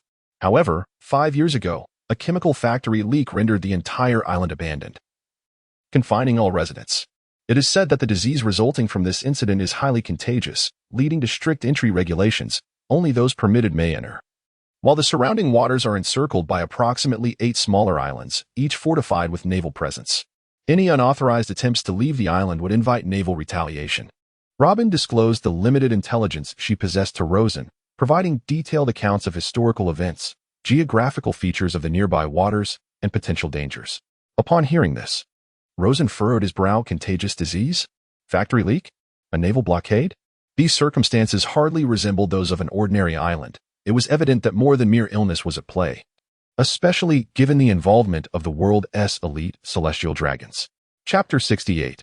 Successfully taking the first step toward Haki, the Senro Dawn continued its voyage, occasionally encountering pirate crews, all of whom were swiftly plundered by Rosen and his companions.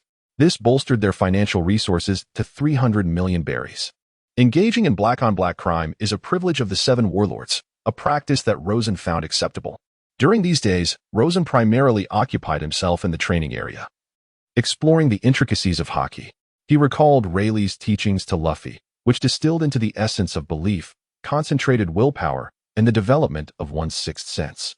This power resides within everyone, yet not all can master it. It demands skill and practical experience.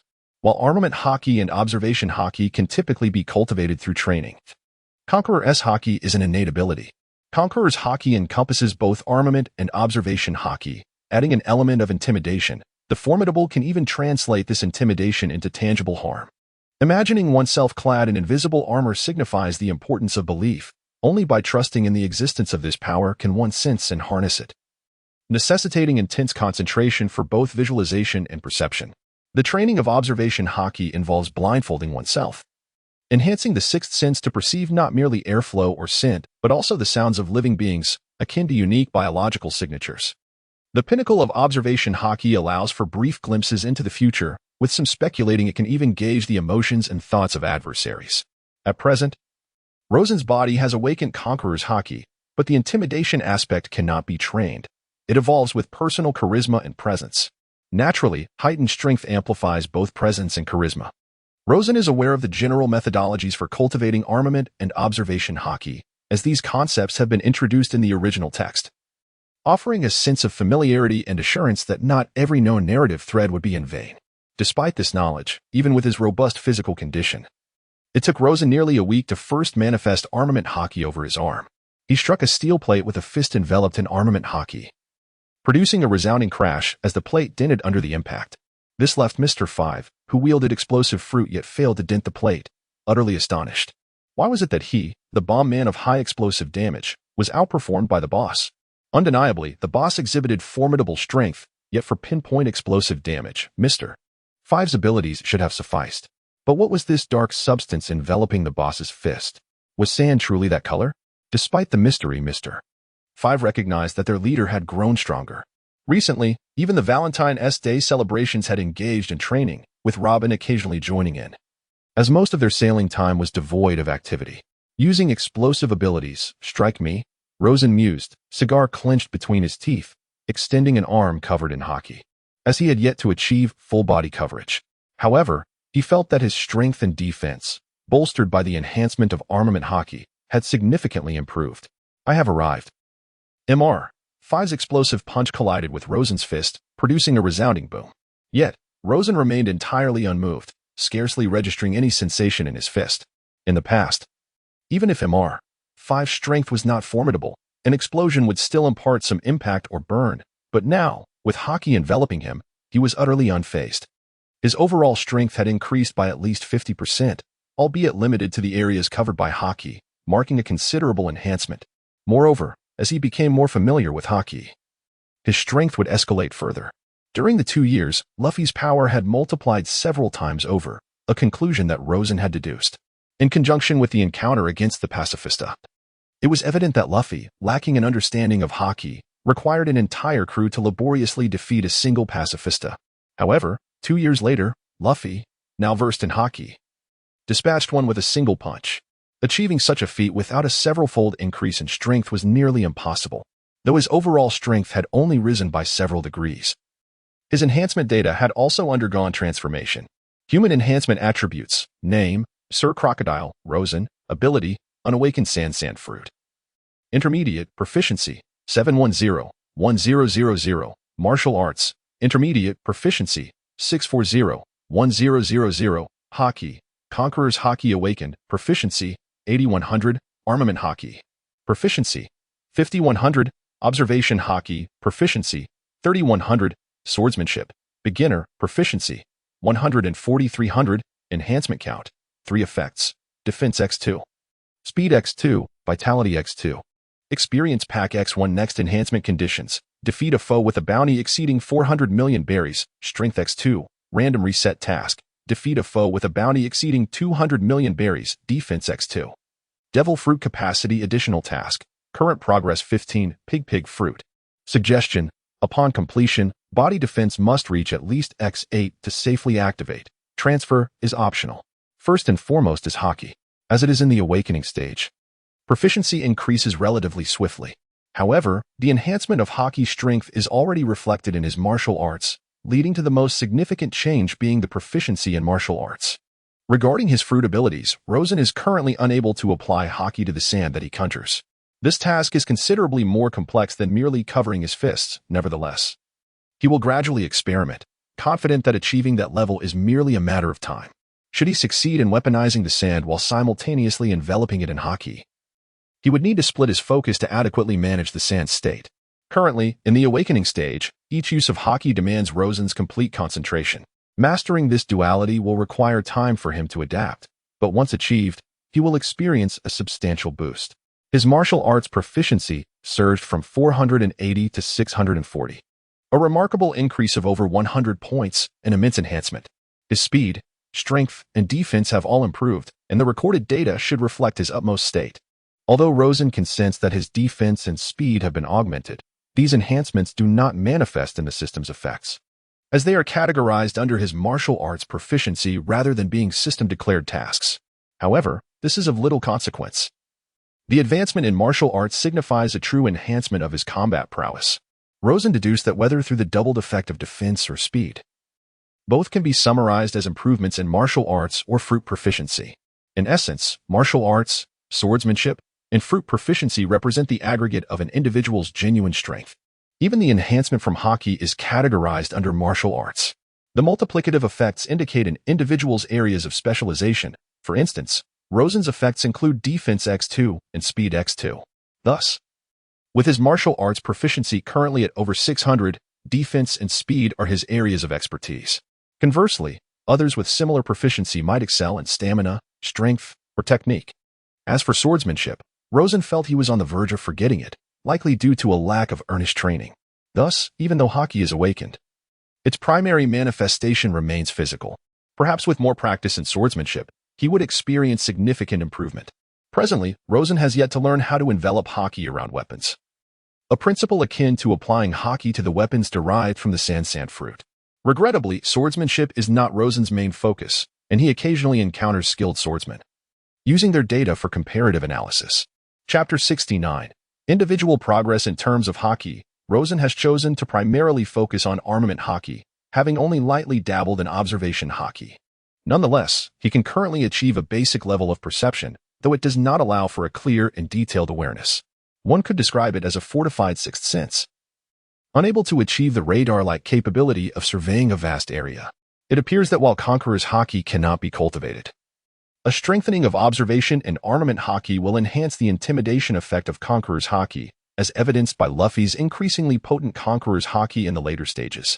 Now, even without relying on his fruit abilities, Rosen is confident in his capacity to defeat Bartholomew Kuma. After all, regardless of how subpar his previous physical combat capabilities were, under the augmentation of the enhancement system and the current Haki, his martial arts have soared to new heights, a development of paramount importance. This indicates that his strongest combat power is gradually evolving beyond the singular reliance on his devil fruit. His martial arts prowess is now nearly on par with that of his natural-type devil fruit. Of course, strictly speaking, in terms of proficiency data, he still falls slightly short. While it is true that Rosen's most formidable combat prowess has not notably improved, the development in two distinct directions allows him to contend with formidable adversaries who excel in only one area. In assessing an individual's strength through a systematic and data-driven lens, one could estimate Rosen's capabilities within a certain range, particularly in martial arts and swordsmanship, based on these three fundamental aspects. If the highest proficiency in any single skill reaches between 600 to 700, it would typically signify the prowess of an elite or top-tier vice admiral. Prior figures such as Bam and the recently defeated Ghost Spider fall within this caliber of strength. Rosen surmises that should his peak proficiency surpass 800, he might possess the combat strength of a quasi-admiral. Estimating the strength of an admiral remains more elusive. perhaps requiring 1 or 2 skills to exceed a proficiency of 1,000. Rosen's superiority over Bam and Ghost Spider can be attributed to 2 primary factors. Firstly, the inherent advantages of a natural type ability user, and secondly, his exceptional proficiency in both martial arts and fruit abilities, which when synergized, enhance his combat effectiveness beyond that of singular prowess. In contrast, while Bam possesses remarkable fruit abilities, they are merely an augmentation of his physical skills, which can be deemed as an exceptionally high proficiency in martial arts, likely exceeding 600 points. Ghost Spider, while slightly stronger, hovers just above 700 points, yet remains within reasonable bounds, if one considers the original Crocodile to be among the lower echelon of the 7 warlords.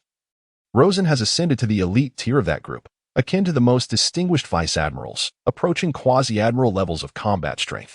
However, it is crucial to recognize that the Navy also boasts exceptional vice admirals who exhibit similar multifaceted talents, particularly those adept in both fruit abilities and martial arts, rendering Rosen's prowess seemingly less formidable in comparison. Nevertheless, it is imperative to note that these accomplishments have been achieved by Rosen in a remarkably short span. With ongoing training and relentless combat, he is confident that he could attain the pinnacle of 7 warlord-level strength akin to Mihawk in a relatively brief period. At that point, he would command a significant degree of authority upon these waters. Since departing from the Wine City, Rosen has relentlessly pursued the mastery of Haki, leading to a slight depletion of his physical reserves. Therefore, he must now allow his body to recuperate, avoiding potential harm. After all, Haki and martial prowess are intimately linked to one's physical condition. Proper rest and recovery are essential for optimal training. Thus, he has temporarily set aside the rigorous exertion of training. Instead, taking advantage of favorable weather, he has ventured onto the deck to oversee the ship's operations. Following the news of the battle with Ghost Spider and his subsequent demise, the crew likely suspects Rosen's involvement in the ambush against the Vice Admiral. After all, he was absent during that time, and the vessel's peculiar navigational trajectory, despite the crew merely encountering Morris and others before retreating to the island, left them without first-hand witnesses. However, anyone with a modicum of intelligence could discern the truth. Consequently, Rosen not only inspired hope but also attracted a considerable number of admirers, among whom Miggs exhibited the most fervent admiration, almost rivaling Bonus. Previously, Rosen had distributed the 6 styles to every crew member. However, despite their commitment to training and Rosen's assistance with the enhanced vitality of X2 during his moments of relaxation, no one had truly mastered all 6 styles, save for Rosen himself. While he had only recently begun to grasp the basics, he had indeed acquired competence in all 6 styles. The other crew members had managed to learn the following: the finger gun, mastered by Mr. 5, the shave, surprisingly acquired by Miggs, and the moonwalk, adapted by Valentine's Day due to the floating capability of his devil fruit. Notably, the sea cow, with its speed-based attributes, had also imitated the training of others and succeeded in mastering the shave. This situation had severely demoralized Mr. 5 and his companions, as their perseverance and training could be attributed to the sea cow's influence, a fact that pleased Rosen immensely, for he preferred to see them sweat rather than bleed. However, none of the crew had mastered the paper drawing, the galefoot, or the iron block. Robin, who did not prioritize training as it was not her forte, brought to Rosen's attention a pressing concern: the ship lacked high-caliber combatants. While there were competent fighters like Valentine's Day, Mr. 5, and the Sea Cow, none possessed the elite strength exceeding 100 million in bounty. Should Bonus fail to return, the pool of capable allies would dwindle even further. Indeed, the recent advancements made by Mr. 5 and Valentine's Day were commendable, largely due to the vitality boost they received. Nevertheless, growth in strength is not an expedient process. It requires time and practical combat experience. Even with the aid of their devil fruit abilities, Mr. 5 likely lacked the strength of a typical captain, estimated to be akin to a bounty of 50 to 60 million. Valentine's Day, by contrast, might be comparable to a bounty of 10 to 20 million. But Rosen had not closely monitored her progress. These individuals had already been recognized as a promising group within the Baroque works, selected from among the lesser ranks. In truth, Rosen had only personally chosen 2, Robin and Bonus, while the others were merely supplementary. Currently, Robin's true combat prowess might not even surpass that of Mr. 5, though she could easily defeat him if she chose to employ her full capabilities. It seemed essential for Rosen to pay heed to other talented individuals, for if he continued to undertake every task personally, he would find little time for training. Yet, Without someone of Bonus's caliber, it was improbable that anyone would capture Rosen's interest. Ultimately, strength must reach a bounty exceeding 100 million, otherwise, one would be deemed too weak to be of any real use. For now, Robin sufficed as the strategic mastermind, while Rosen sought warriors capable of standing on the grand stage. Since departing from the Wine City, the crew had encountered several pirate factions, which were generally dealt with by Mr. Five and Valentine's Day. However, there were instances they could not handle, for even within the Grand Line, there existed formidable pirates. Meanwhile, Robin reclined beneath a vast sunshade, shielded from the sun, as she perused a book on the deck, with a newspaper delivered by the newsbird at her side. On the table lay a cake crafted by Valentine's Day during his leisure, though she preferred not to indulge in overly sweet confections, accompanied by a cup of red tea.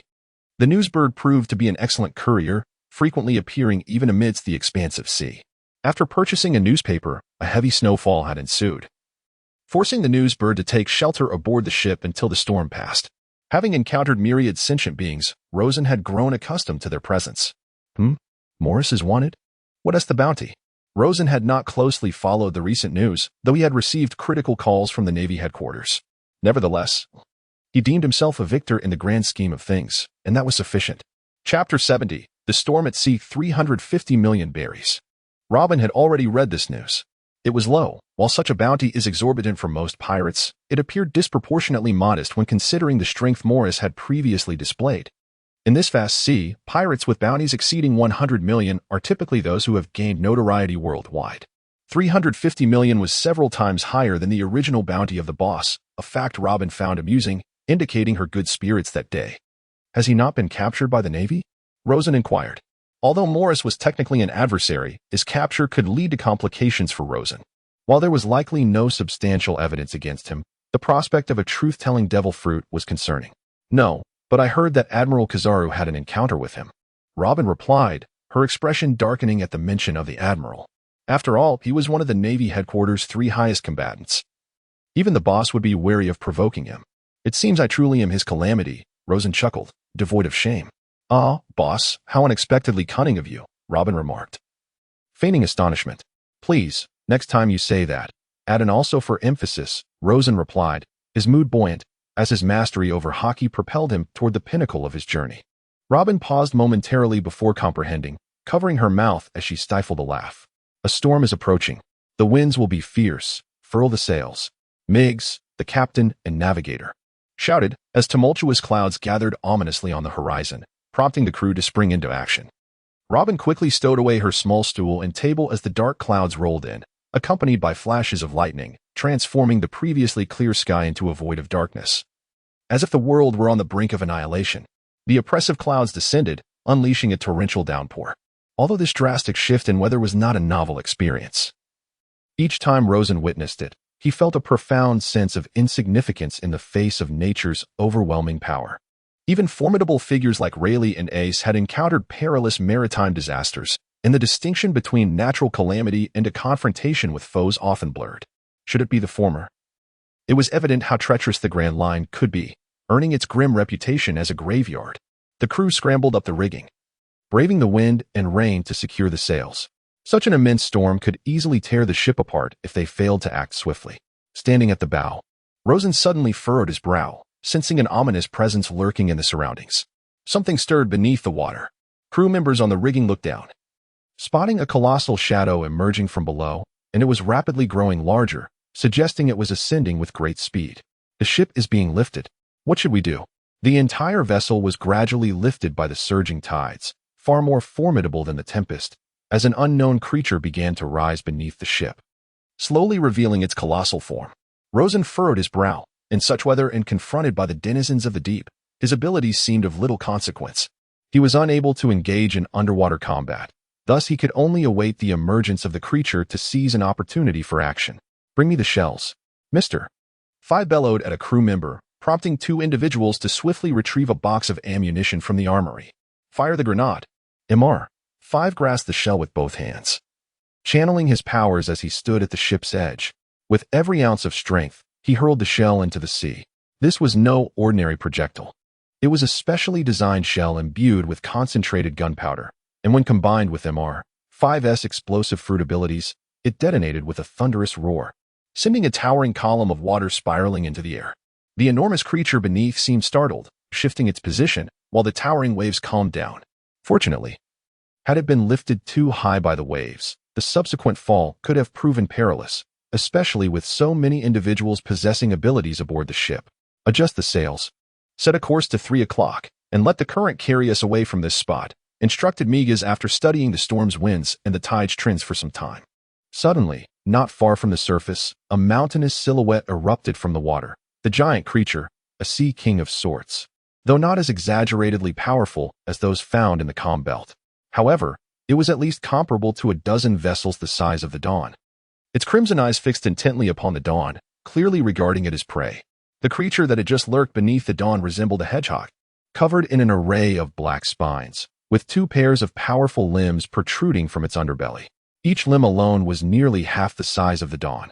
Should it strike with even a single claw, the Dawn could very well be severed in 2. It was a sea king, a formidable entity of the ocean. A voice exclaimed in terror, for although most giant sea kings resided in the treacherous, windless zones, a small number drifted through the Grand Line. Sea kings are extraordinarily powerful. Traversing the windless zone to enter the Grand Line without navigating through the upside-down mountain is tantamount to courting death, unless one possesses the most advanced naval warships. Even if they can mask the vessels from the Sea King's senses, a direct encounter remains perilously hazardous. Moreover, the windless zone is vast and devoid of wind, making it nearly impossible for most ships to traverse. The supersized Sea Kings within this zone are, on an individual basis, formidable enough that even high-ranking naval officers would struggle to contend with them, let alone when faced with the lair of the gigantic Sea Kings. Hence, the presence of Sea Kings poses an immense threat to any departing vessel, which is why the crew would descend into panic at the mere sight of one. For even a smaller Sea King, should it choose to attack, the Dawn would not withstand the onslaught. Adrift in the vast ocean, devoid of any ships, one's situation would be akin to facing certain death, unless one possesses the extraordinary strength of individuals like Rosen. Rosen could take a board and a recording compass, using moonwalk to escape, but what of the dangers in the air? In stormy weather, how long would it persist? Would his stamina suffice? Thus, navigating the seas has never been an easy endeavor. However, it seemed exhilarating. Rosen had already discovered his affection for the surge of adrenaline. Yet this time, he did not make the first move. The Kung Fu manatee took the initiative.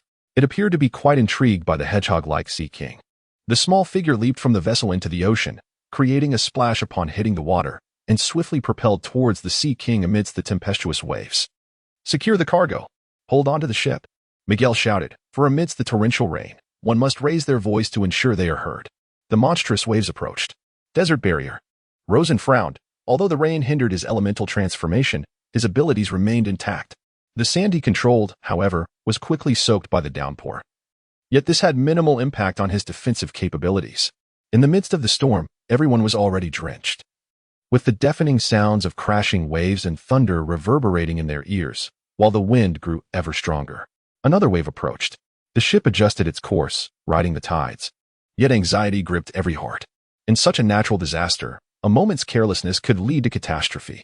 Raging foot, Rosen raised his leg and swept it across, unleashing a blade of air that cleaved through the crest of the wave, reducing it by more than half.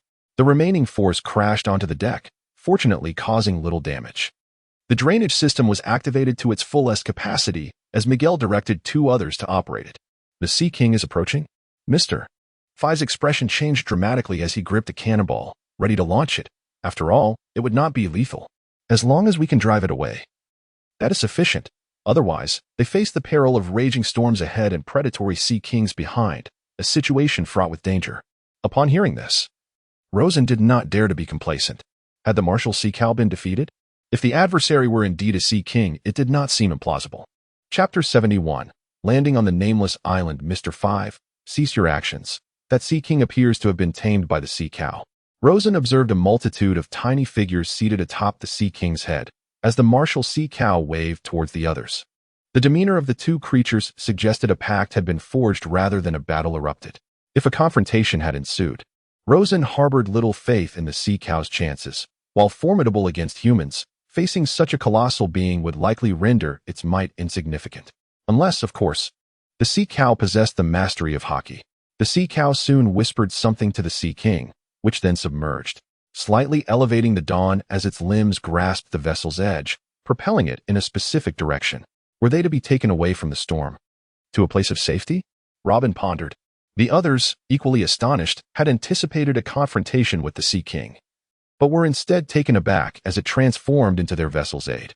This was fortuitous, as the tempest grew more ferocious, and a waterspout began to form a short distance ahead, a vortex of sea and sky that posed grave danger if one were to be ensnared within. How swift! The crew staggered as the ship surged forward with astonishing speed, akin to a swift fish. Everyone clutched the vessel tightly, fearing to be thrown overboard. Rosen stood steadfast, unwavering as a mountain, but the others lacked his fortitude, grasping anything they could to secure themselves. Be careful. Rosen noticed Robin extending numerous hands to anchor herself. Yet a wave washed over her, sapping her strength, and it seemed she would be cast away. He reached out, grasping her hand. I'm fine. A soft hue flickered in Robin's eyes, but soon more arms sprouted, securing her position even further. Are there vessels near the storm? Rosen suddenly discerned a few ships struggling against the tempest. Yes, but their luck is woeful. They are far closer to the storm and likely won't survive. Robin, upon hearing this, gazed in the direction Rosen indicated, spotting several pirate ships adrift in the tumult. Indeed, it seems fortune plays a significant role. Rosen had no further thoughts on the matter. He merely observed. In this world, misfortune is abundant, yet so too is luck. Presently, they lacked the means to assist others. In such a storm, a single misstep could lead to demise. Rosen noticed that the crew aboard those ships had also caught sight of his vessel. Buddha. That ship is being towed by a Sea King. How can they tame such a beast? An observer exclaimed, astonished by the sight of the rapidly gliding ship. A robust, smiling middle-aged man with wings on his back turned to look, replying, Indeed, but this is not the time for such concerns. Informed the navigator. Our survival hinges on his skill. Understood. Buddha, are we truly not going to perish? Had I known, I wouldn't have sought treasure. I'm uncertain of what is true, a despondent crew member lamented. Upon hearing this, Buddha maintained his smile, joining his hands in prayer. A true man should not utter words of surrender lightly. Death does not come easily. No, the storm has yet to abate. We cannot continue like this, or the ship will not withstand the prolonged impact. There's a small island over there. I suggest we seek refuge there until the storm passes, Migas reported, approaching Rosen. Agreed, but let us not linger too long. Leave the recording pointer on the ship and do not take it ashore. We shall use a small boat to disembark, lest the magnetic field be disrupted, leading us to take a longer route later.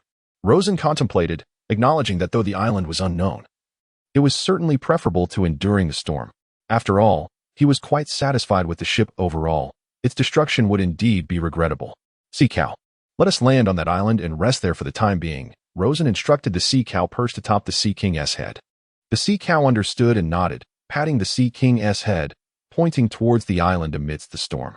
The Sea King gladly obliged, altering its course towards the storm-lashed isle. Soon, the ship anchored beside the island, and upon nearing it, the storm seemed less fierce, as one side of the island acted as a natural shield against the winds. Boss, there are reefs near the island. We struck upon arrival. Once the storm subsides, we must perform repairs, Migas reported. It appeared the tempest would not pass swiftly, but the ship should remain secure here, flanked by natural barriers on both sides to mitigate the gales. However, the vessel swayed considerably, likely unsuitable for overnight shelter. Migas glanced at the island, noting that while the sky was obscured, the hour was nearing night. The coast where they had anchored resembled a natural harbor, akin to a pear with a bite taken out of it. Within that indentation lay their docking point, and from a distance, the island indeed resembled a pear. The island was not small, yet as they approached the coastline, no fishing boats or pirate ships were in sight. It was uncertain whether anyone resided on the island. As Rosen pondered this, Robin produced a nautical chart. It was an unnamed island, not clearly recorded. This chart was of continental origin, and the islands of the Grand Line were as numerous as stars. Given the peculiar nature of the Grand Line, it was not unlikely for new islands to appear suddenly, making unnamed islands fairly common. However, most unrecorded islands were not unknown to all. They were simply known by some who preferred to keep their existence concealed. According to Robin, pirates from the old era particularly detested exposing newly discovered islands, often claiming them as their own for bases or treasure troves. Adventurous pirates, in particular, relished hiding their treasures before death, leaving them for future adventurers to uncover. The most renowned of these was Gold Roger, who ignited the Great Pirate Era. An unknown island? Rosen contemplated for a moment. While their position was favorable, the waves still roiled, making it challenging to spend the night aboard a violently swaying ship. Conversely, they were well equipped for terrestrial habitation, with versatile tents suitable for both storms and snow. Assign the watch personnel aboard, while the rest accompany me to the island, Rosen stated to Robin. An unknown island could signify danger, but might also herald unexpected delights. Understood. Robin set about making arrangements. Soon, 2 small boats were dispatched from the Dawn, laden with essential camping supplies and accompanied by Rosen and the others. The Sea King, unable to navigate the shallow waters, had already bid farewell to the manatees. It must be said that the ease with which they found shelter was largely thanks to the Sea King. Yet, one wonders what peculiar qualities this young manatee possesses. Is it capable of communicating with the Sea King, or do they merely share a mutual understanding of one another's consciousness? Nevertheless, the extraordinary nature of the manatee is vividly manifested when 2 small boats approached the island and landed on the sandy shore. Rosen and his companions gazed in astonishment at the scene before them. Was this a mushroom island? Chapter 72. Comfort, Future Supernova. As they surveyed the landscape, they were met with an array of various mushroom-shaped flora, which from a distance had been mistaken for towering trees. Little did they realize that these were indeed majestic mushrooms. Or more precisely, fungal organisms, gigantic shiitake, straw mushrooms, tea tree mushrooms, oyster mushrooms, tremella, wood ear, reishi, and many others whose names eluded them. The entire island was devoid of any other plant life or vegetation, and astonishingly, some of these mushrooms were fully ripe, exuding steam and remaining undeterred by the storm. As numerous colossal reishi mushrooms unfurled their umbrella-like caps to shield against the majority of the pouring rain. A few small rabbits and wild pheasants nibbled on the ripe fungi still anchored to the ground, only to scurry away in panic upon noticing the unfamiliar visitors. Many of these seemed to be rare medicinal herbs, and the sight of such large wild reishi mushrooms made some crew members remark that collecting a few to sell would yield a handsome profit. Although the environment of this island was markedly distinct from most others, it held its own unique allure. However, such phenomena are commonplace in the Grand Line, where even the once training ground of Usopp was an entire island brimming with food, including meat, noodles, and more. Take a glance at Cake Island. All of this defies scientific explanation. While it is undeniable that science exists in this world, there are also numerous mysterious islands. The one before them is evidently one of those mysteries. Rosen was astonished, though he did not reveal his feelings. The sights before him were unlike anything he had ever witnessed. Experiencing and stepping onto these islands offered a completely different sensation. In fact, there are many such wondrous islands in the Grand Line, but encounters with them are rare, as most islands tend to be rather ordinary. Hence, the crew was quite taken aback upon initially setting foot on this nameless island. Perhaps it harbored poisonous mushrooms. It was prudent not to act recklessly until they understood the surroundings. They should first find a suitable place to set up camp and then see if there were any towns on the island. If so, spending the night at an inn there would be quite pleasant. Robin reminded everyone, there are indeed many toxic fungi. And while the behavior of the animals earlier suggested that the ripe mushrooms were safe to eat, the edibility of the unripe ones remained uncertain. Valentine, MR. 5. Take the binoculars and scout from a higher vantage point to see if there are any towns. Bring along the transponder snail for timely communication. We will set up camp nearby. I find the soil and stone here quite suitable, offering a nice view of the sea, Rosen instructed. In such weather, if Valentine dared to float into the sky, she might not be able to return. Without the cover of those enormous mushroom caps, the fierce winds could carry her, weighing 0 kilograms, to distant lands in an instant. Received, MR. 5 nodded, and Robin began directing the crew to unload essential supplies, while Bonus lay on a stretcher, shielded from the wind and rain by a sturdy umbrella. Rosen approached a mound of earth and stone, channeling his abilities to carve out a rudimentary cave. Were it not for the concern that all the earth might turn to sand and be washed away by the rain, he would have even considered constructing a dwelling out of sand. However, that would demand excessive maintenance of his powers. For now, a semicircular cavern was quite spacious. The surrounding earth had been moved, creating a solid structure. The shelter was situated a fair distance from the beach, standing 5 to 6 meters high. And even for Rosen's stature, it would not feel cramped. This arched sandy cave could easily accommodate 50 to 60 individuals. To Rosen's surprise, the sand beneath was remarkably dry and slightly warm. He had expected a moist environment where fungi thrived. After manipulating the nearby sand and stone, he discovered that the ground below was not damp, even during this stormy night. Boss, don't forget we are in the Grand Line. Some islands are like this. Yet, the abilities of nature users are indeed quite convenient, Robin remarked with genuine admiration. Although the environment of the nameless island was extraordinary, Robin had witnessed much and found Rosen's sense of novelty somewhat perplexing. Once I have spare nature-type fruits, I will provide you with one, Rosen mused, believing Robin should possess considerable combat strength. Despite her role in intelligence gathering, it would be unwise to fall easily to a formidable opponent. I am already an ability user. I cannot consume another devil fruit, Robin chuckled lightly, dismissing the matter. There will always be a solution, but that is still a distant concern, Rosen replied without elaboration. Under Miguel's leadership, the crew had begun setting up tents, and Rosen's appeared particularly spacious. If he recalled correctly, the only item that was inconvenient to carry from the ship, a soft mattress, was placed inside his tent. Additionally, they had started a fire to prepare dinner, with several crew members venturing out to hunt. Accustomed to frozen and dried meat, they occasionally yearned for fresh game. Judging by the earlier circumstances, the island seemed to harbor a fair number of small animals. Rosen did not hinder their hunting efforts, as long as they did not stray too far. For the moment, the island appeared relatively safe. The bustling activity created a comforting atmosphere reminiscent of a holiday camping trip. Despite the rain's persistence, the mushroom caps shielded them from most of it. Though the dim light diminished the experience, a sunny day would have undoubtedly enhanced their enjoyment. Soon, delightful aromas wafted through the air as Robin confirmed the edibility of the non-self-cooking mushrooms and gathered some to mix with the captured wild chickens for a stew. With dozens of mushroom varieties simmered with chicken and the chef's commendable skills, appetites were quickly whetted. On a stormy night, having a warm pot of mushroom chicken soup to savor was undoubtedly a great comfort. You two should also eat, Rosen said to the two diligent maids who were eager to serve him, promptly declining their offer. There was no need for added fuss when he could easily serve himself. Understood, boss, the two maids replied in unison. Where did you find these two? Rosen inquired of Robin after the maids had departed. Robin, enjoying her bowl of chicken soup, glanced over at his question. Do you want the truth, boss? She replied, knowing she could easily fabricate an excuse. But it seemed unnecessary to be overly cautious with Rosen now, especially since it was a trivial matter. Do you have another story? Rosen responded, speechless. Suspecting that Robin had two versions of her tale, as she often used to with Crocodile back in Alabasta. Well, I'll speak plainly. I found these two on the road. They were on the verge of starvation.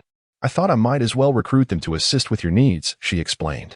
You truly stumbled upon a treasure. They are quite adept at taking care of others, Rosen acknowledged, nodding. Despite the casual nature of their recruitment, he could not deny the value of having two maids who managed his daily affairs without worry.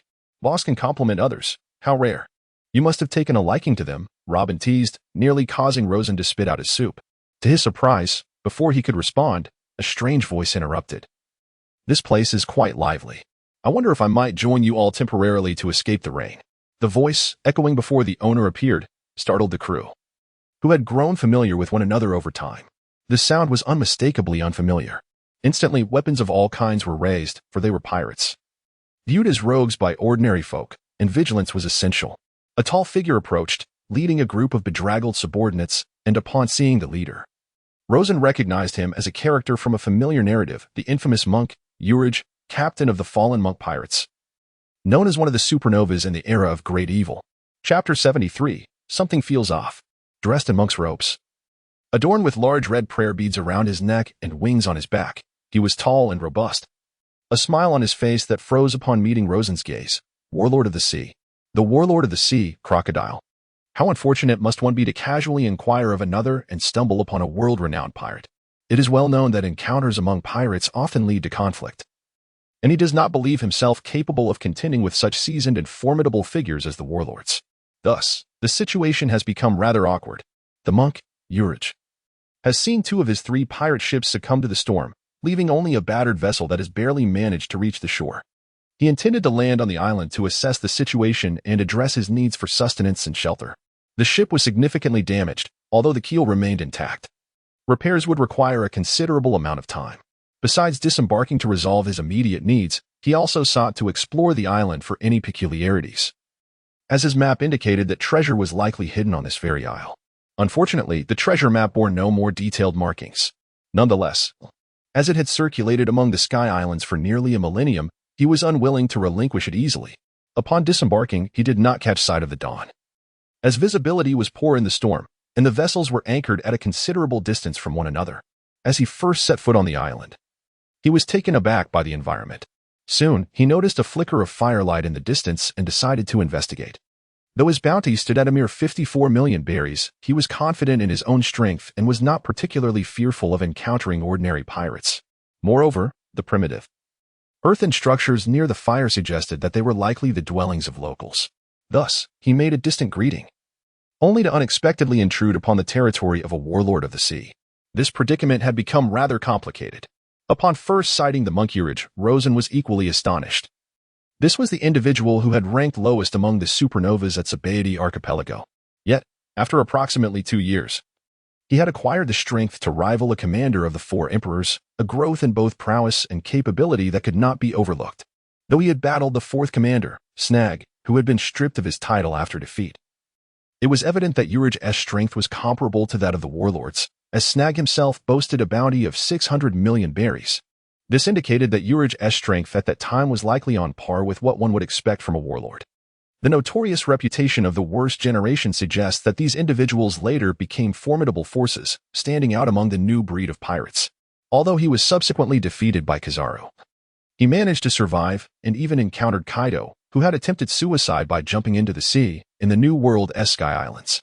Rosen had previously speculated that Urage might have originated from the New World Sky Islands. However, reflecting on the circumstances at Sabaody, it seemed improbable.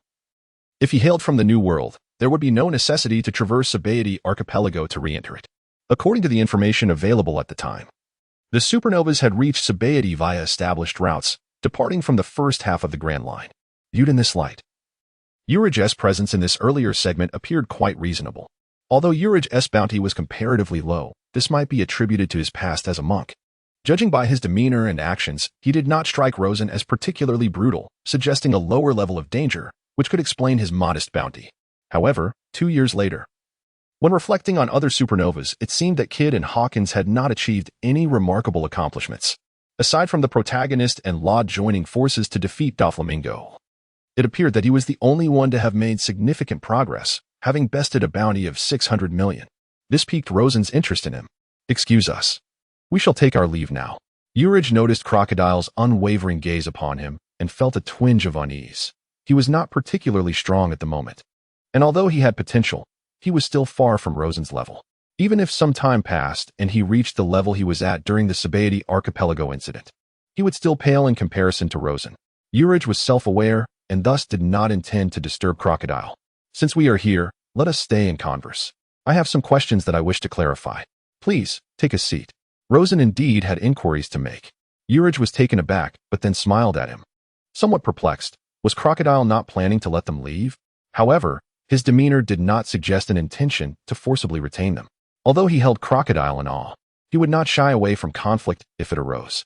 "Lower your weapons. Since we have met, we must treat our guests well." Rosen remained unhurried.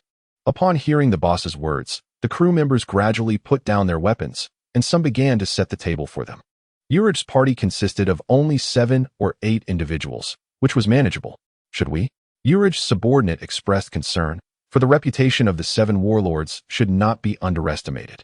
"Since it is their hospitality, we shall not impose." As Urage observed everyone indulging in chicken soup, he deduced it was safe and relaxed his worries. Though he still wondered why Crocodile had asked him to stay.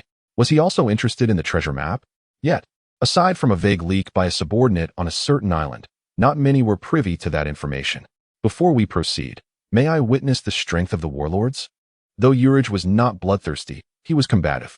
Especially when faced with someone of significant repute at sea, he was eager to gauge his own strength against such a renowned figure. Initially, he refrained from initiating a life-and-death battle with a stranger, but now, his proposal leaned more towards a friendly sparring match. Oh, Rosen was slightly surprised. Urage's request was unexpected. Even Robin and the others cast him sympathetic glances, as if doubting the wisdom of challenging the boss. "Do not underestimate us. Our captain is formidable," one of Urage's subordinates retorted, sensing the skepticism in Robin's gaze. "Very well. Strike when you are ready. We have matters to attend to afterward." Whether to accept this open challenge rested solely on Rosen's disposition. However, considering he had inquiries to make later, showcasing a bit of strength was prudent. After all, Being powerful would simplify many subsequent matters. Here, Urich hesitated. There is ample space, and it is raining outside. Proceed. Rosen did not even set down his bowl. It was not out of disdain for Urich, but rather a belief that Urich might not yet match Bonnie's strength, a conclusion drawn from the feedback of his observation Haki. Then I shall not hold back. Although Urich felt slightly slighted by Crocodile's demeanor, he decided to let his strength speak for itself. He rose, and the crew members on both sides quickly cleared a substantial area. Clenching his fists, he prepared to unleash his innate brute strength, a pure brawler. Urich launched a powerful punch toward Rosen's face, the force behind it akin to a mountain crashing down, the air swirling violently in its wake. Rosen was not caught off guard.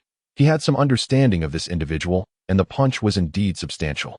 Evaluating its strength, he found it commendable. Supporting his bowl with one hand, he quickly conjured a fist of sand with his other, solidifying it into an incredibly hard form, and met Urich's strike head-on. Boom! The fists collided, unleashing a tempest of force, and Urich staggered back several steps, while Rosen remained seated, unfazed. Draw your weapon, otherwise you may not withstand the next strike. Rosen set down his bowl and rose slowly. The force had been impressive, and he felt sufficiently nourished to warm up. Weapons? What weapons? Urich was astonished to find himself pushed back, bewildered by Rosen's words, for he had been fighting barehanded all along. Rosen paused, noticing Urich's expression did not appear deceitful. Something felt amiss. Chapter 74. Another route to Sky Island. From Urich's reaction, it appeared he fought without weapons. This seemed rather unusual. Rosen remembered that Urich wielded a distinctive weapon, an enormous pencil, as thick as a barrel, resembling a colossal steel pillar. Such a remarkable weapon. And yet Urich now claimed he fought unarmed. The only explanation could be that he had yet to acquire this remarkable pencil. It was not something he possessed from the outset, but rather obtained later. Did he also possess the superhuman fruit speculated to have the ability to absorb damage and convert it into greater physical strength for counterattacks? Though Rosen's knowledge of him was limited, the narrative had not indicated when he might have acquired his weapon or fruit. Are you a devil fruit user? Rosen queried. His curiosity piqued. I am not, Urich replied, shaking his head, uncertain why this question arose. But to him, it was no secret. Rosen felt a measure of clarity. Although he did not understand the specifics, it seemed Urich had not yet become a user of such powers. While the narrative had not clarified whether his physique stemmed from a power, it was unlikely that he possessed causality-based attacks. The assumption that he was a user seemed plausible, and coupled with the absence of a weapon, it implied that his opportunity had yet to arrive. However, he wondered if their meeting would divert him from his original path, causing him to miss out on his chance. If so, that would indeed be unfortunate for Urich. I am preparing to attack. Seeing that Rosen did not initiate an attack, Urich decided to strike first. His body tensed, though he did not grow larger. Nonetheless, his muscular form contained immense power. Urich delivered a straightforward punch, devoid of abilities for swordsmanship, relying purely on his physical prowess. His fist moved like lightning, swift and powerful, propelling the surrounding air and making his punch resemble a missile hurtling through space. Just the right opportunity to test this. Rosen had yet to engage in a genuine collision using his armament Haki. Although Urich was not exceptionally strong, his physical resilience was formidable. This would serve as an excellent opportunity to ascertain whether he could withstand a punch imbued with Haki. Thus, Rosen's right hand became shrouded in darkness. Although not intense, it did not reach the depths of blue or purple, yet the sense of power was entirely within his grasp. With a resounding thud, their fists collided once more, this strike surpassing the previous one in strength. At the moment of impact, the force of their fists unleashed a tempestuous gale that swept across the surroundings, sending anyone who had ventured too close staggering several meters away. However, the disparity in strength between the two was too great. Haki could only endure for approximately 2 seconds before being propelled out of the shelter by a powerful punch from Rosen, crashing into a massive mushroom over 100 meters away with a resounding thud. Monk. Haki's crew rushed over, not daring to steal a glance at Rosen. The might of the 7 warlords was truly astonishing. Their monk, Haki, despite having recently descended from the Sky Island, had already defeated numerous well-known pirates and hunters, and there were very few who could stand against him head-on. Robin, use your abilities to call them back, Rosen said, settling back down. Upon hearing this, Robin nodded, closed her eyes, and soon another pair of eyes appeared in the distance, accompanied by a mouth, which startled Haki and the others. Moments later, Haki returned, his demeanor unperturbed, still wearing a cheerful smile. It seems the gap is still substantial. I'll have to double my efforts. So, I wonder if the esteemed Seven Warlord has any questions. You were born on the Sky Island, weren't you? Rosen inquired, naturally seeking another route to the Sky Island. If all else fails. Or if everyone learns the moonwalk and can maintain it for an extended period, they could resort to flying routes, with safety being paramount. Sky Island? Initially disinterested. Robin suddenly focused her attention upon hearing the name. A closer inspection revealed that Erky's physique was indeed different, with wings sprouting from his back. Yes, I didn't expect you to know about the Sky Island. As far as I know, there are not many from the Blue Sea who are aware of and believe in its existence. In fact, there are quite a number of Sky Islands at an altitude of 10,000 meters. Erky was slightly taken aback. He recalled how he had been ridiculed when he first descended from the island, claiming to reside on islands in the sky. However, he generally dismissed such mockery, as he was a monk, albeit a fallen one, and would not easily break his vow against killing unless absolutely necessary. The primary reason for his transgression was his aversion to vegetables and dislike for a vegetarian diet. Have you heard of Angel Island? If compared to the Blue Sea, it should be located roughly here. Rosen produced a map, pointing to an empty maritime region near Gaia. Devil Island. Erky examined the map, pondering the name of this Sky Island, and suddenly recalled it. Rosen instantly perked up. Could it be that Erky was informed? Upon further reflection, Angel Island should not be considered a secluded island. Although it existed in the high skies, it likely received visitors from time to time, possibly from the Blue Sea or the Sky Islanders. The existence of an entry fee for visitors indicated it was not entirely isolated. Thus, Angel Island was certainly not a world apart, suggesting that this former Sky Islander might possess some knowledge about similar locations, which could be explicable. Why is it called Devil Island? Is it dangerous? Robin pondered Erky's words. I have never been there, but from my Sky Island, if one employs cloud path techniques, reaching Angel Island should not be exceedingly far. The inhabitants of my island once engaged in trade with Angel Island. However, in recent years, those who frequently traveled for trade have mostly encountered misfortunes. It is said that many accidents occurred due to disrespect towards the divine. Erky reminisced. That's it. That's the island. I know the reason, but aside from the upward currents, are there any other methods to reach the Sky Island? Rosen confirmed, noting that disrespect towards the divine was indeed accurate. Enel, having declared himself a god, ruled over Angel Island in the ancient city of Sandora, utilizing lightning and the power of the mind, or observation Haki. The moment he detected any dissenting remarks, he would immediately unleash divine retribution. Robin also cast her gaze at Erky, her fellow crew members equally curious. Sky Island. What is it? An island in the sky. Could it truly exist? And this person even has wings. In addition to the upward currents, there are indeed other ways to ascend to the Sky Island. However, they involve ancient, abandoned trials of the cloud path, which can sometimes be found on extremely high peaks and steep currents. As for Angel Island, I have reviewed some records. It should be situated atop a mountain on an island known as Flower Basket Island. The exact location remains unknown. But if one were to venture to the Sky Island via this route, it would be perilously risky, with a survival rate of perhaps 1 in 10. Erky spoke candidly, as these were not significant secrets to him. Flower Basket Island. Robin searched the map to see if it was documented. Rosen looked towards Robin. No need. I have seen Flower Basket Island. While researching the Lannis Islands, I gathered information on the nearby islands as well. Flower Basket Island is indeed close to Lannis Island. And the journey from Lannis Island to Flower Basket Island is not too far, roughly 3 days. Robin stated confidently. However, if we truly intend to take this route, is there a better option? Hearing Erky's caution, Robin cast an uncertain glance at Rosen. Trust me. The alternative route should not be attempted lightly in the absence of exceptionally skilled navigators. Moreover, if we choose this path, it is not said that everyone must accompany us. However, before that, let us see if we can tend to bonus his injuries, Rosen replied.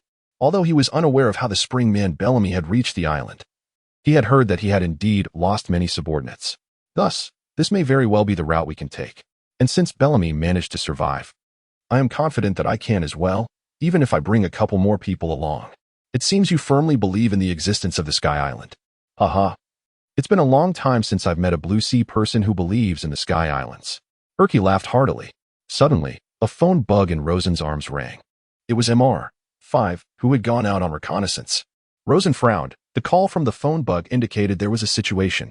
He answered, and MR5's grave voice came through immediately. Boss, We discovered a small village, but the situation is somewhat complicated. Your presence is required. Chapter 75.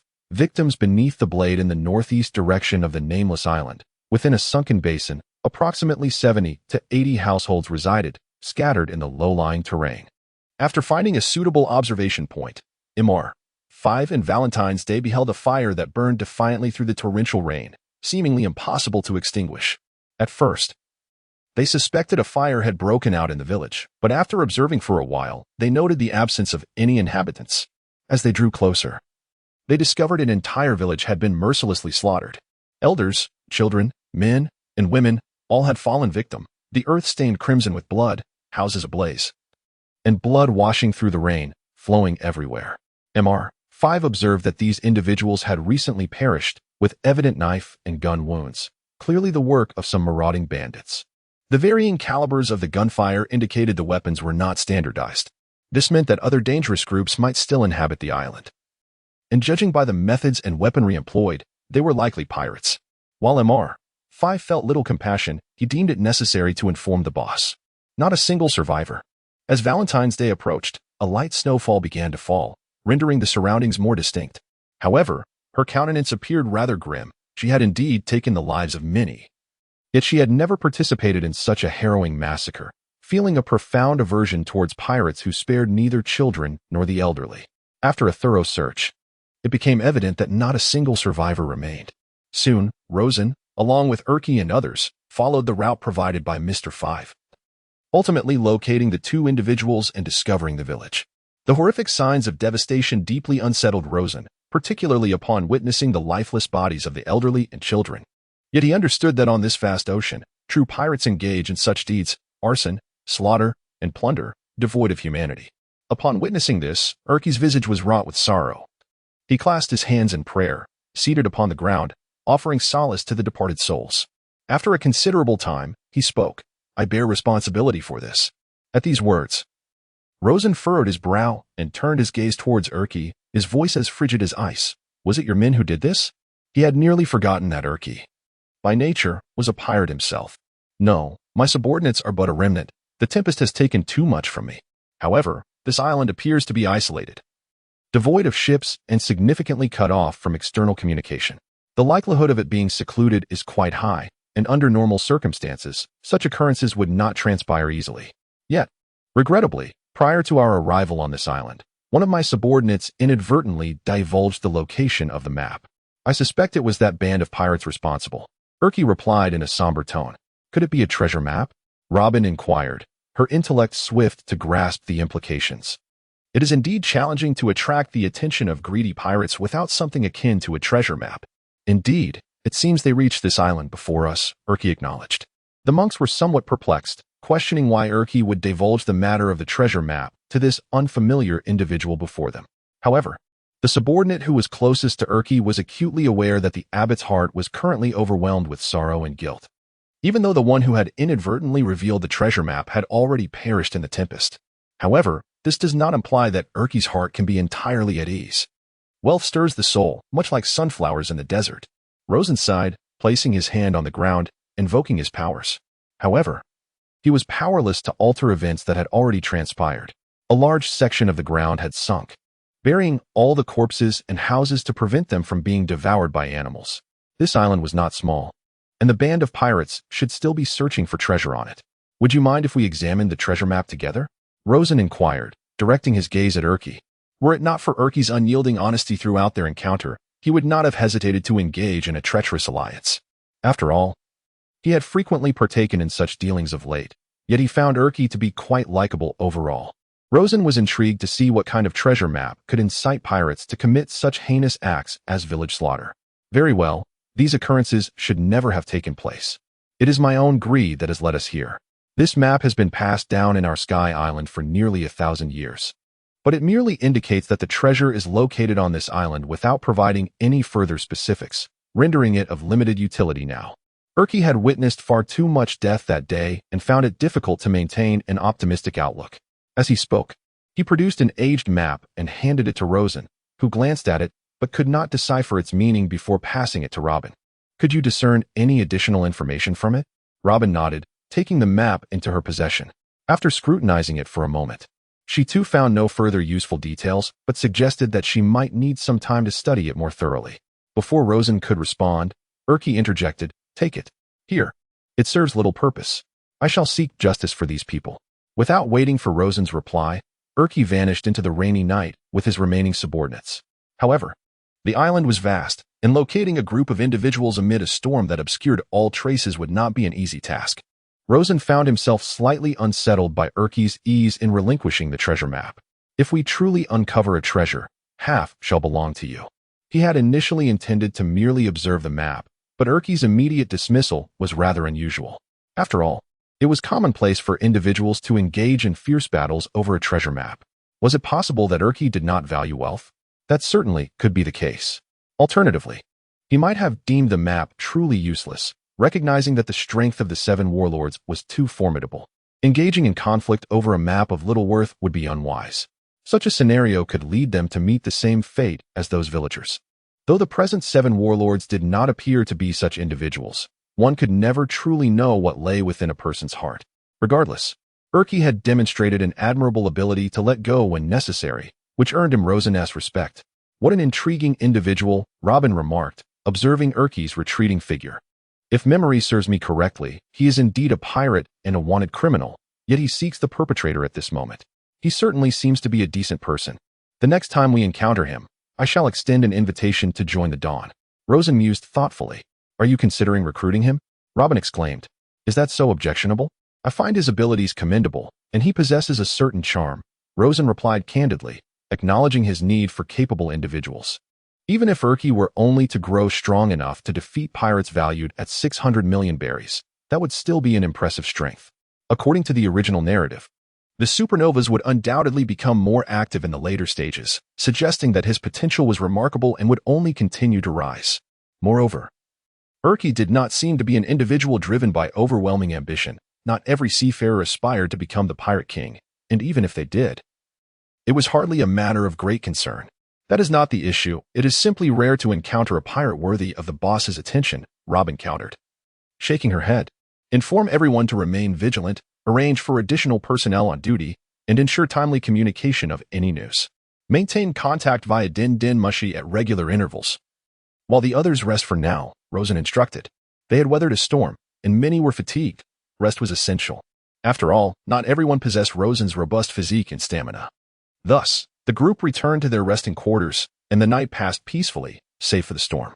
When dawn broke, the tempest had subsided, and brilliant sunlight once again illuminated the island, yet Robin had not slept a wink. Upon waking, Rosen found Robin waiting at the entrance of the tent. "Boss, the map holds further secrets. The sharp tips of the 4 corners are inscribed with numbers using a special hidden technique.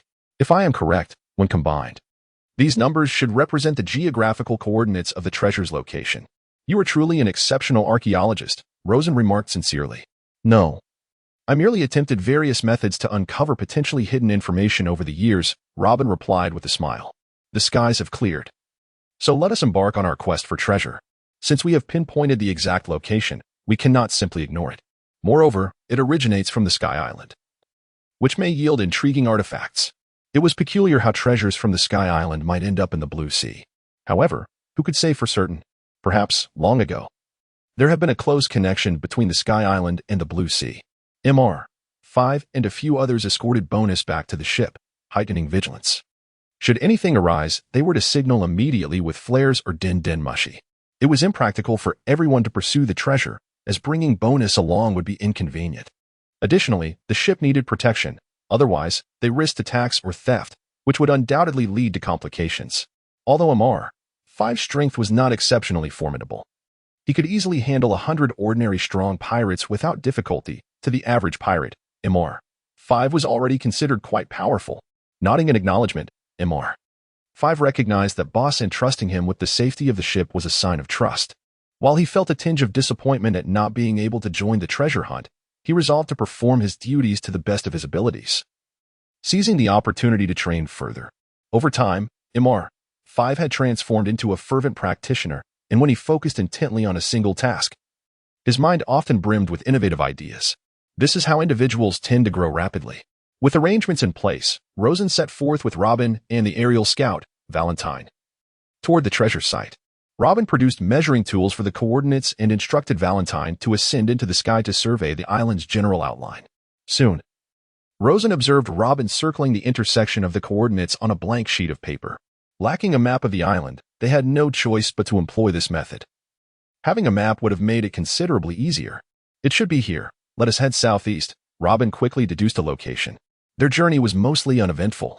Aside from encountering a few wild beasts, and although there were 2 other groups on the island, they were fortunate not to cross paths. Suddenly, a thunderous cannon blast echoed across the landscape, startling countless birds into flight. The sound emanated from near the treasure site, indicating they were not far off. It seemed that the pirates had gleaned some clues from the deceased villagers.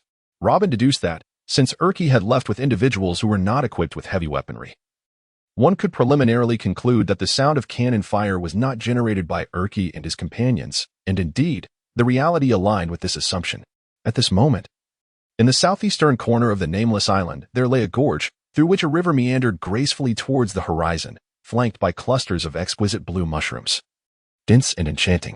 On the cliffs of the gorge, there existed a man-made cave, recently hewn, from which several ropes cascaded down towards the vicinity of this cavern. Above the gorge, an open space had been established, where over 50 pirate crew members had set up a defensive perimeter. Heavy artillery could even be discerned. And utilizing the natural rock formations and colossal mushrooms, they had constructed makeshift earthen fortifications. Numerous pirates concealed themselves behind the stones and mounds. Thus, a curved defensive line was formed, indicating that this pirate crew was exceptionally adept at troop deployment and maintained a strict discipline, unlike the typical looseness associated with most pirates. The cannon fire they had just unleashed was aimed at the peculiar monk Haki. After a night of searching, Haki had finally stumbled upon a trace. Yet he was taken aback by the ferocity of the pirates' assault. No sooner had he approached than he was met with cannon fire. However, for his exceptionally robust physique, this did not constitute a lethal threat. He collided with the cannonballs using his fists. Isn't this the fool who claims to hail from the Sky Island? Standing there, trading blows with cannonballs. Truly, he is beyond redemption, one pirate remarked with a sneer as he observed Haki engulfed in smoke. One cannot be so hasty in judgment. Perhaps he has simply never encountered cannon fire before. Ha ha ha. Another pirate taunted more directly. Our captain was so meticulous in instructing us to set up defenses. I thought it excessive, yet lo and behold, there truly are those lurking behind us. Alas, what unfortunate luck, to be on the safe side. Let us fire a few more shots. The captain and the others have already entered the treasure zone. I wonder if they have unearthed anything of value. The first pirate mused, tinged with envy. They had indeed anticipated the possibility of an encounter with this denizen of the Sky Island, which was why they had established their defensive line here. Boom, boom, boom. While they spoke, their actions were swift. With a wave of their hands, several cannonballs were discharged. Monksheng. The subordinates hiding beneath a nearby giant mushroom expressed their concern. Those were cannons, and the consecutive hits on Monksheng were not a promising sign. Pain etches memories into the mind. The strange monk Haki let out a roar amidst the cannonade, then, unscathed, charged directly towards the enemy's defensive line. Is he unharmed? A monster? Continue the bombardment, quickly. The captain of this pirate crew was taken aback, hastily issuing commands for a relentless barrage. However, the elite pirates, despite their rigorous training, find it exceedingly difficult to withstand the impending onslaught of the new generation. Haki, like a tiger among sheep, utilizes his robust physique and melee prowess to vanquish pirate after pirate. By the time Rosen arrives with Robin and the others, the area has been cleared. They discover a man-made fissure at the cliff's edge, and, after detonating explosives, the entrance has widened considerably. Rumor has it that this is an ominous place as described by the villagers, leading them to speculate that it could be a treasure trove. Haki has extracted all pertinent information from the pirates' lips, indicating that this band possesses a modicum of intelligence. I can't believe you actually found them, Rosen remarks, surprised. Without further ado, let us descend and investigate. Haki nods, recognizing the importance of exploring this potential treasure site, especially since more pirates remain inside that cannot be overlooked. If the treasures of Sky Island were to fall into the hands of these merciless pirates, he could never accept it. Given the presence of the cliff, it suggests that the treasure may lie beneath, a situation easily manageable without the need for climbing down. As sand swirls around Rosen, Robin, and Valentine exchange knowing smiles, acknowledging the truth in the boss's words. As a user of the sand fruit, Rosen can manipulate earthen materials as though they were non-existent. Meanwhile, deep within the underground maze, A team of over 30 individuals is cautiously advancing through a narrow passage, having already encountered a dozen corpses behind them. This is the 7th level. Why have we not reached the bottom yet? Are we merely going in circles? Soros muses, frowning. In pursuit of this so-called treasure, they blasted their way in through the fissure, encountering numerous traps along the way. The 1st to 6th levels were fraught with mazes, toxic gas chambers, dart-laden corridors, and fiery pits. Though most traps could be avoided, a few crew members fell victim to the labyrinth and dangers. We must be close. It has to be just ahead. Damn it, this place seems to have been untouched for centuries, yet the traps remain functional, grumbles the first mate, who possesses a knack for reconnaissance and a smattering of archaeological knowledge. If their expedition ends in vain, the losses incurred would have to be recouped from nearby villages that lack naval presence. Previously, in that village, they found little wealth, indeed. It was a dismal place, but they did uncover some valuable information, such as the existence of this so-called ominous location, which likely harbors the treasure. Hey, did you hear that? The first mate suddenly perked up, having detected a sound. No, the others responded, shaking their heads. The ceiling is cracking, one crew member exclaimed, pointing to the ceiling where fissures began to appear in the once sturdy stonework, with sand trickling through. Is this place about to collapse? Chapter 77. Encounter with the proactive Valentine. The treasure of Sky Island resides within a cubic structure approximately 9 levels deep, with each descending level diminishing in area. The first level lies 50 meters below the surface, with fissures along the canyon wall serving as primary ventilation shafts. As Rosen transformed the ground into sand, he flung a significant quantity of it aside. The first level, with its intricately woven maze of walls, presents a vast expanse. Those lacking logical reasoning and spatial awareness would easily become lost. I never expected to find such an ancient structure underground. It resembles a tomb, Robin mused, tracing her fingers along the wall. Countless walls crisscrossed the first level, with only a few exits discernible. This is indeed a maze commonly utilized by the Sky Islanders, suggesting that the architects were likely from this region. If there is treasure, it should be located here, Erky acknowledged. Allow me to lead the way, Erky volunteered. No need for that. Since it's sand and stone, we will employ the old methods. We are not here to break through the maze. We will take the simplest route. Rosen replied nonchalantly, referring to his technique known as the desert sunflower. Although he was intrigued by the prospect of treasure hunting, the presence of unwitting pirates ahead necessitated caution. Pressing his hand against the ground, Rosen transformed a substantial area into sand, revealing an entrance to the 2nd level, thereby circumventing the labyrinth entirely. He leaped down first, followed closely by the others. What a convenient ability, an extraordinary devil fruit. Erky admired Rosen's powers. He had heard similar tales of such abilities on their island, but witnessing the prowess of this Shichibukai was truly impressive. The scent of gunpowder and animal fat filled the air, with scorched walls and floors littered with arrows and corpses, evidence of a recent inferno. Those bodies must belong to pirates, Robin remarked coolly, observing the fallen figures. Following the conventional route would have been perilous. However, we shall continue our descent and see how many more layers remain, Rosen said dismissively, as a natural user, particularly one wielding the sand fruit, finds great ease in such terrain. As they carved through the passages, the group's progress was swift, arriving at the 7th level in no time, where they encountered Soros and his companions. With a resounding crash, they realized that the crumbling ceiling was not indicative of an imminent collapse of the entire underground structure. It was merely Rosen's latest act of transforming the floor into sand. Good morning, fellow pirates. Time for some plundering. Rosen grinned wickedly, feeling no guilt in engaging in a bit of black-on-black crime, knowing they were all unsavory characters. Before dispatching these foes, he sought to extract their riches. After all, navigating the seas necessitates a certain amount of gold for sustenance. Crocodile? Soros and his companions gasped in astonishment, bewildered by the presence of such a notorious figure in such a desolate place. Is our luck about to run out? Desert Greatsword, Rosen declared, dismissing the need for further discourse, as he unleashed a sweeping wave of sand that incapacitated several of the nearest foes.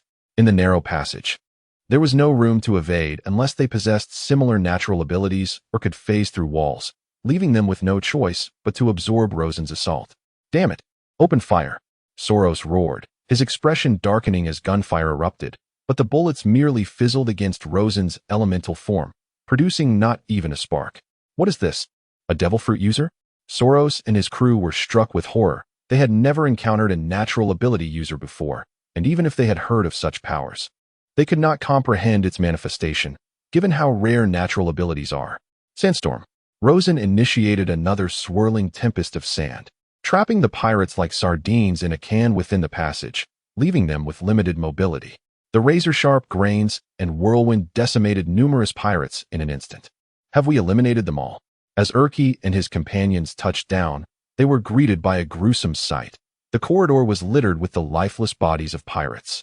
No, there must be a few still clinging to life, Rosen remarked nonchalantly. Indeed, scarcely had the words left his lips when several battered figures rose from the heap of corpses. Among them were Captain Soros, the first mate, and 3 formidable pirates, totaling 5 who had survived the ravages of the sandstorm. However, the 5 individuals were indeed filled with terror. To them, Rosen was overwhelmingly powerful, rendering them utterly defenseless. Akin to mere children, they were formidable among the majority of pirates, yet before Rosen, they appeared exceedingly weak. Even with Soros's bounty amounting to an impressive 60 million, it made little difference. Lord Seven Warlord, I beseech you, please grant me mercy. I am willing to lead you to treasures. I possess some archaeological skills that could prove useful to you. The first mate suddenly knelt, utterly lacking in dignity. The disparity was so vast that it easily shattered one's psychological resilience. Abu. Soros's face darkened to the deepest shades of despair, unable to fathom that a comrade who had fought alongside him so closely would so readily turn traitor in this moment. Captain, resistance is futile. It would be wiser to serve the Lord Seven Warlord, the shameless first mate, Abu declared. What is the location of your ship? Rosen inquired, though he feigned indifference. Even without an answer, he could easily encircle the island and discover it. It would merely require some time. In a cave along the southeastern coastline, Abu asserted decisively, recognizing that showcasing his value might grant him a chance at survival. Go to hell. But Soros could not entertain such thoughts. He had his own principles and would never kneel in supplication to anyone. Drawing a short axe and gripping it with both hands, he charged at Rosen. Aiming for his head, desert spear. Rosen's foot struck the ground, and a spear made of sand erupted, piercing Soros's body and heart with a diagonal thrust. Impossible. I cannot accept this. I, Soros, will not die with my eyes closed. The fear among Abu and the others intensified. Do those you have slain resign themselves to death? Alki observed Soros's plight, a surge of anger igniting within him. Upon hearing this, Abu quickly grasped the grim reality: they had no chance of survival. Having crossed paths with self-righteous and meddlesome individuals, though such formidable beings were rare upon the vast sea. Run. Abu relinquished any hope that the Seven Warlord might spare him and swiftly turned to flee down the corridor. The other subordinates, after a moment of hesitation, also began their retreat. Laser armor arrow. Go. Rosen intended to intervene, but was unexpectedly preempted by Valentine's Day, who, haunted by the bloody scene from the previous night, took the initiative. This action brought a surprise to Rosen. With a delicate flick of her fair arm, a laser arrow soared forth under her control, slicing through the air with incredible speed and simultaneously penetrating the bodies of 2 men, resulting in an explosion. What in the world is happening? Abu dared not look back, his anxiety escalating. Good child, Valentine's Day instructed, her finger lifting slightly, causing the laser arrow to swirl in the air before it shot towards Abu and his companion once more. With a resounding boom, the arrow pierced through the remaining 2, triggering yet another explosion. The laser arrows were remarkably sharp, and when released, they bore the initial velocity of laser light, effortlessly breaching their bodies as if they were mere bubbles. Such control? Is this the ability of the weightless fruit?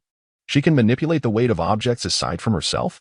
It would be nearly impossible to control the laser arrows so easily without reducing their weight to 0, Rosen mused, recalling a certain blue character from the Guardians of the Galaxy, whose arrow had pierced through countless foes. Could Valentine's Day achieve such feats now? This was indeed impressive. Though the explosive power seemed diminished compared to what had been displayed in the Wine City, the speed still appeared lacking. Chapter 78. The 8th layer of the black insect tide. Indeed, there has been considerable progress recently. When did she acquire such capabilities? Though she merely manipulated the weight of the laser arrow while simultaneously enhancing her control, allowing her to direct it like a puppet. Her ability to do so astonished Rosen greatly. Moreover, due to the absence of weight, the arrow could reach a certain speed, triggering a laser explosion. Yet it paled in comparison to military crossbows or the projectiles of Morley's. However, a distinct advantage lies in her ability to exercise complete control. Throughout the years, Valentine's Day has not been particularly esteemed by Rosen, possibly due to the initial impression formed by the storyline that this individual is not a formidable warrior of exceptional strength. Unexpectedly, I have not only mastered the moonwalk recently, but have also gained the ability to manipulate an arrow imbued with the powers of a devil fruit. My progress has been astonishingly swift. Just a couple of days ago, while diligently training due to the presence of a formidable boss, I found the exercise less exhausting and my advancement accelerated. When you entrusted me with this object, I pondered its potential utility. Eventually, I managed to channel the devil fruit's abilities into it, and to my surprise, the pangolin quickly adapted, coupled with the ability to float effortlessly. I can now maneuver this arrow with ease, although it requires my utmost concentration. However, I am currently unable to control larger objects devoid of consciousness for communication. As Valentine's Day approached, I found myself somewhat taken aback by the inquiries from the boss. It appears that the development of your abilities holds even greater promise. Rosen, on the other hand, did not anticipate that Valentine's Day would reveal capabilities reminiscent of the float fruit possessed by the Golden Lion. Upon reflection, while the Golden Lion wields the power to manipulate substances, hers allows her to control their weight. However, fundamentally, if Valentine's Day were to awaken its abilities, or possess a power that allows conscious entities to adhere to her influence, would not everything become weightless, thus creating a floating effect? Moreover, could it not also increase weight? Imagine a mountain lifting into the air, only to come crashing down. That would spell disaster for the Navy headquarters, wouldn't it? Could it be that the light and air fruits belong to the same lineage, or perhaps even represent a superior fruit? Rosen's thoughts wandered a bit. Yet he quickly accepted the remarkable progress Valentine's Day had made, although the possibility of awakening remained uncertain.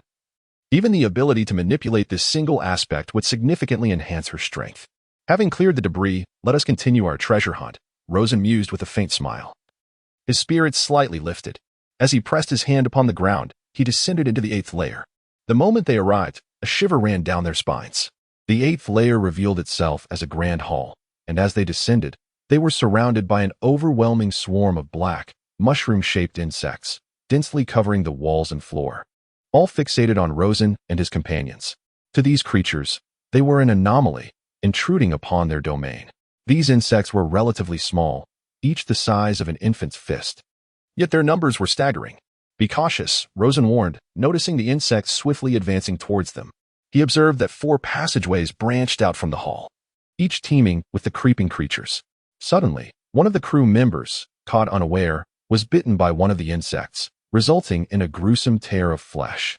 Desert sunflower, Rosen commanded, first turn to sand, then break through to the next layer. It was evident he wished to avoid wasting time with these insects. However, this time, as the surface layer turned to sand, it failed to penetrate any deeper. When Rosen's hand brushed against something icy, he was abruptly sapped of much of his strength.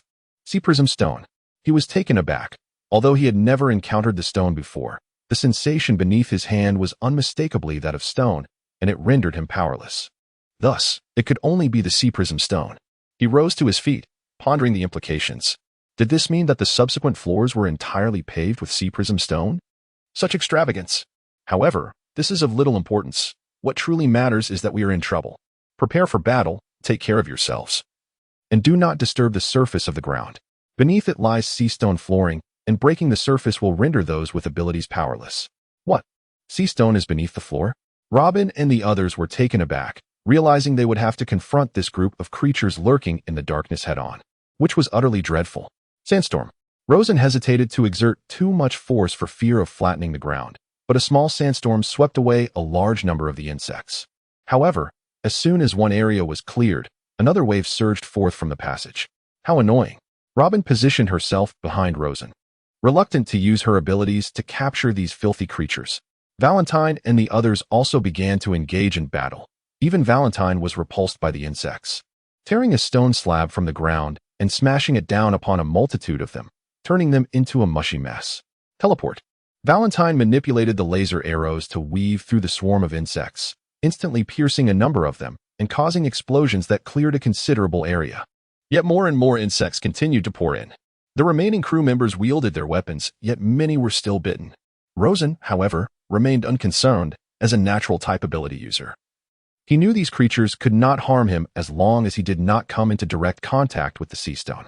I will seal off the passage, otherwise, this will go on endlessly. Rosen transformed into sand and swiftly moved toward the nearest passage. He ascended, placing his arm against the ceiling, converting the upper floor into sand under his control.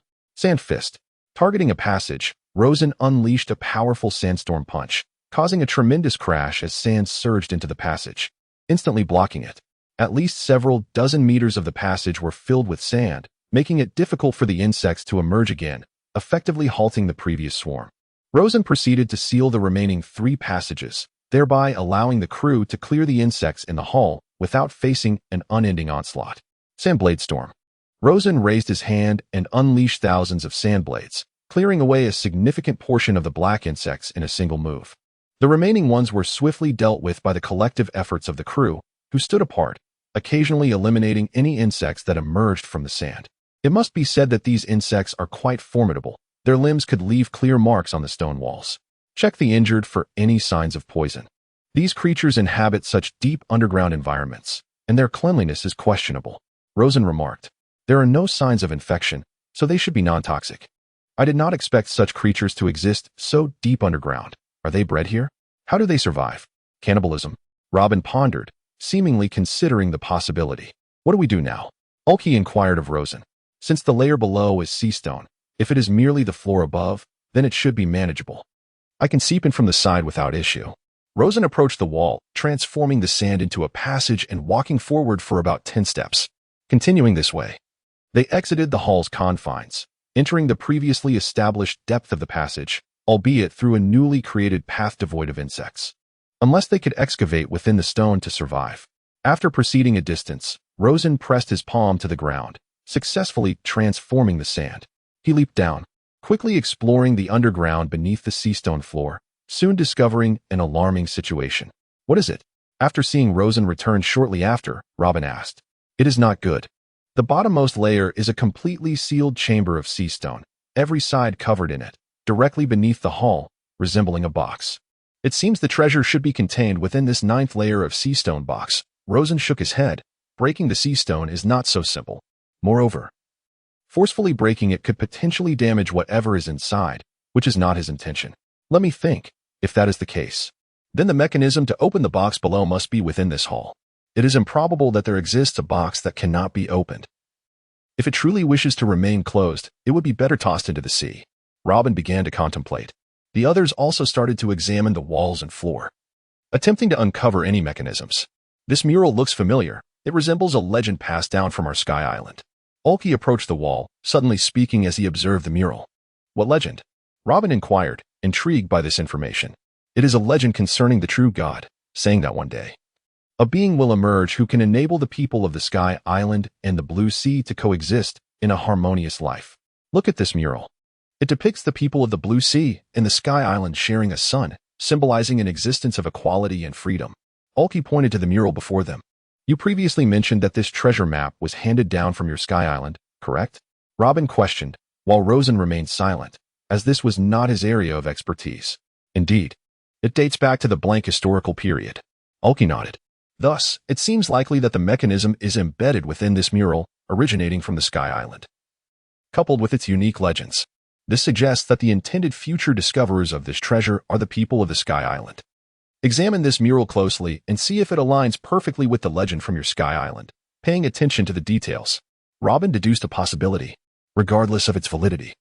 "It is worth a try. I will examine it more closely." Upon hearing this, Haki was also inspired and instructed the crew members with water to clean the mural. However, the water they brought was insufficient, leading Rosen to utilize his abilities to remove all the dust.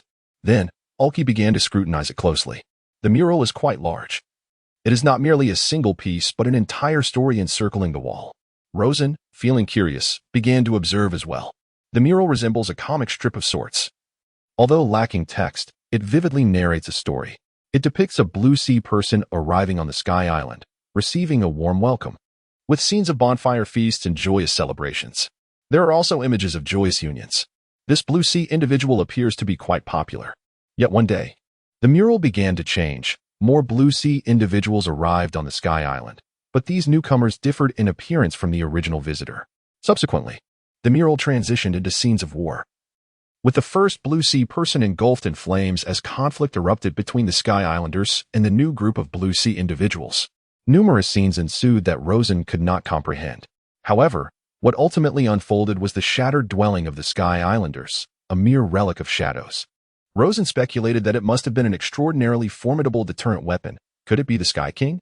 Then, the people of Qinghai were cast down from the Sky Island like dumplings. The mural reached this point and concluded. Upon investigation, it became evident that the sequence of two murals was indeed incorrect. Haki, after careful observation, discerned the hidden intricacies. The wall panels of these two murals were movable. When Robin touched the mural and gave it a gentle push, the seemingly seamless wall mural shifted, revealing itself to be akin to two separate tiles affixed to the wall. Is it these two? If we swap their positions, would that be correct? Robin inquired of Haki. Yes, Haki affirmed with confidence, having grown up hearing tales of this legend. Although the true deity ultimately perished and could not lead the Sky Islanders to a broader world, it did not prevent him from cherishing those memories. After all, few regarded it as a genuine event. It was more akin to a fairy tale, albeit with an imperfect conclusion, thus leaving a profound impression on him. With a rumbling sound, as Robin maneuvered the two murals, they indeed heard the mechanical sounds of machinery in motion. As the mural shifted, the floor of the hall began to tremble.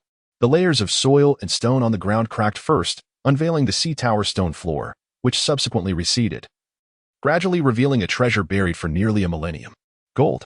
A crew member's eyes widened at the sight of a dazzling array of gold, with mountains of coins and gems. The sea tower stone box contained an astonishing wealth of silver and gold, a true treasure trove, even if Rosen could not ascertain its exact worth. It certainly appeared to be a tremendous fortune in the eyes of everyone present. At least tenfold more than the golden artifacts Luffy and his companions had taken from the Sky Island. They had struck it rich. Even Rosen was moved. Though he had little attachment to berries, the sheer quantity of gold was unlike anything he had ever witnessed, with gems and coins piled as high as a small hill. Amongst the gold, there were also some precious weapons, and Rosen recognized a familiar item, Ulki's large pencil. It turned out this opportunity belonged to the original Ulki, and he had unwittingly inserted himself into it. Ulki and Rosen's subordinates began to stir, eyeing each other warily. With such an abundance of wealth, it was only natural to feel tempted. At the center of the gold lay a golden table, upon which rested a sealed, exquisite large box. Rosen felt a sudden jolt. Could it be a devil fruit? It seemed plausible, as Ulki did not appear to be a user of such powers yet. Could it be a paramecia-type devil fruit? Rosen was uncertain but harbored this suspicion. Everyone, remain calm. As I previously stated, you may take half, Rosen declared. Though his excitement was palpable, he felt no need to renege on his word. After all, obtaining half of the treasure was something to be grateful for. Thanks to Ulki's treasure map. That doesn't seem quite right. I hardly contributed anything, Ulki countered, shaking his head. You have journeyed all this way. Even if you don't take anything for yourself, you ought to bring something back for your subordinates. Rest assured, since I promised you half, I will not betray you halfway. Rosen replied, lighting a cigar, seemingly unfazed. At first glance, the treasure was indeed breathtaking and enticing, but given his capabilities, earning 10 or 20 billion berries would not pose a challenge for him. Then I shall not hold back. Ulki, reflecting on the losses of subordinates and ships, felt that he would need funds in the future, thus he decided against being overly sentimental. Let us assess the goods. We need to see what is contained within that box, Rosen instructed Ulki, believing that whatever was enshrined among the golden treasures must be extraordinary. All right, Robin. Cooperate with Ulki's subordinates to roughly assess the value of the other items and the gold treasures. Just divide them into halves, no need for excessive detail. With so many coins, a rough estimate will suffice.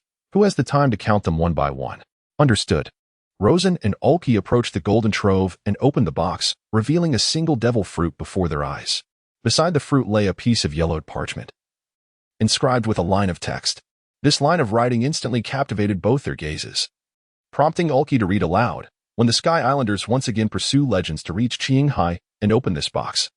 If there are no members of the D clan upon the sea, please convey a message to all Sky Island compatriots.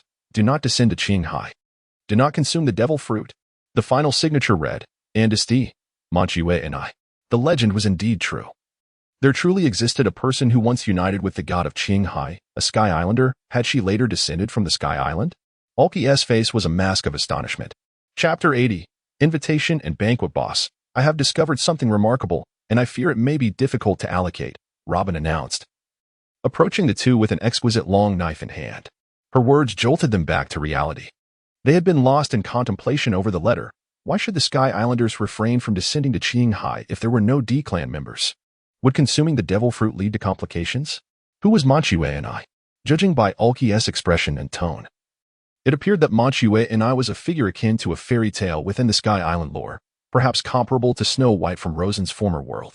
Now, with a handwritten letter left behind, it indicated that this person indeed existed, akin to someone announcing the recent discovery of Snow White's artifacts.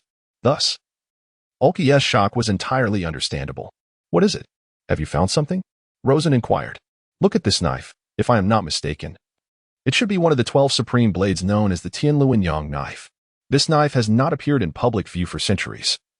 I have only seen its likeness in some archaeological texts, Robin exclaimed, her voice filled with awe.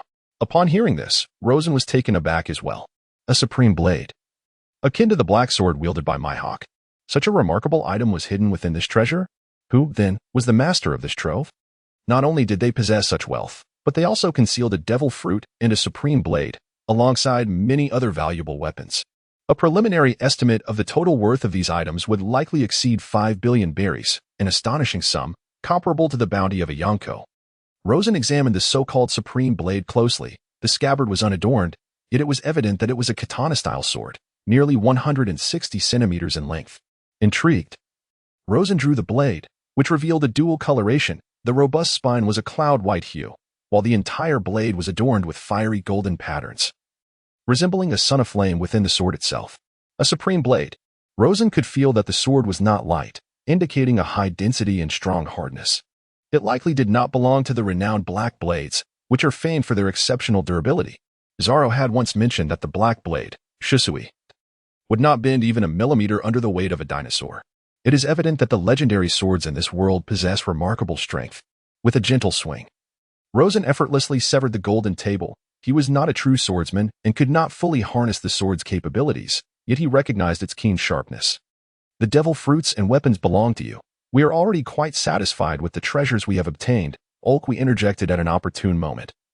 Sensing Crocodile's reverence for the sword, he understood the importance of making concessions, not out of foolishness, but to convey a message of respect. After all, when the stakes are high enough, contradictions inevitably arise. No, the devil fruit is yours to keep, while I shall retain this sword. And you shall take 60% of the golden treasures, Rosen replied, having contemplated his decision. Devil fruits are not scarce in the vast ocean, but such a divine weapon is indeed a rare find. Moreover, that particular devil fruit could likely only unleash its true potential in the hands of the Sky Island inhabitants. Otherwise, it would not have been preserved for centuries. Rosen also had a plan to recruit Ulqui. It was necessary to establish a sense of trustworthiness. Naturally, even without ulterior motives, he would honor his word.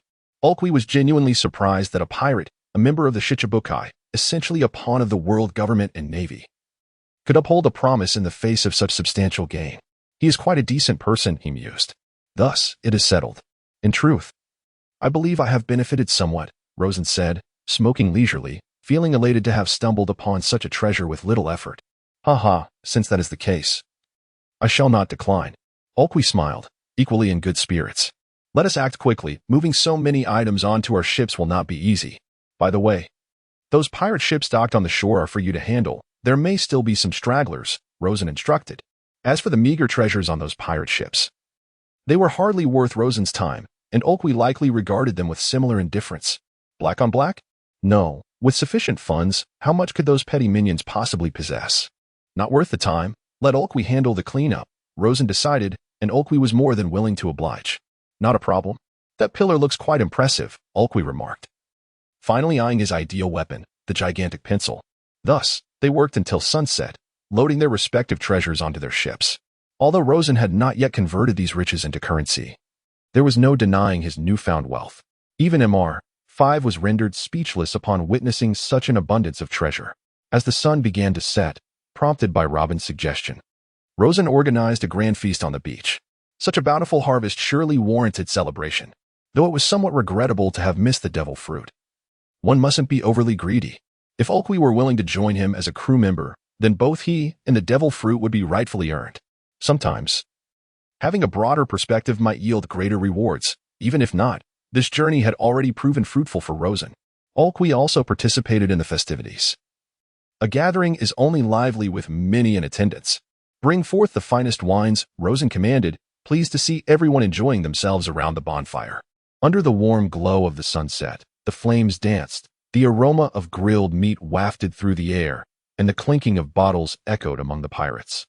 There were contests of strength, devoid of any abilities, purely showcasing martial prowess and friendly sparring matches, while others with fine voices sang classic, melodious sea shanties, such as Bink Sake.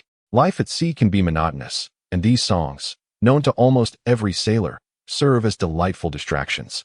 Some were engaged in gambling games, creating a lively atmosphere that felt less like a gathering of pirates and more like a celebration among adventurers on an uncharted island. Is your tolerance for alcohol that impressive? Rosen pondered, feeling slightly tipsy himself. However, he was taken aback to see Robin's complexion remain unchanged. Was it due to the darkness that her blush went unnoticed? Yet, he recalled that Robin had been spending much time reading in her room lately, appearing noticeably fairer. Was it merely his illusion? Never mind, it hardly mattered. Well, it seems the boss's drinking capacity has diminished significantly, Robin chuckled, squatting on the ground, gazing at the slowly setting sun. Rarely did they have a day where they could relax without overthinking. Alqui, would you consider joining us? Rosen asked as the merriment reached its peak. At this, a hush fell over the crowd. Alqui's crew, truthfully, did not oppose the idea of joining the Shichibukai, for it presented a formidable alliance. Alqui was taken aback. He had anticipated that with his current strength, Crocodile would not take notice of him. Of course, in his present state, Alqui did not regard Rosen highly. Yet he recognized the vast potential for growth ahead. In these past few years, Rosen had also shared the devil fruit with him, which could very well be the ability he was destined to possess. Alqui's heart raced at the thought of Crocodile's esteem and invitation. However, he harbored his own thoughts. I deeply apologize, but I am currently unable to either accept or decline. I have only recently arrived in Shanghai, and I wish to explore this world a bit more before making a decision. Of course, I believe that being by your side would be quite an intriguing journey. Alqui spoke with sincerity, and his words were not merely an evasion of refusal. Rather, he found himself unable to discern what accepting this invitation would entail for him, as he needed to first understand this vast expanse before knowing. No worries, we shall likely meet again in the Shambadi Islands soon. At that time, I hope you can provide me with a definitive answer, Rosen remarked calmly. Very well, Alqui replied with a smile, his expression infused with excitement and earnestness.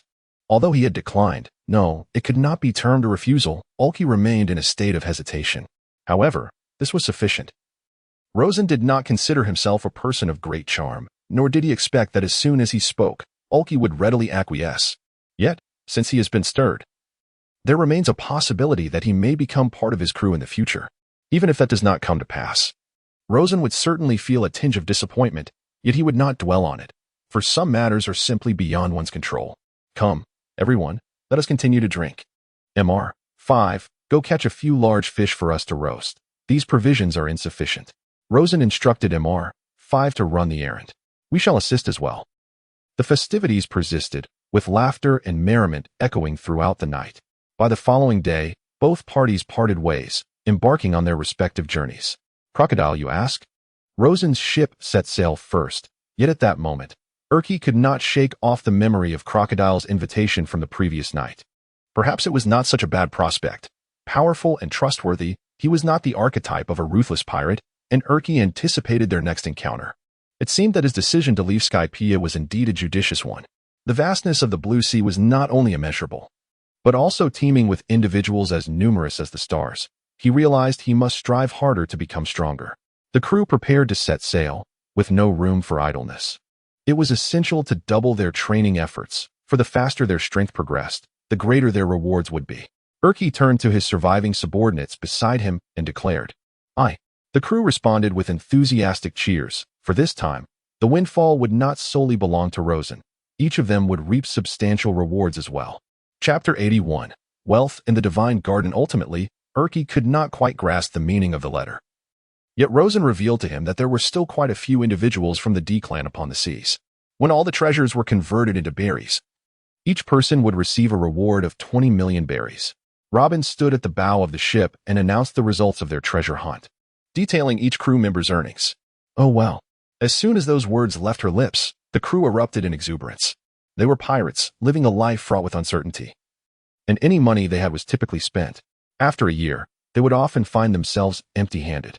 Now, with 20 million berries in hand, even if they indulged, it would afford them a considerable duration of leisure.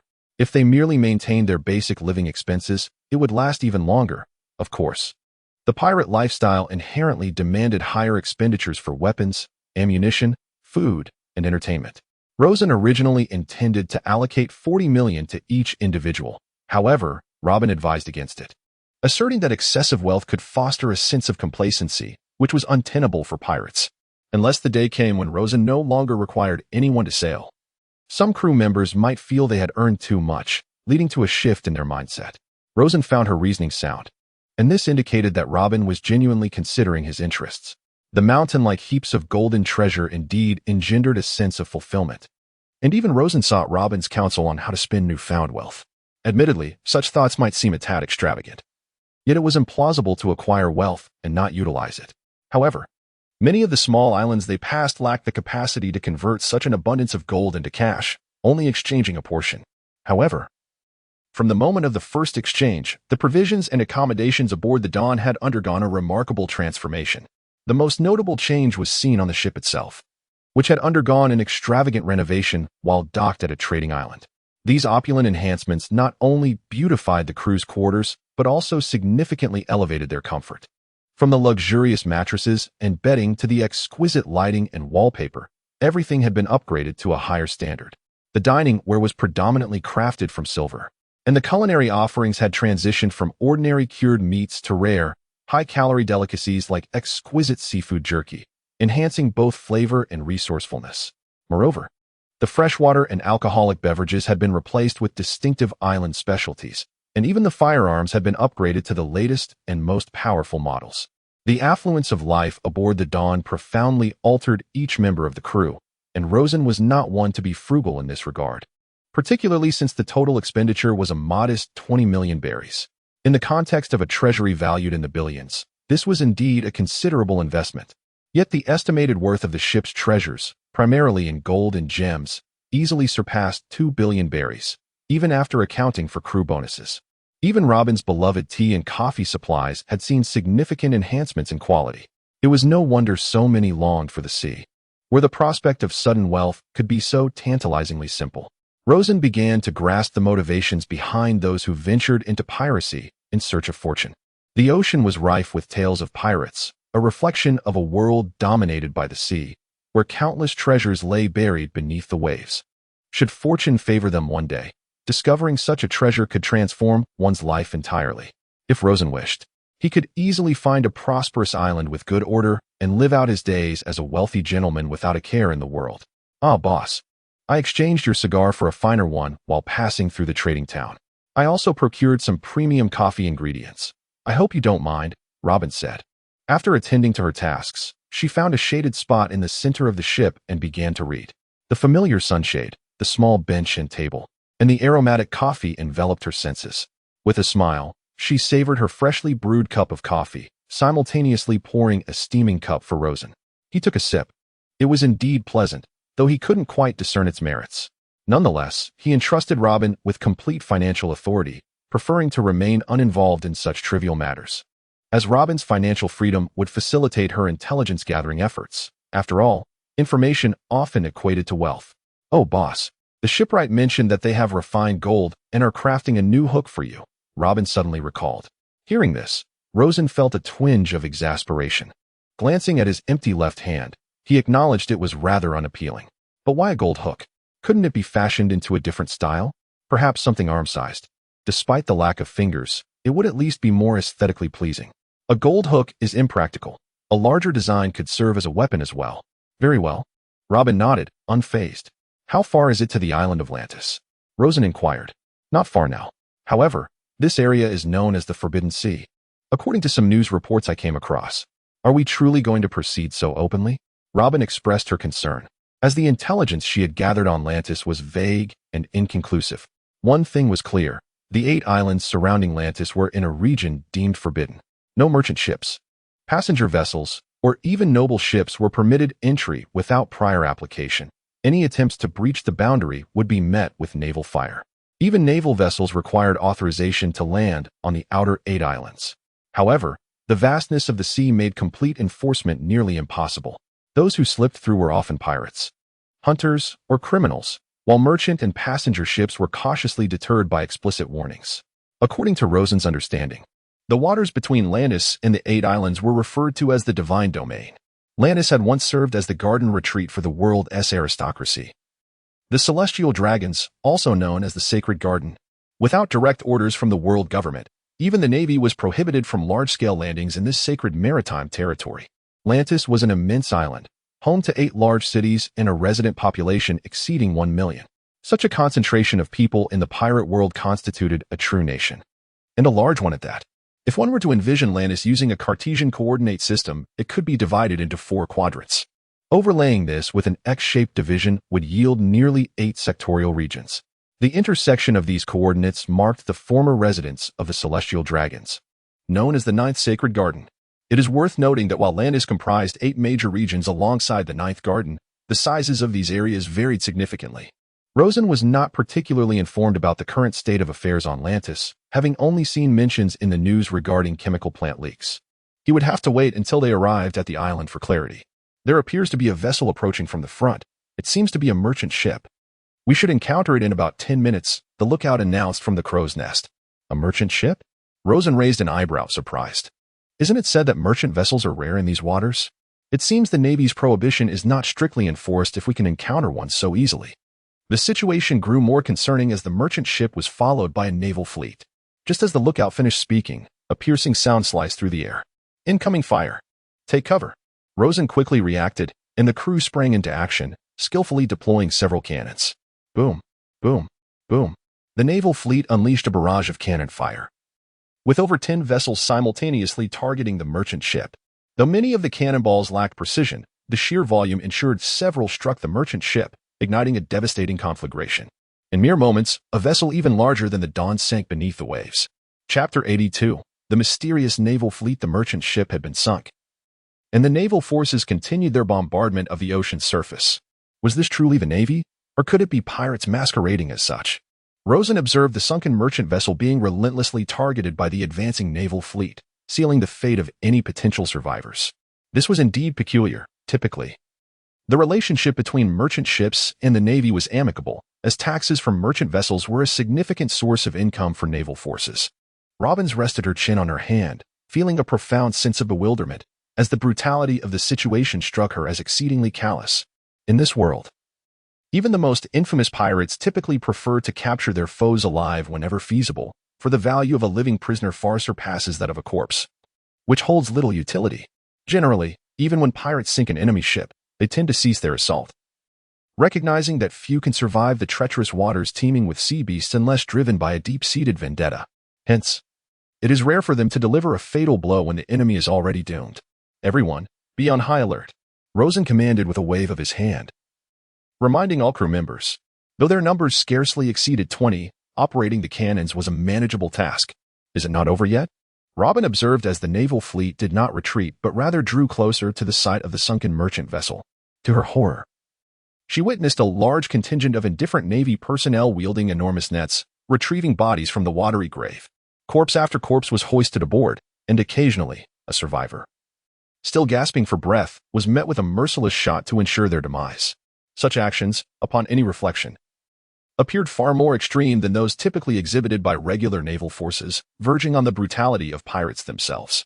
The Navy has noticed us, Robin remarked, spotting a flag bearer aboard the naval ship signaling with semaphore. What does it signify? Rosen inquired. The Navy is inquiring about our purpose here, Robin replied. Understanding the flag signals, though Rosen did not convey that we are merely passing through for supplies, Rosen articulated, and Robin signaled a crew member to replicate the semaphore, knowing full well that they could not disclose their intent of searching for pirates. Meanwhile, aboard the flagship of the Navy, a commander furrowed his brow. Unlike other naval officers clad in standard uniforms, he donned a tailored white suit, resembling a businessman, yet he was an envoy directly dispatched by the world government. He was one of the commanding officers of the 8 primary naval bases scattered across the islands, and even within the Navy, few were privy to his specific rank, only aware that his authority rivaled that of a vice admiral. Commander Reiser served as the guardian of the celestial dragons, known only to a select few as a former member of CP-0. Report to the base commander that the Seven Warlords vessel has communicated they are merely passing through for supplies. A naval officer, having deciphered the semaphore, approached Reiser to relay the information. Inform them that the island ahead is Landis Island, and entry is strictly prohibited. They may replenish their supplies at any of the other 8 islands, but emphasize that any unauthorized intrusion into the sacred waters of Lantis will result in a naval response. Reiser instructed, his brow knitting tighter. He had kept abreast of the recent news concerning Crocodile and was taken aback by the fact that the ship had not continued on its designated course but instead veered laterally. Was their sole purpose truly to resupply? The directness of their trajectory raised suspicions. Just recently, the second island had endured an assault from a rookie pirate, and now, with the arrival of the 7 warlords, the black market trade had surged. Could it be that Lantis Island had inadvertently leaked sensitive information? However, this should not be the case. The official announcement merely indicated a chemical plant leak, which has since been fully contained, making any significant trouble unlikely. Why are we being denied access to Lantis Island? Was it not previously stated that entry was permitted, only exit was restricted? Is it possible that the 7 warlords lack the right to freely enter and exit a controlled island? This seems unreasonable. Rosen furrowed his brow in confusion, recalling how even Blackbeard could request entry to impel down.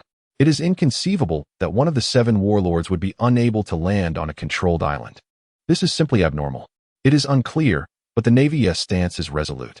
Having emphasized through signal flags twice that any entry into the sacred domain would provoke an attack, Robin's expression grew grave. The Navy's determination is quite formidable. Their intent to thwart our landing is so severe that they have issued strict orders preventing the 7 warlords from entering, with the risk of being labeled as enemies should they attempt to do so. Could it be that something is concealed on this island? If the celestial dragons were still present, such stringent demands would be understandable. However, the critical point is that the celestial dragons are no longer here. At most, it is merely an ordinary nation, and even if some minor calamities exist, it should not be enough to bar the 7 warlords from entry. Boss, do you see? Robin also found herself in a quandary. They were not far from Landis Island and could even discern its outline through binoculars from a higher vantage point. There is no need to rush. Since that is the case, let us first locate a peripheral island with weaker Navy control to land and gather some intelligence. After all, the 8 outer islands are open for landing, though it appears that both the Forbidden Sea and the Sacred Domain are under strict regulation. Rosen pondered thoughtfully. Understood. Then let us take a detour to the 3rd island, Franz Island, for landing. According to intelligence, it should be the island with the weakest Navy presence, as the nearby 2nd island has recently suffered severe damage, resulting in a portion of the Navy being reassigned from there. It is also a gathering place for pirates. Robin concluded after some contemplation. The 8 outer islands safeguarding Landis are numbered from 1 to 8, once dubbed Guardians 1 through 8 by Landis Island. Yet each island possesses its own name. Although these islands are not vast, each is sizable enough to host a large city, surrounded by the sea. Even though each island has a Navy base, it is not particularly difficult for pirates to land and hide if they truly desire.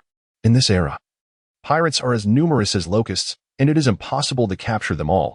After apprehending one batch today, another will inevitably surface from some unknown location tomorrow. Thus, the Navy's approach is generally to maintain a hands-off attitude, as long as the disturbances do not escalate excessively. They carry out their routine missions and capture whatever they can. However, if the disturbance escalates excessively and draws the combined ire of other naval bases, one cannot hold anyone accountable. Such occurrences are not uncommon. Following the alteration of the shipping route, Rosen and the Navy did not directly encounter one another. However, it was not long before Rosen beheld the remnants of vessels drifting throughout the waters, with the occasional charred corpse visible. The sheer volume of debris cast a pall over the crew's spirits, and Robin's countenance reflected disquiet. As the detour primarily traversed the waters surrounding Landis Island and 8 smaller islets. Were these remnants from Landis Island or the 8 Guardian Isles? Judging by their attire, many appeared to be civilians, families in tow, which only contributed to the heavy atmosphere. What calamity had befallen Landis Island? Or had foreign vessels attempting to land been sunk? Robin was profoundly puzzled. The sight of dozens, if not hundreds, of shipwrecks raised the question of how many lives had been lost. Before Rosen could respond, the vessel suddenly lurched to a halt, struggling to proceed. It seemed as though it had run aground, yet they had not yet reached the shore. And no visible reefs broke the surface nearby. indicating that the water remained sufficiently deep. How could they possibly be aground? It was highly likely that they had collided with something. Boss, the ship has struck an object, possibly remnants of previously sunken vessels, Miguel speculated, drawing upon his extensive experience. We should cease forward motion and ascertain what lies beneath the surface that may be obstructing our path. Rosen concurred, cautioning that forcing the vessel onward without understanding the impediment could damage the hull. Suddenly, a harrowing scream emanated from the stern, where a crew member tasked with guarding had been stationed. What is happening? Rosen furrowed his brow, and the others tensed immediately. Chapter 83. The Siren's assault. As Rosen dashed to the rear of the ship, he was the first to arrive, witnessing a humanoid creature, towering and adorned with numerous octopus-like tentacles, ensnaring a crew member and poised to consume him. This being stood upright, reaching an imposing height of approximately 6 meters. With over 10 black, slime-covered tentacles, its head was disproportionately large, and its gaping maw seemed capable of engulfing an entire person. A siren. Rosen's mind sharpened. Having spent some time upon these waters, he had occasionally listened to Robin recount tales and impart knowledge. And this creature bore a striking resemblance to the legendary siren of lore. Yet it appeared even more ferocious. The Desert Blade. As Rosen approached, he unleashed a strike with the sand blade, severing 2 of the tentacles with a swift hiss, eliciting a piercing wail from the sea monster. Fortunately, the severed tentacles were the ones binding the crew member, granting him a temporary reprieve. However, it seemed unlikely he could move, as his body had likely sustained severe injuries during the constriction. With a furious roar, the sea monster lashed out, its black tentacles striking like whips, extending over 7 or 8 meters. Rosen, feeling no sense of danger, remained unfazed, for he was a wielder of natural powers. The tentacle crashed against Rosen's body with a resounding thud, causing no harm to him but leaving a massive gash in the ship's hull. Rosen furrowed his brow. The power was not to be underestimated. With its initial attack thwarted, the sea monster became increasingly enraged, its tentacles thrashing wildly, creating a flurry of whip-like shadows. Should these shadows rain down upon the ship, the Dawn would certainly require extensive repairs. Thus, Rosen swiftly retaliated with his technique, Funeral Sandstorm. The swirling sands of the air, along with the sand he had conjured, coalesced into a colossal sand fist, striking forth to send the tentacles and the entire sea monster hurtling away. There are far too many peculiar creatures in the ocean for Rosen to linger and study. Consequently, at the moment the sea monster was propelled backward, Rosen followed up with a sand spear, aiming to pierce its body at the heart. For being humanoid, that area was typically fatal. All of this transpired swiftly. By the time Robin and the others arrived, Rosen had already completed his task. However, at that very moment, screams and gunfire erupted from the bow and other designated lookout points. Attacked? This was Rosen's immediate reaction, yet he saw no approaching vessels. Could it be a submarine? Perhaps. It did not seem implausible. Thus, Rosen transformed into sand, ascending to gain a vantage point over the ship, only to discover that the Dawn was ensnared by countless tentacles, the black appendages coated in a highly adhesive slime. One by one, the sea monsters began to claw their way onto the Dawn, and upon initial inspection, there were more than 20. Rosen furrowed his brow. Had he inadvertently stumbled into the lair of the sea monsters? Regardless of the circumstances, it is imperative that this horde of sea demons is not allowed to wreak havoc aboard the Dawn. Otherwise, given the destructive capability demonstrated by that recent sea demon, the vessel stands a significant risk of being sunk, for the power of its tentacles is formidable. One crew member, in a desperate attempt, swung his blade and severed a tentacle, only to be violently swept away by another. By the time Rosen arrived, the unfortunate sailor was already gasping for breath. Although these crew members are not exceptionally formidable warriors, their strength is considerable compared to the average person. Yet, these sea demons can easily overpower them, indicating their immense power. These ghastly creatures are climbing aboard, exclaimed a terrified crew member, for this peculiar marine life was unlike anything they had ever encountered. Observing the near-total invasion of the ship by the sea demons, Rosen made a swift decision to confront the point of greatest incursion. MR 5. Valentine's Day Manatee. Take charge at the stern and central positions. I will handle the bow. With a clear understanding of the dire situation, Rosen issued his commands. Understood. Mr. 5 thrust his spear into the body of a sea demon, and with a thunderous explosion from the devil fruit, a towering creature, 3 or 4 meters high, was reduced to charred remains. Remarkably, the demon was not yet vanquished. It extended its tentacle, ensnaring MR 5's massive foot. Unfortunately for it, It had chosen the wrong adversary.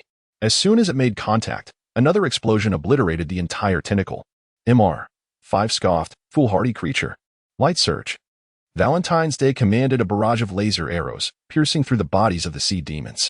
Each blast sent chunks of dark, fleshy remains crashing to the ground. The manatee was even more straightforward. The tentacles could not catch its elusive form, and any demon struck by its fist was swiftly incapacitated. Whirling sands. Rosen observed a group of 10 sea demons scaling the bow of the ship. With a single wave of his hand, a tempest of sand coalesced into razor-sharp blades, sweeping through the foremost demons and reducing them to mere fragments. Another sandstorm descended, though the sea lacked sufficient sand for a widespread tornado. It was more than adequate to deal with these sea demons. A considerable wave of them was shredded by the swirling sand. However, from the side, several sea demons had already leapt aboard, using their tentacles to whip the deck, leaving ghastly cracks in their wake. Without hesitation, Rosen turned and unleashed several sand blades, swiftly dispatching the tentacled foes, severing their heads with precision. However, 2 of the sea monsters reacted swiftly. They only lost half of their shoulders. Just when Rosen believed that one of the sea monsters was undoubtedly doomed, he observed that it appeared unaffected by any fatal injury and continued its assault on him. Was it still alive? Rosen felt no significant impact from the creature's attacks. Despite their considerable force, they posed no threat to him. Curiously, the sea monster exhibited remarkable vitality, although its defenses were rather lacking. With a single stroke of the desert greatsword, he cleaved off the creature's massive head, which finally brought a cessation to its onslaught. Be cautious, these sea monsters are quite formidable, Robin cautioned. However, confronted with these slimy adversaries, she clearly preferred not to utilize her fruit powers. Instead, she drew forth an exquisitely crafted and powerful handgun. She unleashed a barrage of gunfire upon the sea monsters, and indeed, Robin looked undeniably impressive in this capacity. Decapitate them or bombard their entire bodies, Rosen commanded.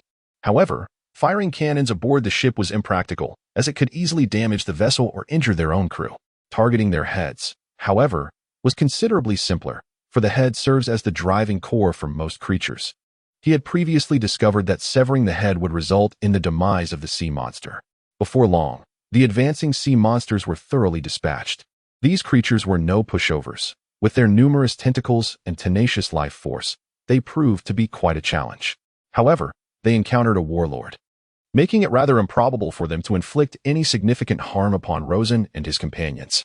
Nevertheless, they did cause considerable damage to the vessel. Sea cow. Go beneath the ship and ascertain whether something is lodged there, preventing the dawn from breaking free. We must vacate this area promptly, lest more sea demons emerge. Rosen instructed the sea cow.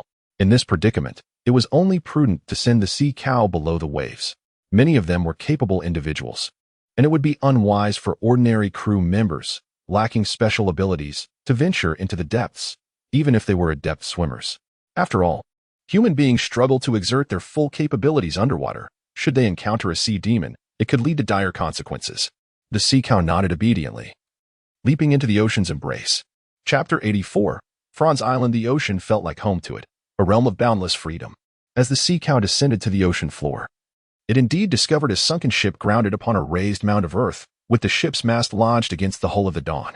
With a powerful thrust, the sea cow collided with the mast, snapping it cleanly, thereby ensuring the Dawn could continue its voyage unscathed.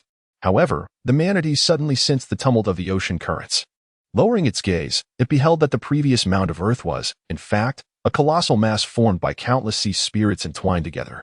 The densely packed tentacles writhing together appeared quite eerie, sending shivers down the little manatee's spine.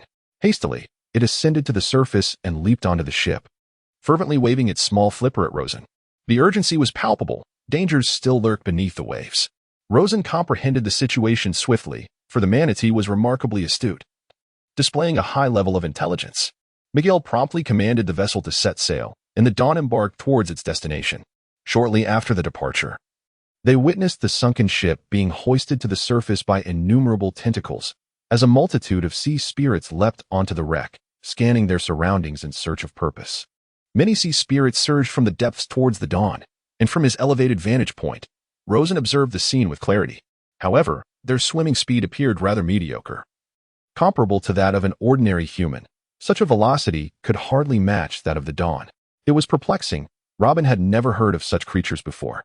She felt a deep sense of bewilderment, especially since she had previously compiled intelligence on Lantis, and there should be no such entities in these waters. The ocean is full of wonders, and there was likely nothing of great concern. Encounters with marine life, though uncommon, were not impossible. Rosen considered the recent incident merely a routine occurrence. Yet, something felt amiss. The island of Lantis is a recognized territory, albeit not a member state. And there exists a comprehensive record of the cultural and maritime details in its vicinity. If such a creature had been present in these waters for an extended period, it would surely have been documented. Robin sensed an underlying anomaly. If it were an obscure island, the emergence of such beings might go unnoticed. But Lantis is a nation with sufficient resources to document such phenomena unless these creatures had never appeared before. Rosen acknowledged Robin's reasoning, after all. These sea demons were quite distinctive and unusual. Nevertheless, they could not decipher the mystery at the moment, so they decided to proceed to the island. As it wasn't an issue worthy of extensive investigation, the ocean was rife with peculiarities. Understood. Boss, if we truly locate the individual you're seeking, will he be inclined to assist us? This query lingered in Robin's mind, given Rosen's uncertain tone and speculations when he had instructed her to gather information. It seemed that this person was likely unknown to Rosen. Absolutely. The incentives I offer will be irresistible, Rosen asserted confidently, adding that if necessary, they could join forces to eliminate Doflamingo, although the success of this endeavor remained uncertain as long as he promised to lend his aid. The individual's deep-seated animosity towards Doflamingo would likely compel him to agree. However, it was imperative to negotiate the terms, particularly regarding compensation. For Doflamingo was formidable and posed a significant challenge. Seeing Rosen's unwavering confidence, Robin refrained from further inquiries. An hour later, they arrived at Franz Island. Is this a small island? It's scarcely larger than a wine barrel, Rosen observed from a distance, slightly taken aback by the island's appearance, which belied its status as merely a protective outpost of Lantis. Upon disembarking, they encountered a minor complication. A group of ruffians obstructed their path, demanding protection fees. Rosen cast a puzzled glance at Robin and the manatee accompanying him. Mr. Five and Valentine, the two combatants, were stationed aboard the Dawn to provide security. As Rosen's party primarily sought intelligence, once their inquiries were satisfactorily addressed, they would devise a plan to venture towards Lantis Island in hopes of fortuitously discovering Trafalgar Law's precise location, potentially avoiding the need to set foot on the island itself, which was currently under lockdown. However, Rosen never anticipated that, as a member of the Seven Warlords, he would be accosted by a gang of thugs mid-journey. Wasn't there a naval base nearby? Or was it that the Seven Warlords had lost their formidable reputation? Robin shrugged, equally uninformed. Meanwhile, in a conference room at the world government's naval headquarters, several officials were deliberating a dire situation alongside Admiral Akaino and Fleet Admiral Sengoku. The circumstances in Lantis had deteriorated, and if the spread continued, it could yield catastrophic consequences. I propose deploying the demon suppression order to eradicate the entire island. Survivors can be evacuated in advance, suggested a grim-faced rear admiral from one of Lantis's 8 minor islands. The demon suppression order. Have you lost your mind? The value of Lantis Island is immense. And furthermore, the Celestial Dragon will never permit such actions. Do you wish to defy the will of the Celestial Dragons? Retorted a senior official from the world government. Has the situation escalated to that extent? Fleet Admiral Sengoku furrowed his brow. The demon suppression order represented national-level military might, sufficient to obliterate an island. And Lantis had a substantial population, at least in Sengoku's recollection, it numbered in the millions.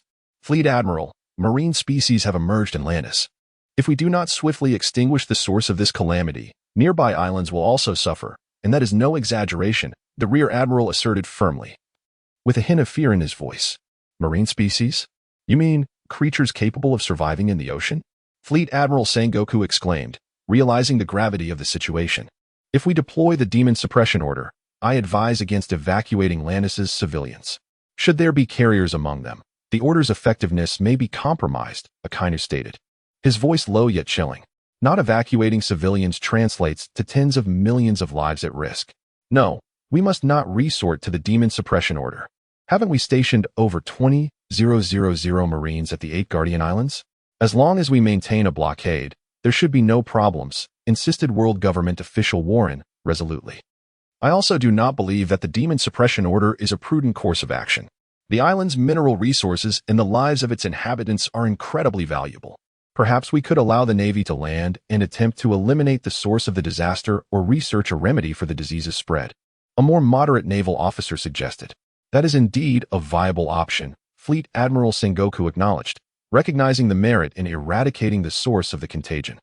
You all have no comprehension of the situation. The moment we land on that island, we are met with nothing but unending slaughter. The earlier waves of Marines have already suffered countless casualties. Do you truly believe that after committing such acts on Lantis Island, we can still engage in meaningful dialogue? Rear Admiral O'Neill from Lantis became visibly agitated, bordering on losing composure.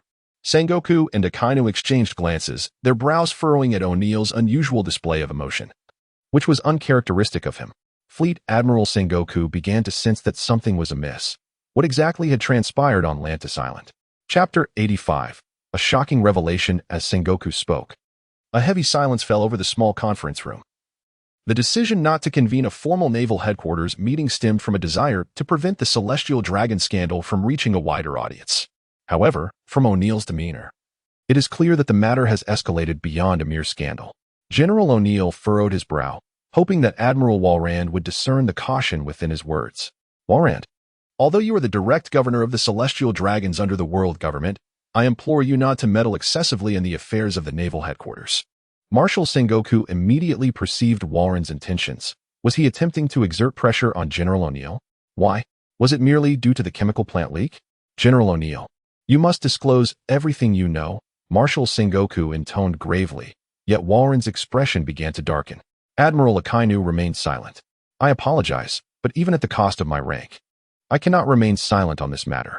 Although the officials from the world government on Lantis Island have strictly forbidden any disclosure, I can no longer bear the burden of this. O'Neill made a significant decision, feeling a sense of calm wash over him. Perhaps, for him, this was a form of liberation. Speak, Akainu urged, frowning at the sluggishness of a mere vice admiral, who was evidently under the influence of world government officials.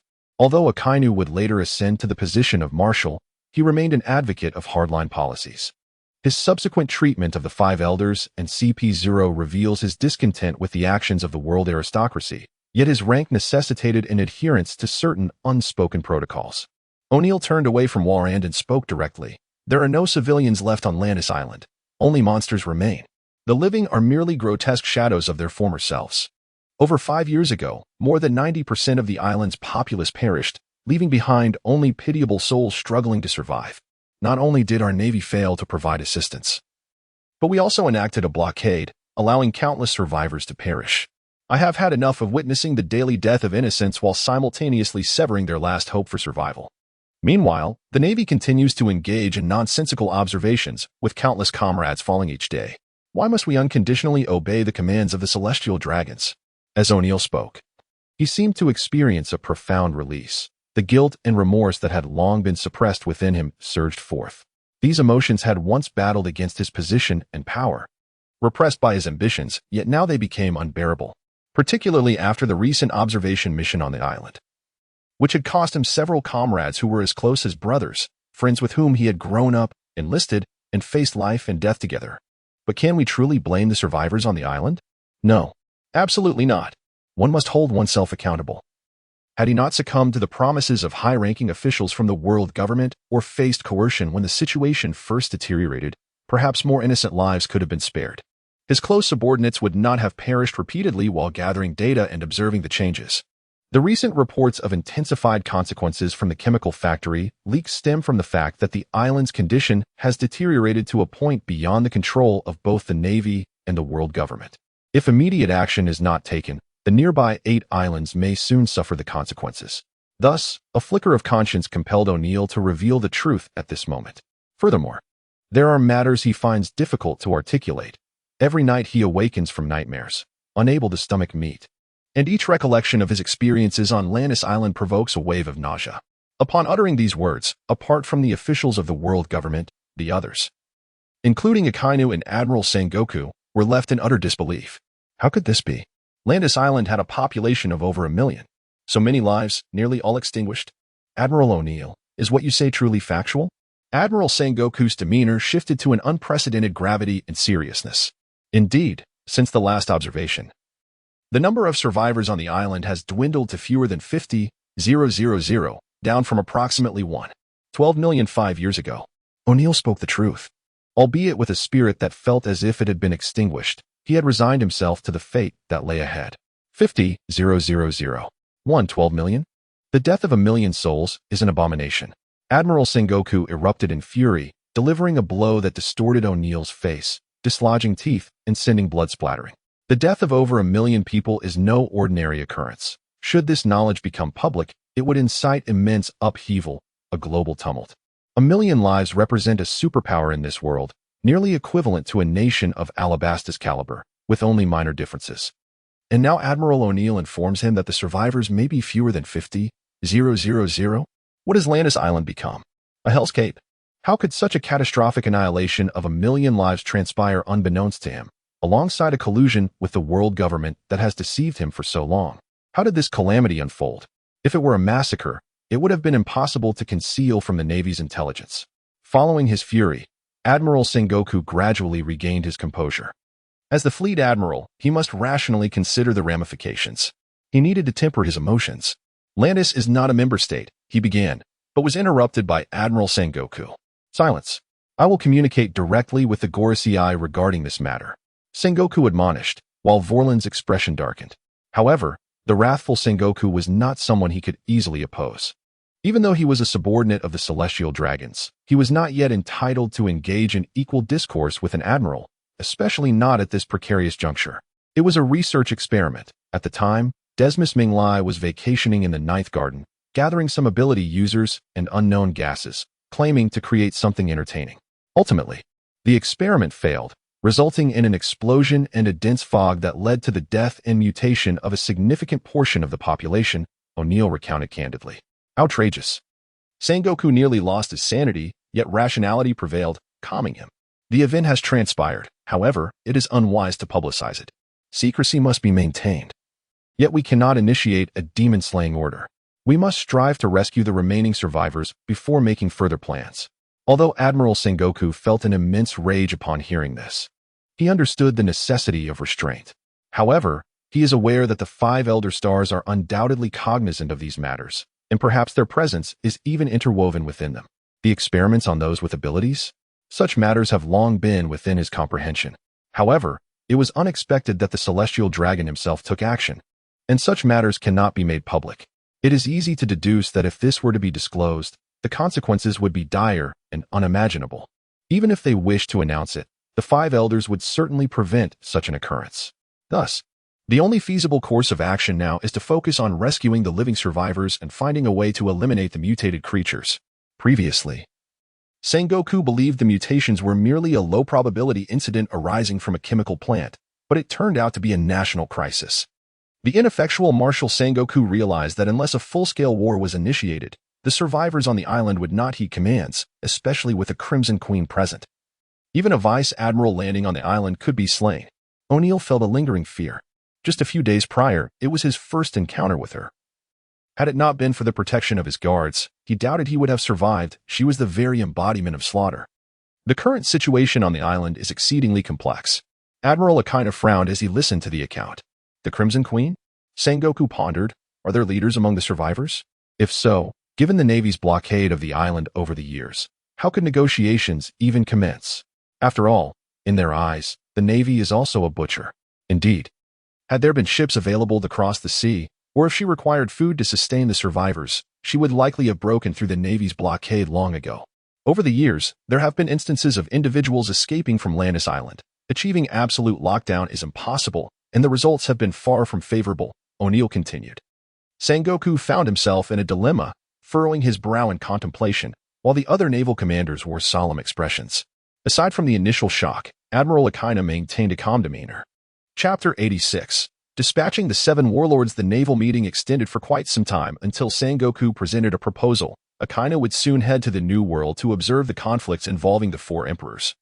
While Akiji was also indisposed, and Kizaru was preoccupied with Vice Admiral Ghost Spider's situation, leaving only the 7 warlords available for deployment.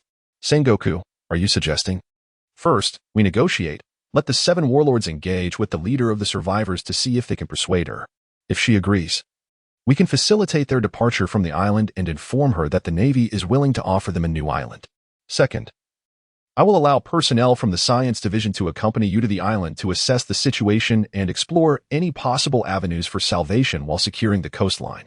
Third, we must ensure maritime patrols are conducted. If there is indeed a contagion, we cannot allow its virus to spread beyond the island. Report progress at all times. Sengoku outlined 3 points. Marshal Sengoku, I appreciate your refusal to endorse the slaughter order, but this is ultimately the master's domain. Your excessive interference may not be prudent. Warren remarked, frowning, as he feared for the future of his master's viewing grounds. Given Sengoku's temperament, he could easily become enraged, which is why Warren steeled himself to speak. Have the 5 elders contact me directly. I am merely cleaning up your mess.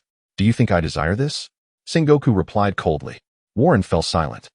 Realizing he could only escalate the matter upward, yet Sengoku's actions would likely remain unimpeded. The 7 warlords would be led by Bartholomew Kuma, who had recently developed ties with the Science Division and was diligent in his tasks. Moreover, he was relatively discreet. The other warlords might not be as reliable. So I will contact Kizaru and urge him to make an effort to avoid further complications. O'Neill, you should also go, once this matter is settled. We will discuss your punishment. Yes. Hey, old man, come have some fun on the island. It could be dangerous without paying a protection fee. A group of ruffians brandishing clubs blocked Rosen and his companion in a narrow alley. Perfect timing. I need a guide. Rosen, initially taken aback, soon realized that encountering some ill-mannered thugs unfamiliar with the 7 warlords was inevitable. What do you want? Before the ruffians could finish, they watched as several of their companions were swept away by a gust of sand. You're too talkative. You'll be leading the way. Rosen left behind the most boisterous thug, recognizing that he was merely a nuisance and not worth killing, though a bit of punishment was essential. Additionally, Rosen genuinely needed a local to help him understand the situation, as it appeared that Landis Island was not easily accessible. The Navy's blockade surely considered the skies, the sea surface, and even the seabed. This is basic strategic knowledge. Yet, it was highly likely that the death surgeon, Rosen, would find himself on this very island. Please, my lord, spare me. The last thug glanced around, suddenly realizing his precarious situation, and promptly knelt in supplication. Individuals of low status possess their own survival instincts. It is their nature to bully the weak and fear the strong. That depends on your performance. If you do poorly, prepare to feed the Sea Kings. Rosen stated without pity, choosing to keep him alive due to his potential value. I will perform well, I swear. The thug nodded vigorously, lamenting that he had long warned his leader against provoking such a fearsome-looking man, but his leader had insisted that numbers would prevail. The first question, where is the most bustling and information-rich place on this island? Rosen inquired. The black market, the thug blurted out. The second question, have you heard of a pirate named Trafalgar Law? Yes, that guy has recently become quite famous in these waters, the thug replied, not daring to conceal anything, which surprised both Rosen and Robin, as they had not anticipated finding information about Law so swiftly. Where is he now? Although surprised, Rosen felt it would be best if everything went smoothly, as he believed it was time to visit Sky Island, having 2 bold ideas regarding Enel. After all, he had also acquired the route to Sky Island. I don't know, but some speculate he should be on Lantis Island. I've heard he is a pirate who made a deal with the devil. Recently, for reasons unknown, he attacked a Navy base on a neighboring island. And the last sighting was at the black market on this island, the thug hurriedly explained. On what basis do you deduce he might be on Lantis Island? Rosen frowned, realizing the thug's knowledge was superficial, offering limited useful information. Because those who go to the black market are mostly desperate rogues looking to profit from the island. The thug hastily clarified upon sensing Rosen's displeasure. Oh, so, entering the island is merely for profit? Is there something of value there? Rosen questioned, recalling reports that labeled the island as one afflicted by a virus. What could possibly be there to gain? Was it merely an opportunity for plunder? Aren't you coming to Franz Island for the same reason, to make a profit from Landis Island? I did not ask you. Answer my question and be specific. Yes. Landis Island is rich in metallic minerals and even sea stone. Rumor has it that aside from the Navy's blockade, there are no significant defenses remaining on the island, which is why pirates are raiding it. These are all valuable commodities, the thug said, his eyes gleaming with greed. Then why haven't you gone? Robin interjected, considering that if the thug's claims were accurate, Landis Island could indeed be a treasure trove. Rosen frowned, recalling that Wayno was known as the producer of sea stone. He had not expected to find it here as well. I yearn to live a few more years. Landis Island has become a realm of death. Although the specifics remain unclear, I occasionally hear whispers suggesting that all the inhabitants have perished, leaving behind only spirits. Moreover, among those who venture to the island for mining, it is rare for even 3 or 4 out of 10 to return. While the rewards may be substantial, the mortality rate is equally high, with most of the victims being outsiders, pirates, and scoundrels, while we locals are not foolish enough to engage in such reckless endeavors. So, you imply there is a means to access the island?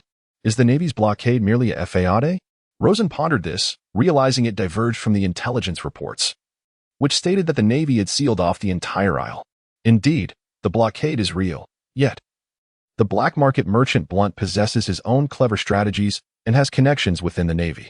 As long as no living beings are brought back, one can generally navigate through without issue. Take us to meet Blunt. Do not refuse, for refusal equates to death.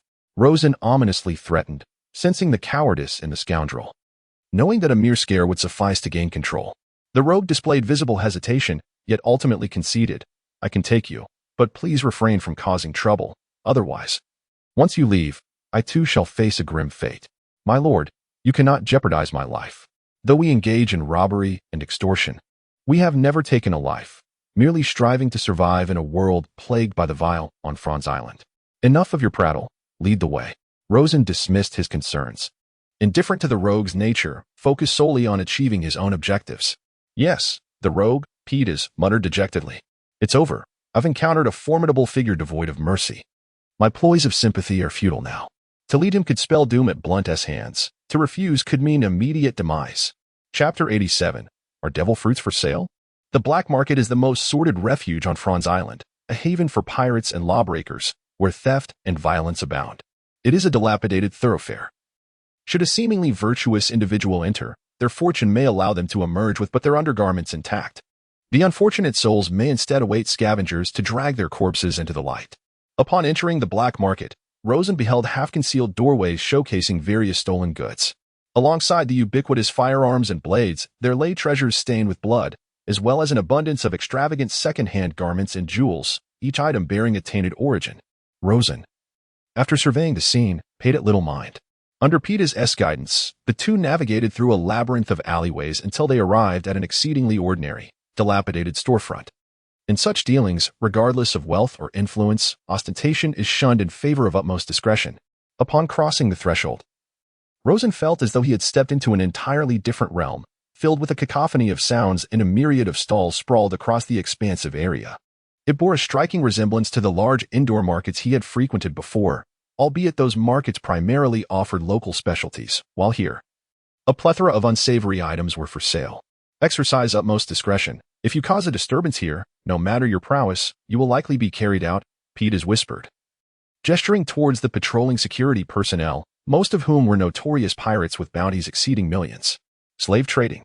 Rosen's gaze fell upon a robust man confined within a cage, shackled to the ground.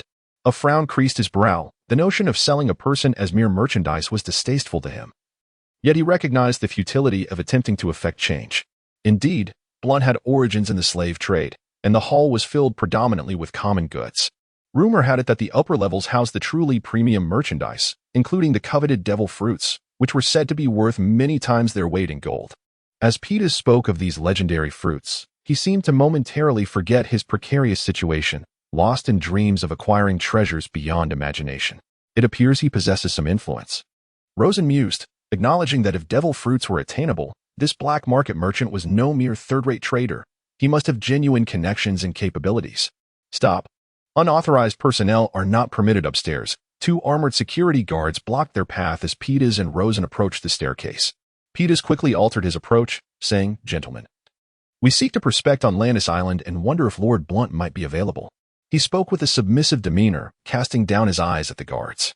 Peters, you scoundrel, are you not going to collect protection fees? Do you dare venture to Lannis Island? One guard jested, scrutinizing Peters with a mocking grin. The circles of Franz Island were small, and Peters' reputation for timidity was well known. Despite being a local, he hesitated to set foot on the nearby treasure island, which, given his knowledge of Lantis, would have afforded him significant advantages. After all, prior to the blockade, trade between France and Lannis Islands had flourished. Peters had visited multiple times. Well-versed in the terrain and even the locations of mineral deposits, yet he had declined Lord Blunt's invitation, dismissing even the offer of a full escort for the venture. Hence, the locals recognized Pete as grateful that Blunt was a man of his word. Otherwise, they might have forcibly compelled him to join. Actually, it is these two who wish to go, not I, Pete said with an awkward smile. These two? They seem somewhat familiar. Are you also pirates? One guard furrowed his brow, scrutinizing Rosen, as if recalling a face from a wanted poster, though he could not quite place it. However, it is certain that there must be a bounty order, otherwise he would not harbor such an impression. The 7 warlords of the sea. Yet, another security personnel immediately recognized Rosen and instinctively took a few steps back, for the 7 warlords bear a fearsome reputation forged in these waters.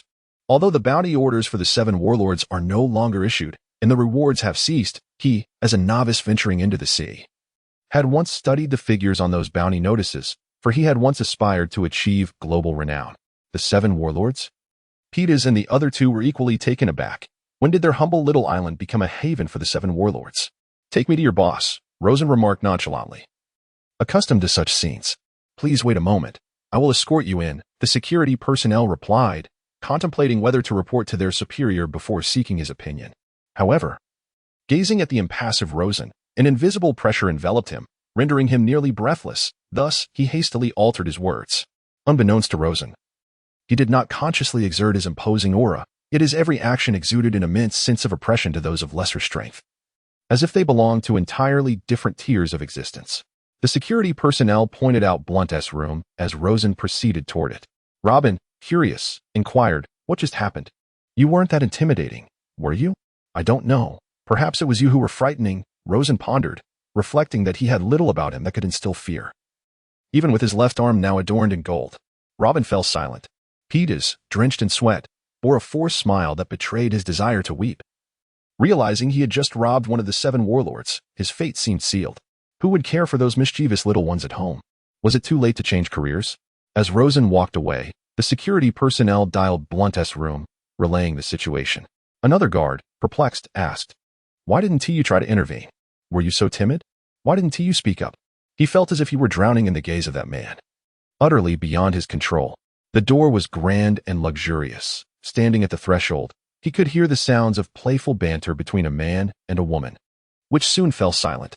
A short and slender man, barely standing at 1.60 meters, hung up the phone and apologized to the distant merchants. "Apologies.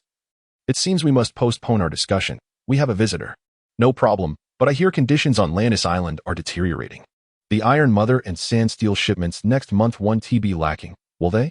inquired a rotund merchant, embracing a beautiful girl with a jovial demeanor. "Of course. That won't be an issue. Would you prefer to excuse yourselves?" Blunt subtly issued a dismissal. "Who is it? Such an esteemed visitor?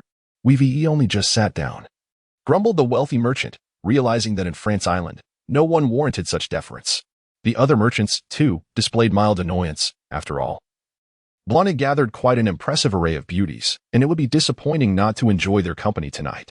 "It is one of the 7 warlords," Blunt replied, feeling somewhat helpless, as he had just received the report from his subordinate. Fortunately, it seemed they were not here to cause trouble. The merchants exchanged glances, but quickly regained their composure. "I suddenly remembered a matter at home that requires my attention. I shall take my leave. Farewell." "No need to see us out," they murmured, as they decided to gather more information before making any moves. They certainly did not wish to conduct business with such a pirate, who could easily consume their fortunes and potentially transform the encounter into a legitimate incident. Blunt escorted them out through the back door, accompanied by 2 bodyguards, before opening the main door to see the 7 warlords approaching from the end of the corridor. "Lord Blunt," Peters greeted, "I heard you have devil fruits for sale, so I came to take a look." Rosen did not immediately get to the point. When dealing with merchants, a gentle approach was necessary. Concealing certain information could lead to complications, and he was reluctant to reveal his intentions before understanding the nature of Blunt. Chapter 88. What price can you offer? Upon hearing this, Blunt paused momentarily, quickly regaining his composure. The 7 warlords had come to procure devil fruits from him?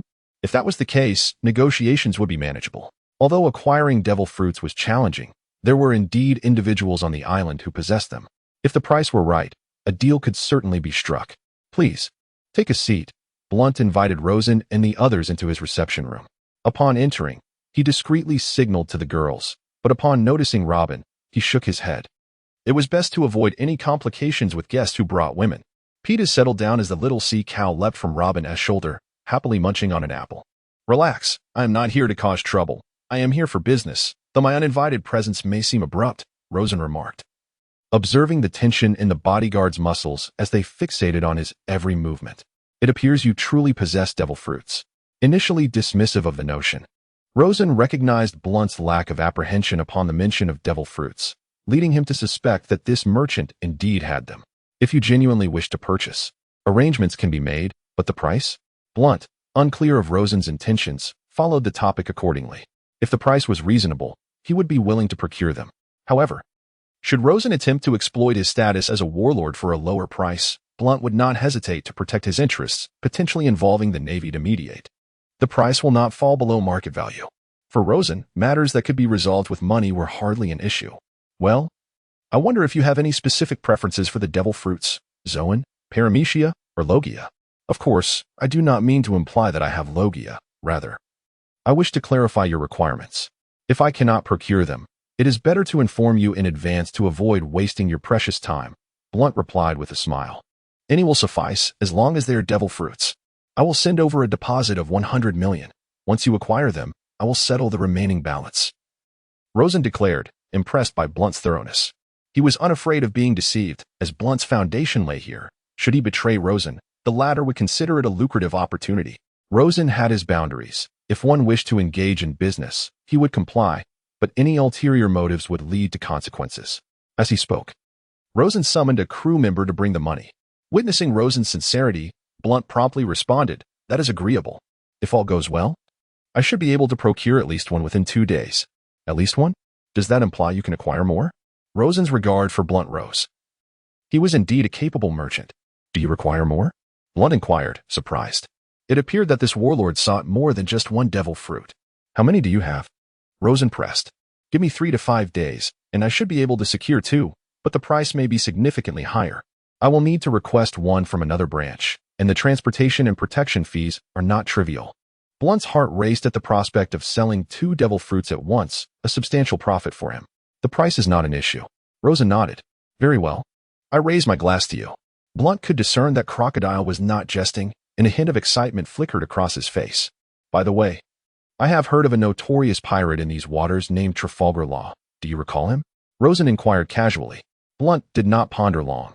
It was customary for the 7 warlords to be interested in pirates, likely with intentions of black market dealings. Nevertheless, it was of no concern to him. As long as he could secure a profit, the process mattered little. Trafalgar Law? He sought me out 3 days ago, and I sent him to Atlantis Island. I wonder how he fares now. Alone, he is likely dead, Blunt recounted, reflecting on the events of 3 days prior. After all, he was now his principal client. Is the island truly so perilous? Rosen mused, puffing on his cigar, furrowing his brow. This was the second time he had heard of Atlantis Island's dangers. It was impossible to dismiss it. Clearly, the threats extended beyond mere diseases. Though the Navy has turned a blind eye to my vessel, I have never dared to breach the coastline and venture inland. It is difficult to articulate, but if I were to describe it, I would use the term hell. Blunt's expression darkened as he recalled certain matters. He had a vague understanding of the island's happenings, yet he preferred not to delve deeper into its specifics.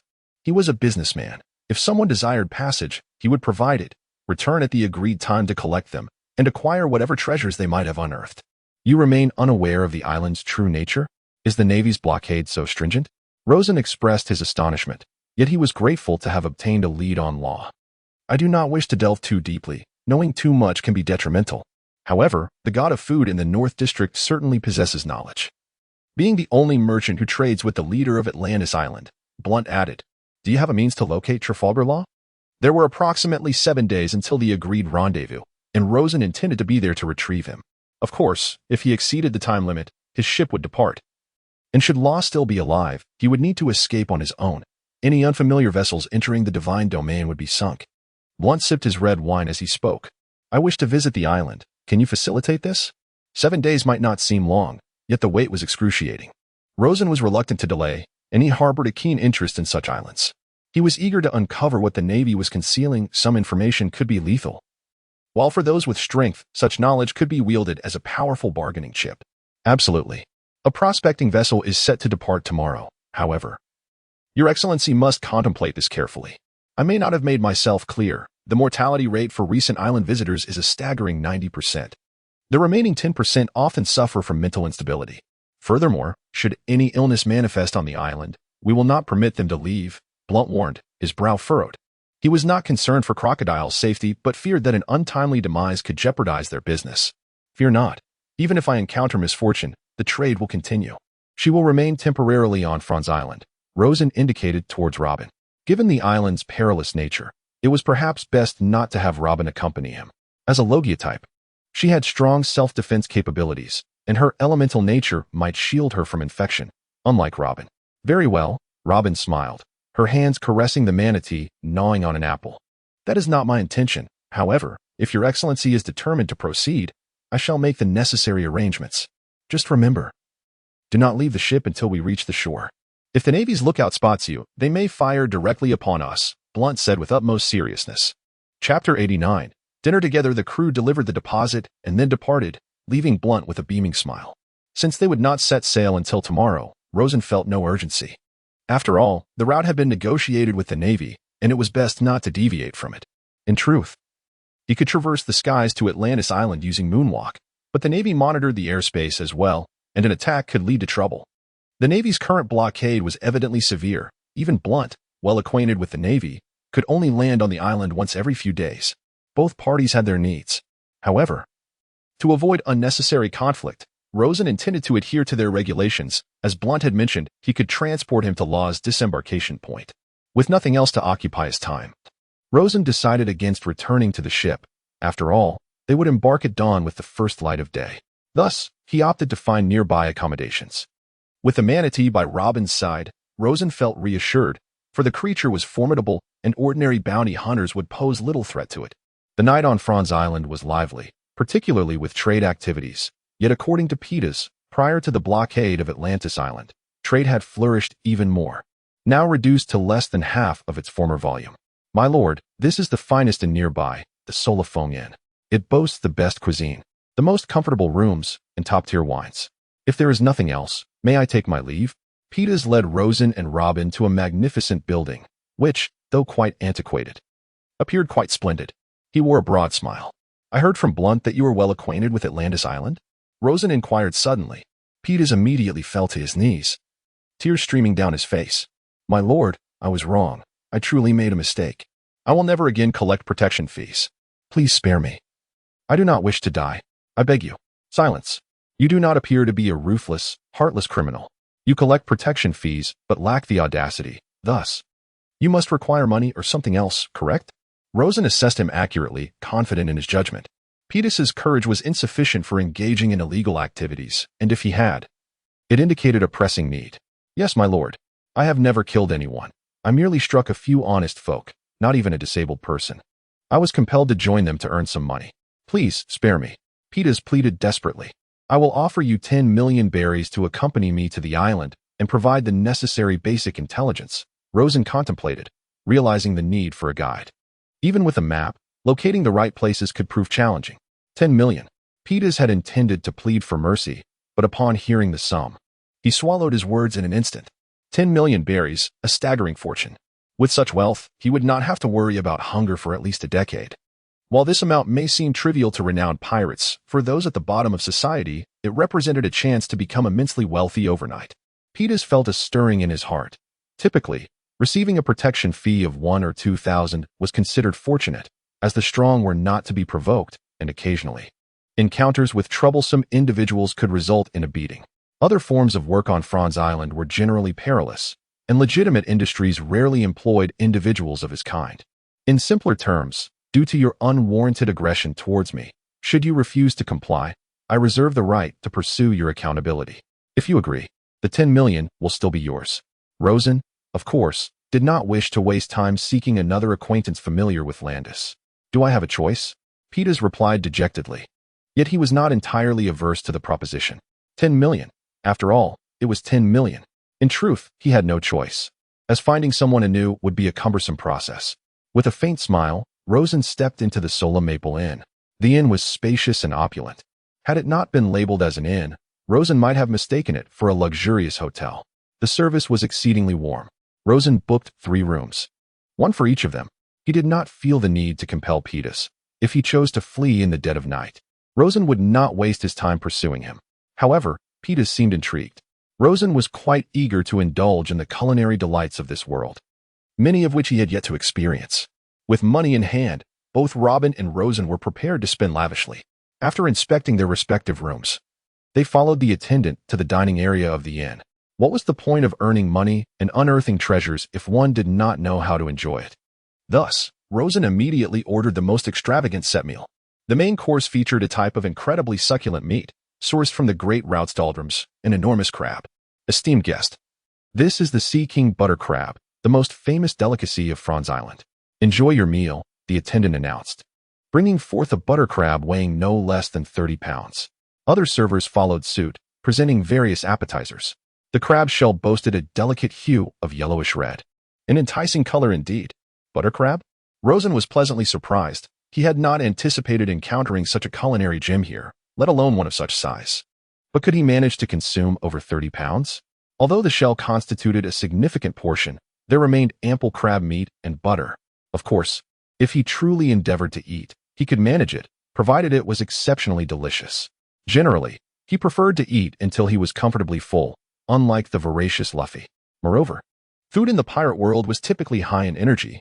While there were gluttons, the average person could suffice with a reasonable amount. As the main course was served, fine wines accompanied it, and a melodious tune filled the hall, performed live by a beautiful girl and 2 dashing gentlemen. Delectable, Rosen remarked sincerely, relishing the harmonious blend of crab meat and butter, which required no additional sauces. Truly, food is one of the most vital aspects of human existence. Indeed, it is exquisite.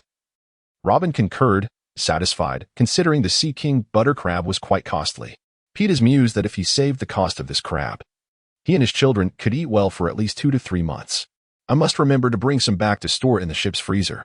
Certainly, he replied, breaking off a claw and, with his sharp, sturdy teeth, crushing the shell, feeling a twinge of resentment. Humph, these envious wealthy individuals. Once I have 10 million, I shall feast once more. The dinner was splendid. Despite numerous dignitaries recognizing Petus, none approached to greet him. Curious glances shifted away the moment Rosen met their gaze. Without pirates or hunters, there was little trouble to be found. Not far from the inland naval base, although much of its manpower had been withdrawn, even wealthy pirates would refrain from dining here. Thus, Rosen found a rare opportunity for tranquility. Where has the manatee gone? Rosen suddenly realized the manatee was absent from dinner, wandering off on its own. Perhaps it went to frolic? Or perhaps to the restroom. Indeed, there's nothing unusual about that, Robin replied. It likely went to the washroom. Petus, too, was curious, as manatees were a rare sight here, primarily inhabiting the waters of Alabasta. Prince dining, please clear the way. We shall settle the bill. A steady voice announced from the entrance of the dining hall. A young man, resplendent in luxurious attire, entered, accompanied by a retinue. Upon sighting him, Rosen's brow furrowed. His demeanor radiated frivolity and arrogance, a clear harbinger of trouble, especially as someone bore a cage behind him, containing a woman curled in a corner. Chapter 90. A peculiar individual. The Prince of the Andia Kingdom. Zodi. A stir rippled through the crowd. Initially, some were indifferent, but gradually, several began to rise from their seats. A capital power among the great rout, Andia boasted formidable fortifications, and no one expected its prince to visit Franz Island. Amidst murmurs, most patrons tactfully complied. Though they harbored some dissatisfaction with his domineering presence, they were unwilling to invite trouble. Firstly, the newcomer was of noble birth, the sole heir of a powerful nation affiliated with the world government. Secondly, with someone else paying the bill, the situation was not difficult to accept. Do not all leave at once. You, and you, stay right there. I have matters to discuss with you, Zodi declared, pointing with his finger at several tables, including Rosen's. Seeing this, Rosen chose to ignore it. His domineering nature did not impede his meal, so he would let it be. Conversely, the other tables singled out appeared less than pleased. They had heard of this capricious prince, for the kingdom of Andia was not particularly distant. The fact that even the 7 warlords had been called to remain sparked glances of intrigue among the others. Did Zodi not recognize the 7 warlords? Otherwise, such actions could be deemed provocative.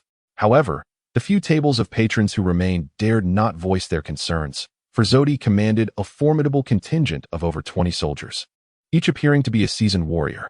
They were indeed curious about the reaction of the warlord Crocodile, yet Rosen exhibited no response, engrossed instead in savoring his meal. His gaze, however, fell upon the iron cage, which, though not to his liking, seemed to be a commonplace occurrence, and he had no intention of meddling. Prince, that individual Zodi might not recognize Crocodile. Perhaps in his world, apart from the world nobles, there exists no one he cannot provoke. Thus, he paid little heed to a pirate, even one of the 7 warlords. What is the matter? Speak up if you have something to say. Zodi expressed his dissatisfaction, subsequently taking a seat at an unoccupied table, with the royal soldiers standing behind him.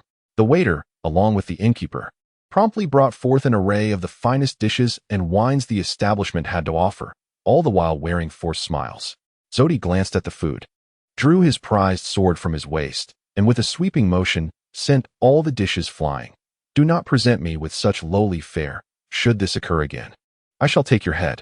Your Highness, this is indeed the finest cuisine we offer at our inn. The innkeeper stammered, beads of cold sweat forming on his brow. Although he had connections with the navy, facing an heir from a renowned nation was a daunting prospect. The only course of action was to cater to this esteemed guest. This merely illustrates the mediocrity of your rustic establishment. I have heard that on Franz Island, aside from the Sea King's crabs, there are also azure blue shrimp. Fetch me some of those. Zodi made no effort to conceal his disdain. It is no wonder the celestial dragons wear masks. Conversing with such common folk is beneath their dignity. Once he ascends to the throne, he must endeavor towards the path of becoming one of the world's nobility. Yes, the innkeeper nodded vigorously. However, the azure blue shrimp are perilous creatures to capture, often resulting in high mortality rates during the process, which is why they are seldom served in restaurants. At this moment, he had no opportunity to refuse. The 7 warlords of the sea, are you referring to that individual? Oh. So this is what the warlords of the sea look like. I had imagined them as towering beasts, haha. Zodi, intrigued by the whispers of his attendant, cast a bold glance at Rosen, surveying him with unabashed curiosity. Your Highness, the king has advised that there are certain individuals on the high seas one should not provoke lightly, the attendant cautioned, sensing an ominous premonition. The prince, sheltered within the palace, was not fully aware of the weight the title of warlords of the sea carried. Yet he understood that these were ruthless marauders who had clawed their way through the ranks of pirates, indiscriminately wreaking havoc regardless of their victim statuses. Listening to the attendant's words, Rosen paused his meal, pondering why it was so arduous to enjoy a peaceful meal. Was this prince devoid?